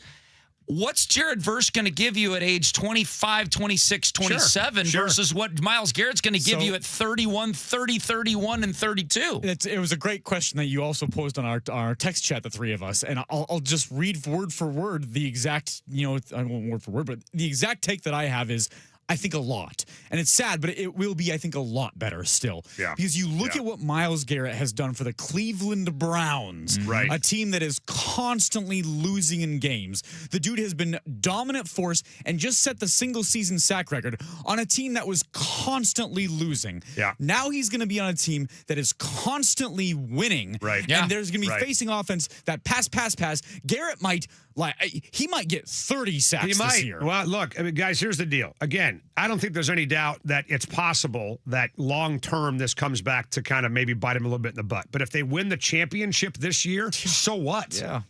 Who cares? No, exactly. You've got one more year left of Matt Stafford. Likely one more year, maybe 2 more years. I mean, the guy's playing. He's an MVP, so there's no need for him to retire unless he really wants to. He can still play. They protect him. They give him a great defense. Now he's got McDuffie. He's got Watson. And the other part of the Myles Garrett thing, by the way, that we have to factor into this whole thing, if he convinces Aaron Donald to play again, that's a gigantic tentacle to this entire thing. And, oh, by the way, for the Rams, here's why I like it from their perspective. First of all, have you seen his cap numbers? Myles Garrett, look it up. Okay. And then get a barf bag, please, because you'll throw up on the floor here in the studio. Well, I mean, it's ridiculous. Hang on. The 3 picks that they gave up, by the way, are in consecutive years, 27, 28, and 29. And that third round is conditional, by the way. Correct. So it's not like they're blowing an entire draft on this guy. And they're talking about, look, we're making moves. Myles Garrett is more valuable to the Rams now than he is to the Browns, for sure. And I'm with you 1,000% on the Browns' perspective. For the Browns, I'm actually shocked it took this long to get rid of him. They stink. They have no quarterback. They're not going anywhere. There's no need for them to have Myles Garrett on their football team right now. They should have traded him. And the trade they got and the player they got in return, if they can, especially Nick, if they can re-sign him to a long-term deal, and he's got, 2 years left, I think, Verse does as a first-rounder. I think from both teams, it makes absolute, total freaking sense to do this deal. The Rams went out and they got their secondary better. They got their defensive line better. And I'll throw one more thing into the mix, by the way, that'll piss you off even more. When Puka Nacua went nuts on New Year's Eve and decided to bite somebody, that may have denied him the chance to sign an extension before the season starts. He's going to play pissed off and motivated all year for a new deal. So all of these things make sense for both teams. Right. The only thing that doesn't make sense is if the Rams are all in on this next 2-3 year window, specifically the next 2-3 years. Right. Why the hell do you draft Ty Simpson? I have an answer for you. No, that makes more sense to me now than it did before because they knew this deal was coming in. What was the biggest problem with the Rams last year? The secondary, right? Well, they fixed that with McDuffie and Watson. Now their pass rush is better with Myles Garrett. And oh, by the way, there's only so much you can do to improve your football team where it's worth saying no to a quarterback that you think is going to be really good. I just think there's they've already improved their roster. And they knew they were going to trade their first round pick next year. I think that there's enough Garrett. Impact players there where you can make your football team get almost guaranteed. You may be right. I happen to think this. I happen to think that the guys that will dictate the Rams' fortunes in 2026 were already on the roster, right? Like Ruben Bain, Kenyon Sadiq, whoever, me and Hugh talked about him today off the air as well. Are they really going to be that impactful where they are that one guy's the difference between making a Super Bowl Myles Garrett. and not 1,000%? So I think they feel like they've already improved their roster dramatically with all these moves. And Dick, I agree with you. If you were a guy that thought, well, that's just a waste. Well, okay, they went out and fixed those holes other ways. And now they can sit back and say, now we can find Matt Stafford's replacement and try to do a Green Bay or a San Francisco when Stafford's career's over. You know, I'm just looking at the numbers. And Sando had a great chart yesterday showing the other 10 pass rushers in history with 4 or more All-Pros in years 4 to 8 and what they did in years 9 to 12. Right. And you brought up the exceptions. Right. The rules are there's a massive drop-off for these 4+ All-Pros. The other numbers I'm looking at is preseason favorites to win the Super Bowl. Oh, the Rams are heavy favorites right now, man. Heavy. Okay. Heavy. How many of those have won the Super Bowl in the last 20 years? Probably none of them. But I tell you what you should love as a Seahawks fan. We're getting value now, boys. Absolutely. They are plus 1,100 now. Well, They're who do you think fourth favorite on the board? A guy hit me up on Twitter and said, he said, don't tell anybody. And who do you think is pissed off now? Yeah. Well, the Hawks are. The team that won the Super Bowl now is being told by everybody they're not even going to win their division. I mean, that is a great place to be if you're Seattle. Don't we believe, though, if we are not Seahawk homers here, the Rams have moved past the Seahawks. They are more talented, yes. Correct. By a pretty They are more talented. Well, I don't know if I agree with that. I don't agree with that at all. But they have moved past the Seahawks, and all of us have said all 3 of those games that they played a year ago could have gone the exact opposite way. Every single one. And we said this yesterday with Jackson, right, Jackson? If you thought the 2025 NFC Championship was the real Super Bowl, the Rams have added Myles Garrett, Jalen Watson, Trent McDuffie, may add Aaron Donald, and the Seahawks lost Kenny Walker, Boye Mafe, Kobe Bryant, Enrique Woolen, and signed Dante Fowler. Yeah. So they've gotten better. Now, we don't know a lot about Price yet. We'll see how he does at running back, obviously. He better be good. But I think it's obvious to everybody, the Rams, if it matters at all, have won the offseason. And they should be the favorite. I think they should be the favorite to win the West. I'm not putting 5.5 to 1 on them, though. They should be the favorite. I mean, this is going to be a freaking war between these two teams. Like the Niners, I mean, I don't know. Well, maybe. We thought that last year, and they were a factor until week 17 when the Hawks killed them down there in Santa Clara. So I just know this. If you're the Arizona Cardinals, you may as well just punt on 2026. Well, the Niners give it up. The Niners continually, as our friend Grant tells us down there, continually decide to draft weird draft picks every single year that don't help them. They were in the race all the way till the end, man. Again, there was a difference. I think we all agree with that, with the 2 teams, but they were there. One ball bounces this way, one ball bounces that way. Who knows, man? That electrical station, zips out and freaks somebody out. Well, you never know. We'll get a break. A lot more to get to, including Game 1, Stanley Cup Finals at 5 on 93.3 KJR FM.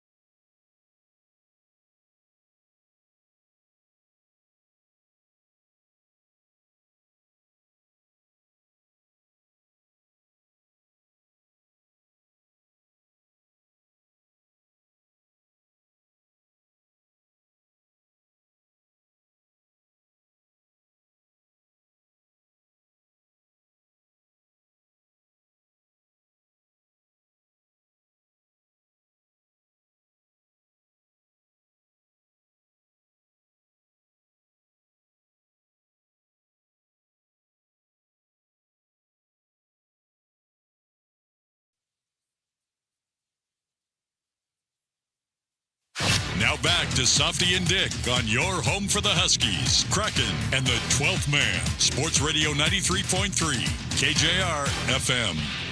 All right, boys and girls, we're back on a shortened version of our Tuesday afternoon extravaganza. We got hockey, Game 1, Stanley Cup Finals, Vegas, Carolina, John Forsland, Eddie Olczyk. You know those two gents. They'll be on the call for Westwood 1 at 5 o'clock tonight.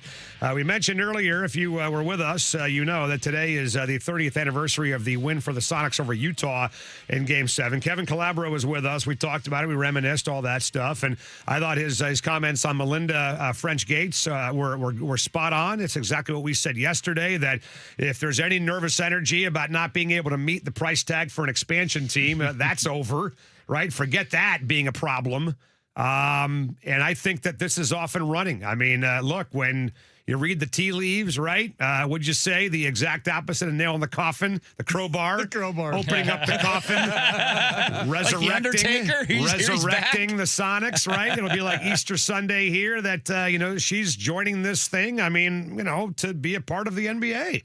That's why she's coming over, right? So I think it's great. I think it's a great sign for Sonic fans, and I'm hopeful that maybe by this summer we'll have some big news there. But anyway, we played the highlight of Kevin's final call of that game. Jackson's got a full montage from Game 7 against Utah. For all you Utes out there that have no idea what the hell we're talking about, you want to hear NBA basketball play-by-play greatness, then tune in next segment, right, at 4:45, and we'll give you a little montage of Kevin's calls from that Game 7 against Utah, and also reminisce about George Karl calling me an a-hole after Game 2 of the Sacramento series and that same season. The other news today involving the Seahawks, Derek Hall, linebacker, 3 years, $42 million. God, these guys are making a buttload of money now. Guy had 2 sacks a year ago. He's got $21 million guaranteed, worth up to $46.5. He's now under contract through the year 2029. Remember, he had a couple games where he was banged up a year ago, and then he got suspended. Who was the dude he stepped on? It was with the Rams game. Kevin somebody, what the hell was his name? He stepped on his leg or his arm or something, and he got suspended for a game. So he played 14. Kevin Dotson, yeah, he played 14 games a year ago, only started a couple. And my whole thing is like, hey, great. I mean, they chose him over Boye Mafe. Yes, they did. They chose to pay Derek Hall over Boye Mafe. But if you're making the kind of money you're making, if you're Derek Hall, you need to play a little bit more. You need more than 400 and whatever snaps. And I think he'll get there. Derek, DeMarcus Lawrence's snap count, you would think at his age would maybe drop a little bit. Dante Fowler's good to replace maybe whatever you got from Mafe, if not maybe a little bit less at his age. So we're going to get to see Boye Mafe in Cincinnati, Dick, and Derek Hall in Seattle. See if we pick the right guy. Yeah, I mean, you're getting guys that have very similar numbers in the first couple of years of their career, just getting a guy that's 2.5 years younger. Right. And, I like Derek Hall every bit as much as I like Boye Mafe. The thing I probably like more about Derek Hall is there's still more room for growth. Whereas Boye Mafe, what you got from Boye Mafe, that's what you're going to get. You're not going to get anything better from Boye Mafe than you've got before. And I still think Derek Hall's got a year or two. How old is he, by the way? He's 25. Yeah. And he just turned 25. So this is his 25-year-old season that he's playing. So he's got at least 2 years where you can still say the trajectory could be going up. So how many years did he have left on his rookie contract? Was it 1 year? Well, he was a second round pick. Yeah, 1 year left. He had okay. 1 year left. So let's tackle this for a second, because somebody tweeted me this today. They said, if we got money to kick around like that, 3 year, $42 million, $21 million guaranteed, why didn't they just spend that on Kenny Walker and keep him? Because they wanted a pass rusher no, instead I of a get running it. back for that money. I get it, right? It is the same amount of money, though, it you're is. about. Well, it's about $7 million more guaranteed for K9, but, you can find that if you need it. So if we're spending money, and you're exactly right. I mean, that's just the bottom line. They valued Derek Hall at that money more than they valued Kenny Walker. Well, and I think end of story. And I think almost 32 GMs out of 32 would value a quality pass rusher, of not course. a star, over a quality running back. Of course. I mean, that's just a positional. Yes. That's why pass rushers make what they want, what they make, and why running backs are one of the lowest paid positions in all of football. Well, this is where this becomes fun, Jackson, again, because we can compare Derek Carr to Boye Mafe and also compare what they get out of Derek Carr to what the Chiefs get out of Kenny Walker. There's just one. And what we get from Jadarian Price. There's one significant part of that we need to factor in is that Derek Hall's contract is $6 million per year less than Boye Mafe. That's the brilliant part of this. Right. And that's my huge takeaway is Boye Mafe for as he was. I wasn't sad to see him go. Fine. He was fine. Not for $20 million. $20 million a year to Cincinnati. And yes, it's Bengals and they overspend because they're dumb. I wonder how many teams would have done that besides them. They might have been betting against themselves. The point is, there are dumb teams everywhere who give out dumb money. And if Derek Hall in a year from now had done, let's just say he has 4 or 5 sacks, just middle of the last 2 years combined.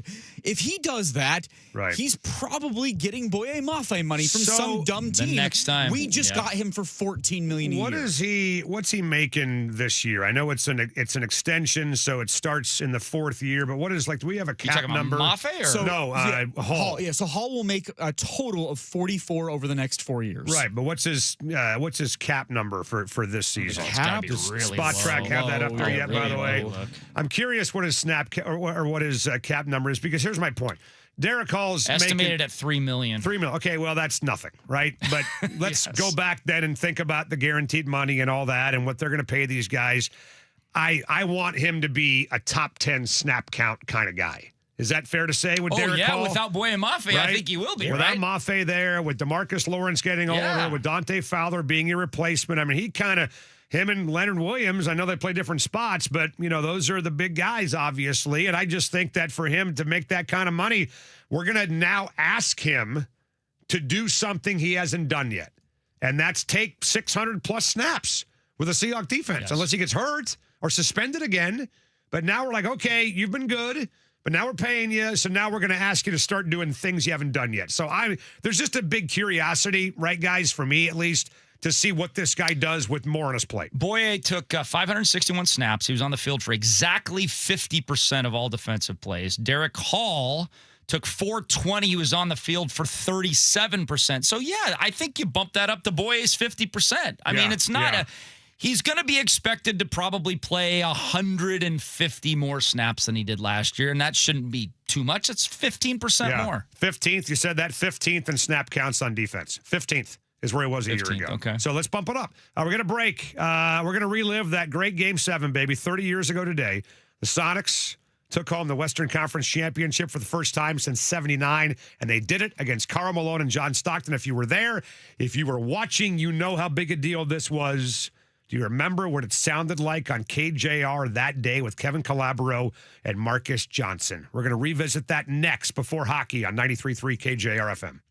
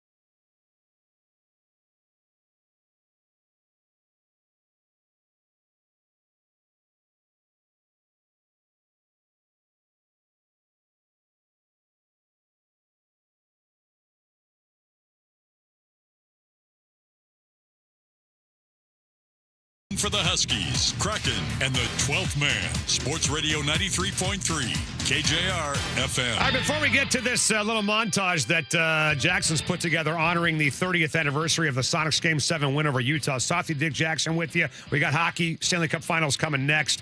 We mentioned the George Karl clip. Yeah. Game 2 against Sacramento, they lost. You remember, they're tied 1-1 now. We're thinking, is this going to happen again? Are you freaking kidding me? Is that when Kemp missed the free throws? Yes. After losing to Denver and L.A., I go in the locker room and I ask George Karl, where the hell was Irvin Johnson all night, man? You're getting crushed on the boards. Any explanation why Irvin wasn't in there? Why you decided to use him only 15 minutes tonight? I'm not going to talk about coaching strategy when you're going to second guess. That's stupid. I mean, the basic reason is that we play small all the time. Personally, I think you're an asshole. Thank you. You're welcome. So George is setting to snap, man. He's sweating already. And then they went out and they won, I think, their next 8 games in a row, by the way, before they got to Game 3 against Utah. That. Yeah, sure. Kevin Calabro, Marcus Johnson, it all culminated, baby, in a win against the Utah Jazz in Game 7 to go to the NBA Finals 30 years ago today. So it comes down to a 7th game. When the Sonics were up 3-1, none of us thought it would come to this, but it has. And now we're going to have to deal with it. Swings it out on the wing to Detlef. Top side to Kemp, an 18-footer, won't take it, drives into the paint. Kick out to Johnson to the Hawk for the 3. Got it. Ball movement. Percy Hawkins, you got it. Ball movement indeed. 15-11. Hawk hits a 3. Peyton creeps down off the shrimp pick. Detlef rolls outside, pump fakes Russell, feeds out on the wing. Hawk with it. Being covered closely by Hornacek. Flips it to Kemp, 15 feet to the hole, turns into the lane, powers to the hole with a left-hand banker off the window! A windmill left-handed hook off glass, the Rain Man! In low, Gary. They drop it low on the baseline, turned away by Foster. Backs down Isley, doubled out to Sam. A 28-foot 3, got it. Sam Perkins from downtown! 19-17 Sonics by 2, about a 28-foot bomb. Pull-up jumper, blocked by Peyton, grabbed by Perkins, ahead to Gary. Dribbling head left and right, high dribble, knifes into the lane. Jump past the Hawk, creeps inside, leaves back, scores! Off the window! Hawkins on a great push by Gary Payton. Sonics have answered the question, will there be any carryover from that negative experience in Game 6? Hell no! Detlef peels to midcourt with a dribble. Swings it outside to Sam Hill. Up fake the 3. Feed it low to Kemp. Backs down. Double team out to Detlef. Up fakes right. Glides left into the paint to the glass. Lays it up and in. He banked it home. He's found by Spencer. What a drive by Shrimp. You gotta love that, baby. Up fakes to the hole. Strip. Got it back. Lays it up and in. Sean Kemp never said die, baby. He stayed at it in the trench and made it home. Peyton now on the attack. Comes off the Shrimp screen to the baseline. Fires outside to Kemp. Ball fakes Malone. Drives in. Kick out to Gary for the 3. Got it! What a play by Kemp and Peyton. Dynamite ball fake. Kemp throws Malone. Drove in. Double. Kick to Gary. 3 out of the corner. 42-40 Seattle. Rebound Detlef Shrimp. Detlef quickly. The outlet pass to Peyton. Comes to midcourt with Stockton on it. Spins with a dribble. Out high left side. Beyond the 3-point arc with 5 with 4. Starts his drive with 3 to the glass. Lays it up and banked it home with 2.7 seconds remaining. Peyton driving through the teeth of the defense for the deuce. 5-point Sonic lead. They have possession again off the Utah turnover. Detlef outside for the 3. Lets it fly. He got it! Oh, Detlef Shrimp! You are beautiful, baby! 49-41. He drains the 3, and the Sonics are up by 8. Detlef backs down on Russell. Outside to Kemp, an 18-footer. Let it fly. Got it! Rain Man hits another jump shot. What a beauty. Sean Kemp, 8 for 10. 20 points, 9 boards. 55-54, Seattle by 1. In low, they go to Sean. Ball above the head. Backs down Malone. Hook pass to Hersey. 8 on the shot clock. Drives to the hole. Double. Kick out to Sam with 5, a 3 in the air. Got it! He knocked it down on the kick out from the Hawk. 58-54, Seattle by 4. Hands off Hornacek, driving base. Scoops it over the shoulder. Rejected by the Hawk. Tipped off the glass. Grabbed by Peyton. Gary with a full head of steam stops, looks in low, feeds over to Detlef. Sideline left. He holds. He feeds low to Smooth. Backing down the mailman. Fakes the handoff, turns. Follow away jumper. Got it! All bottom. White lace and icing for Sam Perkins. Outside to Perkins. Over it comes to Gary. Trying to step by Stockton. Can't.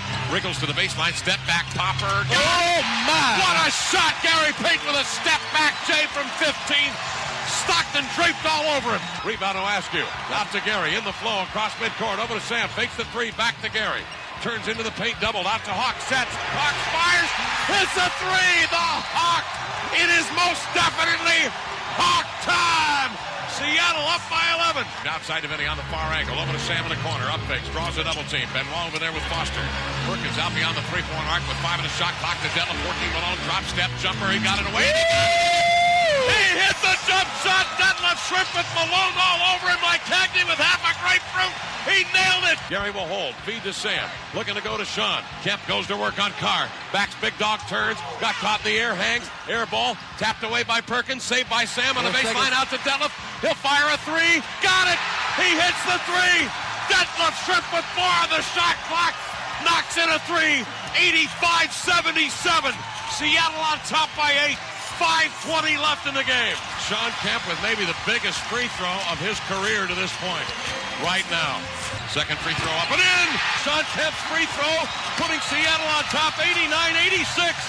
13 and 9/10 seconds remaining in the game. Malone with a rebound. 5 seconds. 4. Russell in midcourt. No foul. Russell gets off the three. Won't go. Game is over. The Sonics are on their way to Chicago. Here they come with a 90-86 win over the Jazz in the 7th game of the Western Conference Finals. The Sonics, after a 17-year absence, are back in the bus, baby, and we're on our way to the Windy City. I wonder if KC meant to say back on the bus and not back in the bus. I was going to ask him, did he think about what that final call was going to be? But how great would it be? Kevin turned 70 this year. Marcus Johnson is also 70. Don't know if they both want to come back and work here again. But how about game 1? We let those two guys call the game, Marcus and Kevin. How about game 1? Okay, well, that's fine. Hey, no. If they want to do it full time, I'm totally with you. But I'm saying if Marcus doesn't want to do that and just wants to make dunk videos on Instagram, he's then still I'm cool jamming with that. at 70 years old, man. I keep thinking that's got to be a 9-foot rim that he does those videos on, but he's still dunking at 70 years old. We should get him on and ask him, are you sure that's 10 feet there, man? Come on, Grandpa. I mean, because everybody would get it if you're giving yourself a break. Anyway, that was great. Jackson, good stuff, man. We're going to podcast that. That was awesome. Very good. I think the best broadcast crew the city's ever seen as far as a pairing was those two guys, and we miss them big time. That's it for us. Stanley Cup Finals Game 1 coming next.